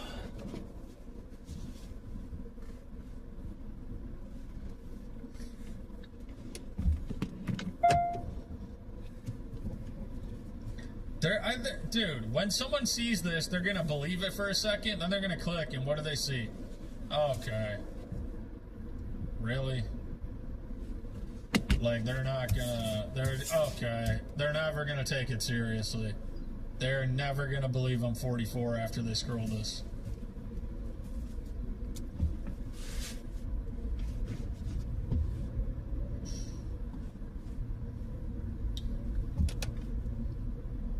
I was a day one Saikuno hater. I called this out from day one. Fuck all you motherfuckers. He was... Oh, fuck. In light of recent events. That's like...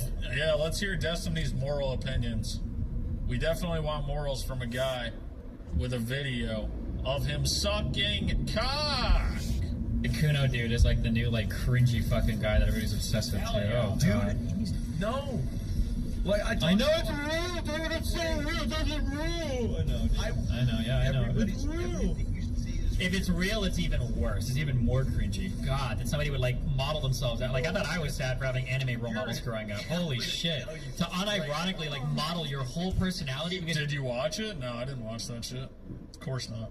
I don't even know. I didn't even know it was a video. I kept saying he has a picture of him sucking a dick. And then someone in my chat said, it's a video. So whoever the fuck said that, that's who watched it. The most common thing is this one. May Allah awaken the people and help them to see the evil doings of Israel and the United States. Have you ever seen... I'm sure you're familiar. Who is Ilhan Omar? Is that the Somalian lady? Is she the Somalian?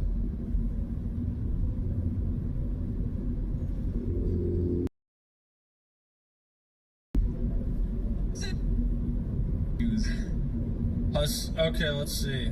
The most commonly Oh God. is No. May Allah awaken Wait. the use the most commonly. Damn it. Use the most commonly Oh God. is this one. Of course, Grifter. Anonymous just tipped $3. Okay, I'll be nice about it. Unscuffed Don Vito. Unscuffed Don Vito. Unscuffed Don Vito. Unscuffed Don Vito. Let's Google Don Vito real quick and compare.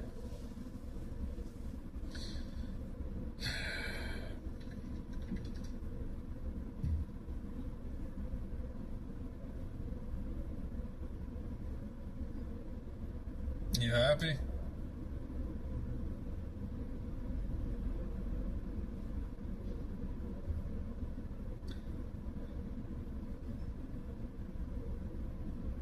awaken the people and help them to see the evil doings of Israel and the United States. Have you ever seen? I'm sure you're familiar. Of course, Grifter Hassan has the Minnesota Somalian fraud politician lady on his show. It's like, yeah, she is a grifter, and so is he. Grifters unite. No fucking shit. Like, they're on the same show. I actually don't have a way to clip farm that because I don't know anything about her. And I don't know anything about politics. I'm going to sound like a retard. Cheating? We're friends back in the day. I helped that guy out quite a lot. Tectone still salty over dissociating. Okay, I'm pretty sure I saw a clip on this account earlier that was insane. Look at this clip. This is the most insane shit I ever saw. It was crazy. They said their appeal, they were 20. No idea how. No idea how. This motherfucker looked like a child. I swear to God. Banned them so fast. And then, somehow even more, I swear to God, I told my moderators to make this server 18 plus, like a year ago. Turns out it wasn't. So I re-slammed that shit too. Absolutely not. Is that what it's doing? 18? Yes, I don't want nobody underneath 18 in my Discord server. Hell no. Bro, there's fucking degenerates in my server, bro. There's some danger. I'm in there. I'm the danger. What? So you found out your server wasn't 18 and then you put it back to 18 plus because there's degenerates in your server, there's some danger, you're the danger. What the fuck does that mean? I'm the danger. Ain't nobody should be in that shit, bro. What? Y'all heard how that sounded, right? Y'all heard how that sounded. That sounds fucking crazy.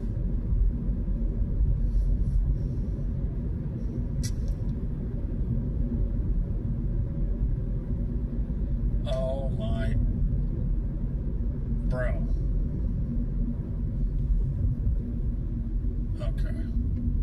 Okay. This guy is a YouTuber trying to get Twitter famous. He's 19 and going bald. Okay.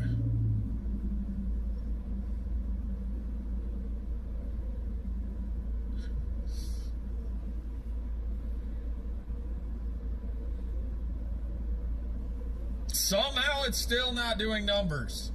Even though I got infinite replies and likes instantly. I fucking hate Twitter. This shit is ass. The algorithm on Twitter is so ass.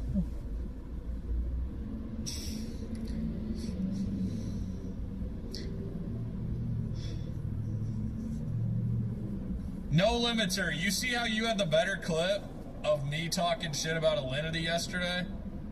And then Dirk's pops off and yours doesn't? The algorithm makes no fucking sense. It really doesn't fucking make any sense.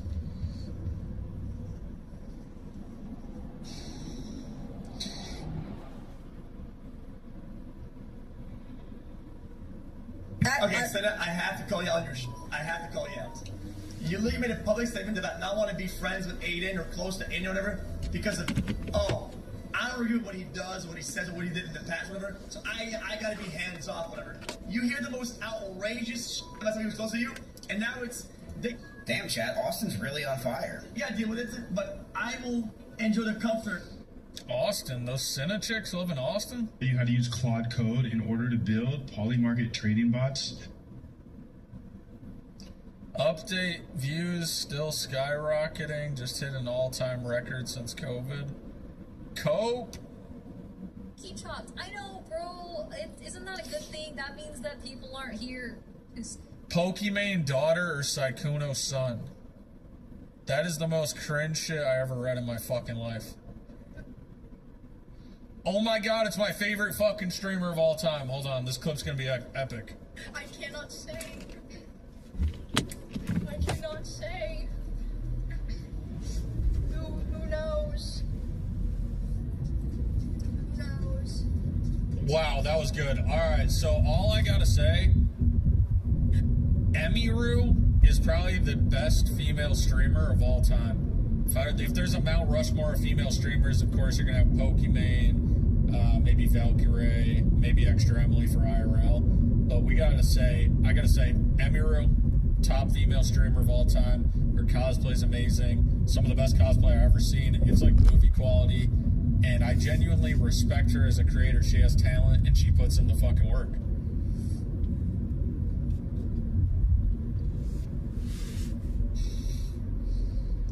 Dude, last time I said that, someone tweeted it, and all the comments are like, she's not gonna fuck you, bro. You are a fucking loser. You are actually a fucking cringe lord. He's not gonna fuck So you, I'll bro. just say it every day. Maybe I should say it about someone else now. Maybe I should say it about Valkyrie. Fuck you, bro. No. Yeah, bro.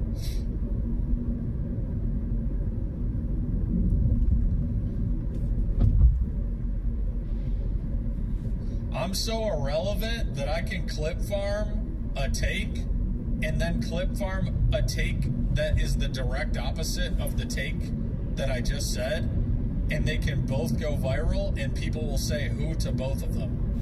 Yeah. Oh. Called your friend in the bathroom at the car shop, and then I came out and I hung out with her. Dunkel says that blame. Don't even talk shit about me going viral. I got 50,000 likes on a tweet like a day ago. Yes, viral. That is viral. Dunkel says that Blame has a crush on him and bought him a gift when they first met. I literally called your friend in the bathroom at the card shop, and then I came out and I hung out with her. And some other fucking losers. Oh yeah, Dunkel. Of course, her and Dunkel. Not gonna lie, I seen this Blame guy, and apparently he hung out with Jeffree Star or something. And he was pulling out lip gloss the other day when I saw like some clip. Like, yo, that is fucking sus. Honestly, you're hanging out with Jeffree Star putting on lip gloss. Dude, I'm so lame. Met other streamers and stuff like that. I'm so lame that he brought me a gift. I'm so lame, guys. When he met me at the card shop, I'm so lame that he wanted to hang out with me 2 or 3 days in a row.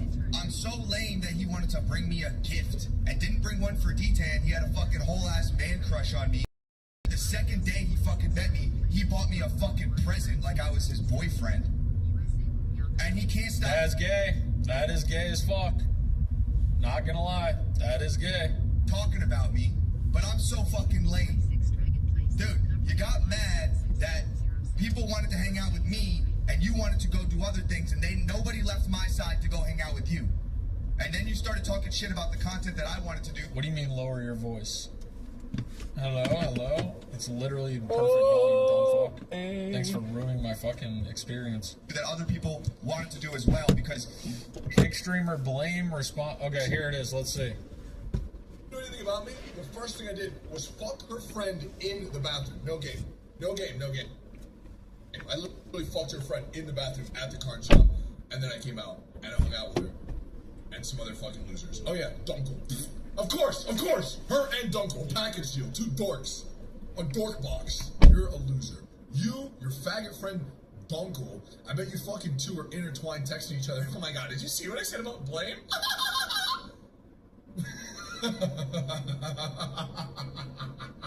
You guys are fucking losers. He pulled out a fucking, like, a lip gloss, like a bright pink lip gloss, and That's like, sauce. put it on That is sauce if you're putting lip gloss on. I don't see a point of doing that. my chapstick. And then he was like, oh yeah, I have so many Sephora points. I was like, okay. Dude, of course I go to Sephora. Look at my skin. That's sauce. Even saying the shit like that. Look at my skin. That's sauce. I look better. I'm skinnier than you. Like, I'm skinnier than you. That's sauce. What are we talking about here? He's hanging out with Jeffree Star. Yeah. Oh, Jeffree Star. Also, that's sauce. I was gonna say that too, but I was gonna say that too. I mean, if I was single, I think I'd have the best game of kid. I mean, that's all I gotta say.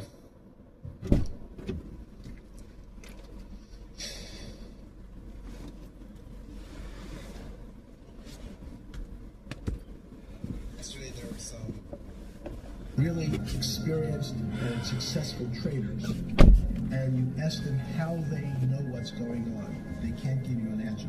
Please, not another Jeffrey Epstein edit. They don't know. They feel it. Act on their feelings.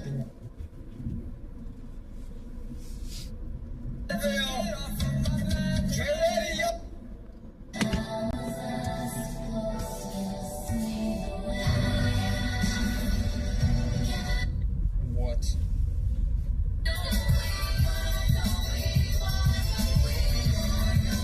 Why is my volume so high? Like, what the fuck?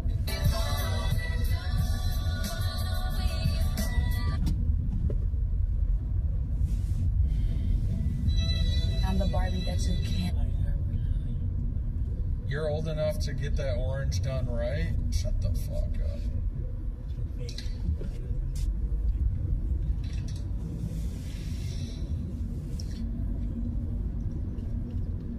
Did anyone shit talk me all day, guys? Let me check clips. Okay, last clip was in January. What month is it? April? Okay, so, nice. Okay.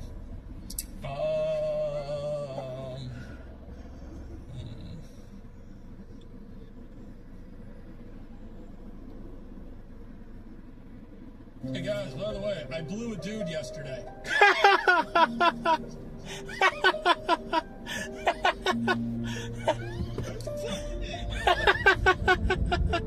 I blew a dude yesterday. Oh. Fuck this dog shit media. Ruined my life. Oh my fucking god.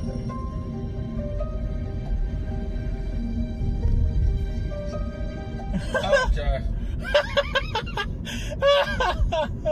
He seems like a cute guy. You ask a lot. You guys don't see it. He's like a teddy bear. He seems like a really sweet guy. Probably start. You said you're on crazy. ECW. Yeah, Wow. I'm jealous. That's about it. I was told I was too tall. Right, but the guy's not filling Because I the think expectations. ABCs I bought. React to me? 3:31 p.m. Did you happen to... This girl said she's gonna come to Austin in June and do a stream with me. She's coming for 2 days and then she's gonna do a stream with me. So I gotta figure that out. I got like 2 months to figure that shit out. You guys thought this was the stream? It's about to get crazy. Stay tuned.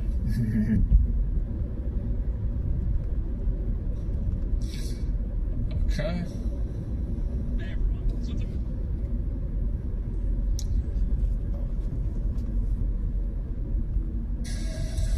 Big John swatted? Who's Big John?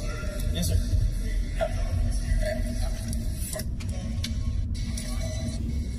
Never heard of him.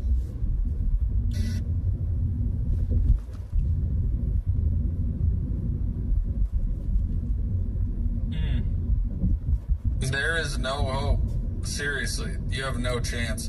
Who is the biggest new streamer in the past 2 years? Last night I sucked a dude. Juvie was the only success story from this community that I've seen. I can't even think of a single other person that hasn't completely fallen off. You have no hope. You're a woman. I'm talking about guys can't even make it. You're a woman. You're unfunny as shit. What are you gonna do? Hot tub stream? You know how many fucking hot tub streams there are? There is literally no chance of success. You basically need to leech off Aiden Ross and get directly next to him, or fuck one of his friends. Do whatever your friend Maya's doing. That's the only real strat that's gonna work. Otherwise, you gotta just keep following Paul around and become friends with his girlfriend. There's no other fucking chance. That's kind of true, though.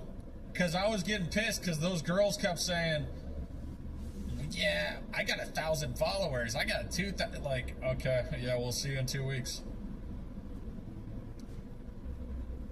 It starts at 500, then it goes to 400, then it goes to 300, then it goes to 200, then it goes to 100, and then you're desperately hanging out with retards. Last night I what did he say? Last night I sucked off a dude? What the fuck did he say? Last night I boned a dude. What the fuck? Not emo. This is like relaxing music. Bro, anyone that thinks fucking any song that isn't rap is fucking emo?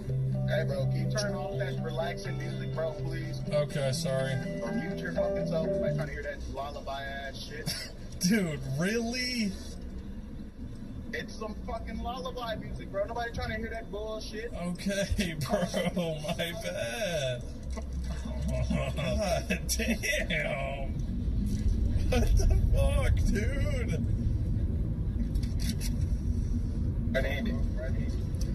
Yo, what up? You guys like pizza or do you like hot dogs? I like you to shut the fuck up. That's what I like. Bro, really? Like, I'm just asking a friendly question. I don't understand how, like... And I don't give a fuck. I don't give a fuck. See that? See that? It popped a blood vessel in my eye from screaming at random people on Call of Duty. Great, now I'm fucked. Really? Last night I blew a dude. Last night I blew a guy. Last night I blew a guy. Oh, look at these campers. Last night I blew a guy.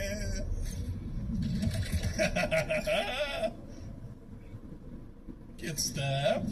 What is that, Max? Oh, really? Now you're flaming me? You died, kid. Last night I blew a guy. Okay. Oh. Wait, hello? Hello? Hello? Oh! Oh! Oh, yeah. Oh, yes. Oh, yeah. My dick's not tiny, it's average size. When's the last time you got some pussy?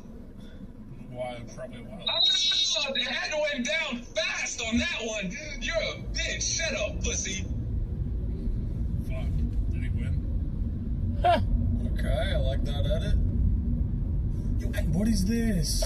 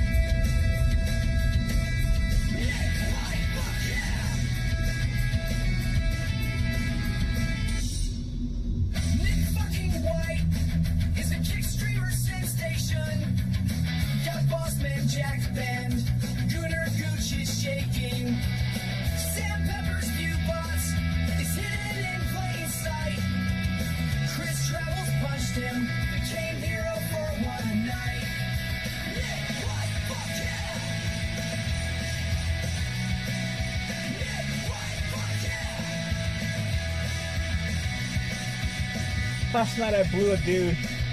Chicken nuggets, large fries, chocolate milkshake, Uber Eats, stabbing pain, morbidly obese. Obese.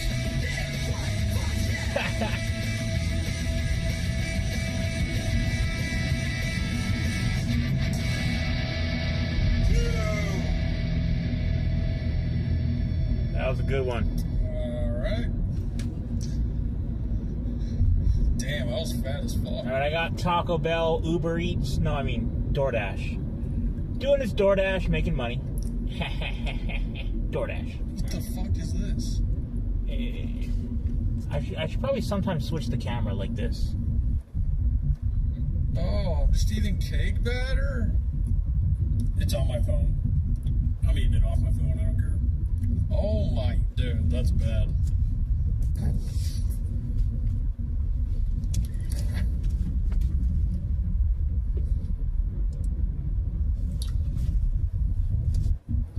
That shit is good, bro. Okay. That is bad. Oh, I can scroll on this one. Nick White looks like a lesbian. Facts. Oh my god, get a life. I can't keep responding. I'm just giving you a clout for no reason. Nick White looks like a lesbian. Nick White looks like a lesbian. Oh, yeah. Like, I can't. You are fucking irrelevant. Please have 20 views. 45 likes? How is this not viral? I gotta pin this shit. I never pin anything. Fuck that shit. I'm pinning that. Guys, that's linked in my chat. If we can blow that up. I don't know how to... Like, that should be viral.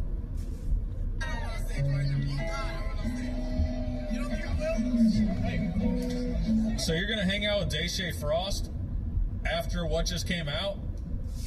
The video of him hitting the woman? You don't think I will? I know you will. I can't believe that. Okay.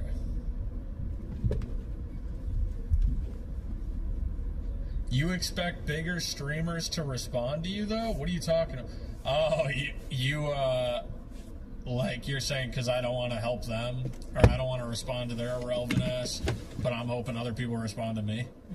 Well, they don't. They're smarter than me. I actually respond. They don't. When I shit talk bigger streamers, they never respond to me. They probably see it. They just fucking ignore it every fucking time. They fucking ignore it. Chinese programmer unintentionally exposed an 868,000 profit after AI bots executed 28,000 Bitcoin trains every 15 minutes without a single loss. What the fuck? That's fake. That's fucking fake. What the fuck?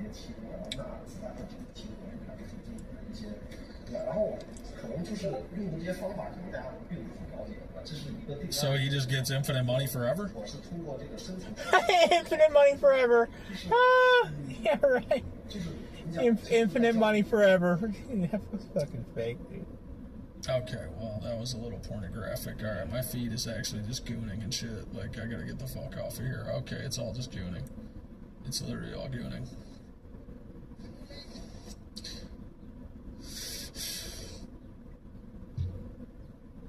Alright, UFC's on, guys. So maybe you guys go watch Fanatics. Or, fucking UFC. What the fuck? Why did I say Fanatics? Maybe go watch UFC.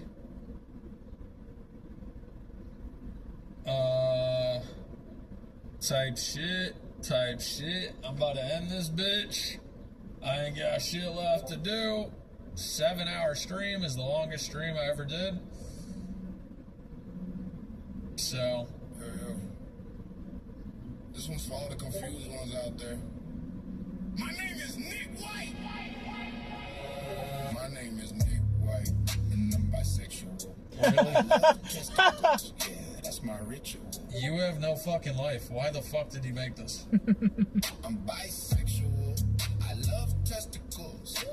Sucking on nuts like that edible. My name is Nick White. White stand up. Like they edible. Stand up. That's good. Sucking on nuts like they edible. Boys all know that I'm here for the balls, not the hoes. Left nut, right nut, I don't discriminate. Balls deep in the game, no time to hate. My name is Nick White, and I'm bisexual. I love testicles.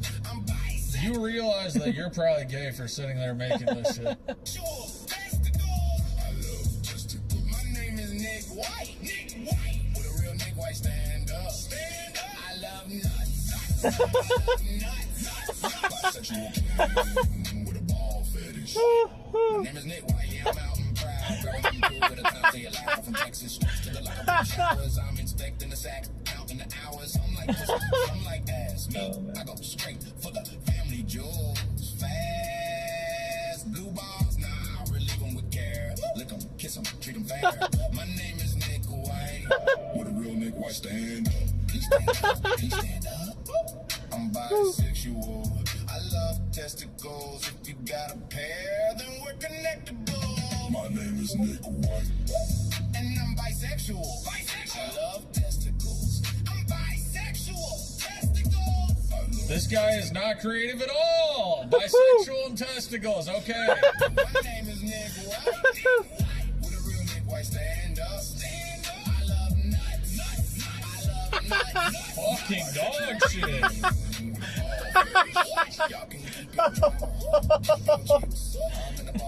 Oh no.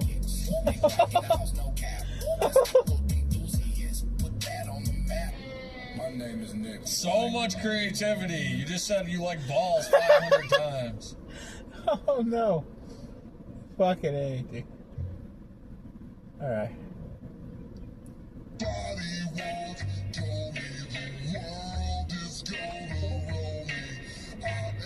Sharpest tool in the shed. She was looking well, so much to do, you don't glow. Hey now, you're a rock star. Get the show on,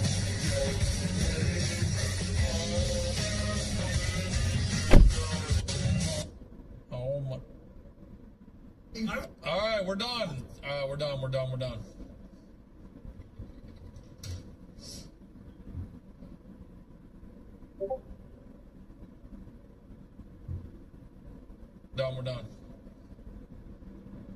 And then what is this clip that every time I F that everyone keeps seeing? Like, I need to see, because my chat goes crazy when I F. And then what is this clip that every time I F? Like, how do I see that? Keep seeing. Like, I need to see, because my chat goes crazy when I F. And then what is this clip that every time I F? Like, how do I see that? Keep seeing. Wait, like, what the fuck is this? My chat goes crazy. How do I see clips? Is this the clip? I'm calling because we've received a few complaints. We've been hearing yelling coming from your apartment during the day. Throughout night, we wanted to remind you, be courteous of your neighbors. Quiet hours are 10 to 7. This complaint won't be a lease violation, but if we get 2 more, we'll have to put a lease violation on your account.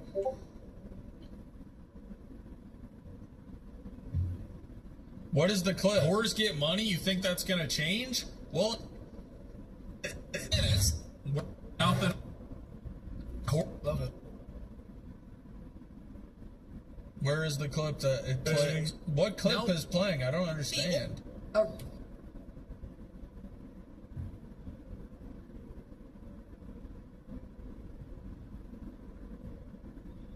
What the fuck?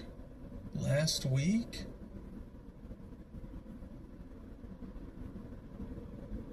What is the clip that plays? I don't understand. Lease violation? Rages? This one?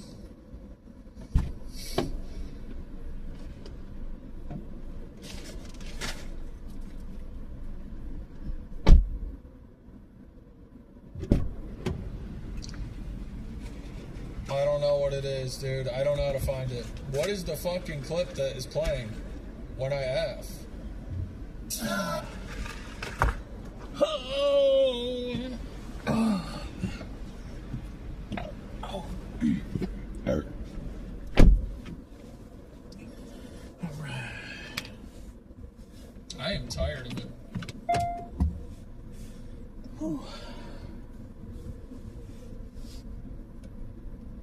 Is it this?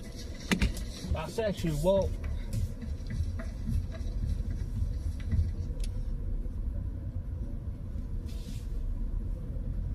That can't be it. That's not even that. That's not even that funny. What are you guys laughing at? What plays? I don't understand. I just.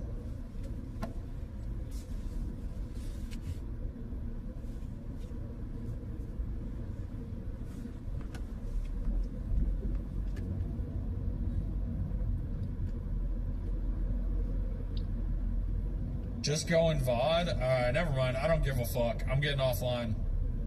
Have a good night, guys. Fuck you, Nick what's White. A good song to outro. Oh, you're done, Nick White. What about clavicular? Alright. Nope. Alright, fuck. Okay.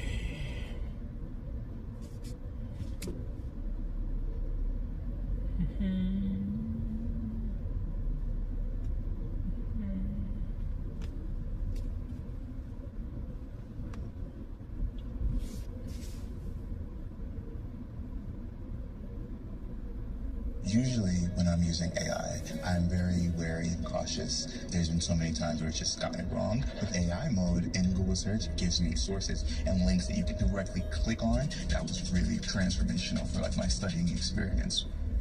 Takis has intense flavors, but not all are spicy. Takis intense nacho chips, zero heat, but intensely cheesy flavor. Takis Fuego chips, only a few reach this level. Takis all intense, not all spicy. I'm in low HP dying by myself, so Spirit might not be that bad. Biggest bug on the server. So what have people been saying about the lawsuit information? Do you think it's cooked or are they going to keep going? Oh. We got to go down and do the scary part. You want to just drop down here or do you want to like do climbing levels? Oh yeah, we're going to be like 27. I want to do down. You want to do BFD tonight, Griffarian? You want to do an ill-advised BFD?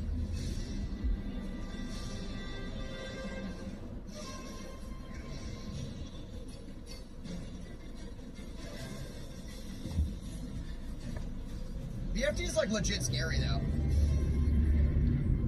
The last boss on BFD, we need to like taunt swap. Gotta bump your tired of dying? Bro, I am so with you on that. Bro, can undead stop going near Fizzle?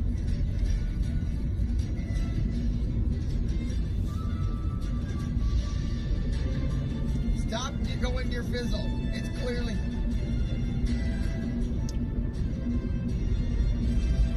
Bro, every time someone goes near Fizzle as an undead, their character explodes instantly. Fizzle's easy if you have two people. We quite literally just lost 2 undead to Fizzle in the same poll. I don't know if they were like a husband and wife or what the fuck happened, but like there was a double death to Fizzle.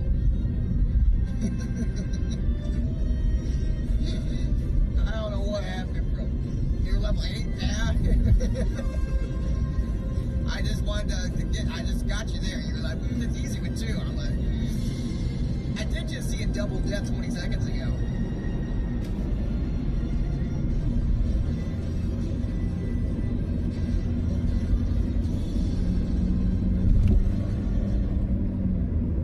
So to 10? I'm gonna be honest, that shit can be so scary if you fuck it up. So fucking scary.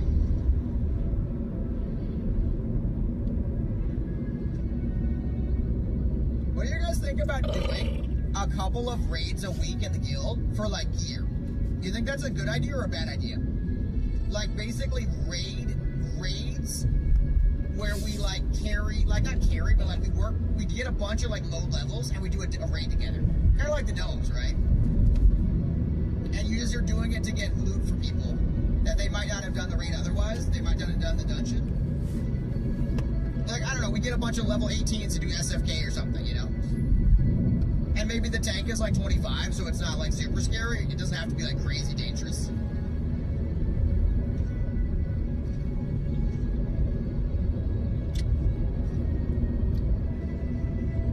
Someone said it's against the spirit of the challenge, but it's also working around the dungeon lockout. I don't see any any problem with it myself. It is actually abusing the game, but it is like, it's getting people loot to level better.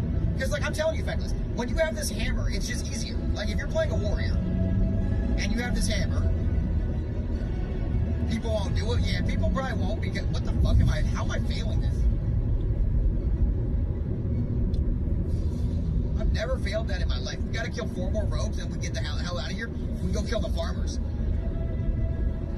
Smite feels like being a raid gear. I literally, they won't do it alone. Oh, fair, but I'm thinking we make like some raid nights and shit, you know?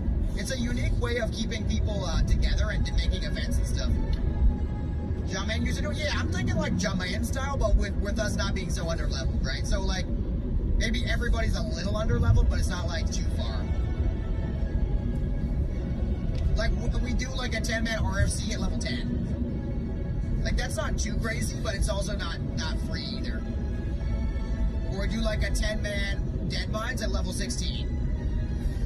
I mean, Charger Pepper, you want to do 10-man Dead Mines at 16. If you did it as a go play with the streamers thing, it'd be great. Yeah, I think people involved, you want to do an all off meta spec guild.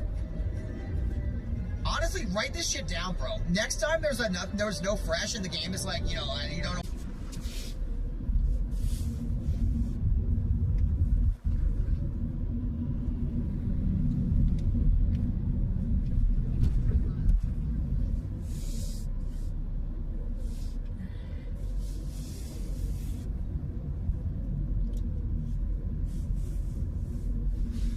Usually when I'm using AI, I'm very wary and cautious. There's been so many times where it's just gotten it wrong. With AI mode in Google search, it gives me sources and links that you can directly click on. That was really transformational for like my studying experience.